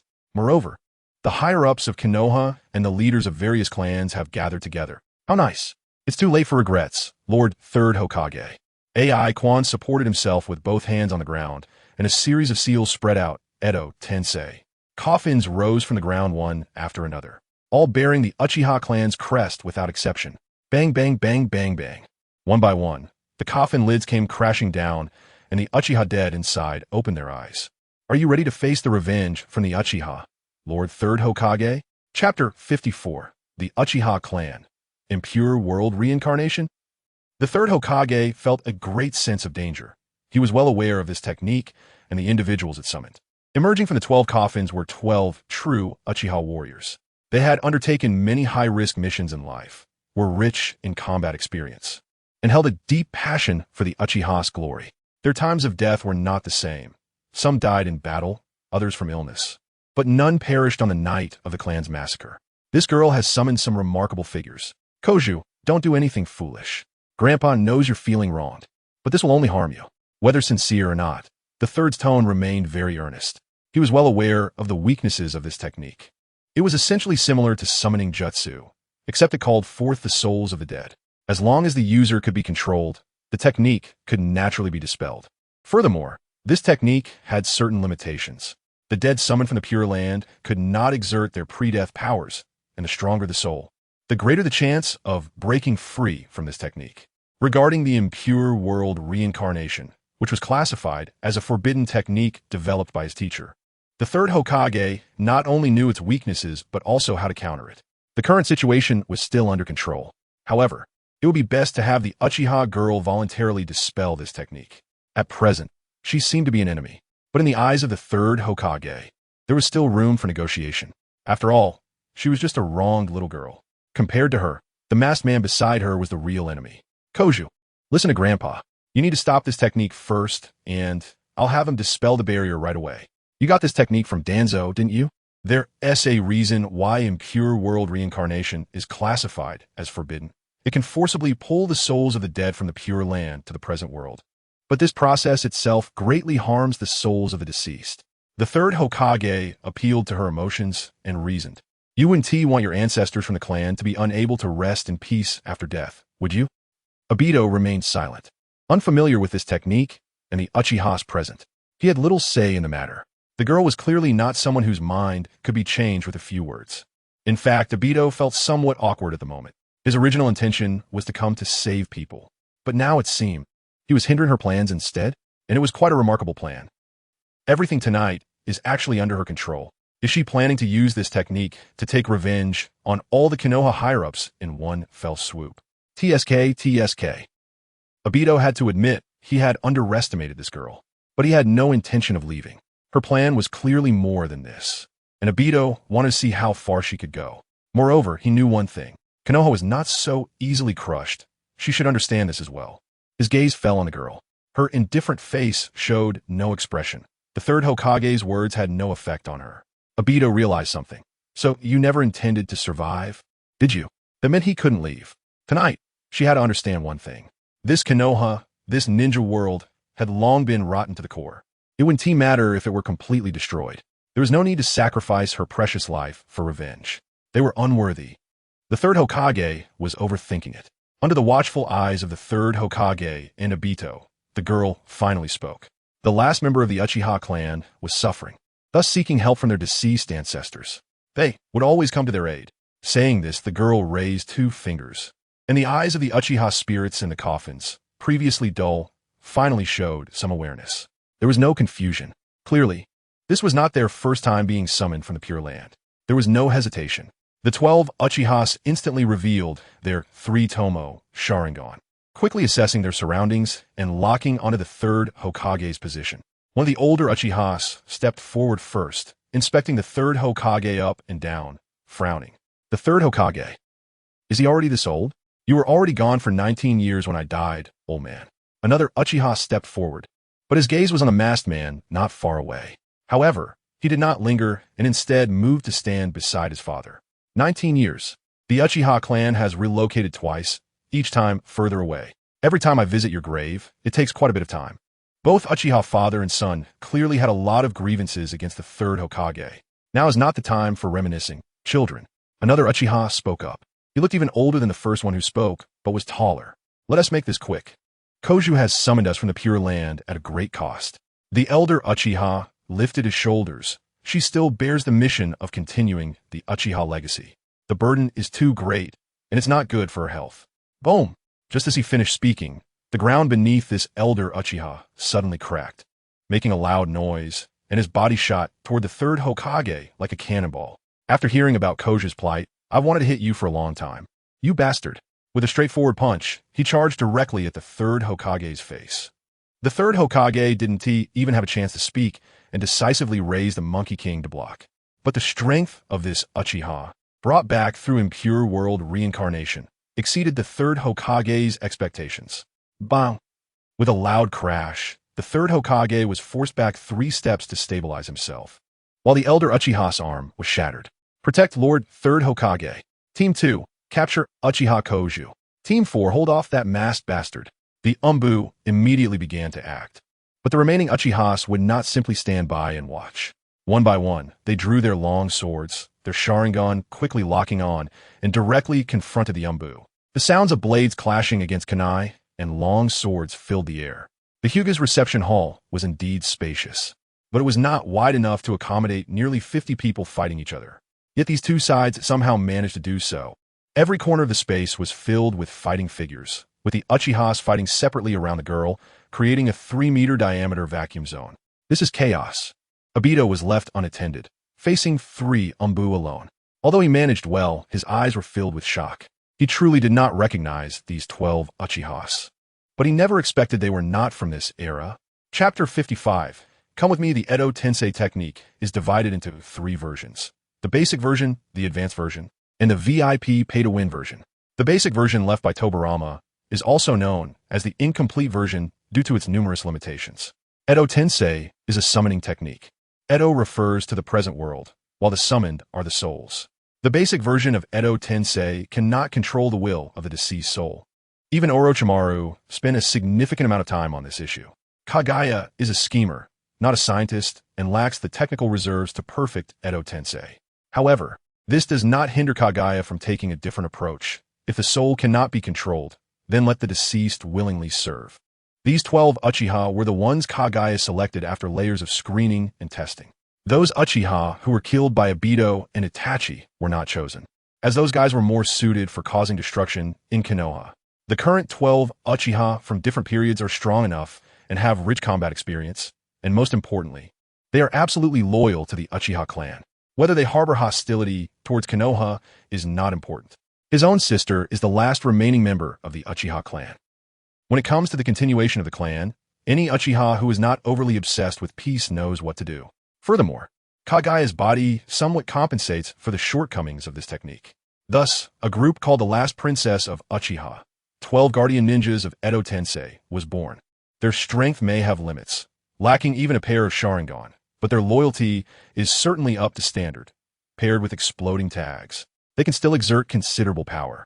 In Kaguya's original plan, holding off the 3rd Hokage at the Hokage building for a while would definitely suffice.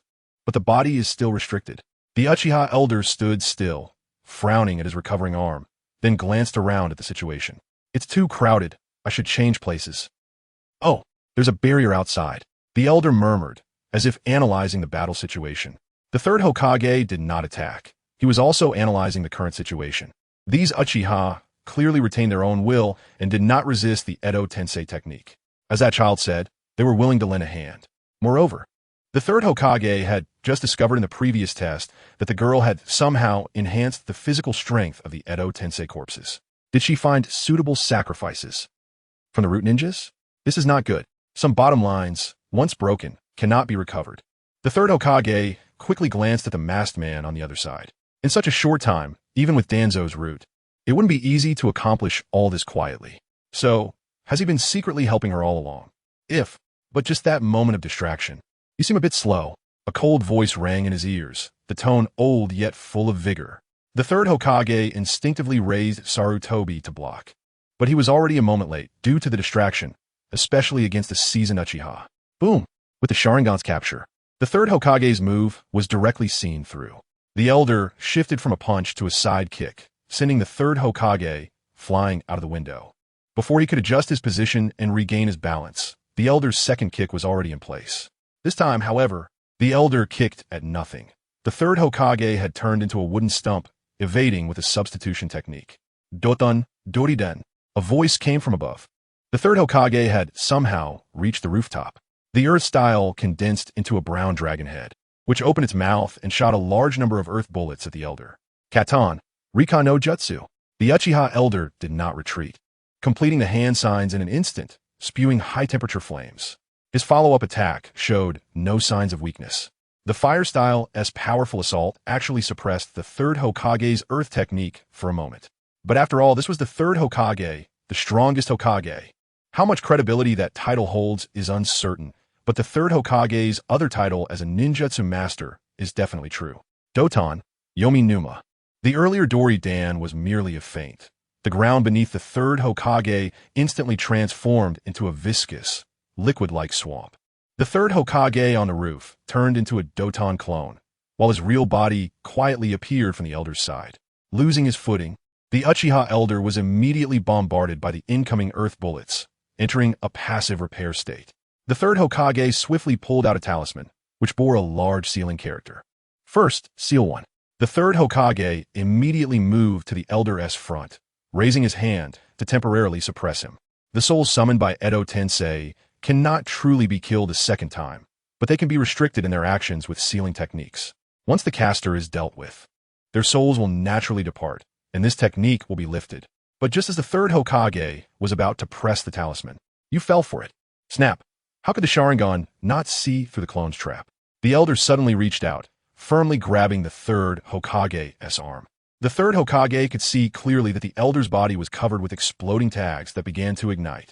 Oh, Obito had already dealt with several Umbu who came after him, and seeing the exploding tags ignite on the Uchiha elder, his eyes widened in surprise. This was the first time he had seen this technique. It could be used in conjunction with exploding tags. Not a bad idea. Obito suddenly thought of Konan. What would it be like if Konan mastered this technique? If she could unleash explosions lasting more than 5 minutes, that would be troublesome. Boom! The exploding tags finally detonated. At the last moment, the third Hokage escaped the explosion range, but judging by his landing posture, he was clearly not unscathed. Protect Lord Third Hokage. The Umbu immediately withdrew. In their eyes, the safety of the third Hokage took precedence over everything. Everyone please. The girl spoke softly, and the Uchiha showed no hesitation, instantly rushing towards the third Hokage. Each of their bodies was engulfed in exploding tags, clearly having some specific tactical plan. This scene made Obito's eyes twitch. He couldn't help but glance at the girl. He saw that she was also looking at him. Her indifferent gaze showed no emotion. But Obito felt she must be wondering why he was there. Realizing this, Obito thought he needed to explain himself. But before he could think of how to frame it, the girl spoke again. If the masked man wants something, why not go get it yourself now? Consider this my fulfillment of our agreement. Obito did not respond immediately, as all he wanted was the girl in front of him. But it seemed highly unlikely she would go with him now. It was quite awkward. He had come to save her, but it seemed he had truly disrupted her plans. A good technique, but relying solely on this to bring down Konoha might not be enough. Obito awkwardly shifted the topic. Maybe. The girl averted her gaze, looking towards the battle outside the door. But one has to try, right? Perhaps it's not enough, but one has to try. She really didn't intend to survive. Obito still didn't know how many explosive tags were buried beneath Konoha, thinking this was just a sign of the girl losing her will to live. To take revenge on Konoha at any cost, even her own life. This isn't good. You have more than just this chance. Obito tried to persuade the girl, explaining that destroying Konoha would take time, require accumulation, and need allies. Even if this time fails, it doesn't mean anything. As long as you're still alive, you have infinite chances to start over, right? Obito tried to keep his tone gentle. He only spoke like this in front of Rin's grave before. But the girl remained unmoved, as if she had made a certain resolution. Obito hesitated for a moment, realizing the time was almost up, and decided to boldly say what he needed to. Come with me, Izumi. We have both seen the darkest side of this world. We need to rely on each other. Let us go leave this place, and I will show you how to truly. Before he could finish his sentence. Boom, boom, boom. Chapter 56. You are wrong, Mr. Mask. Art is an explosion. Flames filled the sky, and the deafening sounds of explosions echoed one after another, shaking the earth as if a ferocious beast was awakening. In an instant, the entire Konoha was enveloped in the sounds of explosive tags, without any warning or space for reaction. The fire illuminated the night sky, and the explosions rang out like giant hammers striking at people's hearts, leaving them breathless and parched. Everyone instinctively turned to where the flames were appearing, but their gaze could not linger. The flames erupted continuously, without any pattern, and the sounds of explosions were everywhere in Konoha, resembling a scene of being attacked at their doorstep. The explosions lasted a full minute. AI Quan had no idea how many explosive tags Black Zetsu had set up. Conan's 600 billion explosive tags could explode for 10 minutes, but Black Zetsu definitely did not have 600 billion, and it was uncertain if he even had 60 million.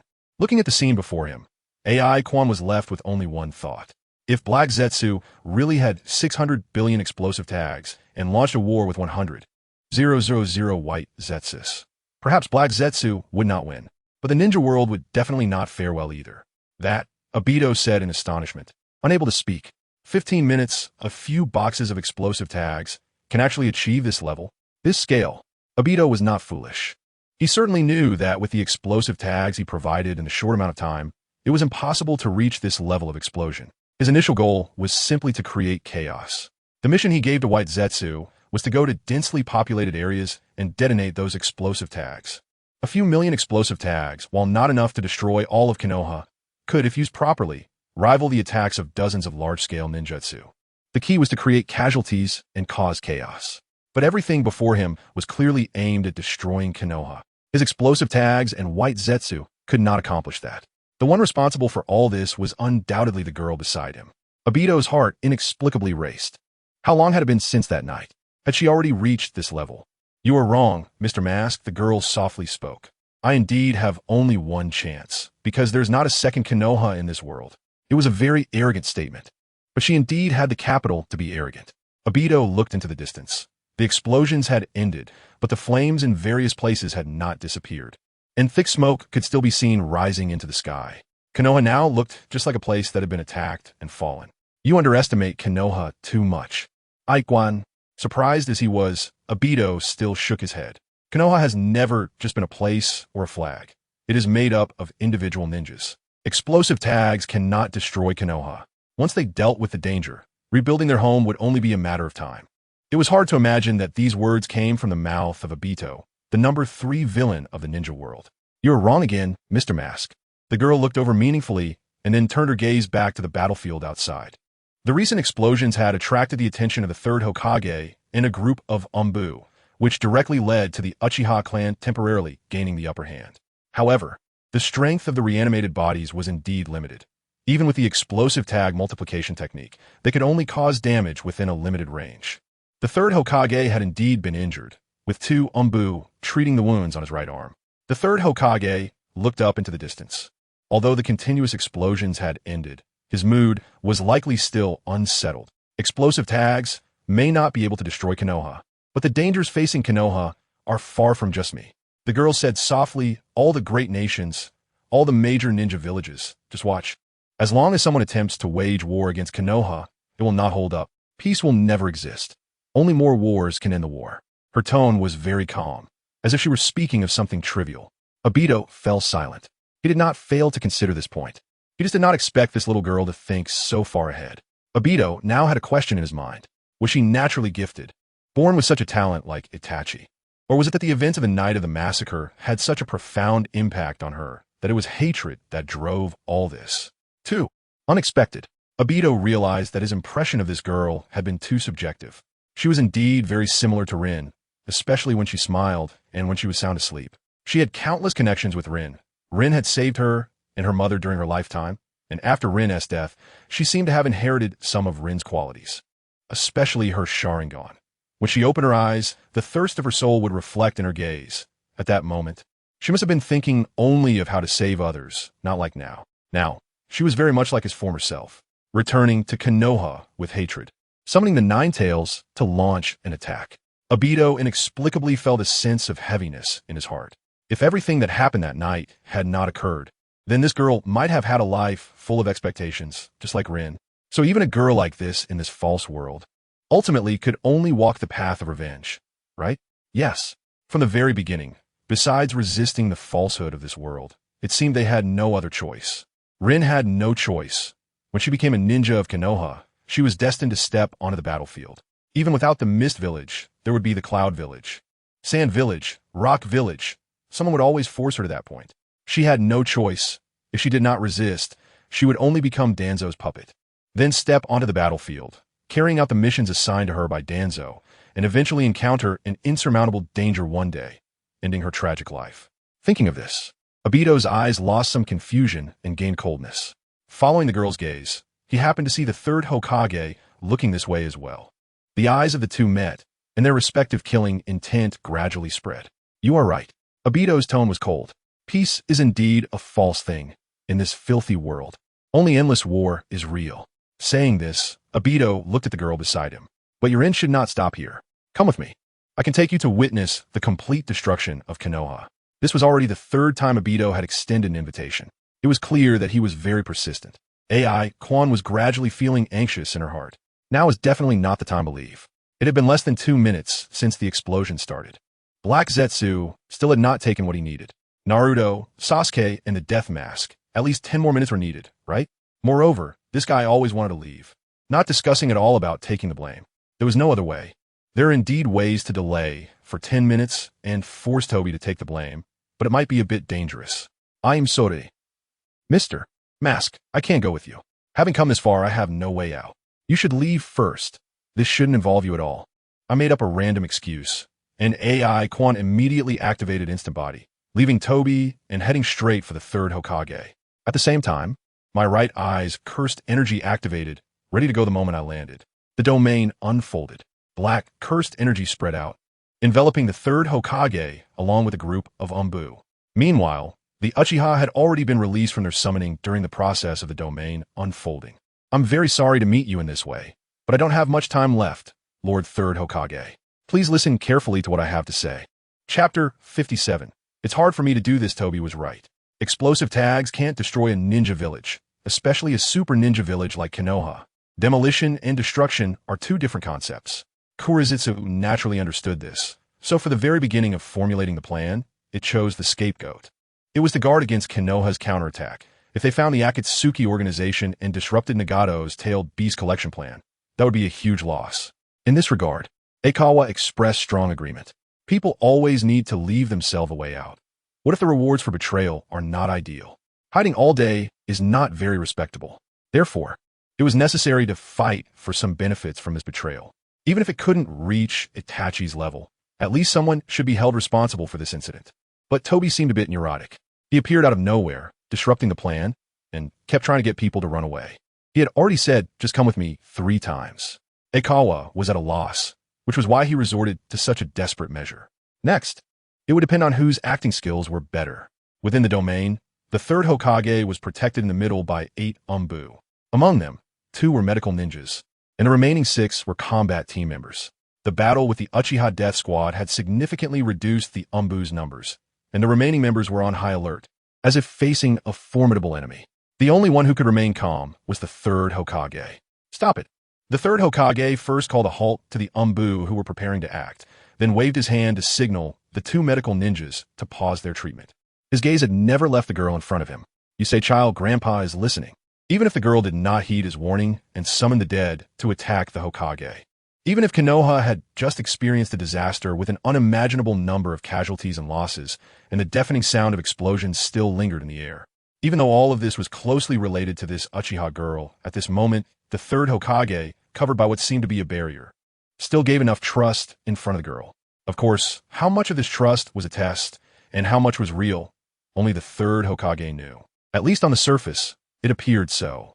I first saw him 4 years ago when Itachi-kun was promoted to CH Nin. I bought a gift to congratulate him and arranged to meet by the Nana shrine, but I was late that day. The girl spoke softly, not looking at the third Hokage, but rather at the 7 swords stuck in the ground. 2 orange, 2 green, 2 red, and 1 separate light blue one, among which one of the green long swords was slightly faded, looking somewhat like it had lost its paint. It was that day that I first saw him. He wanted to kill me, but Itachi-kun stopped him, and in the end, he just used illusion to erase my memory. The girl continued. Those memories returned to me half a year ago when I activated my 3-Tomo Sharingan, and the very next day, after I regained my memories, he appeared again. He used the same method to erase my memories once more, until that night. That night refers to the Uchiha Clan massacre night. The third Hokage frowned slightly. He hadn't heard any flaws yet, but he also hadn't heard any useful information. It wasn't a secret that Itachi had connections with the masked man. He had already confessed before leaving Konoha. The girl seemed to be speaking the truth, but the third Hokage was not inclined to believe her just because of that. He remained silent and continued to listen. Only after I activated the Manjiki Sharingan and regained all my memories did I realize. This was all a test he set for me. Everything before was just a way for him to test whether I had the potential to awaken my eyes. His only purpose from the beginning was Itachi-kun and me. He threatened Itachi-kun with Sasuke-kun, and then threatened me with both Itachi-kun and Sasuke-kun. Useful information had emerged. The third Hokage's frown deepened. He realized that what the girl referred to as the truth had placed herself in the position of a victim. But the biggest victim tonight is not you, girl. The third Hokage still did not speak. What he wanted to know now was the Uchiha girl's purpose. Now that things had come to this, what else did she want to do? I don't know what he wants to threaten Itachi-kun to do, but the mission I received was to join the route. I only realized after joining the route. Forget it. The girl suddenly sighed. Forget it? The third Hokage had not yet reacted, until he saw the girl pull up the red, long sword from the ground. Really? Masked Man and Grandpa Hokage. You all are so uncooperative, it's hard for me to do my job. This girl's acting was too good. In a scene with her, Aikawa did not consider himself a match. So Aikawa kept his head down to conveniently observe the third Hokage's expressions. He had indeed been tricked. The third Hokage's expressions changed several times, all filled with the four characters. Old man does not believe. If you don't believe, then forget it. In this world, it really doesn't work without the divine. Brother is good, believes whatever he says. Holding the long sword, everything before his eyes changed. The sword representing the 6-tomo Sharingan and the sword representing Izanagi, while both red, were still relatively easy to distinguish. First, their sizes were quite different. Izanagi was a small knife, the kind used for seppuku. After all, it could only be used on oneself. The 6-tomo curse sword was a normally sized blood-red longsword. Within the domain, he could only use one type of eye technique at a time. It seemed like a weakening, but the effect was enhanced several times.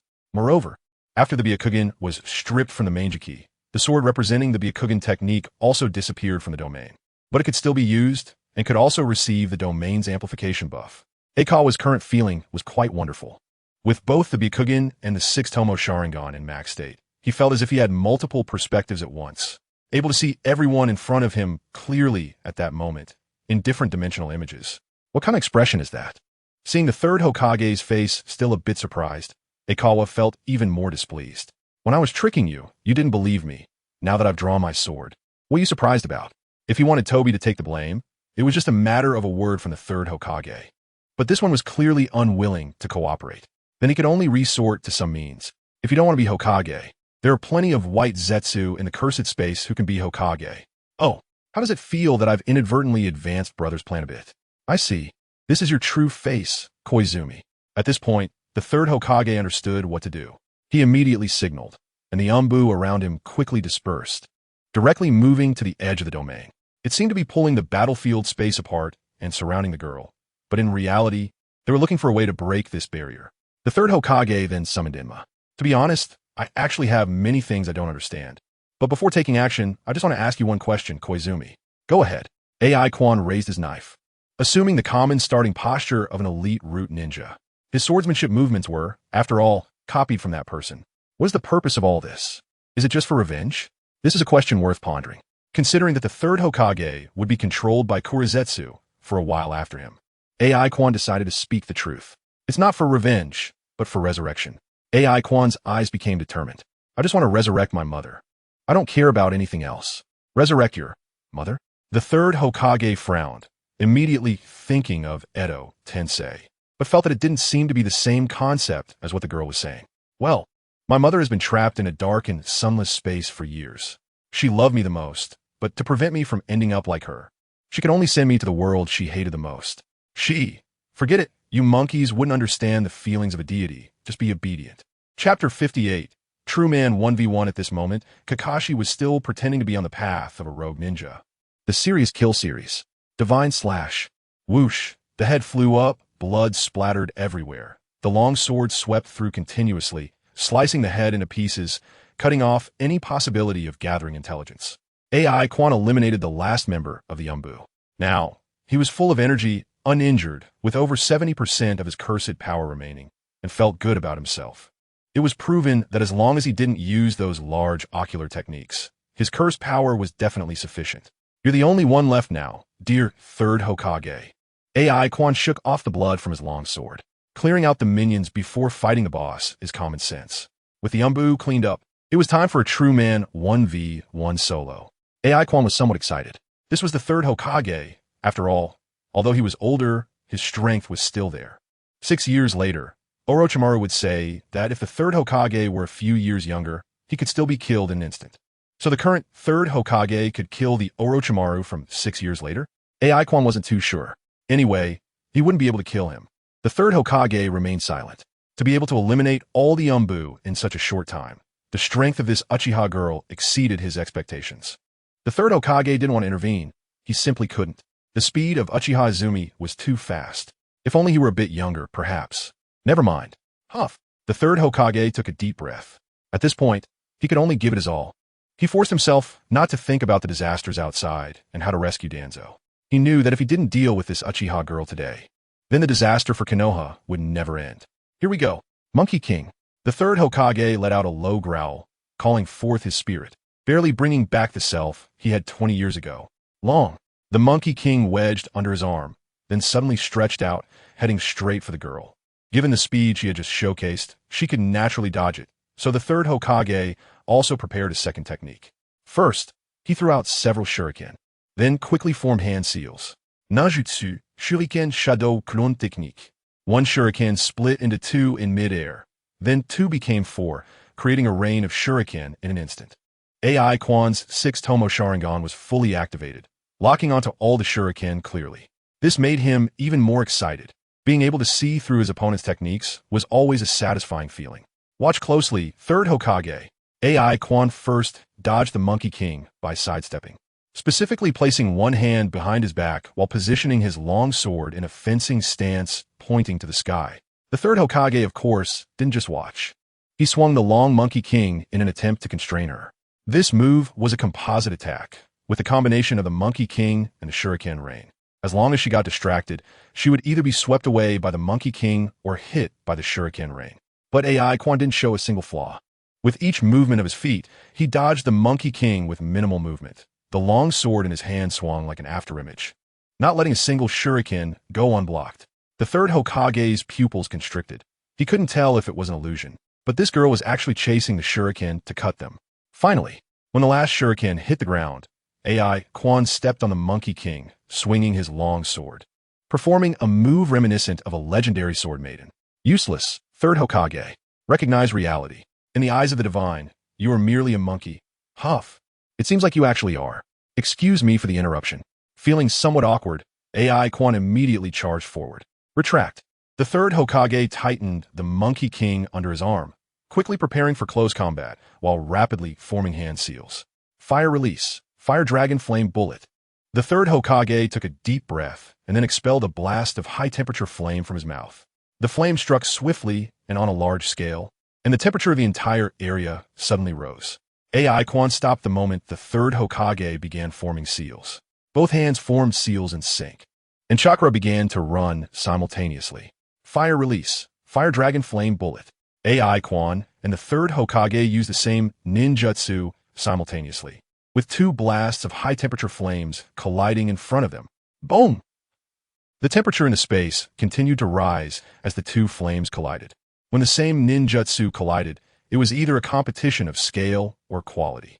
And when using the Sharingan to copy, regardless of quality, the scale would definitely be identical. This was one of the downsides of the Sharingan copying ninjutsu. Copying homework could at most achieve synchronization, but could not surpass it. Kakashi's copied Rasengan was called Model Rasengan, which was the case here. But AI Quan was different. Having the Byakugan previously allowed him to understand the problem-solving approach. He could even copy the secret techniques of the Nara clan.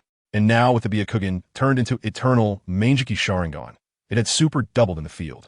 After the enhancement, AI Quan discovered that his eternal Mangeki Sharingan seemed to have unlocked some hidden attributes. When he copied ninjutsu now, it seemed that he could not only replicate the problem-solving approach, but also optimize it. Let's give it a try. Indeed, the third Hokage, as a ninjutsu professor, must have refined his own ninjutsu to a high level. But AI Quan had seen the battle between Madara and Hashirama. With a clap of his hands, he could summon anything. That was the real ninja. Whoosh! AI Quan actively terminated the ninjutsu release, and his figure began to rapidly retreat. The 6th Tomo Sharingan gave him enough chakra control precision. The Eternal Byakugan seemed to have some hidden enhancements in this aspect as well. The indescribable feeling turned into instinct, and AI Quan tentatively activated the ninjutsu again. Clap. With a clap of his hands, AI Quan raised his eyebrows. Did it work? Fire release. Fire Dragon Flame Bullet. Another blast of high-temperature flame was released, taking the initiative, but the scale was clearly larger than before, and the temperature had increased significantly. At this moment, the third Hokage hadn't reacted yet. Although he was somewhat puzzled, the crisis before him was more pressing. The girl used the same ninjutsu, striking his fire release with greater power. With his years of combat experience, avoiding the brunt of the attack might be a good choice, but he saw the optimal solution. Although he prided himself on being a divine being, was it still the heart of a girl? Then let's give it a try. The third Hokage naturally didn't believe in any divine beings. The monks of the Fire Temple did worship the Buddha, but their Buddha likely couldn't withstand a tailed beast bomb. The third Hokage wouldn't compare the girl to that legendary sage. That sage might be a divine being, but even if that sage tried to destroy Konoha, the third Hokage would still fight back. This was a matter of principle. Puff, puff, puff, puff. 4 clones immediately appeared. The third Hokage knew that with his aging body, he couldn't sustain a long battle. Let's settle this with this strike. 5 elements. 5 third Hokages shouted simultaneously. Before Kishu could shout out, he saw the girl not far away, also synchronously calling out Shadow Clone. 5 natures. Great Fireball Technique. 2 Chapter 59. Use of Techniques. 5 types of ninjutsu activated simultaneously. Is it really that strong, apart from the visual sensory and emotional enhancements? It should be. Anyway, AI Quan has no intention of taking it head-on. With the enhancement of the Eternal Byakugan, perhaps using the Sharingan to copy the homework could improve his grades. But someone who has only studied calculus, no matter how talented, can't suddenly master the formula for calculating missile trajectories. AI Quan did indeed copy 5 types of ninjutsu, but he hasn't thoroughly grasped the changes in chakra nature and form. For half a month, although he sought out various root experts to copy ninjutsu, attempting to quickly max out his basic attributes as a ninja, he was still limited by the time he had. Ninjutsu can be copied, and chakra operations can be replicated, but the accumulation of training cannot be simply copied. In the 5 elements, Great Ripple Technique, apart from fire release, he only copied the models of the other elements. Such a pirated version of the 5 elements, Great Ripple, would likely be crushed in front of the third Hokage with just one glance. Starting with a big move, who would play along with that? AI Quan isn't foolish. He just copied the techniques. But how could he anticipate that the third Hokage would directly unleash a powerful move? If he had a bit more time to study, he could have replicated it. But the third Hokage clearly didn't want to give him that opportunity. He had to run, but how to escape was a problem. The 5 elements. Great Ripple Technique isn't just a reckless use of 5 types of ninjutsu. That's how it was used when competing against the White Zetsu's imitation of the Wood Release Giant. The true form of this technique, or rather its peak damage, actually occurs when the 5 types of ninjutsu converge at the endpoint and create an explosion, resulting in massive damage. But this time, the space he opened was quite limited. Unless he ran right next to the third Hokage, he would always be affected. Should he activate Susanoo? AI Quan hesitated for a moment. It might look cool, but might not be able to withstand the attack. The first stage of Susanoo isn't that durable. Even the third Raikage could force his way through it.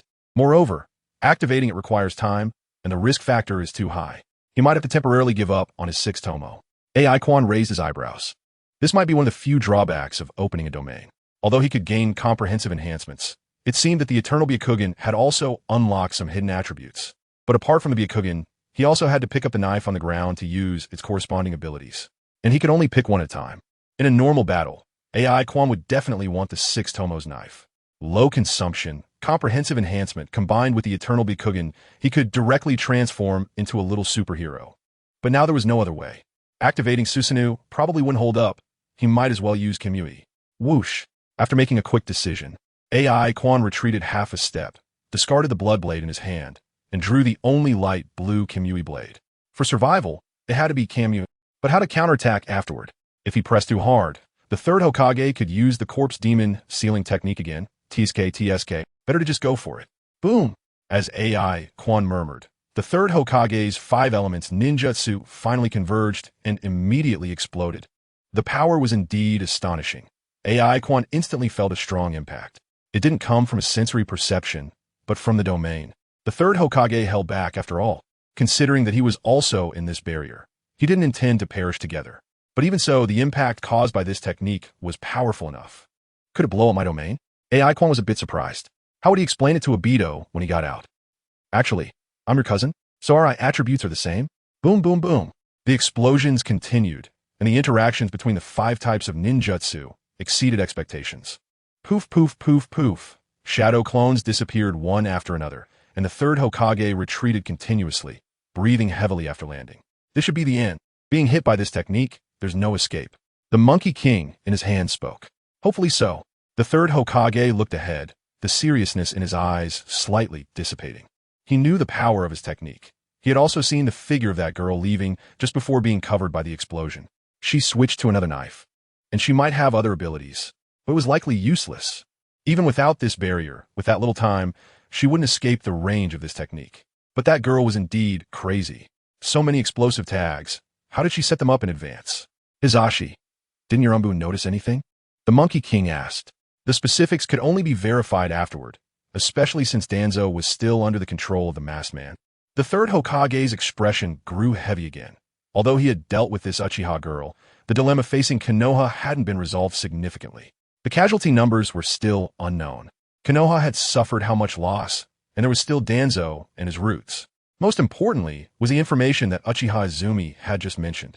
She claimed to be a deity with the purpose of resurrecting her mother. So, Hizashi, this barrier seems off. The Monkey King suddenly reminded. Only then did the third Hokage come back to his senses. The explosion was about to end, but this barrier still existed. This barrier was indeed solid, likely surpassing the 4 purple flames formation, but since the caster had already. No way. The third Hokage realized something and quickly searched through the flames. And just then, Amaterasu, the third Hokage, felt a sharp pain in his palm, and at the same time, the Monkey King let out a scream. The third Hokage turned to look, only to see his right arm, attached to the Monkey King, was engulfed in a layer of black flames. The Monkey King was immediately forced to end the summoning, turning into a puff of smoke. But that layer of black flame still remained on the right arm. What is this? The third Hokage's eyes widened in shock as he tore off the armor on his right arm, throwing it away along with the black flames. But the black flames on his palm couldn't be dealt with so easily. The third Hokage hesitated. He knew this flame couldn't be extinguished and wouldn't disappear until it burned through its target. This was Itachi's Mangeki Sharingan technique. Should he cut it off? But the enemy was still there. How to face them next? If he didn't cut off his wrist, wouldn't the third Hokage be burned to death? The girl's voice rang out from the smoke, full of mockery. Her figure became clearer. You must be in a lot of pain now. It's better to be quick than to prolong the agony. So make your decision quickly, third Hokage. Your time is running out. Chapter 60 Objective Facts. The third Hokage gazed solemnly at the girl before him. She was unharmed, or at least she appeared to be.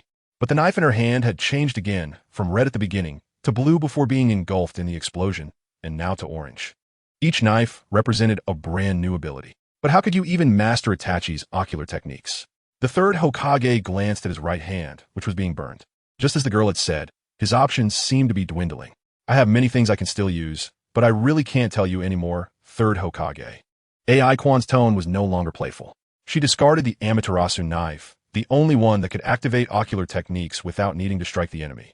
She drew the Kodoemet Tsukumi, her gaze returning to the third Hokage, but a long-lost notification appeared before her. Mission 1. Become an elite Jonin S-rank rogue ninja of Konoha. Completed. You have become an S-rank rogue ninja of Konoha, and you will face endless pursuit from Konoha's ninjas. After mission settlement, you will gain 1 opportunity to enhance your choices. Mission 2. Restore the glory of the Uchiha clan. Bring Uchiha Sasuke to defect. Completed. You have demonstrated absolute power, and the ninjas of Konoha will continue to fear the Uchiha. After mission settlement, you will gain 1 opportunity to enhance your choices. You can choose to settle immediately, but this choice will cause you to lose the settlement rewards of remaining missions. AI Quan never expected that the second mission would be completed so easily. She hadn't even taken Sasuke away yet. So the conditions for completion must be the former, restoring the glory of the Uchiha clan.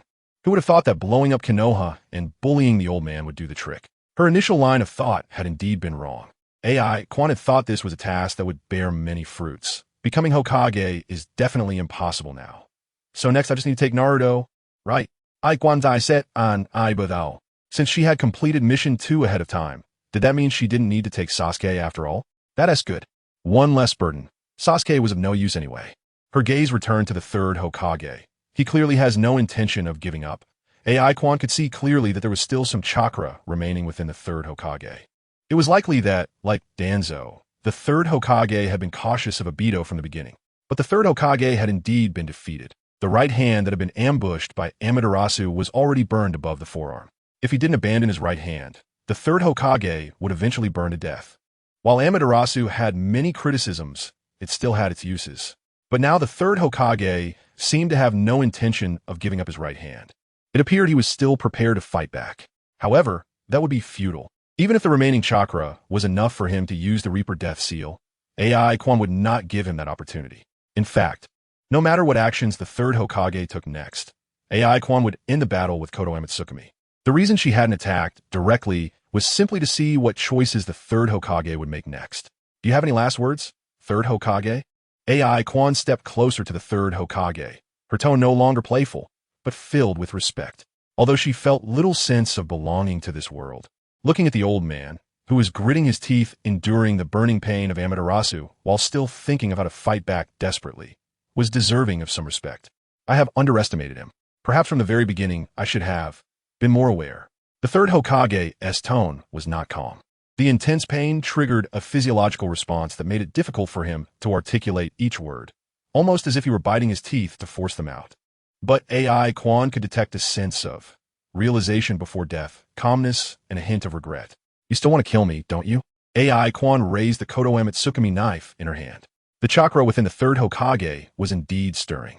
Whether he had underestimated her earlier was no longer important.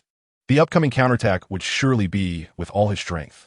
But aside from the Reaper Death Seal, which was destined to fail, Uchiha Quan couldn't think of any other options. He has seen through me.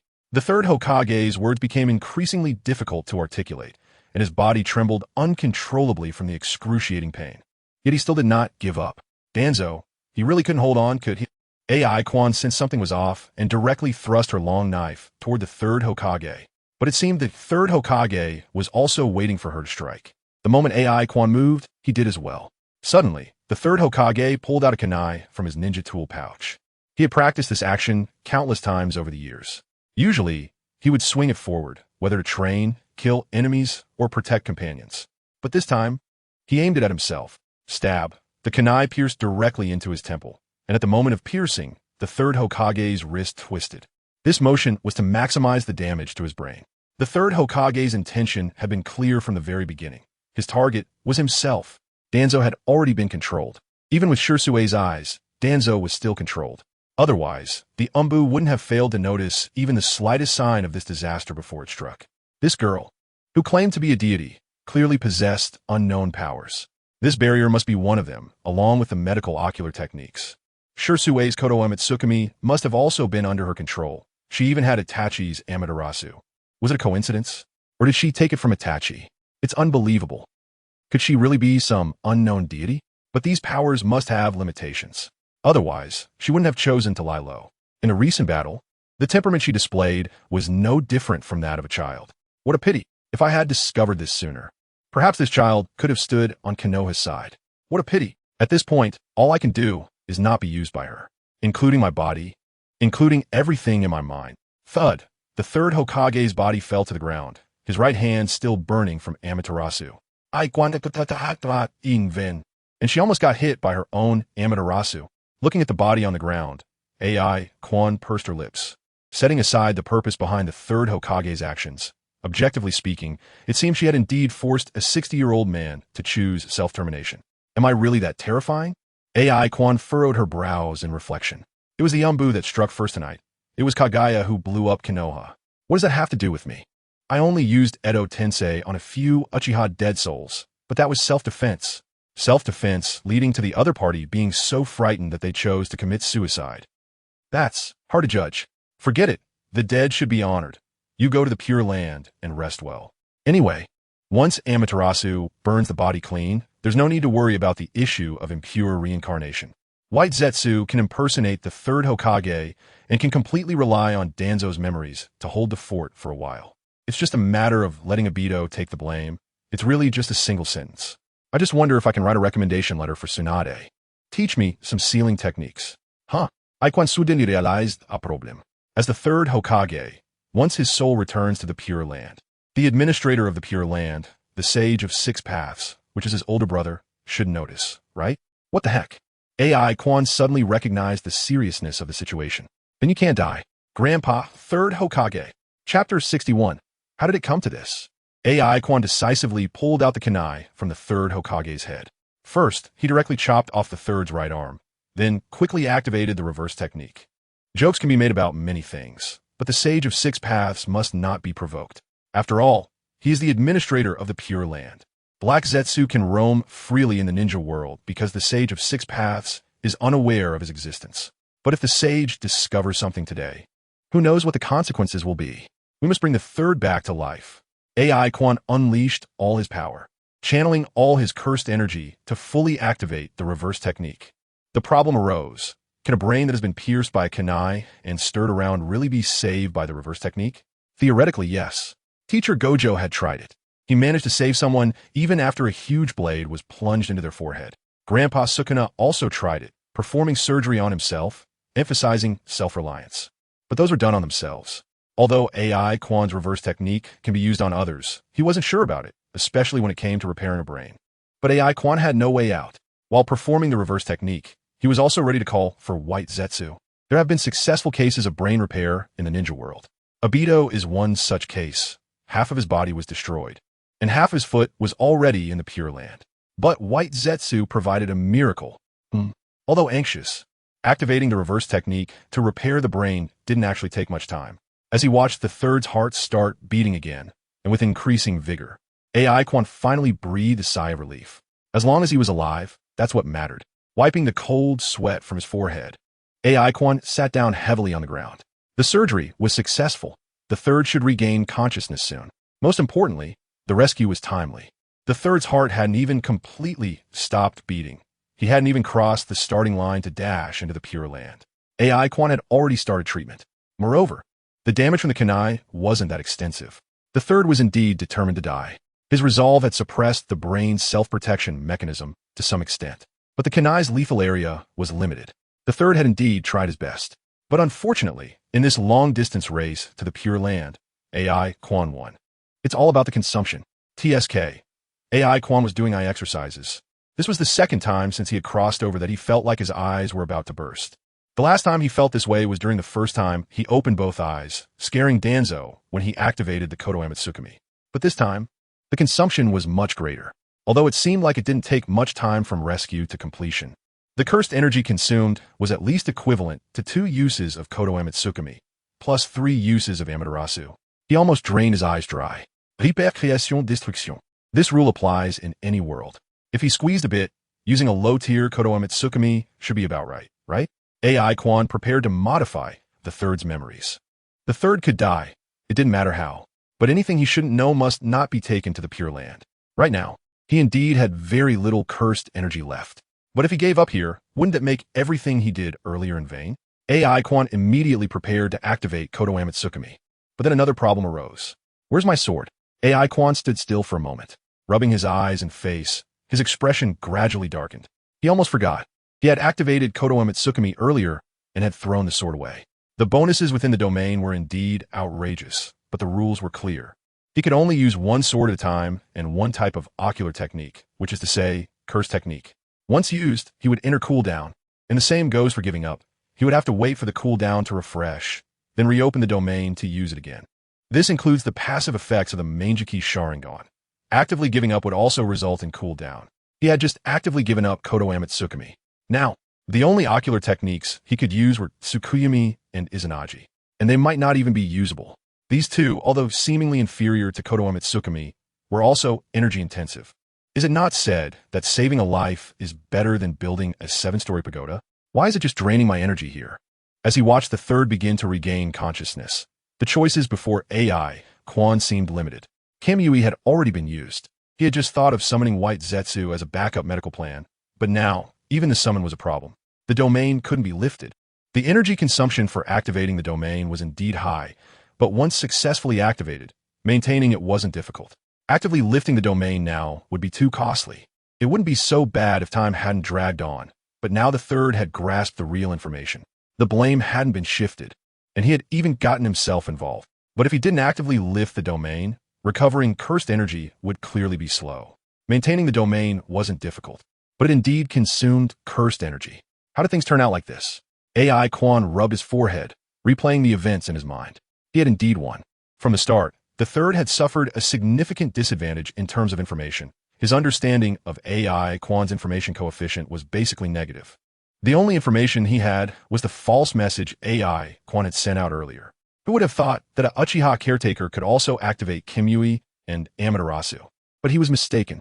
He had thought that the third would use a Reaper death seal, or at least try to take them both down together. He could then copy that technique to teach others later, and let them use Konoha Mitsukami to control others to annoy them. But unexpectedly, the third was so resolute.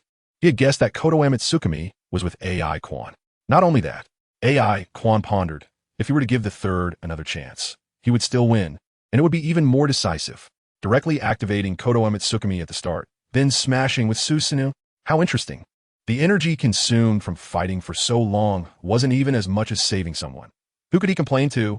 He vowed never to boast again during battles. Just wait for Amaterasu to burn his hands, and that would be fine. AI Quan silently reflected and resolutely made up his mind. If he hadn't been so reckless at the beginning, directly altering the third's memories to make Obito take the blame. Even if he had to stall for time in the domain, even if he had to play chess, wouldn't that be more reliable than now? It felt good to bully the third for a moment, but if he was turned around, he wouldn't be able to sleep all night. Fortunately, there was still a chance to salvage everything. AI Quan glanced at the third. His breathing was steady, and his heartbeat was strong. He should be waking up soon. He had only treated his brain. His arm was left untreated, so he couldn't use any ninjutsu. With the enhancement of the domain and the eternal Mangeki Sharingan, he wasn't afraid of this old man retaliating. Without Konoha Mitsukami, he could only use Konoha Mitsukami's mouth. AI Quan rubbed his face, began to adjust his mood, and managed his expression. After a short while, the third finally regained consciousness, opening his eyes with some confusion. But before he could react to everything around him, he heard a cold voice. Be glad, your final choice has earned you the qualification to live. Mortal, you passed my test. Chapter 62. This concubine hopes you answer well. AI Quan tried to immerse himself in the perspectives of Xiao Nan and Kaguya. Kaguya was relatively dazed. In terms of pretending to be a deity, Xiao Nan had experience and could copy the homework, but it still lacked something. If the two could combine, that would be even better. As long as they could deceive the third Hokage for 2 hours after breaking the barrier, they could take him back and erase his memories. The third Hokage still couldn't react, until he saw the kunai beside him and the undried mixture of red, yellow, and white on the ground. Memories surged, thoughts returned, and the third Hokage's gaze gradually lost its confusion. He touched his temple. The smooth sensation made him feel unreal. I'm not dead, the third Hokage murmured. Then, he heard a very displeased, cold response. What a dull guy. If I want you dead, you'll die. If I want you alive, you'll live.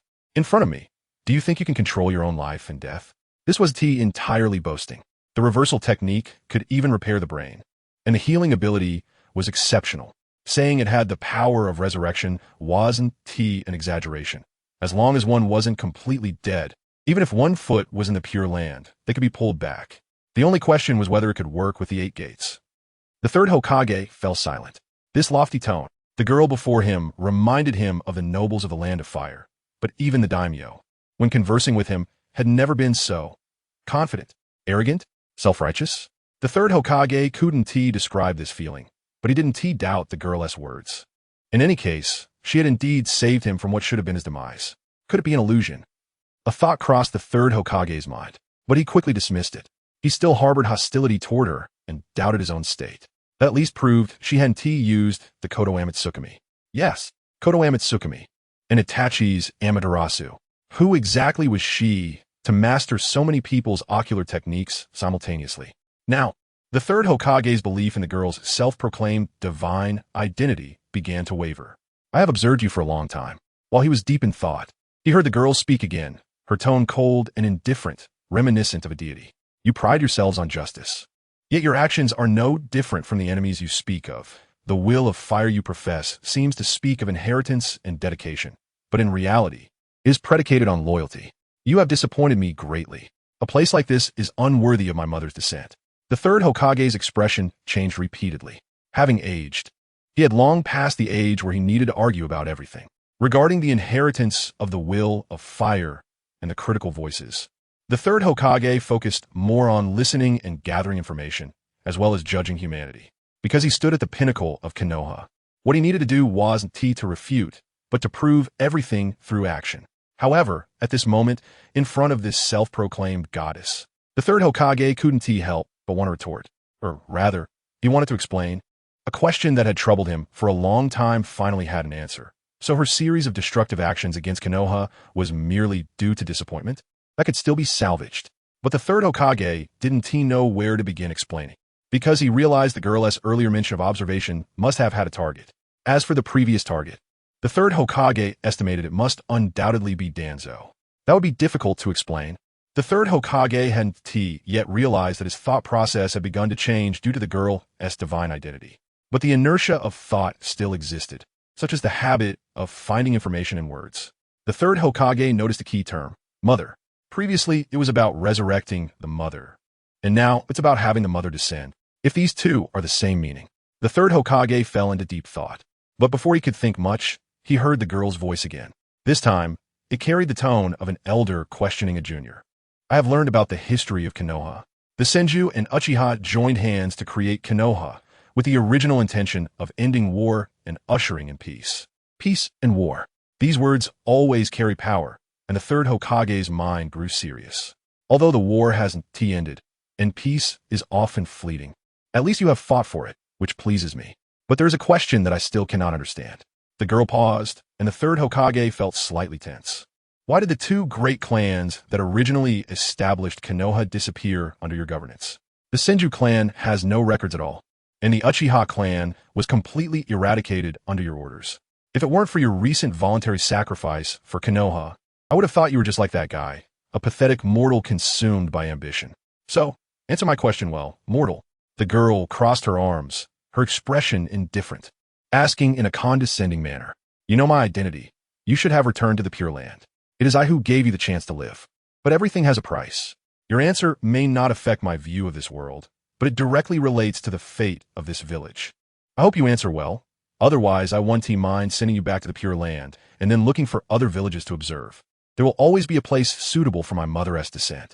The third Hokage could no longer remain silent. Every word from the girl contained a wealth of information, the truth of which could not be verified at the moment, and a brief contemplation yielded no concrete conclusions. Yet the third Hokage felt an unparalleled sense of crisis. This sense of crisis did not stem from life or death. He had just experienced that. As the girl said, she had already mastered her own life and death. And the third Hokage had no doubts or thoughts of resistance. What truly worried the third Hokage was the girl's last words, wanting to find other villages to observe. Before the kunai pierced his brain, the third Hokage's greatest regret was not being able to discover this girl's situation in time and having her stand on the side of Konoha. This regret, after dying and being reborn, especially now, felt particularly intense. She claimed to be a goddess and indeed possessed power beyond his comprehension. If she truly abandoned Konoha and went to other ninja villages, based on the third Hokage's understanding of other ninja villages, the other 4 great ninja villages, more or less, had similar darkness to Konoha. But what if she only observed the side that aligned with her wishes? Her power, her mother. Would they become an asset to other ninja villages? This was something the third Hokage could not bear to imagine. Her existence might be a disaster for Konoha, but in the hands of other villages, she could potentially be a powerful weapon. The third Hokage realized that no matter what, he had to fight for Konoha. Even if he couldn't keep her in Konoha, he had to restore Konoha's image in her heart. The third Hokage let out a breath first. Your Excellency, how old are you to dare call yourself old man in front of me? The girl interrupted with a glare, then impatiently waved her hand. You may address me as Lord Otsutsuki. As for yourself, a mortal who isn't even 100 years old, don't be so self-important. When I was born, this world hadn't even been created yet. How dare you? Chapter 63. You humans are really arrogant at this moment in the mask hall of the Uchiha clan. The battle outside continued. Looking at the 27 masks on the wall, Kurizetsu realized that there wasn't enough time to try them one by one. He could only take them all away first. Using a space-time scroll, he packed all the masks and handed them to Shirazetsu. Watching Shirazetsu disappear, Kurizetsu controlled a Hyuga ninja who turned down the road and activated the Byakugan, looking far towards the Hyuga clan's territory. The 2 barriers were still there. 1 purple and 1 black, 1 square and 1 circular.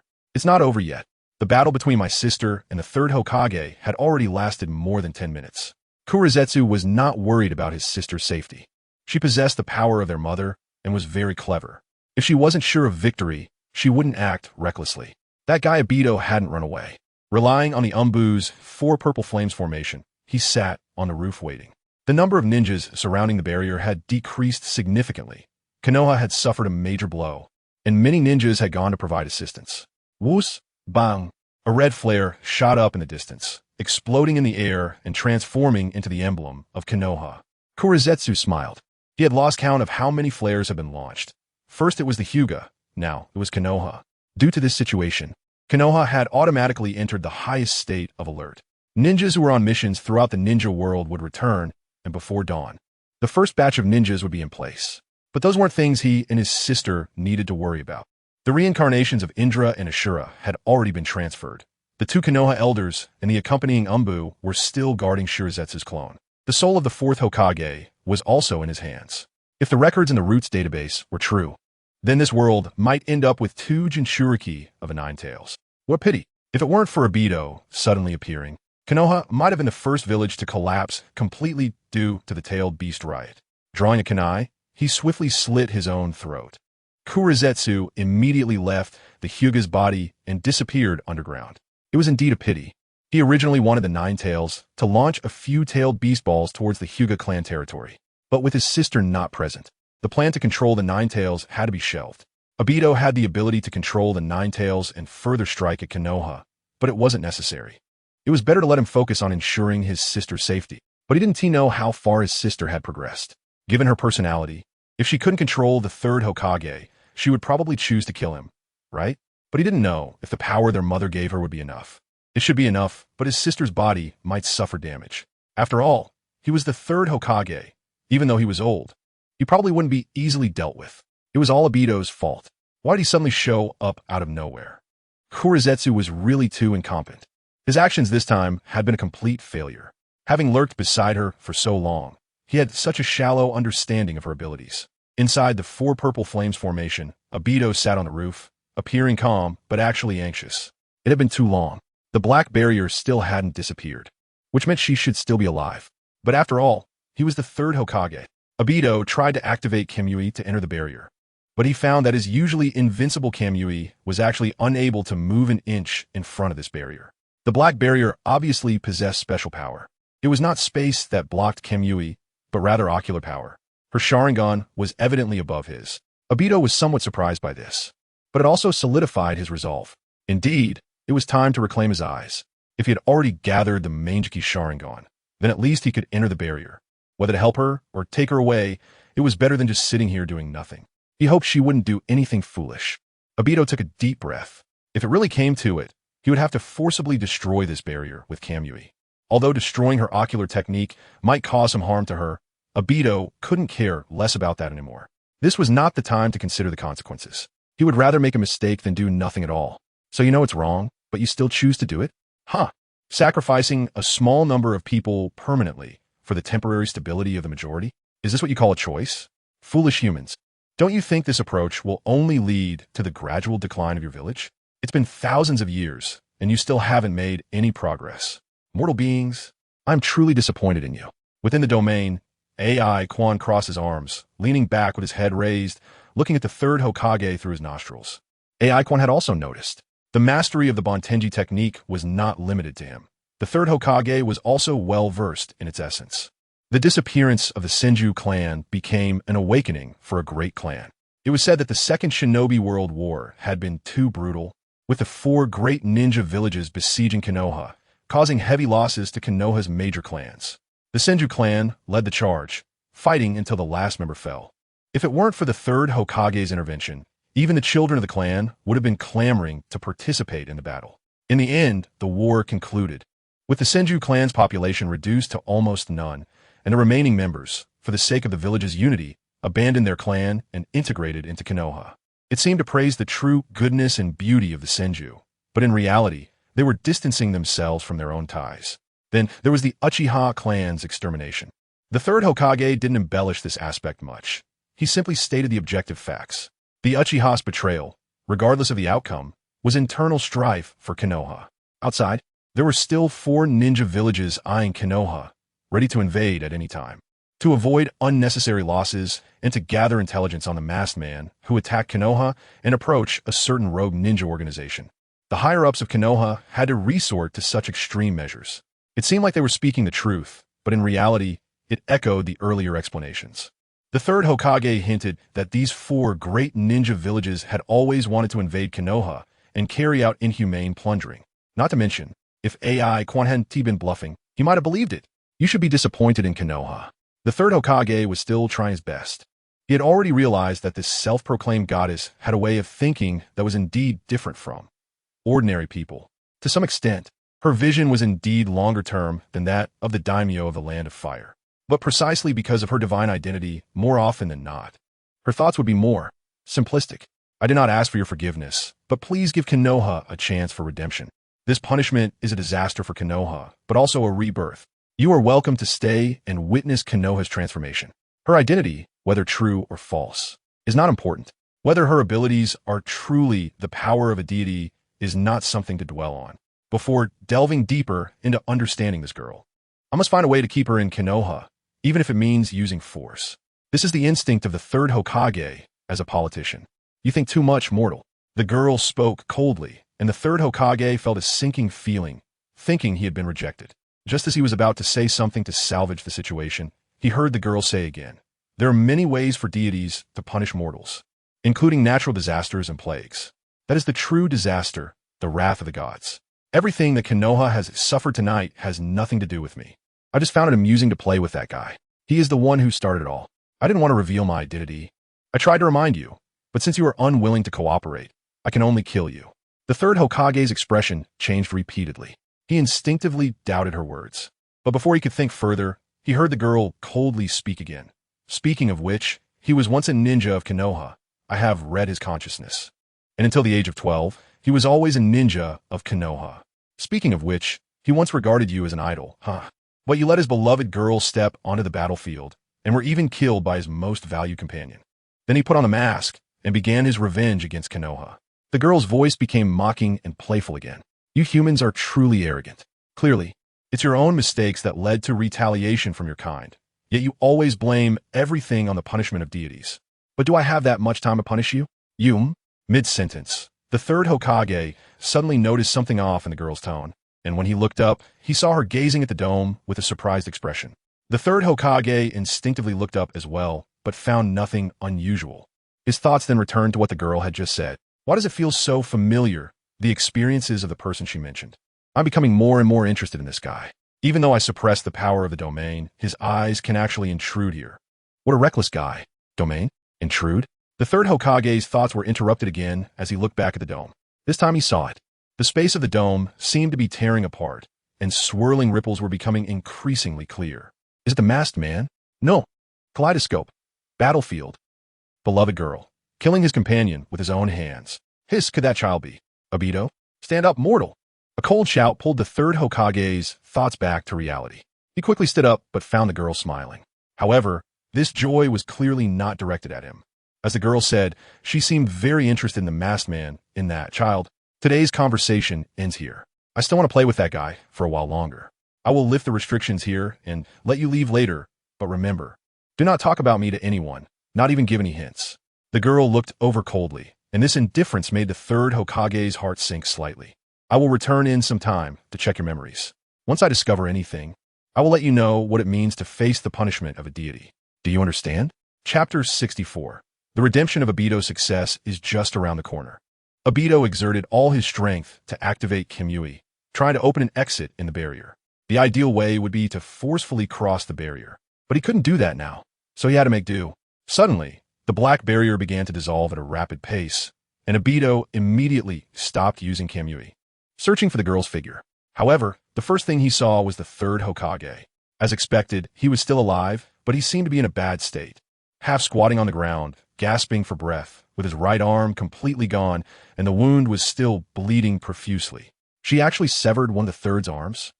Obito was astonished and continued to search for the girl's figure, finally spotting her on the other side, and his pupils instantly constricted. Izumi. She was still alive, but clearly not well, her small body curled up on the ground, hands covering her eyes, tightly pursing her lips, looking in immense pain. "Are you okay, Izumi?" Obito felt a bit at a loss for a moment. She was alive, but he couldn't feel happy. Her painful appearance made him anxious.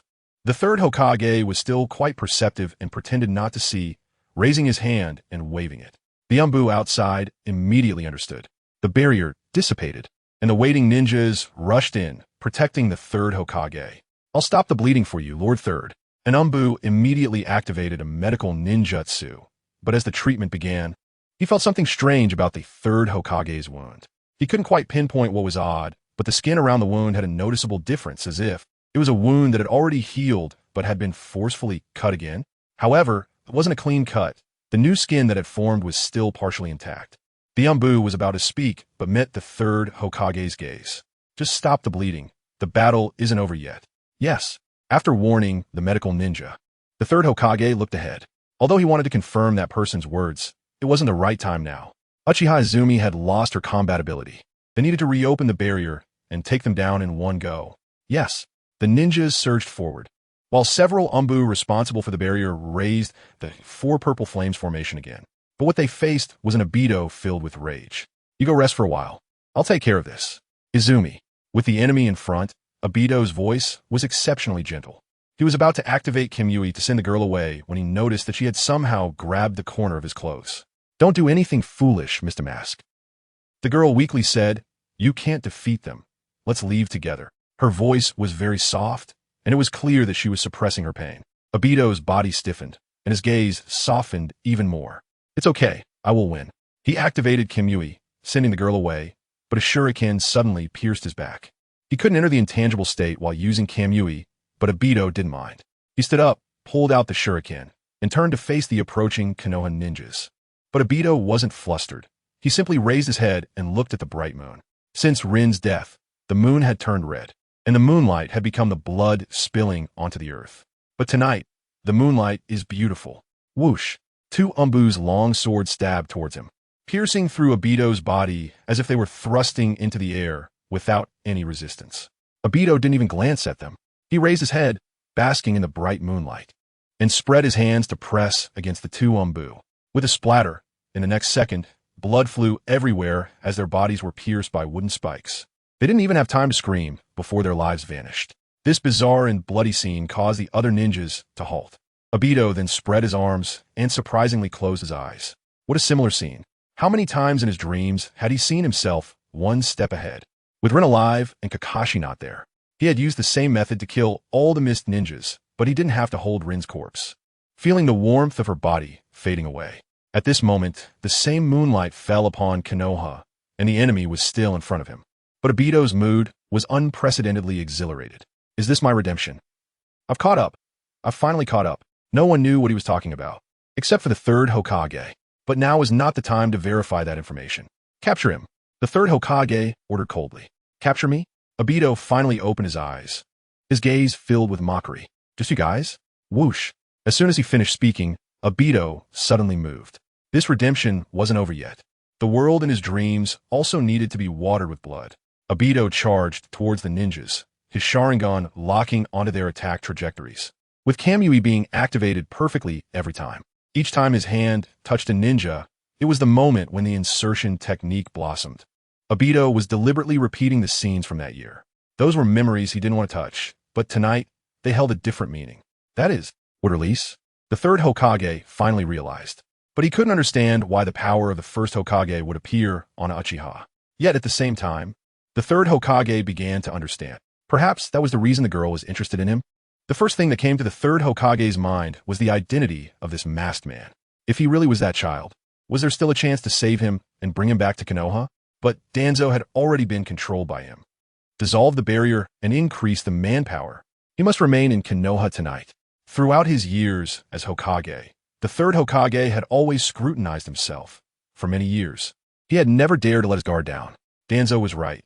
He was indeed a bit weak, sometimes making some cowardly decisions. In the past, with Danzo around, he didn't have to worry. Danzo would always take action. But now, everyone, he is the root cause of tonight's disaster. If we let him leave, the consequences would be unimaginable. Tonight, he must be eliminated. The third Hokage finally steeled his heart. Although the information had not been confirmed, it seemed that this child was beyond saving. Not to mention, he also held Danzo's life in his hands. Once the information in Danzo's mind was deciphered, it would undoubtedly be another significant blow to Konoha. Yes, one by one, the ninjas immediately responded, rushing towards the masked man. Lord, third Hokage, please withdraw first. Your body is no longer suitable for battle. The medical ninja responsible for treatment hurriedly advised. The third Hokage's gaze deepened, looking through the crowd at the masked man. At this moment, Obito also looked at the third Hokage. The two locked eyes, and Obito's gaze became increasingly playful. Are you preparing to escape now? Third Hokage? You should be hiding in the Hokage building, letting those foolish subordinates work for you, right? Then go ahead and escape. But before you leave, please remember their miserable state. Obito said mockingly, yet he pressed his hands together in a seal and unleashed his chakra violently. Would release. Forest of Death. Chapter 65. Reward received. This.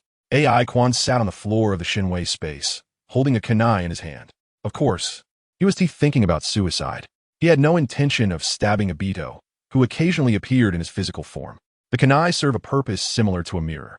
AI Quan was mainly checking his eyes. Indeed, TSK, how am I supposed to face people in the future? The worst concern had indeed come to pass. The 3 Tomo had combined into 6 Tomo. It wasn't a problem when not activated, and he could quickly use the Sharingan to cover it when activated. But with the Byakugan fully stacked, it directly resulted in an eternal Byakugan setting up its own identity, which is not easy to hide. Yes. Now, in the regular state, without activating the Sharingan and Manjiki, his eyes were no longer the same as before. They had turned into pure white pupils, just like Tsutsuki. This was not a good thing. After the battle with the third Hokage, AI Quan had realized the importance of keeping a low profile. Being able to deceive Kaguya was indeed a great help. But if Kaguya could believe in his identity, the Sage of Six Paths would surely also believe. Moreover, in terms of danger, the Sage of Six Paths was definitely above Kaguya. That was beyond doubt. If he were to be discovered by the Sage of Six Paths, the seal that should have fallen upon Kaguya would ultimately fall upon him, which would be a huge loss. The key was that the Sage of Six Paths was not currently in the ninja world. He had been hiding in the Pure Land without showing himself. If he wanted to plan something and lay low, it would indeed be hard to guard against. Low profile. He had to remain low profile. Quickly find Uncle Snake to activate biotechnology, learn a technique, and lay low like this, then, just as he was planning his life, the system prompt appeared before him again. It seemed that his dear Oni-chan had already taken someone away. Aikwan set an Ibadao. Task 3.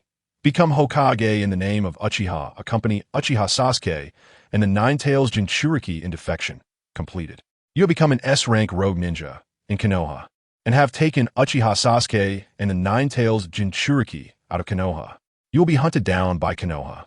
A certain special individual who constantly watches the reincarnation of chakra will also begin to notice your existence. Task settlement completed. You have gained 3 opportunities to enhance yourself. Please make your decisions carefully. The subtitles in front of him began to fade, but the content was already clear. AI Quan had a speechless expression. He and T even started his plan to lay low and stabilize, and now he was being targeted? What a loss. Should have directly let the third Hokage take the blame. However, the Sage of Six Paths should only be curious for now. Obito's presence was definitely stronger than his. It should be fine for the time being. Things had already happened, so complaining was pointless. He could only comfort himself for now. The prompt appeared again, and AI Quan focused his mind. You have gained an opportunity to enhance your cursed energy. Please choose the enhancement direction. Option 1. Cursed Energy Assimilation. You'll gain the right to use cursed techniques with In Release Chakra, greatly enhancing the power of your techniques. Option 2. Increase in total cursed energy. Your cursed energy limit will receive a significant boost, and the conversion rate of mental energy will also be greatly enhanced. Option 3. Cursed Energy Optimization. The purity of your cursed energy will receive a massive increase, and the effects of your domain will also be greatly enhanced. So this is the reward. After reading the options, AI Quan muttered, "It's a pity that I can't choose all 3. So the other 2 opportunities for enhancement might not be related to cursed energy. The system provided 3 enhancement opportunities, each with a choice for enhancement. This time it was cursed energy. Next time, who knows what it will be? Maybe physique? AI Quan wasn't sure. But even if all 3 opportunities were for enhancing cursed energy, getting all 3 options would still not be a loss. The first one was a pass. This is a version trap. AI Quan decisively eliminated option 1, although he couldn't see the specific results from the text. Just looking at the attributes, the effects clearly overlapped with option 3. Enhancing the purity of cursed energy to cast techniques was equivalent to enhancing the quality of chakra to perform ninjutsu, which would also increase power. Option 3 even added the attribute of enhancing domain effects, which was one of AI Quan's hidden cards. Enhancing it was the best. In comparison, while option 1 could enhance the power of techniques, AI Quan thought that the current power seemed sufficient, right?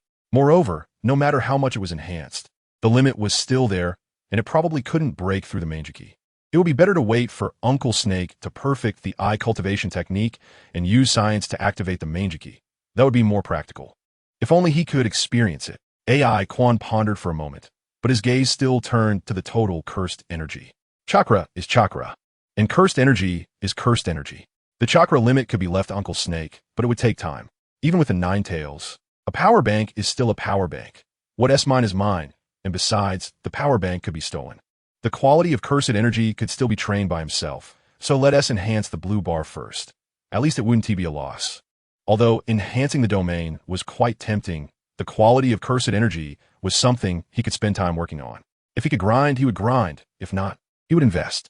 The limit of the blue bar belonged to the type that couldn't be grinded. Although AI Quan didn't know which choice would be the most profitable, choosing the blue bar would definitely not be a loss. Please confirm your choice. Do you choose to enhance total cursed energy? Let us go. AI Quan immediately made his choice. Choice confirmed. This choice cannot be changed, and the enhancement will be completed within 1 hour. Quite rigorous. Ai Quan Gom Lai. Then, he suddenly realized a problem. Speaking of the Sage of 6 Paths, he shouldn't be able to act until he resurrects Kagaya, right? AI Quan blinked. At the beginning, he had nothing, compromising and disguising, being timid when needed. That was fine. When strength was inferior, one could just endure. But the problem was, his strength was not weak now, right? Although defeating the 3rd Hokage was more due to information imbalance. If the 3rd Hokage had fully known his abilities, the outcome might have been different. But he wasn't without room for improvement. This enhancement wasn't just here. Moreover, he was given a super blue bar right from the start. Although he didn't know the specifics, comparing the attributes of other choices and the effects previously shown by the system with terms like magnitude, such as the enhancement from 3 Tomo to be a Kugen. Although it shouldn't be a boost of dozens or even hundreds of times, at least it should be several times, right? At least enough for him to activate Amaterasu and Tsukuyomi for a few minutes, right? What's there to fear? It really seems feasible. The more AI Quan thought about it, the more he felt there was hope. Even if this guy didn't know about Kagaya's existence, he should know about Uchiha Madara's plan, always monitoring the reincarnations of Ashura and Indra, right? He wouldn't wait until Uchiha Madara was possessed by Kagaya to appear. If this guy could have stopped it earlier, he would have acted long ago, right? Just a dead ghost. What is there to be arrogant about? Thinking of this, AI Quan suddenly realized, what is there to be afraid of? What is there to be internal strife about? The Sage of 6 Paths is afraid of Kagaya, not him. Moreover, this time Indra and Ashura are both in his hands. Who is afraid of whom? Besides, the two are still young, their outlook on life and values are not yet formed, and they are in a time when they lack care. Someone has to take care of the little ones. AI Quan raised his eyebrows. Then he looked at the system's prompt again. You have gained an opportunity to enhance cursed techniques. Please choose the enhancement direction. This time the enhancement direction is cursed techniques, which did not surprise AI Quan much. But before checking the options, a bold idea suddenly popped into his mind. Since there is infinite Tsukuyomi, is it possible to have infinite Kodoame Tsukumi? Chapter 66, Close Your Eyes. Option 1. Mastery of Curses. All your curses will be enhanced, including increased power and reduced consumption. Option 2. Curse Optimization. Please select one of your existing curses for confirmation. Once confirmed, that curse will be significantly optimized, with a chance to break limits. Option 3. Domain Advancement. You will unlock permissions and gain a brand new method of using your domain, greatly enhancing its effects. People often say that a hungry person shouldn't go to the supermarket, because they will always buy unnecessary things. But if the money in their pocket is insufficient, then aside from filling their stomachs, people won't do anything extra. Just like AI Quan now. After contemplating the idea of infinite Kodoame Tsukumi, he carefully read through option 2, and his gaze could no longer be moved. The power of the major eye techniques is already sufficient, and I don't lack chakra. A brand new way to use my domain? Living domain? Simple domain? Don't be ridiculous. Isn't that something only the weak would study? AI Quan silently chose the second option while contemplating his own Kodoame Tsukumi. Please confirm your choice. Choice completed. This choice cannot be revoked. Please select the curse you wish to optimize. Eternal Mangeki Sharingan. 6-Tomo Sharingan. Kodoamatsukami. Izanagi. Amaterasu and Tsukuyami. Kamui. Incomplete. What the hell? It's based on pairs? Wait, why is Itachi still at the bottom? AI Quan seemed to feel some disdain. This enhancement is actually calculated based on pairs, which is indeed an unexpected gain, especially since there are 2 Kodoamatsukami techniques in the domain. However, this also served as a reminder to AI Quan. Double Kamui must be greater than Izanagi, so Amaterasu and Tsukuyami can be avoided using Izanagi. But how could the 6-Tomo Sharingan rank higher than the double Kodoamatsukami? This ranking must have its reasoning. It shouldn't just be based on power. AI Quan pondered that it might be a matter of evolutionary level. After all, Kodoamatsukami is unlikely to work on Otsutsuki, and whether it can affect the Rinnegan is still a mystery. Although the 6-Tomo Sharingan and Eternal Mangeki Sharingan are somewhat unconventional, they do indeed lean towards the true Otsutsuki clan to some extent. According to the system's hints, evolving the Eternal Mangeki Sharingan and 6-Tomo Sharingan might be the best choice. But the system definitely didn't account for Obito's 3-Tomo wall and the pile of Byakugan on the moon. Let's enhance Kodoamatsukami. AI Quan still made his initial choice, pursuing the maximization of immediate benefits. Please confirm your choice. Do you choose to optimize Kodoamatsukami? Hurry up. Choice confirmed. This choice cannot be changed and will take effect within 2 hours and 30 minutes. Oh, the time is 1.5 times longer. It feels like something incredible will evolve. AI Quan was somewhat looking forward to it. Infinite Kodoamatsukami might be too far-fetched, but if Kodoamatsukami could evolve to the point where it is effective against Rinnegan, or even against Otsutsuki, that would be amazing. Not asking for complete control over the will, but at least a certain degree of hypnosis should be possible, right? Mom won't have to worry about the 4th being fake anymore. The system's prompt updated, and the 3rd choice appeared. AI Quan gathered his thoughts. The increase in difficulty for 3 tasks does not necessarily mean that the corresponding rewards will become increasingly generous. It just means that the number of choices has increased, and overall, the rewards will be richer. But currently, it seems that the enhancement level of each choice is still quite close objectively. You have obtained an opportunity to enhance yourself through curse binding. Please select the curse binding you need. The system's prompt appeared. Choice 1, Heaven and Curse Binding. You will immediately lower your life force to the minimum point as a cost to enhance your curse power, curse purity, and total curse amount. Choice 2, Heaven and Curse Binding Reverse. You will lose all curse power and curses as a cost in exchange for extremely high life force and physique, and gain a large amount of immunity to any form of damage. Choice 3, Time-Limited Curse Binding. You gain the right to use the above 2 curse bindings, but the duration is limited, and during the cooldown period after the effect ends, you must bear the corresponding cost. Please confirm your choice. Do you choose time-limited curse binding? AI Quan was silent for 2 seconds, then decisively chose option 3. This is clearly a single-choice question. Choice 2 immediately transforms into the Ninja World version of Heaven and Tyrant, seemingly very competitive, specifically targeting the Otsutsuki clan. But the enhancement coefficients are right there, and combined with the rewards from the first 2 tasks, AI Quan didn't think that the Ninja World version of Heaven and Tyrant could have much competitiveness. At best, it's just a standard version of Might Guy with 6 gates, MO7 gates. Heaven and Tyrant can only make the left footstep on the right foot to ascend, but cannot perform physical fire release. Peacock. Actually, choice 1 isn't something that can't be tried. The cost of Heaven and Curse Binding can be avoided. Lowering life force means becoming a super fragile mage. But if I stay in the Kamui space and let Obito and Black Zetsu do the work, or if I stay in my own curse power space, safety issues will be guaranteed. I could look for an opportunity to meet Snake Uncle and arrange for a brand new body. Then I could just switch it out in one go. But the problem is, if I choose that, then until Snake Uncle masters the core technology, I can only stay at home. No need to. Directly choose option 3. Getting both while being able to use them flexibly is definitely not a loss. Choice confirmed. This choice cannot be changed, and you have gained the right to activate time-limited curse binding. Time-limited curse binding. You can choose to activate Heaven and Curse Binding and Heaven and Curse Binding Reverse, lasting for 10 minutes, cooldown time, 10 days. During the cooldown period, you will bear the corresponding cost. The 3rd reward was distributed immediately, without needing to wait for time to enhance. Once every 10 days, for 10 minutes each time. This can barely be considered a second trump card. Overall, I have obtained a Super Chakra Bar, enhanced Kodoamatsukami once, and added a gamble-like trump card. AI Quan was quite satisfied, just waiting for the results in 2.5 hours. AI Quan put away the kunai and casually activated his Sharingan. During this time, his curse power had mostly recovered. AI Quan planned to kill back after Obito returned, to complete the third Hokage's Kodoame Tsukimi package. Not asking for control, just at least erasing some memories. Although after figuring out the Sage of Six Paths' weaknesses, he wouldn't have to fear that dead ghost anymore. But the third Hokage ultimately holds the information about his abilities, and it still needs to be kept secret. However, AI Quan already thought it through. There was no need to deliberately hide his abilities. After all, they would be exposed sooner or later. But it definitely needs to be packaged a bit. AI Quan pondered that the term rewriting seal should be quite suitable. He is still that harmless Uchiha caretaker.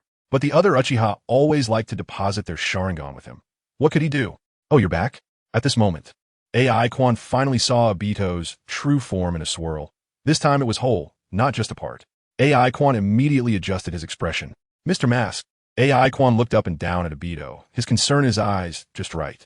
It didn't come off as pretentious, nor would it hurt anyone's feelings. I'm back, Quan. Obito's state was a bit off, with a strange excitement. AI Quan noticed the blood that kept flowing down from his hand. At first, he thought it was Obito's. Indeed, his arm was already stained red with blood, and a wound was continuously oozing blood. It would be a lie to say he wasn't injured. But the more AI Quan looked, the more something fell off. The wound was one thing, but it seemed like Obito was also holding something. I've taken care of the third Hokage for you. This is his heart.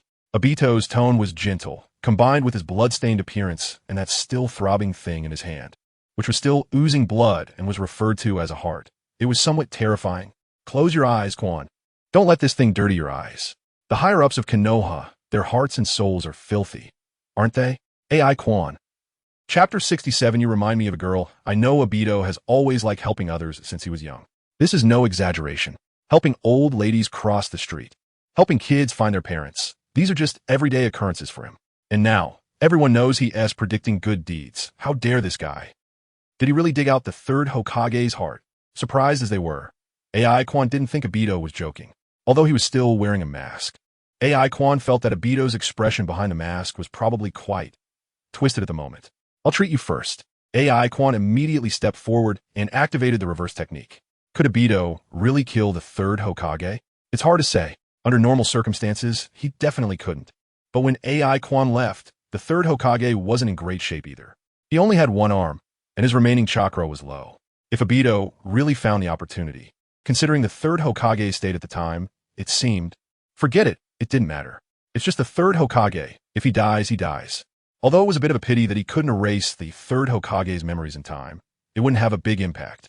He could find a chance to burn the corpse clean later. Actually, burning the corpse might be a bit excessive. After all, aside from Orochimaru, it seems no one else uses the impure world reincarnation. As for whether the Sage of Six Paths might gather intelligence through the third Hokage's soul, forget it. Let be. Knowing is knowing. It's not a big deal. Would the Sage of Six Paths really come out just for that? Moreover, that intelligence would soon become outdated. Obito might have a wall full of Sharingan, possibly reaching triple digits. 6 to 9 Tomo wouldn't be a dream. Evolving to be a Kugen might be a bit difficult. At least, it would require a trip to the moon. It sounds tough, but this thing is up to the effort. Once Uncle Snake's technology is sufficient to clone eyes, a complete Susanoo might be able to fly up there. If he can't clone the eyes, it doesn't matter. The double Kamui link space might also be able to go straight from the ground to the moon. If that doesn't work, he could figure out a flying Thunder God technique, then resurrect the Ten Tails and launch a super-tailed beast bomb with the flying Thunder God towards the moon, and then do a 10,000-meter teleportation. Let's start with Anada. Find a way to get Otsutsuki Kenshiki to come down, then deal with the Heavenly God. As AI Quan thought aimlessly, he also activated the reverse technique to treat Obito. Although his plans had been disrupted by Obito twice in a row, it didn't have a big impact overall. At least the rewards were fully in hand. Right now, his strength, while not quite at the level of Uchiha Madara single-handedly defeating the entire Ninja Alliance, should be sufficient to dominate the ninja world. As for what comes next, for now, he would take it step by step. Once the system issued the next task, he would think about what to do. Although AI Quan had never considered the system tasks as life goals, he had to admit that the rewards from the system tasks could indeed help him get closer to his goals faster. Moreover, the first 2 tasks issued by the system showed a certain continuity. From surviving the night of the massacre to reviving the Uchiha or defecting from Konoha. AI Quan estimated that the requirements for the third task would definitely revolve around the concept of defecting ninjas. There's nothing to guess. It's just about collecting tailed beasts, unifying the ninja world, or something similar. Perhaps the phrasing would differ, but the direction should be about the same. Then it's destined to lead to a confrontation with the Sage of Six Paths. The only chance I might fail is if the Sage of Six Paths takes action early and seals me away. Then I'll control Sasuke in Naruto. And then consult with Oni-chan? AI Quan blinked, feeling that his thoughts suddenly opened up. Looking at this potential crisis from an objective perspective, it's just that the Sage of Six Paths discovered Kurizetsu's plan, so he began to act early and take a series of countermeasures. So just tell Kurizetsu. Let Kurizetsu know that his brother is already aware of his existence, and then let Kurizetsu prepare, right? If Kurizetsu knows that the Sage of Six Paths is also preparing to seal Kaguya, he should prepare a contingency plan first, right? Find someone to take the blame? Cancel this sealing in advance? Take the blame? AI Quan suddenly looked up at Obito. If this guy really killed the third Hokage, then this blame. Holy crap, accidentally making eye contact with Obito. AI Quan suddenly jolted. Obito's gaze. Something's off. What S with that infatuated expression? No. Stay away from me, you idiot. AI Quan then realized that their current posture seemed a bit awkward. Actually, it wasn't a big deal. Someone was injured, and the injury was serious, blood gushing out, and he needed to treat the wound quickly. A normal medical ninja would use a normal posture to activate normal medical ninjutsu.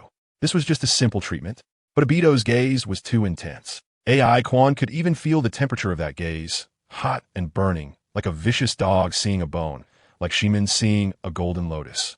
But while Obito might be that vicious dog, AI Quan was definitely not a golden lotus. This guy isn't getting carried away, is he? AI Quan silently ended the reverse technique and quietly stepped back a bit, while also quietly preparing to activate the reverse version of the Heavenly God and curse binding. Right now, his cursed energy hadn't recovered, and if Obito really planned to do something, he would definitely go all out. He couldn't let his guard down. You know, you remind me of a girl I know. Seeing the girl step back, Obito raised his eyebrows under the mask, chuckled softly, and said gently, "She was also a medical ninja. Before I understood the truth of this world, she would treat me like you do when I was injured." Thud. AI Quan's heart trembled. Just because I'm also a medical ninja, you think you're ready to lay your cards on the table, right? Have you ever been kicked by a medical ninja? AI Quan was always ready to go all in. This is Kamui space. Obito can only phase through emptiness here. Moreover, this guy's condition isn't great. The previous battle must have been intense, and he even used the Izanagi from his right eye as a backup. Now, although his injuries were healed, his chakra. Damn, this guy still has quite a bit of chakra left. The Kurizetsu brand power bank is no joke. So this damn reverse technique has already aided the enemy twice today? This is really frustrating. No, I still have to activate Kamui and escape. AI Quan thought for a moment. If this guy runs away, he is still in Kamui space. Once the curse binding effect is over, won't he? AI Quan's brain was running at high speed. But suddenly at that moment, thud, Obito suddenly fell forward, but he stopped halfway down. Kurizetsu had taken control of the body. He has already lost consciousness, and now I am the one controlling his body, little sister. Do you know what it feels like to be? AI Quan silently lifted the alert, looking at Obito, who was just the same as before, but had already switched accounts. After hesitating for a long time, he still restrained the impulse to unleash a Amaterasu. Chapter 68, Please respect your love. Mr. Mask tonight. Obito should be fighting for his life. The chakra within him belongs to White Zetsu, and he has indeed reached his limit. After all, no matter how strong Obito is, no matter how SSR he becomes, attempting to assassinate a severely weakened third Hokage while facing so many elite Umbu will always come at a cost. To extract the third Hokage's heart from amidst a sea of enemies, paying only with a single Sharingan, is already impressive. There is no doubt that after tonight, the name of the masked man will resonate throughout the ninja world. What happens next doesn't really matter. Anyway, Obito is bound to take the blame for it. Black Zetsu's plan was very successful. However, AI Quan couldn't feel too happy about it. Everything that just happened seemed like a false alarm, but indeed rang alarm bells for him. If this guy were any more impulsive, things could have gotten really serious. It was clear they were about to reveal their cards, and that was not good. That little look in his eyes, damn. AI Quan still felt a bit scared. One could only say that he truly is the most affectionate in the ninja world. AI Quan felt that it might be necessary for him to keep some distance from Obito in the future. It's one thing to use someone, and another to hold a grudge. He initially played the role of Rin to protect himself, so it was reasonable for him to exploit Obito's affection. However, Obito wanted to kill him at that time, so his emergency avoidance was completely justified. Would he just sit around and wait to die? But now, many things have changed. His strength has increased, and he is prepared to challenge the Sage of Six Paths. His position is already different. With Black Zetsu's operations, Obito has successfully taken the blame, and the anger of Konoha will be directed at him, which counts as settling the score from that day. So AI Quan feels that he now has every reason to respect Obito's deep feelings. You can control his body. Can you also use his Manjiki Sharingan? Quan Asket. White Zetsu, who was busy fiddling with that heart, turned his head. Sure, do you want to go out? White Zetsu blinked. Are we going to have some fun? Great. Take me with you. AI Quan twitched at the corner of his eye. This guy really is annoying. Just give me a coordinate and you can send me out. No need to come with me. When he wakes up, help me pass a few words to him. Are you leaving? Aren't you going to wait for him to wake up? White Zetsu asked, a bit confused. Yeah, okay then. What do you want to tell him? Just tell him this. AI Quan ran his fingers through his hair and smiled. No matter how dark this world gets, there are some things that should not be desecrated, like family ties and love. Mr. Mask has someone he loves deeply. No matter how much I resemble him, I should not be treated as a substitute. That would be a desecration of that senior's love, as well as a desecration of Mr. Mask's feelings. AI Quan paused for a moment, then continued. Moreover, I also have someone I love deeply. While I'm very grateful for everything Mr. Mask has done today, as I told him before, I am an unfortunate person, and staying away from him is the greatest repayment I can give. Obito's deep feelings deserve respect, but there is no way AI Quan can respect Itachi even a little bit. He still remembers the effect of Kotoeme Tsukumi. That scumbag, bah. The destruction of the Uchiha clan, Obito was just an accomplice. The high-ranking officials of Konoha are the real masterminds. But the most despicable one has to be Itachi. Not leaving a single elder or child behind, leaving only his younger brother. This operation, no matter how you look at it, cannot be respected at all. So if Obito still wants to entangle himself, then please aim at Itachi. I have a deep love for Itachi Kuinum. White Zetsu hesitated for a moment and reluctantly opened his hands. How about you just tell him yourself? Huh? AI Quan was taken aback. White Zetsu scratched his head in a bit of grievance. You say so much, I can't remember it all. It's okay, look into my eyes. I'll help you enhance your memory. Tsukuyami, activate. White Zetsu is quite a remarkable being, originally transformed from a human and modified by the God Tree and Hashirama cells. Hanging on a person means it's like a mobile power bank. This thing has no soul and no normal thoughts, but it can indeed withstand Jinjutsu. Obito's body has been deeply transformed, feeling no different from a Jinchuriki. As for the use of White Zetsu, the one with the most ideas is undoubtedly Black Zetsu. In the original timeline, Black Zetsu might have been limited by his disguise and didn't showcase much. But in this version, after acquiring Danzo's knowledge, his exploitation of White Zetsu has clearly improved significantly. The Sharingan White Zetsu, the self-destruct sealing White Zetsu, all these came from Black Zetsu's hands. AI Quan has been pondering this. If Black Zetsu were to lead the fourth Great Ninja War, would the outcome be different? This place isn't far from Konoha. Are you sure this is the right spot? After a twist in space and time, White Zetsu, controlling Obito's body, sent AI Quan to a small grove. This is a small base of the roots. Not far from Konoha, but it is hidden well. It is also the agreed-upon location with Black Zetsu beforehand. Here is fine. Thank you. You're really great. You're praising me. I'm going to get shy. Bye. I'm heading back now. Bye. Watching White Zetsu leave, AI Quan stopped pretending and directly activated his own Kimi, bypassing a series of restrictions, and arrived at this underground stronghold. The reason the stronghold is hidden is largely because it was built underground. AI Quan remembers that it was created overnight by two White Zetsus, and after finishing, they were taken out by Black Zetsu. Every time I see you activate Tenshin SH Butsu, I always feel it resembles Obito's Kimi. Just as he stepped out from the cursed space, AI Quan heard Black Zetsu's voice. The power of the Manjiki Sharingan comes from the elder brother, and the elder brother's power comes from the mother. The mother is the progenitor of chakra, and everyone in this world, more or less, inherits some of the mother's power. AI Quan turned off his Manjiki, revealing his Byakugan, and smiled at Black Zetsu. Kamui and Tenshin Sage Butsu are somewhat similar, which is normal. Black Zetsu was a bit dazed, staring at those Byakugan eyes for a long time. AI Quan was very pleased with Black Zetsu's reaction. Mother has unsealed some of my power again. My eyes have finally returned to how they used to be, Oni-chan. Only then did Black Zetsu come back to his senses. Looking at his sister in front of him, he smiled sincerely. Now you look more like Mother, Quan-chan. Really? Maybe. Anyway, whatever Black Zetsu says is right. However, AI Quan suddenly thought of a question. In the Kagaya era and the era of the shinobi clans, there was no such thing as the eternal Mangeki Sharingan. The Sage of Six Paths said to open the Rinnegan, just open the Rinnegan. Indra did too, and even the 3 Tomo could unlock the highest level. This might be explained by the purity of the bloodline. The closer one is to Kagaya's bloodline, the more the ancestral chakra they inherit. Uchiha Madara awakened the Rinnegan through Hashirama's cells, which was due to the merging of the chakra from the 2 ancestors, Indra and Ashura. But the problem is, speaking of ancestral chakra, there seems to be a mass of it right here, doesn't there? Coming from Kagaya and directly related. If only. What are you thinking about, Izumi-chan? Kurizetsu suddenly spoke up. It's nothing. AI Izumi looked at the 2 small figures sleeping peacefully and smiled. Every time I see them, I can't help but feel like I'm looking at Big Brother and Second Brother. Oni-chan, what do you think Big Brother would think if he found out about us? Chapter 69. The strange Sage of Six Paths, they only inherited a part of their mother's power, and that power cannot grant them immortality. Even if some unknown chakra is left behind in some place, there's no need to worry.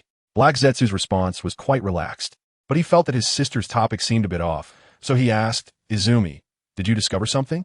Maybe I'm overthinking it. Izumi shook her head.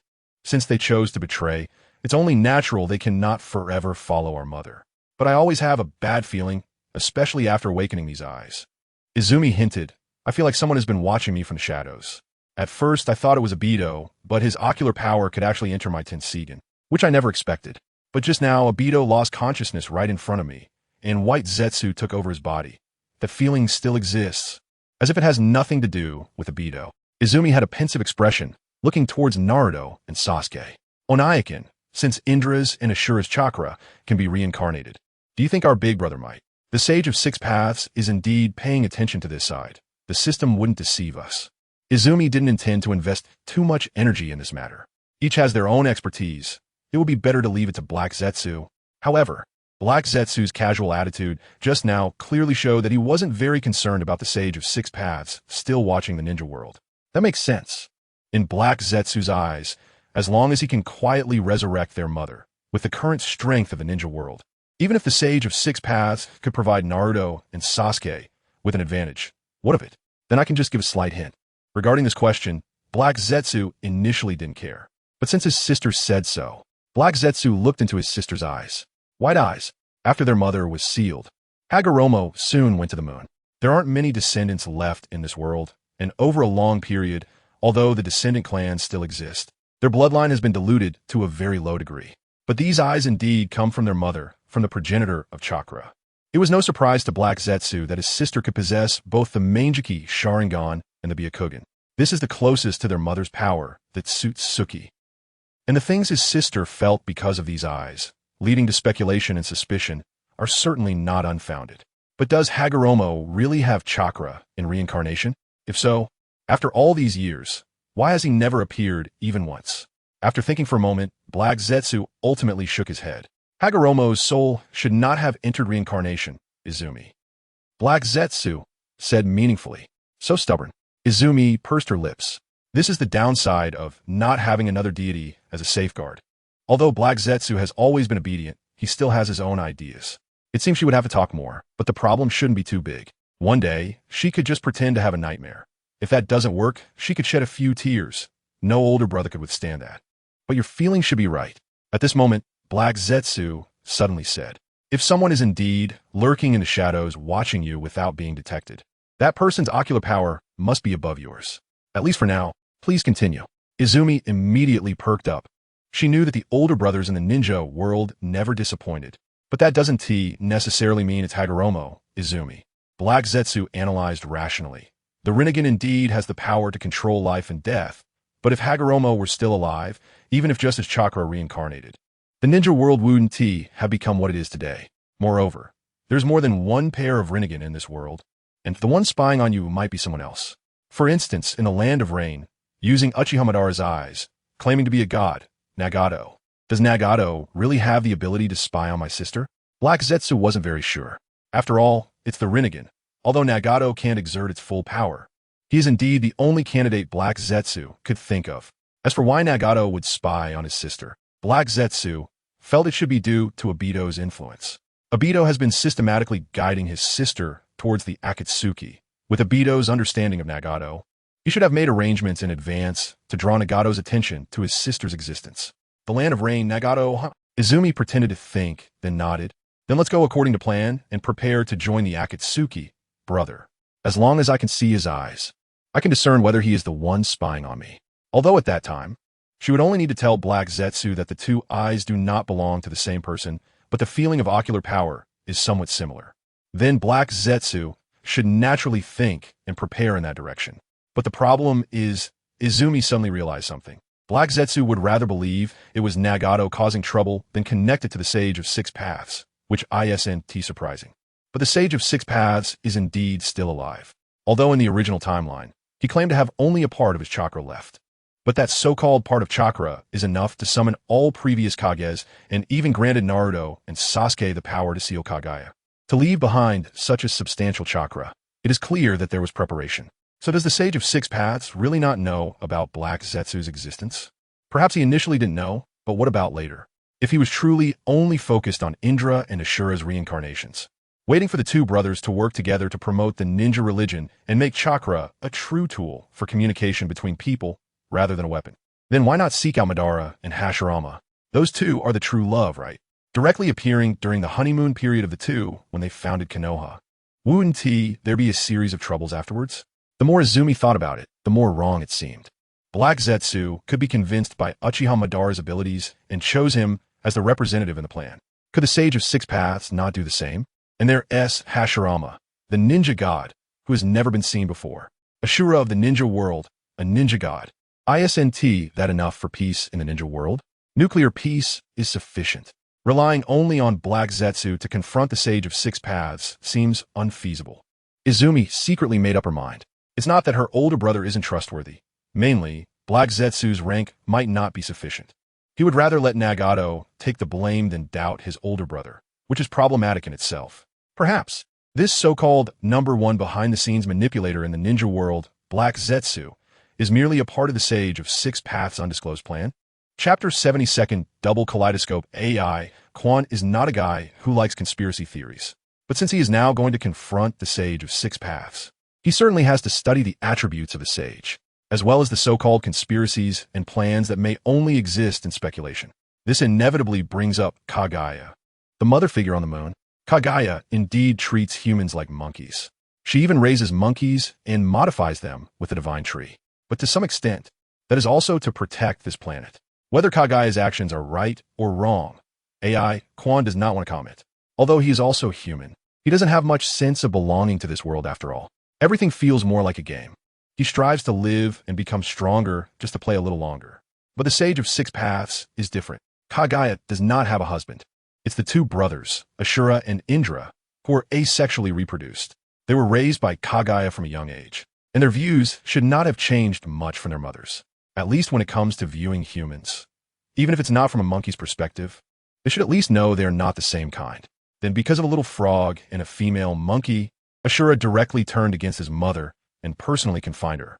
Then he got married and had children, founded the ninja sect, and became the revered Sage of Six Paths. AI Quan has also watched interstellar movies, so he is not against cross-species love. Even Wong Feng can pair up with Xiaomi. But the problem is, did the Sage of Six Paths seal Kagaya really to end his mother's rule? Can his moral standards really be that high? It shouldn't be, after all. This is an island country anime, AI Quan thought. If the core of the Sage of Six Paths is indeed sacrifice and dedication, then AI Quan doesn't have to worry. After all, he is not an irredeemable villain, right? The ability to replicate means that his path to power does not require plundering. After all, copying someone else's eye technique is not the same as eating someone else's rice. He has never been a villain. That Kurizetsu, destroying Konoha, all those exploding tags causing a ruckus, that was all Kurizetsu's doing. He only fought with the third Hokage once and participated in nothing else. The third Hokage's death was also caused by Toby. What does it have to do with him, Quan? That's just the way it is. But whether the Sage of Six Paths believes it or not, that's none of AI Quan's business. However, AI Quan estimates that with the third Hokage's testimony, the Sage of Six Paths' view of him is probably not much different from Kurizetsu's. Only the positions are reversed. In short, if the Sage of Six Paths is really a good person, then he should be able to handle the Akatsuki organization. But this person must have some conspiracy behind it. Uchiha Madara's soul is in the Pure Land. Even if the Sage of Six Paths is dull, he should know about Uchiha Madara's Moon Eye plan, right? This plan sounds so familiar. Deducing some things from it shouldn't be difficult, right? But he just ignores it and waits until the last step, which must mean he has some confidence to act that way. Therefore, AI Quan reasonably deduces that the Sage of Six Paths must have some dark and evil plan. Moreover, his existence has undoubtedly affected this evil plan that is beyond doubt. Anyway, if he is going to act, then just do it. He can't deliberately think of the Sage of Six Paths, someone who can confine him in a positive light. That would be truly foolish. Then let us meet in the Akatsuki organization, brother. AI Quan looked at Naruto and gradually began to consider. I will keep Ashura and Indra by my side. After all, they're still children. So let the mistakes of the elder brother and second brother be borne by them. AI Quan did not intend to hide his plans. Whether it is towards Kurizetsu or the Sage of Six Paths, who might be watching this way. PUA for children must always start from a young age. From kindergarten to college entrance exams, the earlier the PUA, the easier the process. AI Quan is ready to control Naruto firmly. He must constantly remind them that they cannot trust a dry old man. As long as you're happy, Quan-chan. Kurizetsu agreed. However, since Ashura's reincarnation is the Nine-Tails Jinchuriki, if he joins the Akatsuki organization, he originally wanted to suggest directly eliminating Sasuke and then having Nagato extract the Nine-Tails Jinchuriki. This way, he wouldn't have to worry about Ashura and Indra's reincarnation for the time being. Even if Kaguya still has some means left, she cannot initiate the resurrection plan of her mother through the chakra of her two descendants, making it safer. But that was in the past. Perhaps he would have thought like this before and would have done so given the conditions, because he was alone and had to be more thorough in considering things. But now his sister is right in front of him. Any plan should be centered around his sister. That is a must. If his sister can arrive sooner, Kurizetsu might not even plan to pay attention to Uchiha Madara. This guy is essentially similar to Tobi. Clearly, he could directly control Nagato to resurrect himself and personally complete the tailed beast capture plan. Yet he insists on saying that no one in this world is his opponent anymore. Crushing a bunch of ants is simply meaningless, and he wants Nagato to gather all the tailed beasts. How many years has it been? Konoha is about to undergo a second renovation, and Nagato hasn't even found a single-tailed beast. Really a shrimp head. You don't have to worry about this, brother. Don't we still have the soul of the fourth Hokage? Reviving the 10 tails will be enough with that half of the 9 tails chakra. Now it's AI Quan's turn to be indifferent. The progress bar is about to reach its end. The system prompt will appear at any moment. No matter how far the Btion Shun can evolve, even if it's just to the eternal eye, controlling a Nagato should be no problem. That said, it's always necessary to consider Nagato's ambition. Kurizetsu is still somewhat conservative. Quan-chan, I worry that Nagato won't be satisfied with just half of the 9 tails chakra. What if? Don't worry, brother. AI Quan walked over to Naruto, ruffled his spiky hair, and smiled, saying, don't forget, Nagato is, after all, a mortal. Mortals cannot resist the will of the gods. Accompanied by AI Quan's voice, the system prompt appeared. Your kaleidoscope eye technique, Btion Shun, has been optimized. This optimization has improved some flaws of the technique and raised its power limit. Kaleidoscope Btion Shun. Effect. You can launch this technique on the target's soul, permanently altering the target's will by modifying the soul. The spell power consumed by this technique is proportional to the degree of modification and the target's spiritual energy. When the target's spiritual energy far exceeds yours, the effect of this technique will be reduced without limit. Kaleidoscope Btion Shun. Effect. You can launch this technique on the target's soul, causing harm to the target's soul, resulting in permanent damage. When the target's soul disintegrates due to the ocular technique, you can collect the target's soul fragments to enhance your kaleidoscope. Your kaleidoscope ocular technique, Kaguya, will no longer be stored in your existing kaleidoscope. You have unlocked a second pair of kaleidoscope Sharingan and gained a brand new upgrade method. Chapter 71, a new mission for the ship. It seems a terrible secret has been discovered. AI Quan read carefully and watched repeatedly. Finally, he saw 2 words hidden between the lines. Villain. Modify others' souls, destroy others' souls, and then collect soul fragments. No, what kind of good person would have this ability? AI Quan immediately thought of a saying. There are no evil powers, only evil people. Even the most heinous villain's abilities are innocent. It's just that because the user has malicious intent, they harm the world, bringing scorn and curses, and being pelted with rotten eggs. But the problem is, AI Quan considered himself not exactly a righteous person, either. But putting that aside, the optimization of the Bietian God this time was indeed very comprehensive. The ability had been strengthened, not just a little. Although it didn't change completely, it was hard to see much of the original shadow. First of all, the representative attribute of the Bietian God, cooldown, was completely gone. The consumption issue had yet to be tested, but with the super blue bar already in hand, AI Quan believed he didn't need to worry too much about the consumption issue. No cooldown. This meant that if he kept selecting opponents with weaker mental strength, then theoretically, the Bietian God could be used continuously. Control one after another, directly from the east island of Penglai to the southern sky gate. Of course, it could also be to eliminate one after another, continuously destroying souls and then collecting them, repeating this process. Evolving the kaleidoscope to the reincarnation wouldn't be a problem. So the current Bietian God is an independent kaleidoscope. Just like the Uchiha style, the Uchiha's eyes had many forms. Usually they were the white eye, but they could also activate the reincarnation eye and the red Sharingan. AI Quan pondered that he should also be on that path now. White eye, 6-pointed star Sharingan, plus 2 kaleidoscopes. He just didn't know if the Bietian God would eventually have a pair of green Sharingan. Although the Otsutsuki clan didn't seem to have this type of reincarnation eye, with gold and red being the mainstream, but his eyes themselves were also abnormal. They belonged to the cursed technique kaleidoscope, so anything was possible. Just that this upgrade method might be a bit inhumane, destroying souls, collecting souls, absorbing souls to enhance oneself. The more I look, the more villainous it seems. AI Quan still had a bit of a moral bottom line in his heart. So how should this fourth Shinobi World War begin? AI Quan started brainstorming. At the same time, he recalled the Shinobi world during Kagaya's time. It seems that Rabbit Mom only harvests fixed people each time. Like harvesting chives to cultivate white zetsu, the strength of the soul should be related to strength, right? The stronger the strength, the stronger the soul. Then this war can't stop. AI Quan had already thought of a complete soul harvesting production line. First, he had to make the ninjas in the Shinobi world stronger. War is naturally the best catalyst for evolution and progress. So the war cannot stop, but it also cannot go on forever. Otherwise, the Shinobi world would be destroyed. And that would be it. It would be best to fight once in a while, rest for a period of time, then fight again. He didn't need to focus on the souls of the small fry, but to specifically target the strong ones, preferably at the level of the 5 Kage plus. Why does this model feel so familiar? Aikwan Bodinget? To be honest, the Pure Land seems to be following this path. Moreover, Indra and Azura can continue to reincarnate and keep waging wars. Oh, AI Quan blinked. It seemed he had discovered a great secret. At this time, the system prompt appeared again. A new mission has been activated. Please choose to complete one of the following 3 tasks. The new mission had arrived. AI Quan focused and hurriedly checked, his expression becoming increasingly strange. Task 1. Assist Black Zetsu in completing the resurrection of the Chakra Ancestor. Task 2. Assist the Chakra Ancestor in restoring control over the Shinobi world. Task 3. Assist Kagaya Otsutsuki in defeating the impending enemy.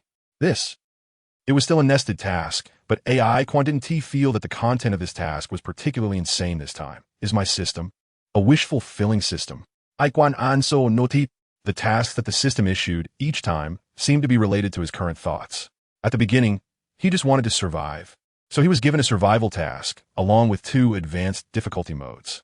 The second task seemed to be related, but in fact, it was also what he was thinking at the time, presenting different rebellion stances. He had indeed thought about rebellion at that time. After the task was issued, he even rebelliously had the thought, I will rebel regardless of whether I'm given this task or not. But now it seemed, the system issued tasks completely based on his preferences.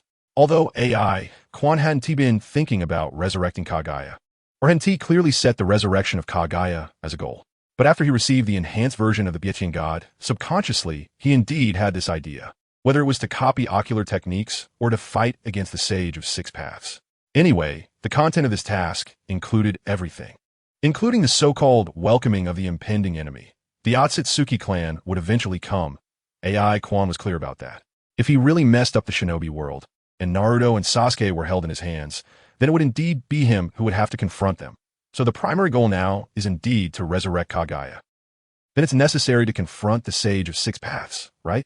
AI Quan silently looked at Black Zetsu. Coincidentally, Black Zetsu also looked over.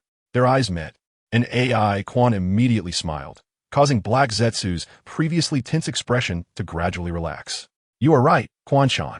Nagato is just a pawn. It's only natural that you should control it. Black Zetsu finally understood. His sister wanted to keep the Nine-Tails Jinchuriki by her side, which might conflict with Nagato's plan. Nagato's plan involved the Eye of the Moon and the resurrection of their mother. But that was his plan. Now that his sister is here, her will should take precedence. Even if Nagato really conflicted with his sister, given her strength, she naturally wouldn't be afraid. So what was there to worry about? Black Zetsu might not have consumed the being god, but he was definitely the most affected by it. That was natural. AI Quan smiled in response. Black Zetsu also smiled back. Then his body sank into the ground, leaving behind a controlled puppet. This puppet was not White Zetsu, but a random weak ninja that Black Zetsu found on the way, named Lu Run, codename A. Now that it had broken free from Black Zetsu's control, its own will began to awaken, but it was destined to not awaken for long. AI Quan would certainly not leave any survivors. Just right, let you experience the new Byatin God, Poor Ninja. Chapter 72. Sasuke's dream. Although he didn't feel any pain this time, Sasuke knew he was definitely not dreaming. Everything was an illusion created by that man. It was his method of torment. However, this time the method was a bit strange. He wasn't tied to a stake while being stabbed by illusionary clones wielding knives. Nor was he forced to relive the scene of his parents' murder with the same old biological or not taunts. And he wasn't being burned by a fireball technique.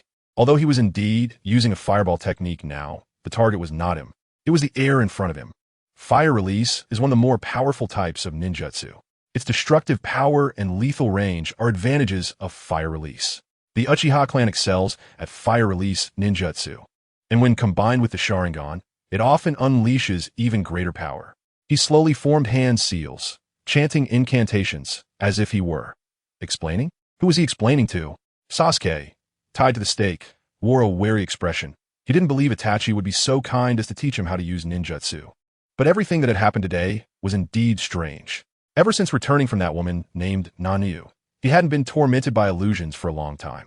Yet Sasuke was always prepared. He knew that this illusion would show up sooner or later, whether during meals, sleep, or even while using the restroom. He had not slacked off during this time. He had worked hard to train, not only mastering the fireball technique to perfection, but also learning about illusions. That guy definitely hadn't realized that he had quietly become stronger. Each time he got a little stronger, he would eventually be able to break through this illusion. Sasuke had already thought it through. Even if one day he could break this illusion, he wouldn't do so. He would keep this illusion, maintain it, allowing it to continue tormenting him. Then, one day, when he encountered that man again, he would return all the accumulated pain double. Today, Sasuke felt ready. Although the illusion had not appeared due to his training efforts, he believed he still had some initiative. This illusion seemed terrifying, but it was also the best standard to test his training results. Last time he lasted 2.5 seconds. This time, he felt he could break through 3 seconds. And he did. This time he lasted a full 4 seconds before being directly tied to the stake. This meant that his training during this period was not in vain. It also meant he was building immunity to this illusion. Sasuke was quite satisfied with this and prepared for the torment. It was just a matter of fainting for half a day. It didn't matter. But Sasuke never expected that today's illusion was malfunctioning.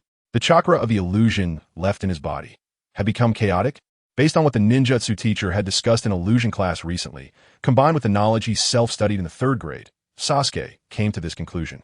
Either the chakra had run out, or the illusion had been around too long and was malfunctioning. It should be like this. Sasuke wasn't too sure. He didn't want to ask Irika, but that dull Chunin looked too weak.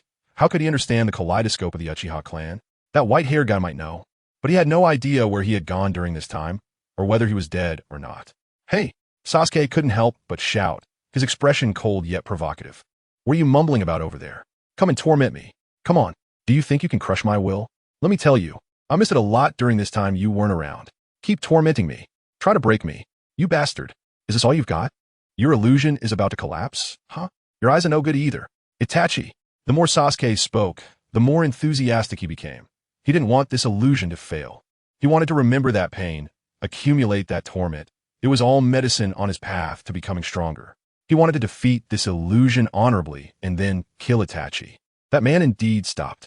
He no longer formed seals or continued his self-righteous explanations. He turned around, pursing his lips as he looked over. "Oh, are you back to normal? Then what are you waiting for? Come on." Sasuke continued to provoke, but he felt something was off. Today, as Itachi felt different. His eyes lacked the almost sadistic teasing and the uncomfortable disdain. There was something strange in his eyes today. Sasuke couldn't quite put his finger on it, but he felt like he had seen it somewhere before. Soon, another figure's face flashed in his mind, overlapping with Itachi's in front of him. Sasuke's heart trembled. He quickly realized something, his eyes widening with anger. "Is this your trick, Itachi? Are you imitating that woman? What on earth are you thinking?" That gaze, that expression, wasn't Itachi just mimicking Uchiha Izumi? This bastard, Sadokon. He sounded even more like her, his tone, demeanor, and the concern in his eyes. Damn it, was he mocking him? This illusion could actually read his thoughts. Is this the ability of the kaleidoscope Sharingan? For a moment, Sasuke felt a bit scared. It wasn't fear of the kaleidoscope. He would get it sooner or later. He was afraid. If this illusion disappeared, would Itachi also gain access to his thoughts? And then, would he?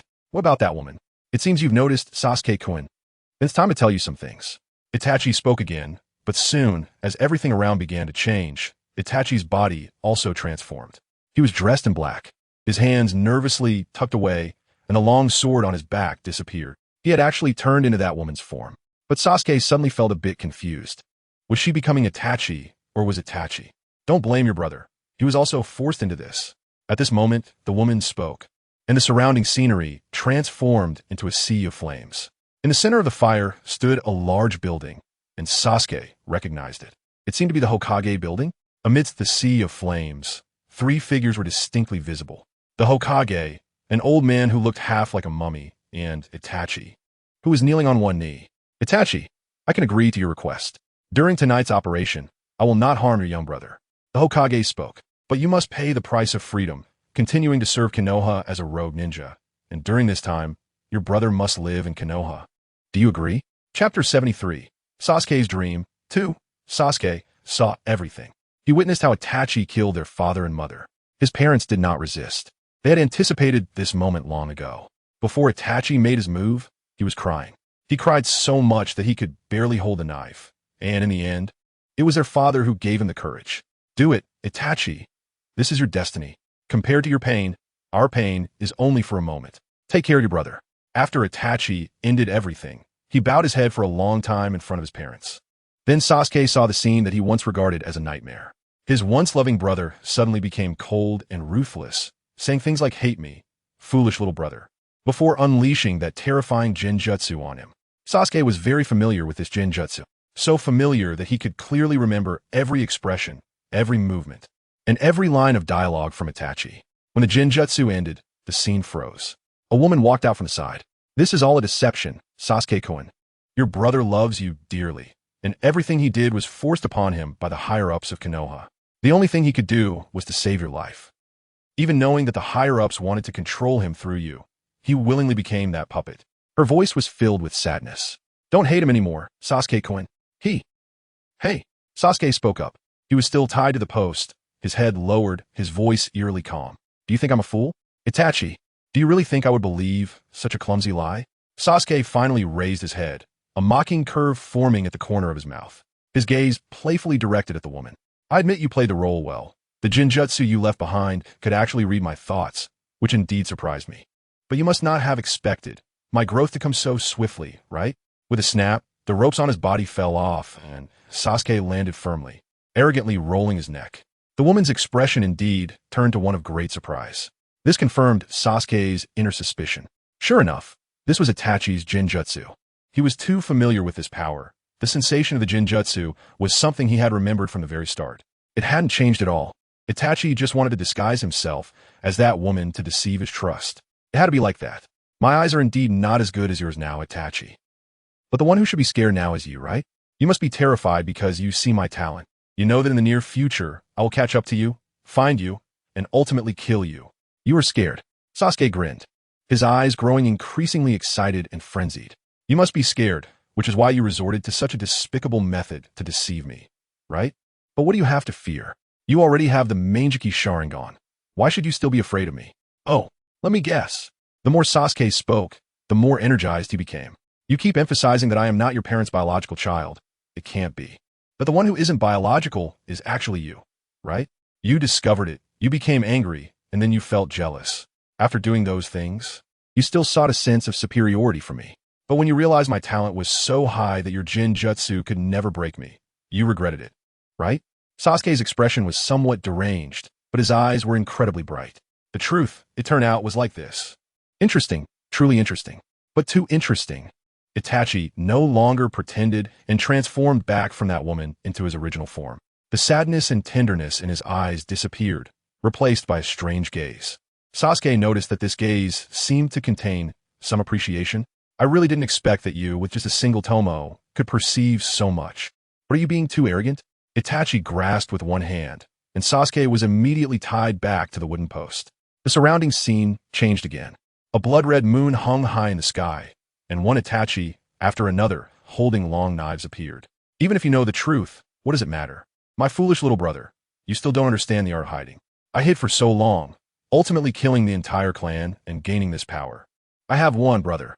Thud! A long knife pierced into Sasuke's heart and began to twist. The intense pain contorted Sasuke's expression into one of extreme distortion. He grimaced, gritting his teeth, yet still forced a smile. Looks like you're getting weaker and weaker. Huh? Your knife is getting duller, Itachi. Put some strength into it. Itachi hesitated for a moment, seemingly intimidated by Sasuke's crazed appearance. But soon, a second Itachi stepped forward, the long knife stabbing straight down. You really should pretend not to know all this, Sasuke. Another Itachi approached, the long knife piercing Sasuke's body. Do you think I would let you appear in front of me alive? Do you think, why did I leave this Jinjutsu? The higher-ups of Konoha think they can control me through you, but they don't know I am just playing along. Every Itachi stabbed the long knife into Sasuke, while leaving behind such a line. You are my so-called weakness. When people know about this, I will have no real weakness. Although I am reluctant to see your painful expression, I will not truly allow you to grow, so leave your last words, my brother. Forgive me. This is really the last time. Itachi pointed 2 fingers at Sasuke's head. The familiar touch, the grotesque expression. Sasuke could no longer maintain the smile on his face, and his eyes finally showed a hint of panic. He realized that this time, Itachi was really prepared to kill him. But just at that moment, this ends here, Itachi-kun. That familiar voice appeared again. Petals of red began to fall from the sky, landing on Sasuke, who immediately felt the pain alleviate. The petals fell on Itachi's various Jinjutsu clones, instantly dissolving them.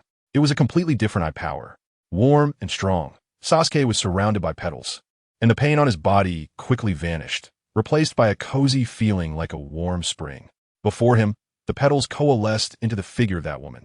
Only one of Itachi's Jinjutsu clones remained. His expression was somewhat twisted, seemingly struggling against the woman's power. I really should have killed you too, Quan. Itachi gritted his teeth, his killing intent evident. But this murderous intent ultimately couldn't last long, as those petals eventually completely destroyed his body. The woman then turned around, revealing a forced smile. As always, I'm sorry, Sasuke-kun. It took me quite a while to break free from those restraints. I came late.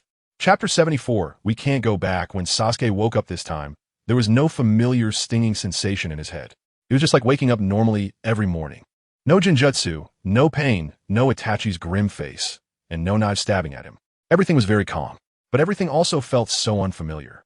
An unfamiliar ceiling, an unfamiliar bed, unfamiliar lighting, and an unfamiliar awakening.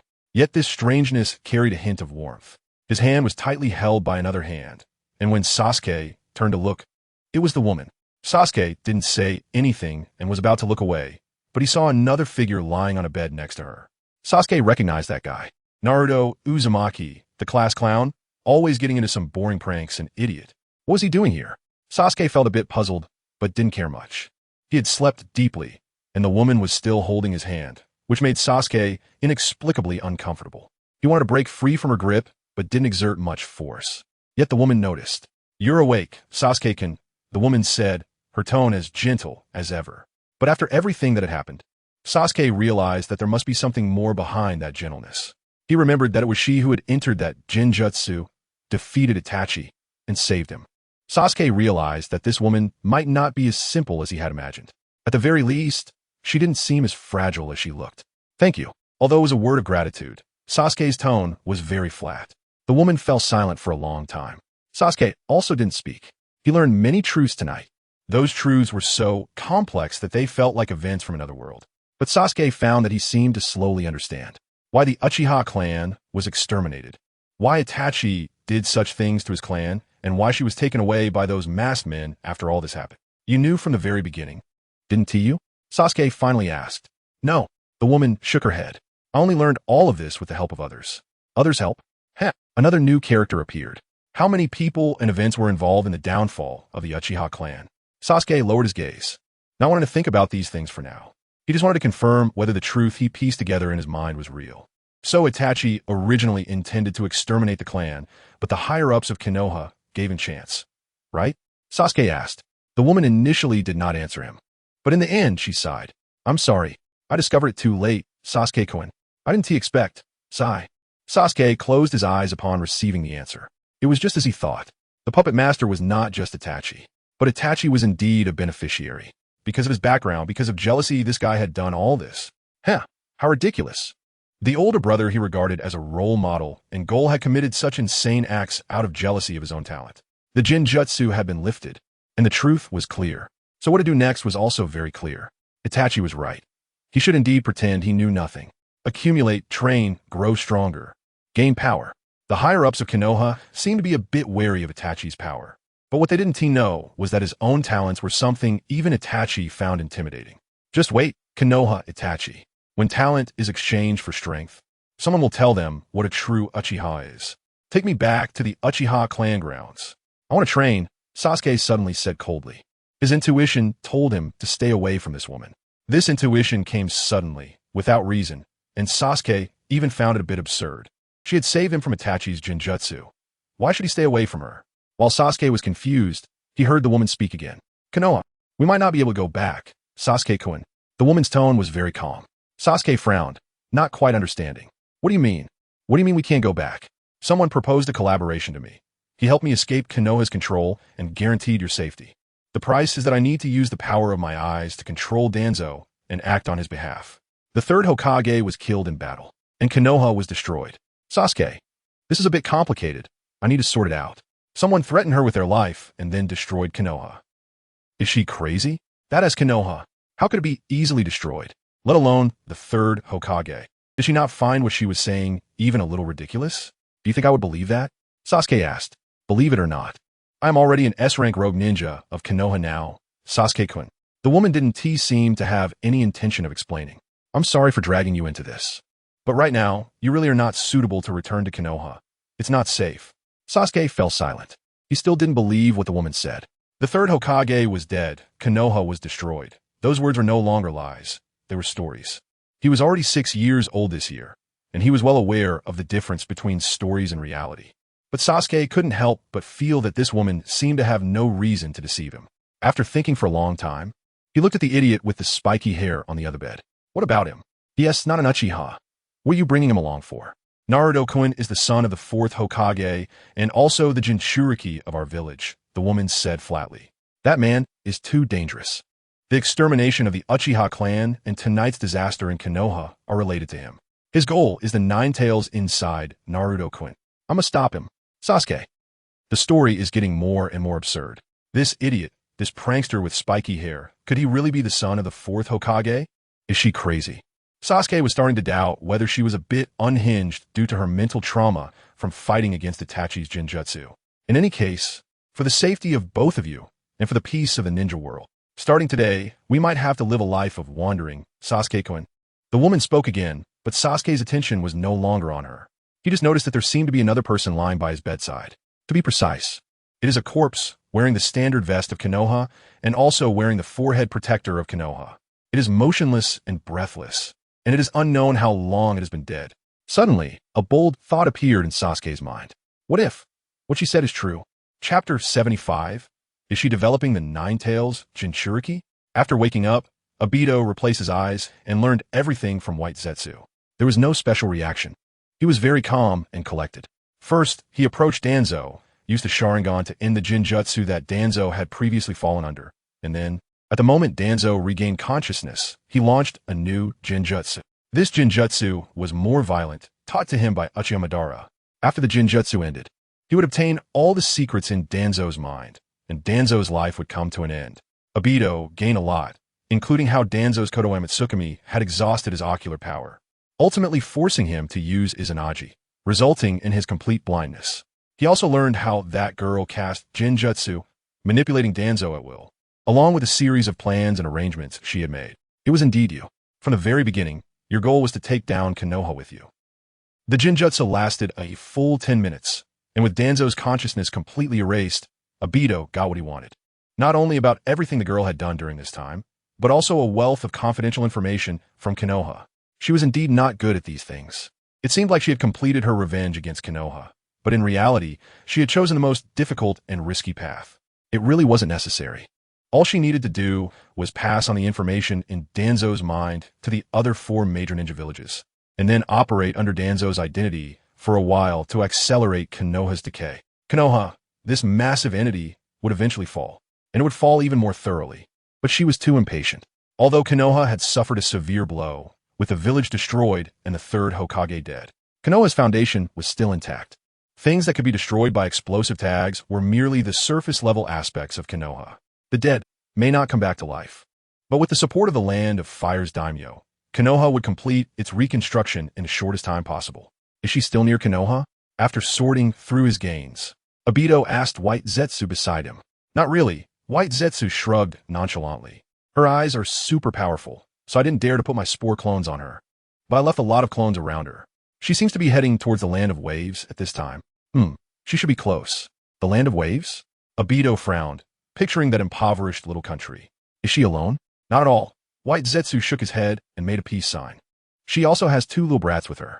One is Itachi's brother, Uchiha Sasuke, and the other is Uzumaki Naruto, Konoha's 9-tails Jinchuriki. They keep fighting on the way. At first, Naruto couldn't win, but ever since that red chakra appeared, Sasuke often gets beaten half to death. White Zetsu recounted the information relayed back from the clones. Those 2 little brats are really annoying. Every time they fight, it affects my clones, and at this rate, it won't be long before my clones run out. Obito fell silent for a moment, his expression gradually becoming strange. Without Black Zetsu's possession, White Zetsu could never distinguish the importance of the information. After relaying the girl's words, he only mentioned that she had been sent to a coordinate near Konoha. At first, Obito thought she wanted to see the devastation of Konoha with her own eyes. She has infiltrated Konoha again. No, from the very beginning, she had planned her escape route. Naruto, the red chakra. Is she developing the power of the 9-tails? At this moment, Obito was somewhat shocked. This was the 3rd time he felt an inscrutable sense regarding this girl. The first time was when Black Zetsu told him that Danzo had been controlled by her Jinjutsu. The second time was when White Zetsu relayed her words. Regarding his true identity, she had clearly sensed something and deduced some things. And this time, she obviously had other plans. Having an escape route meant she was not solely seeking death. She definitely had other goals. Yet Obito found that he knew nothing about what she truly wanted. No, it wasn't that he knew nothing. Just as she said, she still had someone she deeply loved, didn't she? Heh. Obito suddenly smiled. So, you want to draw a line, Izumi? The smile in Obito's eyes became more pronounced. But the things I want, you haven't given me yet. What a heartless little girl, leaving just like that. So decisive. But a promise is a promise. Before fulfilling the promise, does she not question whether he agrees? The corners of his mouth curled up as Obito activated Kamui. Instead of heading to the Land of Waves, he directly arrived in the Land of Rain at the Akatsuki organization's base. Akatsuki had recently recruited quite a few people. Other than Orochimaru's position still being vacant, most of the old members had found their partners.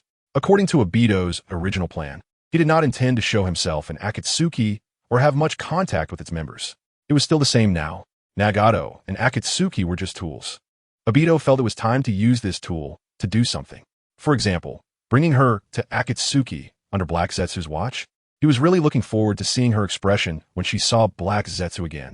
The underground base was empty, and Obito's arrival triggered a barrier. Conan's paper clone that she left here immediately gathered and appeared. You finally came.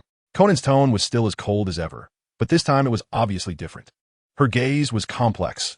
The previous wariness had not disappeared, but also carried a lot of inexplicable meanings.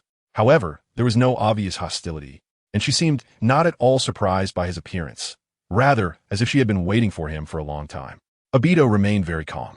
He understood why Conan had this demeanor. Calculating the time, Black Zetsu should have informed Akatsuki of everything according to the plan, right? Although it was unlikely he could hide the fact that he killed the third Hokage, Obito had no intention of concealing it. After all, the Hokage who died because of him was not just this one. It wasn't a bad thing for Conan and Nagato to be more wary of his strength because of this. Obito sat down on a chair. Let Pain come over. The candidate I mentioned earlier has already reached Akatsuki. You don't need to worry about that. Obito's words were interrupted by Conan. Conan's paper clone also sat down, examining Obito from head to toe, and the inexplicable meaning in her eyes grew even stronger. She defected with the Nine Tails Jinchuriki. My main body and Pain have already gone to the land of waves. Calculating the time, they should have met by now.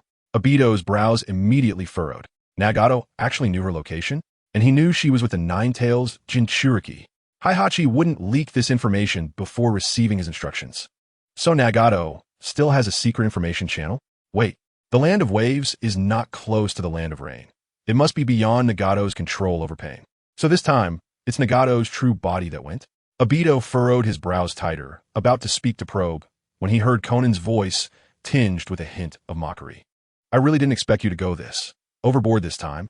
Uchiha, no, I should call you Uchiha Obito now. Obito's gaze instantly turned cold, his expression beneath the mask filled with shock, but quickly transformed into killing intent. However, Conan remained unfazed, her eyes reflecting a deep, inexplicable meaning. Destroying Konoha, assassinating the third Hokage, and even exposing your own identity. So, you're preparing to declare war on Konoha, aren't you? Chapter 76. Having a heart-to-heart with Cardo. Is this your first time in the land of waves, miss? Kaisha paddled the small boat, with a girl in a black cloak sitting on it. Behind her sat two little imps, one with black hair and the other with blonde, who were glaring at each other. I suppose so, the girl replied softly. I've heard about this place before, and always wanted to come and take a look. The scenery is quite beautiful, isn't it? Kaisha perked up at once. I was also drawn in by the scenery when I first came here. There aren't any tall buildings, and the people here live by fishing. Although they are quite poor, it feels particularly peaceful. Kaisha is a cheerful and talkative man, and he's also quite strong. Such a person is very suitable to become a hero, only to be killed by the villain, becoming the protagonist's spiritual support. At least that's how it is in AI Quan's memory. But AI Quan didn't come all this way just to find Kaisha. Can I ask you about someone, Mr. Kaisha? I Quan in Guit? Sure, Kaisha confidently replied. Miss, please go ahead and ask. I know quite a few people in the land of waves. So if you need to inquire about someone, I'm your guy. There's a businessman named Cardo who runs a shipping company. AI Quan said lightly. He owes me some money and has been delaying payment for a long time. If Mr. Kaisha could help me find him, I would be very grateful. Cardo, one of the few billionaires in the world, an evil and unscrupulous businessman. He is even said to be the only one among the Akatsuki who can challenge Kakuzu financially. AI Quan really wanted to have a heart-to-heart with Cardo.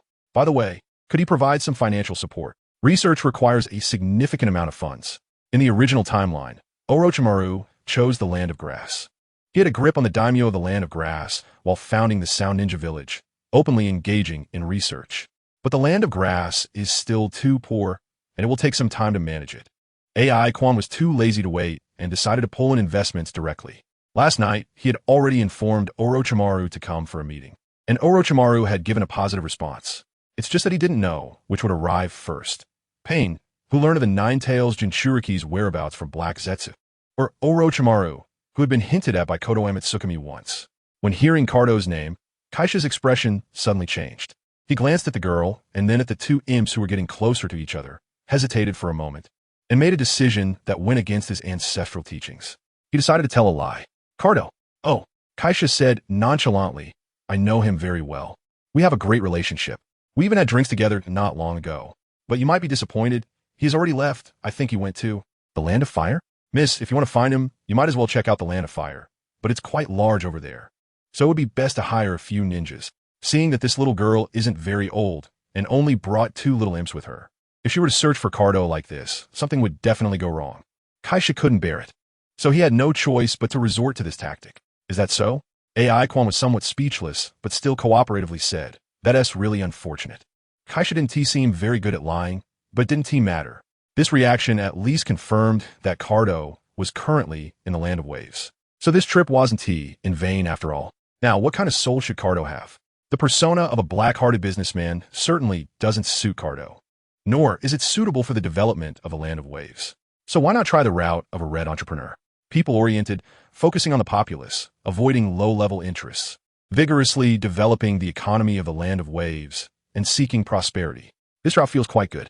At least it justifies the consumption of once using Kodo Amatsuki. Just thinking about Kodo Amatsuki made AI Quan feel inexplicably joyful. The new version of Kodo Amatsuki can no longer be called a Jinjutsu. It has transcended the realm of Jinjutsu. Jinjutsu is ultimately a technique, a special form of chakra, and a special way of use. In the eyes of ninjas, Jinjutsu might be a good means of dealing with opponents. But in the eyes of the Otsutsuki clan, it is merely a tool that acts on lower beings. The Otsutsuki clan indeed has an extremely high immunity to Jinjutsu. However, the effect of the new version of Kodo Amatsuki directly targets the soul. This cannot be immune. Aside from facing it head-on like with Taijutsu, there are no other ways to counter it. At this stage, it would still be difficult for Kodo Amatsuki to confront the Otsutsuki. After all, it is just a pair of Sharingan. It's a bootleg version of the technique with a different way of evolving. But at this time, there is no mention of the Otsutsuki in the ninja world, right? Sage of Six Paths can barely be counted as one, but AI Quan is not intimidated. He even wants to take the initiative to storm the Pure Land. In terms of collecting souls in the current world for the sake of sustainability, it would definitely be most suitable to adopt a mode of harvesting crops. But isn't that so-called Pure Land just the chive's garden that the Sage of Six Paths has been managing for many years? AI Quan's current goal is very clear. With Kodo Amatsuki, he can quickly build his own power. First, take down Cardo, then invest in Orochimaru and buy shares in the Akatsuki organization. While collecting tailed beasts, he will accelerate the Moon Eye plan and also start collecting soul fragments. AI Quan's ambitions are grand. The word soul is always closely related to death, and the word death is closely related to war.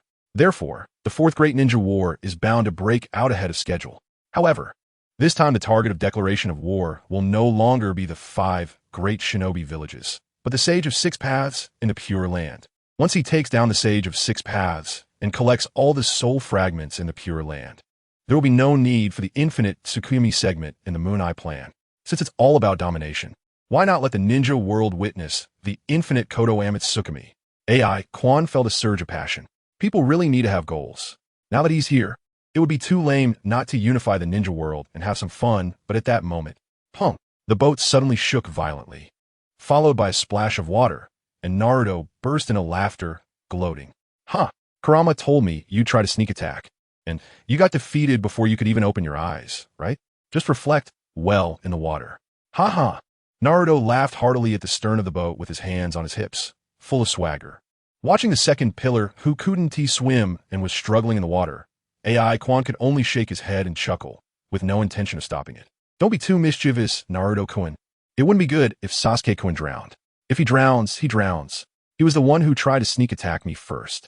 I was just counterattacking. The Ninetales told me that he has ill intentions towards me and wants to play a prank on me, Naruto said, making a face at Sasuke. He's both useless and loves to play. What a fool. AI Quan's smile became even brighter. I didn't expect this guy, the Ninetales, to be quite good at educating children. Huh? Chapter 77.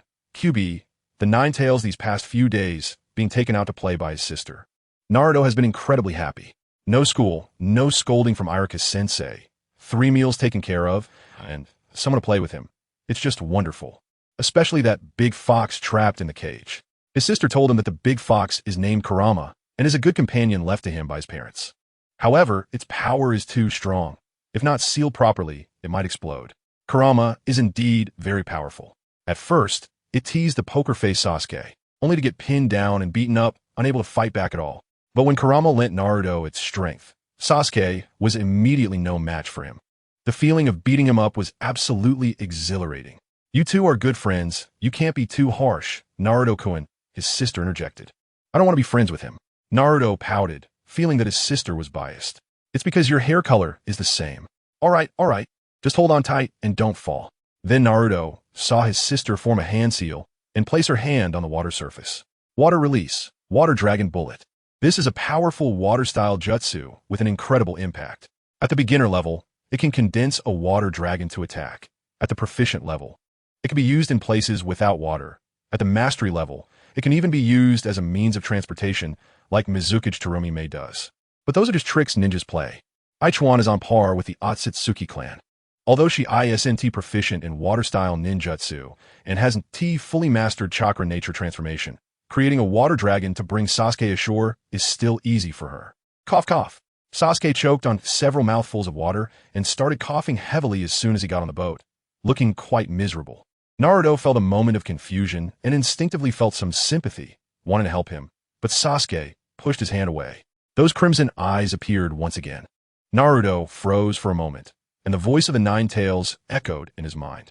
Naruto, don't underestimate him. His malice is still very strong, and he might attack you at any time. Stay alert. This is all a disguise. He is looking for your weakness. In the ceiling space, the Nine Tails roared at Naruto through a large barrier. Yoshi. The mischievous Naruto grinned widely, clapped his hands, and said, Then lend me your power. Kurama, let's teach this idiot a lesson. Song. The red-tailed beast chakra cloak immediately appeared. Sasuke's expression turned cold, and he quickly stepped back, trying to create distance on the small boat while pulling out a kunai. He had learned to be smart. This guy was too fast in this state to give him a chance to form hand seals. He could only use his Sharingan to catch his movements and look for a chance to counterattack. But suddenly, everything around them changed. The water's surface disappeared. The distant mountains vanished, and the clear sky suddenly turned red, with petals falling all around. Sasuke noticed that behind Naruto, there was a giant fox lying down. Is that the Nine Tails? The power hidden inside Naruto? You kids can't fight on the boat, alright? If you want to fight, do it here. Her voice echoed in the air. Sasuke looked up slightly. He knew this was her Jinjutsu space. In here, the Nine Tails power should not be able to come in. Sure enough, Naruto noticed something was off and looked unhappy. Your sister is so biased. Kurama can't lend me power here. Huh? Sasuke sneered, raising his kunai and taking a fighting stance. Are you scared? Without that fox's power, do you think you're still my opponent? Come here, you poker-faced idiot. The two little ones charged at each other, and a battle in the Jinjutsu space began. Ichuan watched silently from a god's eye view, smiling without saying a word. It turns out, Naruto's mind did not have the Konoha Tsukumi. Itachi did not give Naruto a head start before leaving, and Danzo's Konoha Tsukumi effect was only temporary. No one has modified Naruto's soul, at least as of now. The only one capable of modifying souls in the ninja world is Ichuan. So, Naruto's devotion to Konoha has some explanation. Having been despised by all the villagers since he was little, hated by everyone, that overwhelming malice is enough to twist any child's psyche. But Naruto didn't. He used one prank after another to cover up his inner feelings, just to seek the villagers' attention, even if that attention was filled with more intense malice. He didn't care. He aimed to become Hokage and, when he grew up, prioritized everything for the village. There may be some reason related to the chakra of the Asura reincarnation, but the third Hokage's long-term brainwashing efforts surely played a significant role as well. Now, the third Hokage is dead. Ichuan took Naruto away, but didn't he intend to control him with Konoha Tsukumi? There's no need. Controlling Naruto would only turn him dark, into some kind of shadow child. Why do that? Ichuan doesn't need Naruto's combat power. Keeping him close is just to counter the Sage of Six Paths. Sasuke started off in a darkened state, and there's no need to change that. He can still be supported. The same goes for Naruto. Just let things flow naturally. However, Kurama still needs to be controlled a bit.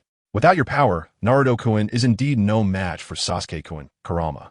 Seeing Naruto being thoroughly beaten by Sasuke, Ichuan shrugged and said nonchalantly, If it weren't for you holding me back, I would have killed that kid long ago, girl.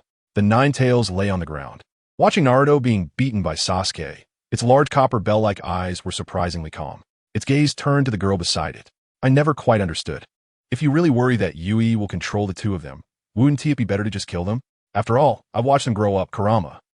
And if I want to revive my mother, there's no need to harm the children. Besides, if Naruto-kun dies, wouldn't Kurama also disappear? Ichuan turned and smiled. We've been friends since childhood. I wouldn't be willing to let you die like this. Beasts don't die, girl. The Nine Tails closed its eyes. Even if they could die, you should focus on reviving your master. Don't let that little thing ruin your plans because of a small matter. How proud, Ichuan teased. With Kurama around, I don't have to worry about Yui controlling Naruto, do I? The Nine Tails snorted without raising its eyes. You're still the same as before. Always trying to be lazy. I understand. I'll take care of Naruto. If Yui tries to control Naruto, I will intervene. Aizen nodded with a smile and gave the new version of the Ten Tails a 5-star rating. Although using the 10 tails against the tailed beasts, which have basically negative resistance to illusions, felt like using a sledgehammer to crack a nut, the effect was certainly good. The current 9 tails has already become Kurama. In a way, it's quite similar to Black Zetsu, with the main task being to teach Naruto. Aizen was actually a bit looking forward to it. There's no rule that a perfect Jinchuriki must embody the ideals of truth, goodness, and beauty. Naruto, who has reconciled with the 9 tails, is indeed a perfect Jinchuriki. But what kind of person will Naruto become, raised by the 9 tails? Chapter 78, Meeting with the Akatsuki organization, realizing that the girl might be a ninja. Kaisha consciously stopped talking. The small boat floated on the water, facing the cool breeze, and occasionally, a few big fish could be seen jumping out. As they passed between 2 mountains, the water suddenly became turbulent. Kaisha was very familiar with this waterway and immediately steadied himself to prepare for the passage. But soon he widened his eyes. 2 figures in long robes stood on the water's surface, right at the most turbulent spot, unmoving despite the raging current beneath them. They stared fixedly at the boat. Just leave it here, Mr. Kaisha. This is your reward. The extra money can be used to repair this small boat. The 2 children are a bit clueless. I hope you don't hold it against them. The girl's voice rang out, and Kaisha turned around but saw no sign of her. When he turned back again, the scenery around him had changed. He had passed that spot without realizing it, still holding a stack of cash in his hand. This. Kaisha swallowed hard. Could it be that I encountered Lady Mizukage today? Lady Mizukage stood on the water's surface, with Naruto on her left and Sasuke on her right, gazing at the 2 figures in the distance. Black background with cloud patterns and purple nail polish.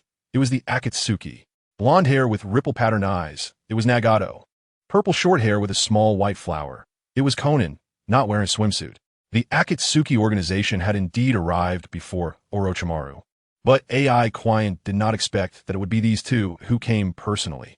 Sister, Naruto was no longer mischievous. He had just been badly beaten in the illusion space, and, after finally getting out, he was about to call Kurama for revenge.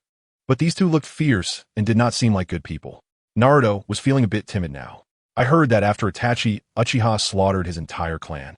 You abandoned the Uchiha surname. So, how should I address you now? The one who spoke was Conan. Her gaze calm and her tone indifferent, familiar in demeanor. You can call me Otsutsuki Quan. Quan replied lightly. At the same time, he was pondering a question. The plan was going smoothly. Kuro had likely informed Nagato of everything as planned. Nagato clearly took it seriously, directly sending Conan and Nagato to come here. Next, he would be joining the Akatsuki organization. So the question arises. After staring for so long, were the Sharingan techniques? Is it because of the puppet? The puppet's eyes are virtual. Nagato activates the Sharingan techniques through the black rods, and Quan could accept this reason. What he was afraid of was that the kaleidoscope might not replicate techniques beyond the kaleidoscope. That would be troublesome. You don't seem surprised by our appearance. S-rank rogue ninja from Konoha, Otsutsuki Quan. Conan did not directly enter the recruitment process. The girl in front of them was related to several members of the Akatsuki organization.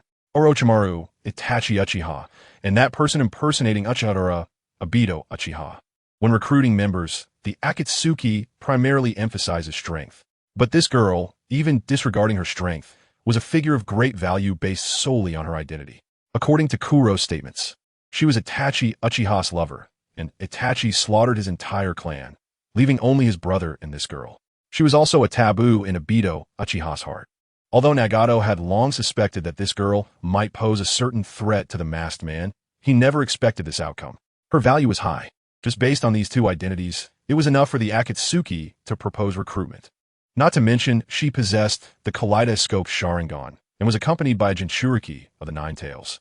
I have learned some information about your organization from Elder Danzo's mind in Konoha.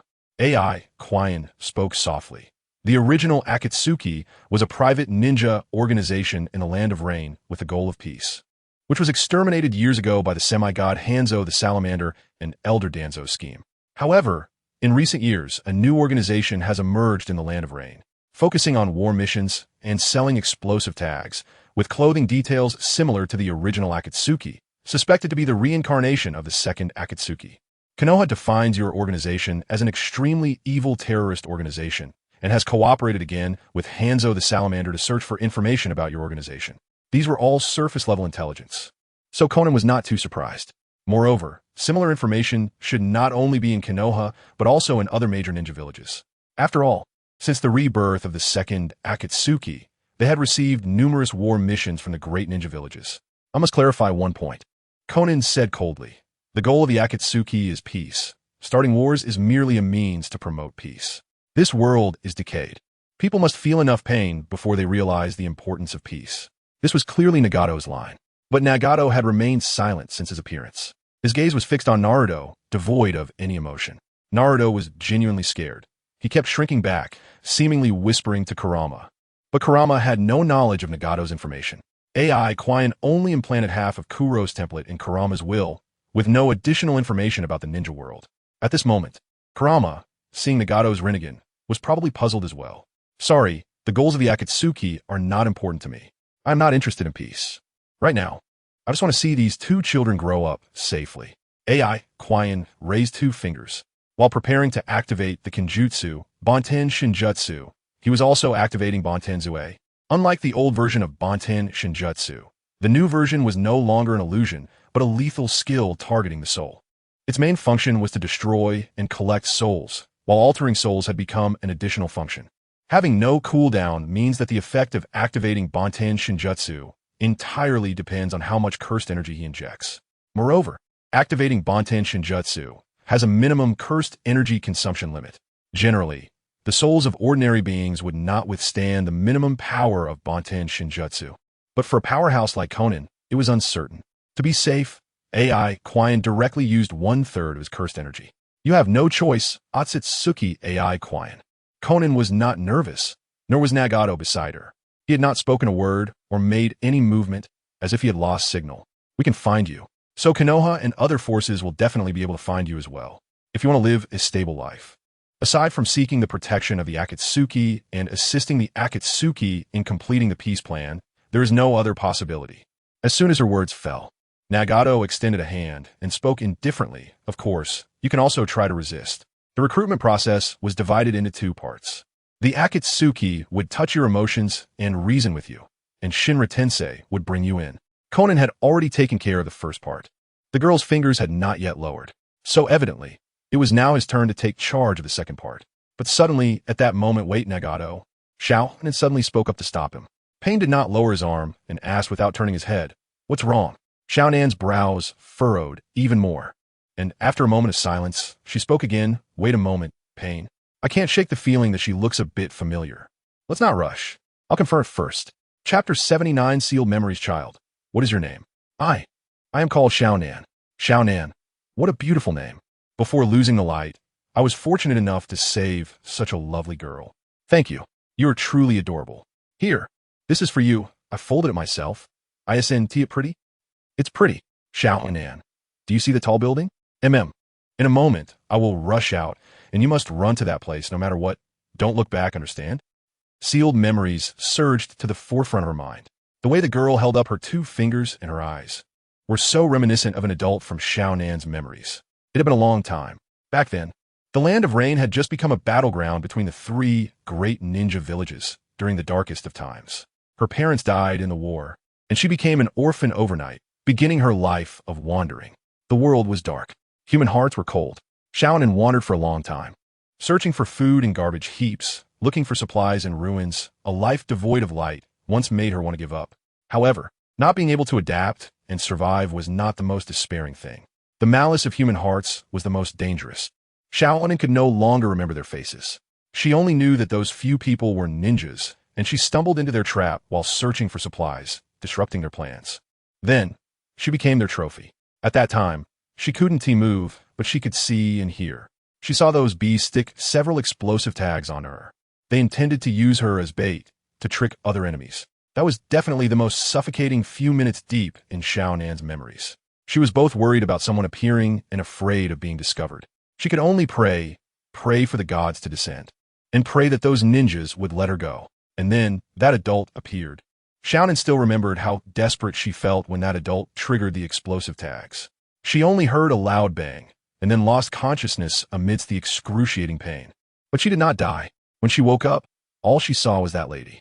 She held up her two fingers, Her crimson pupils adorned with a pattern of 3 petals, exactly like the girl before her.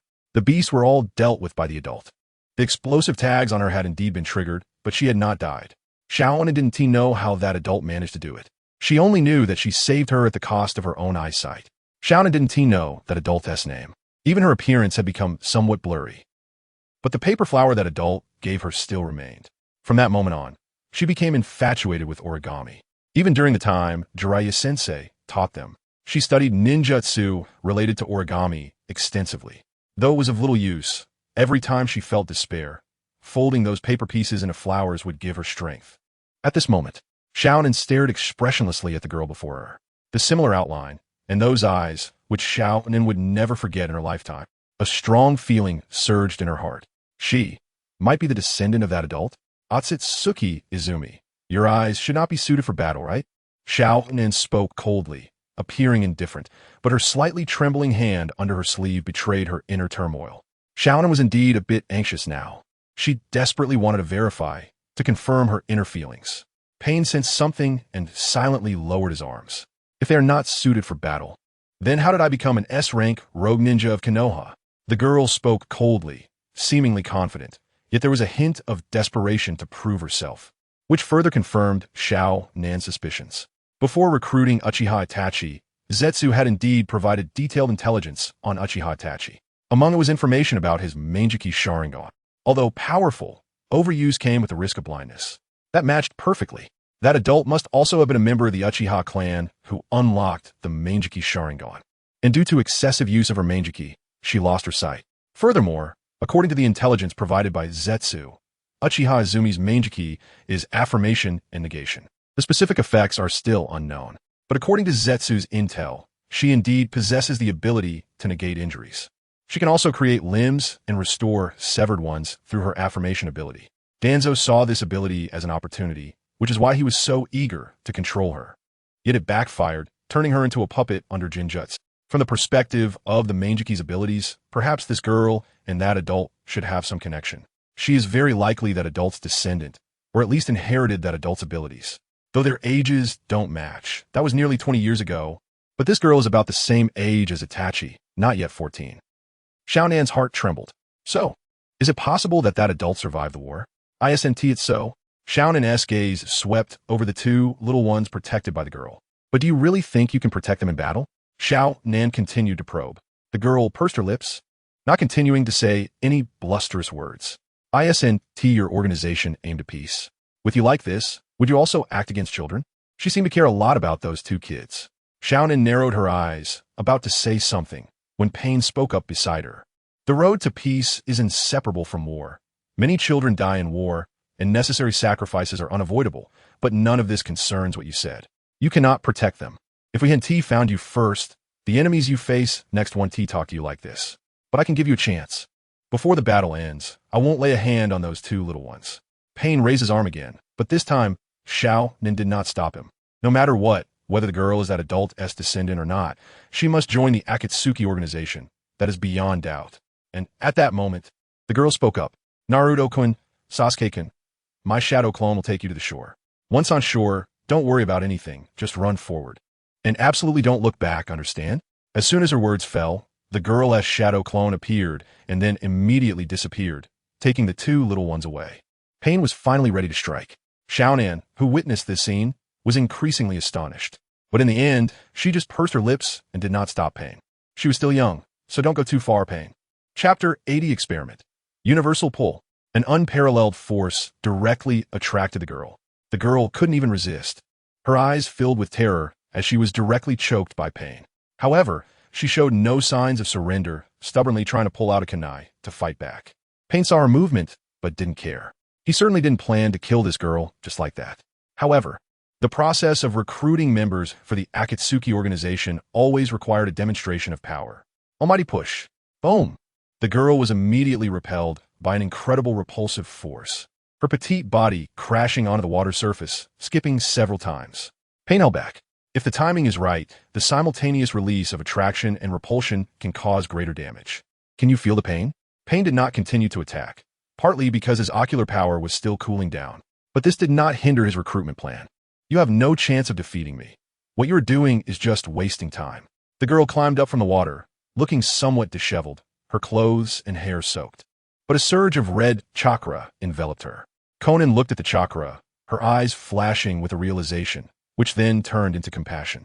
The same words, I return in kind. Aikatsu bravely lifted her head, intentionally avoiding looking at Conan, stubbornly locking eyes with Nagato. You also have no chance of defeating me. Everything you have done to me is useless. It can only bring me limited pain. The one wasting time is you. The Tsukuyami used on Conan was actually an experiment. Observation outweighs results. The previous Konoha ninja and the Nine Tails had no resistance whatsoever. The achieved effect had little reference value, but Conan was different. At least she was an SR-level ninja. The reversal technique enveloped her entire body, and the damage caused by the previous impact was instantly healed. Aikatsu, with her kaleidoscope activated, was also paying attention to the changes in Conan's expression. Upon seeing the obvious compassion, she got her answer. It seems to be fully effective. Aikatsu had a judgment in her heart. 1/3 of her cursed energy implanted a non-existent memory into Conan and raised the importance of that memory infinitely in Conan's consciousness. After obtaining a super blue bar, Aikatsu's total cursed energy was now far ahead of the past. Although it wasn't as exaggerated as a few hundred times increase, it was still more than 10 times. 1/3 of the total cursed energy, if it were the old version of Tsukuyami, might even break Conan's willpower. But the new version of Tsukuyami had a permanent effect on the soul. Aikatsu was well aware of the ratio of effect to consumption, so she chose a cautious route. So for the same instruction, the consumption ratio of illusion and permanent modification of the soul is probably within 1/10. The difference between the old and new Tsukuyami is probably like the difference between real and fake gold. While you can show off with a big gold chain around your neck, fake gold will inevitably fade. Real gold may be expensive, but at least it's durable. Conan's willpower in the vast ninja world is conservatively estimated to be above average, considering that the old version of Tsukuyami was a high-risk output. There would definitely be overflow issues with the ocular power. Therefore, Aikatsu estimated that 1/6 of the cursed energy output should be enough. Let's try again. Aikatsu immediately edited a new instruction and activated Tsukuyami again. Nagato, with the Rinnegan's enhancement, would definitely have difficulty modifying the soul. So Aikatsu prepared to grasp the upper and lower limits of Tsukuyami before Conan's introduction, striving for 0 mistakes. Before copying Kagaya's 12-tomo Rinnegan, Tsukuyami and the Tsukuyami variant were Aikatsu's regular weapons. A good blade needs sharpening, so Aikatsu planned to practice on Conan first. However, this time the instruction would be more direct. Whoosh! Aikatsu took the initiative to attack. He knew how long Nagato's almighty push had a cooldown, as this was intel bought with Kakashi's life. 5 seconds had already passed. Almighty push. A familiar voice. A familiar task. Aikatsu was immediately sent flying again, forcibly crashing onto the water, skipping once more. Of course, it was impossible to feel pain. Illusions can be used not only on others but also on oneself. Forcibly cutting off one's sense of pain, combined with the reversal technique, forcibly defined the mental and physical damage as 0. But the appearance still had to be maintained. Struggling to get up, bravely lifting his head, stubbornly locking gazes. A 3-hit combo, seemingly without damage, but triggered the second Tsukuyami on Conan. This time, the theme was gratitude. Is this all you can do? Pointless persistence. Nagato was about to strike again. This girl was more troublesome than he had imagined. She was indeed stalling for time. So the reason for doing this was just to let those 2 kids run a little longer? Probably not. She must have some other preparations. Or perhaps she had some unknown reason that made her feel that joining the Akatsuki was scarier than death. What was she afraid of? Or did it have something to do with her lover, Uchiha Itachi? Nagato was unsure, but he knew that now was not the time to explore these matters. A black rod appeared in his hand, and Nagato prepared to slightly increase the level of suffering. Facing real death might change her mind. At least, most of the other members recruited by the Akatsuki used this method. But before he could make a move, enough pain! Conan suddenly shouted coldly beside him. Pain remained expressionless, but Nagato frowned. This was the second time Conan had stopped him from attacking, and this time her attitude was even more resolute. He had sensed earlier that Conan should know this Uchiha girl. But now it seemed that they not only knew each other, but this girl seemed to be very important to Conan. But why didn't he know? Although puzzled, Nagato still stopped giving instructions to Pain. He saw Conan take off the paper flower she had worn in her hair for years. Otsutsuki Fumi. No. Uchiha Izumi. Take a good look. Several pieces of paper dragged the paper flower and floated towards the girl on the water surface. The girl cautiously accepted it. Her stubborn eyes initially filled with confusion. Then, as if she thought of something, her expression gradually turned to shock. This is... A realization flashed in Conan's eyes. She recognized it. How wonderful. Why do you have? The girl bit her lip. Who exactly are you?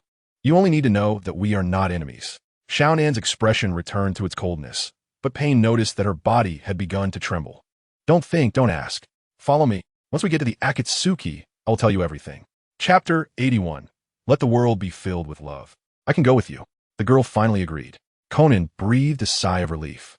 Nagato was puzzled, but ultimately said nothing. But I still have something I must complete. Can you give me a little more time? How long? Before Pain could speak, Conan asked first. Nagato was even more confused. Conan? What's going on? She seemed to trust this girl a lot. 1 day, 2 days, or maybe 10 days to half a month. I'm not sure, but it won't be too long. The girl gave a vague deadline. Nagato chose to remain silent. He trusted Conan. Even if this could cause Akatsuki to miss out on a potential ally against the masked man and the Nine-Tails Jinchuriki. Fortunately, Conan's trust was not without limits. 3 days. No more than that, Conan said coldly. Konoha 1T let you escape for that long. How much does Konoha really know about her whereabouts? Conan wasn't sure, but they would definitely find her location, so the arrival of Konoha ninjas was just a matter of time. After all, she still had the Nine-Tails Jinchuriki. At the same time, Conan was a bit puzzled. This girl would defect from Konoha. She wasn't surprised at all. That place was indeed dirty. But why did she have to bring the Nine-Tails Jinchuriki along with her, aside from another Uchiha? Of course, these things weren't important for now. The fact that she recognized that token and was willing to join Akatsuki was enough. They could talk about the future later. Heaven be praised. That lord actually has descendants. That's truly wonderful. 3 days. AI Quan estimated the likelihood of Orochimaru showing up. 3 days felt reasonable. If Orochimaru still didn't appear after that, then he probably wouldn't come at all. All right, 3 days from now, no matter what, I will come to find you. AI Quan immediately agreed. No need. We will meet again in 3 days, Conan said. And as she finished speaking, small paper slips appeared behind her, coalescing into a pair of wings, flying away like a true angel. Pain took a deep look at the girl before him, said nothing, and then vanished. It's nice to be able to fly. Watching the two leave, AI Quan withdrew his gaze, focusing on the small white flower in his hand. Both the Byakugan and Sharingan could see clearly. The small white flower was infused with the chakra of 2 people. One was Conan S, and the other should be Nagato S. The principle of the explosive tag is to seal fire style into the technique. Conan didn't have mastery over fire style ninjutsu. She could indeed print paper in bulk, but she couldn't mass-produce explosive tags. That 600 billion explosive tags could only be the result of Nagato's assistance. AI Quan deduced that the two must have grasped some kind of method, or had one or even multiple automated production lines for explosive tags. Otherwise, producing 600 billion explosive tags would be impossible even with 10 people working day and night. However, this paper dance technique is not simple. AI Quan mobilized his chakra, and a small piece of paper immediately separated from the small flower, slowly folded, and soon transformed into a paper airplane.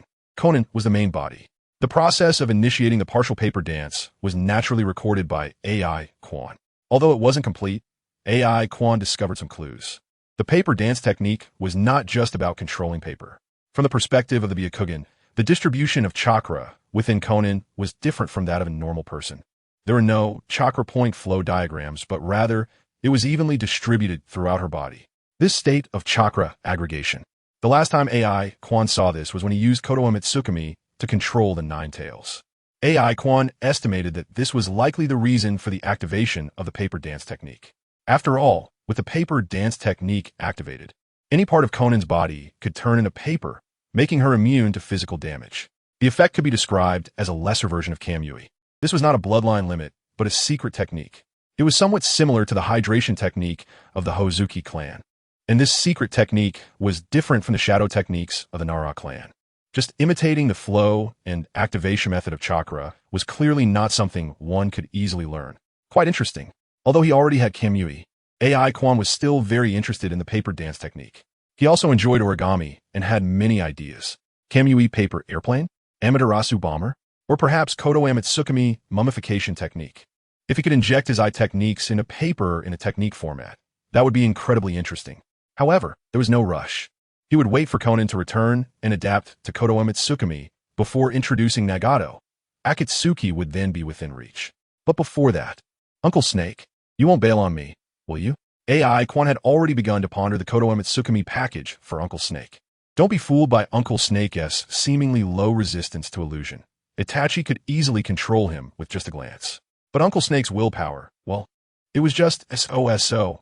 Although he was one of the legendary 3 ninjas, he indeed had a weakness in illusion techniques. At this moment, Uncle Snake had not yet used Edo Tensei, and his soul had not been weakened. But AI Quan estimated that Uncle Snake was probably not much better off in the Nine Tails now. The new version of Konoha Mitsukami was no longer an illusion, but it could still deliver a critical hit to targets with low resistance to illusion. So how much curse power should he prepare for Uncle Snake's Konoha Mitsukami? Just turning into his son should be more than enough with half the curse power, right? He needed to ensure that Orochimaru's passion for science remained intact, while also ensuring that he could be fully utilized. The second pillar had achieved this before. AI Quan planned to copy that homework and optimize it. Would it be a bit exaggerated to become the only god in Uncle Snake's heart?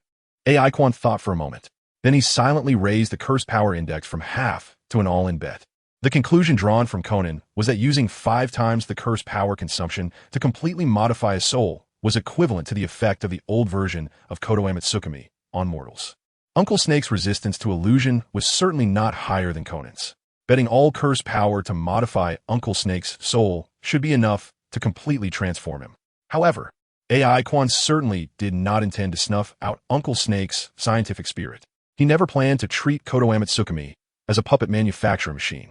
Completely erasing a person's self-will would be no different from killing them directly, shattering their soul to nourish his eyes. AI Quan hoped this world would be filled with love, where everyone could retain their will and strive for the same goal. Of course, it would be best if all that love could be directed toward him alone. Chapter 82, Initiative returning to the temporary base. Conan informed Nagato about the stories from years ago and her own speculations. She must be a descendant of that adult, as she recognized the adult's token, and their eyes are almost identical. I never imagined that the adult came from the Uchiha. This is truly wonderful. Conan excitedly looked at Nagato. Nagato, if it's that child, your body might really be healed. Nagato's gaze was gentle yet calm as he watched the increasingly excited Conan. Ultimately, he pressed his lips together and gently shook his head. Conan, calm down a bit. Nagato couldn't quite distinguish whether Conan's excitement was due to finding that girl or because that girl might be able to heal him. But Conan was indeed a bit too excited. Furthermore, she seemed to have an extremely high level of trust in that girl. Trust, a precious yet cheap thing. People always hope to entrust their trust to those who are worthy. But more often, people are used to trampling on the trust of others as if it were garbage. If they hadn't trusted the wrong person back then, Yahiko and the members of the original Akatsuki wouldn't have died. He wouldn't be unable to stand up forever, hiding in the shadows and issuing orders. Conan should be aware of this as well. That girl only existed in intelligence before, and now she simply has another layer of identity. They still know nothing about that girl's character and attributes. How could they easily entrust her with their trust? But Nagato would certainly not say these words. He could only gently remind her. This was also a sign of respect for Conan, respecting the feelings she held in her heart. However, Nagato's reminder was clearly no match for the power of the infinite Tsukuyomi. I know what you're worried about, Nagato. Conan responded softly. Trust me. She is different from others. You saw how much she cares about those 2 children. If she hadn't recognized that adult's token, she wouldn't have easily submitted. Although it was the first time they met, she really resembles that adult. Nagato. Believe me, give her some time, and she will become part of our family. Nagato first fell silent for a moment, lowering his gaze. After some thought, he nodded slightly. Then let's give her some time. For these 3 days, we'll wait here for news about recruiting her, and let's not make it public for now. Nagato deliberately avoided the topic. Just right, since Uchiha Obito's identity had been leaked. The attributes of Uchiha Itachi and Kisame Hashigaki would also undergo certain changes. They would observe the situation and see how Uchiha Obito would act. Up until now, they still had no idea what his intentions were. But my judgment is correct, Conan. This girl is very important to Uchiha Obito. Otherwise, he wouldn't have paid such a high price to make her escape from Konoha with the Nine Tails Jinchuriki and Itachi's brother. Mentioning Uchiha Obito, Conan indeed no longer struggled with the issues of trust and family. The excitement on her face gradually faded. Her expression became serious, and her eyes returned to a cold clarity due to her thoughts. You are right, Nagato, Conan said coldly. I had my suspicions from the very beginning. Her attitude towards the Akatsuki is too strange. I initially thought it was because of Uchiha Itachi or the information she possessed about the Akatsuki. But judging by her recent performance, if I hadn't presented that adult's token, it seems she would rather die than join the Akatsuki, which indeed. Conan's brows furrowed. It's not normal. That's actually not surprising at all, Conan. Nagato raised his eyes to look at Conan, a slight smile tugging at his lips. If all of this was forced upon her by Uchiha Obito, then everything makes sense. Forced? Conan thought of something, her brow furrowing even tighter. Are you implying that Uchiha Izumi approached us under that guy's coercion? No, that guy intentionally led us to Uchiha Izumi? Hearing this, Nagato finally breathed a sigh of relief. It seems Conan had not completely lost her reason over that girl. Her vigilance was still intact. She must have just been a bit too excited to say such things. Her own physical condition is the most core and fragile secret of the entire Akatsuki. Yet Conan had the thought of bringing that girl in for treatment the moment she saw her. This is very abnormal. Nagato even suspected for a moment that Conan might have been under some illusion. According to Ju's intelligence, that girl's eyes could even control Danzo. But fortunately, after some guidance and reminders, Conan still regained her reason and vigilance. Being able to consider that all of this could have been orchestrated by the masked man proves that Conan hadn't fallen under any unknown illusion. After all, in front of pain, even if that girl really did something, it would ultimately be detected. Just wait, that guy will tell us the answer. Nagato said softly. Before the meeting, even you didn't know your relationship with Uchiha Izumi, so he couldn't possibly know either. No matter what he wants to do, Conan, the initiative is still in our hands. The initiative is still in our hands, Obito. In the Kamui space, watching Obito's gaze shift between uncertainty and clarity. Black Zetsu played along and spoke with the prepared lines. Although your identity has been exposed, the Moon Eye plan is still in motion. The third Hokage was killed in battle, and the Nine-Tails Jinchuriki was captured. Nagato's tailed beast plan will be much easier to carry out with the Nine-Tails as the starting point. As long as you retrieve the Manjiki Sharingan, the entire ninja world will be at your mercy, and the fragile Nagato, even with the Rinnegan, will never be your match. Black Zetsu paused for a moment. Its purpose was clear: to reduce and shift the importance of the identity exposure in Obito's mind. To focus all of Obito's attention on preserving the Moon Eye plan. First, retrieve the Manjiki, while also attracting firepower to protect the Akatsuki. But today, Obito was clearly not very cooperative. His attention was neither on the Manjiki nor on the Moon Eye plan. Black Zetsu spoke at length, but Obito didn't seem to absorb a single word. The information spread from Konoha. It could only be confirmed by the third Hokage just before his death. It was her. She reminded the third Hokage otherwise. He wouldn't have been able to confirm my identity, Obito said in a deep voice. He replayed the entire event, peeling back the layers, only to find that all traces pointed to that girl. But why did she do that? If it was truly to harm him, then why didn't she act while he was unconscious? Uchiha Izumi. Obito's crimson eyes emit a dangerous gleam. What is your true purpose? Chapter 83. Are my eyes pretty? Sister, should we go back to Konoha? That man is so fierce. I'm a bit scared, and Kurama isn't talking to me anymore. Why don't we just stop playing and go to Konoha? With Grandpa Hokage there, that man wouldn't dare bully us. Pain S. Rinnegan has left a shadow on 6-year-old Naruto. After all, he is just a child, expressing happiness and fear according to his nature. It's okay, Naruto-kun. Just sleep well, and when you wake up tomorrow, I can teach you how to walk on water. Once you learn, you can play on water. How about that? Sister's voice is so nice and gentle. Naruto suddenly feels a bit sleepy, his eyelids growing heavier. However, before he completely falls asleep, he doesn't forget something important. Then don't teach Sasuke. He is an idiot, and he called me a coward today. Sister, I'm not a coward. It's Kurama who told me to run quickly. He said I would implicate you under the hypnosis of the illusion. Naruto quickly falls asleep. Meanwhile, in the ceiling space, the Nine-Tails opens its eyes. With eyes like copper bells, it looks at Naruto, confirming the identity of that guy, Koizumi. AI, Quan nods. It's indeed not the reincarnation of Yui. I've checked the chakra. That pair of Rinnegan should belong to the previous reincarnation of Indra. The previous reincarnation of Indra? The Nine-Tails asks in confusion. Yes, it's Uchiha Madara. Didn't you recognize it back then? These two brothers have reincarnated so many times. Each time the chakra shows some changes, over time, I can't recognize them anymore. The Nine-Tails says in a deep voice, but you must not let your guard down. Even if he is not the reincarnation of Yui, it's hard to say he has no relation to her. The Rinnegan is not a power that can be easily obtained. AI Quan softly agrees. The Ninetales level is definitely below Kaguya. But AI Quan still agrees with this sentiment. As long as they are altered by Konoha Mitsukami, they are family. Do you know their purpose, Koizumi? After a moment of silence, the Ninetales asks again. AI Quan raises an eyebrow, not knowing much, but can confirm that he is indeed coming for you. Their goal seems to be collecting tailed beasts, but they seem unaware of the conditions to resurrect their mother. I plan to join them and see what they really want to do. If possible, I will secretly help them. The Ninetales thinks for a moment and agrees it's best this way, so even if Yui notices something, she won't think of you right away. The Ninetales is still very considerate, or rather, every tailed beast that has experienced Konoha Mitsukami should be quite thoughtful. If it weren't for the concern of being unable to resurrect Kaguya, AI Quan would have planned to split all the tailed beasts in half. One half for herself and one half for Kaguya. Consciousness leaves the ceiling space.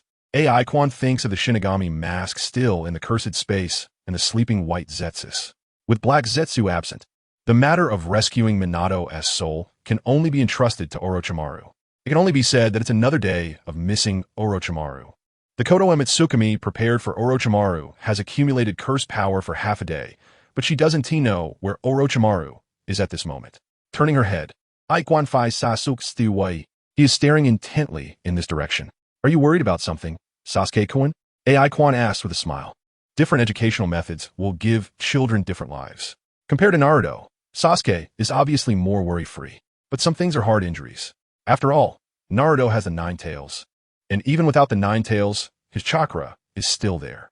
As for Sasuke's Sharingan, AI Quan always feels that Sasuke and Naruto's configurations are actually a bit unfair. After all, the previous reincarnation of Indra and Ashura had the Nine Tails on Uchiha Madara's side. You said someone wants to harm the ninja world by controlling this idiot. Are they? These people today? Sasuke asks coldly. Yes, but also no. Many people want to control the tailed beasts, and they're just among them. Don't ask anymore, Sasuke-kun, go to sleep. We need to train tomorrow. Sasuke frowns. He doesn't like this woman's attitude. She must be hiding something. Is it Itachi? Sasuke sees through coldly, looking at the woman in front of him. After leaving Konoha, did he join them? Or does he also want to control the tailed beasts and destroy the entire ninja world? The woman doesn't answer, but Sasuke feels that he must be right. He stares at the woman's face for a long time, seeing that she never responds. He stands up and walks towards the door. In the latter half of coming to this place, she has been rushing over the water. He remembers the way she walked on water, and he plans to go out and solidify it. Sasuke-kun, where are you going? That woman speaks up anxiously. She always cares about these trivial things, but the truly important things she always keeps silent. I'm going to train, Sasuke says coolly as he walks outside. But it's already dark, why don't you? It doesn't matter. Sasuke looks back. You don't have to worry about me. Go to sleep early. I'll be back soon. After saying that, just as Sasuke is about to turn and leave, he hears a hoarse voice behind him. You better listen to your sister. Satoku-kun.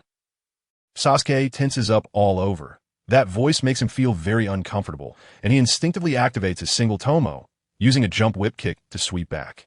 But soon he realizes he cannot move. A cold, viscous feeling spreads throughout his body. Sasuke's pupils contract, and he finds that a white giant snake has bound him tightly without him noticing. A suffocating feeling rushes at him. Sasuke wants to struggle, but then feels a chill around his neck. Then Sasuke feels a haze in front of his eyes, gradually losing consciousness. This child is Itachi-kun's younger brother. Good eyes, although still very immature, but I really like this gift. The white giant snake opens its huge mouth and swallows Sasuke into its belly. Then it disappears in a puff of white smoke. Sasuke was taken away just like that. Orochimaru glances around the room. His gaze only lingers on the golden-haired boy for a moment. Then he looks at the girl. So, what do you want to exchange from me?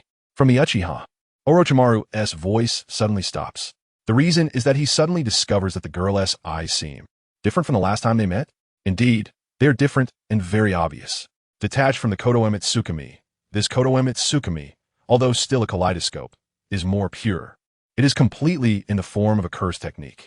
The pattern is still the 3-leaf petals, but it is no longer scarlet, but a rich green. Are my eyes beautiful, Mr. Orochimaru? The girl asked with a smile. Orochimaru's expression gradually changed, from surprise to fervor, then returning to calm, and finally filled with tenderness. Truly beautiful.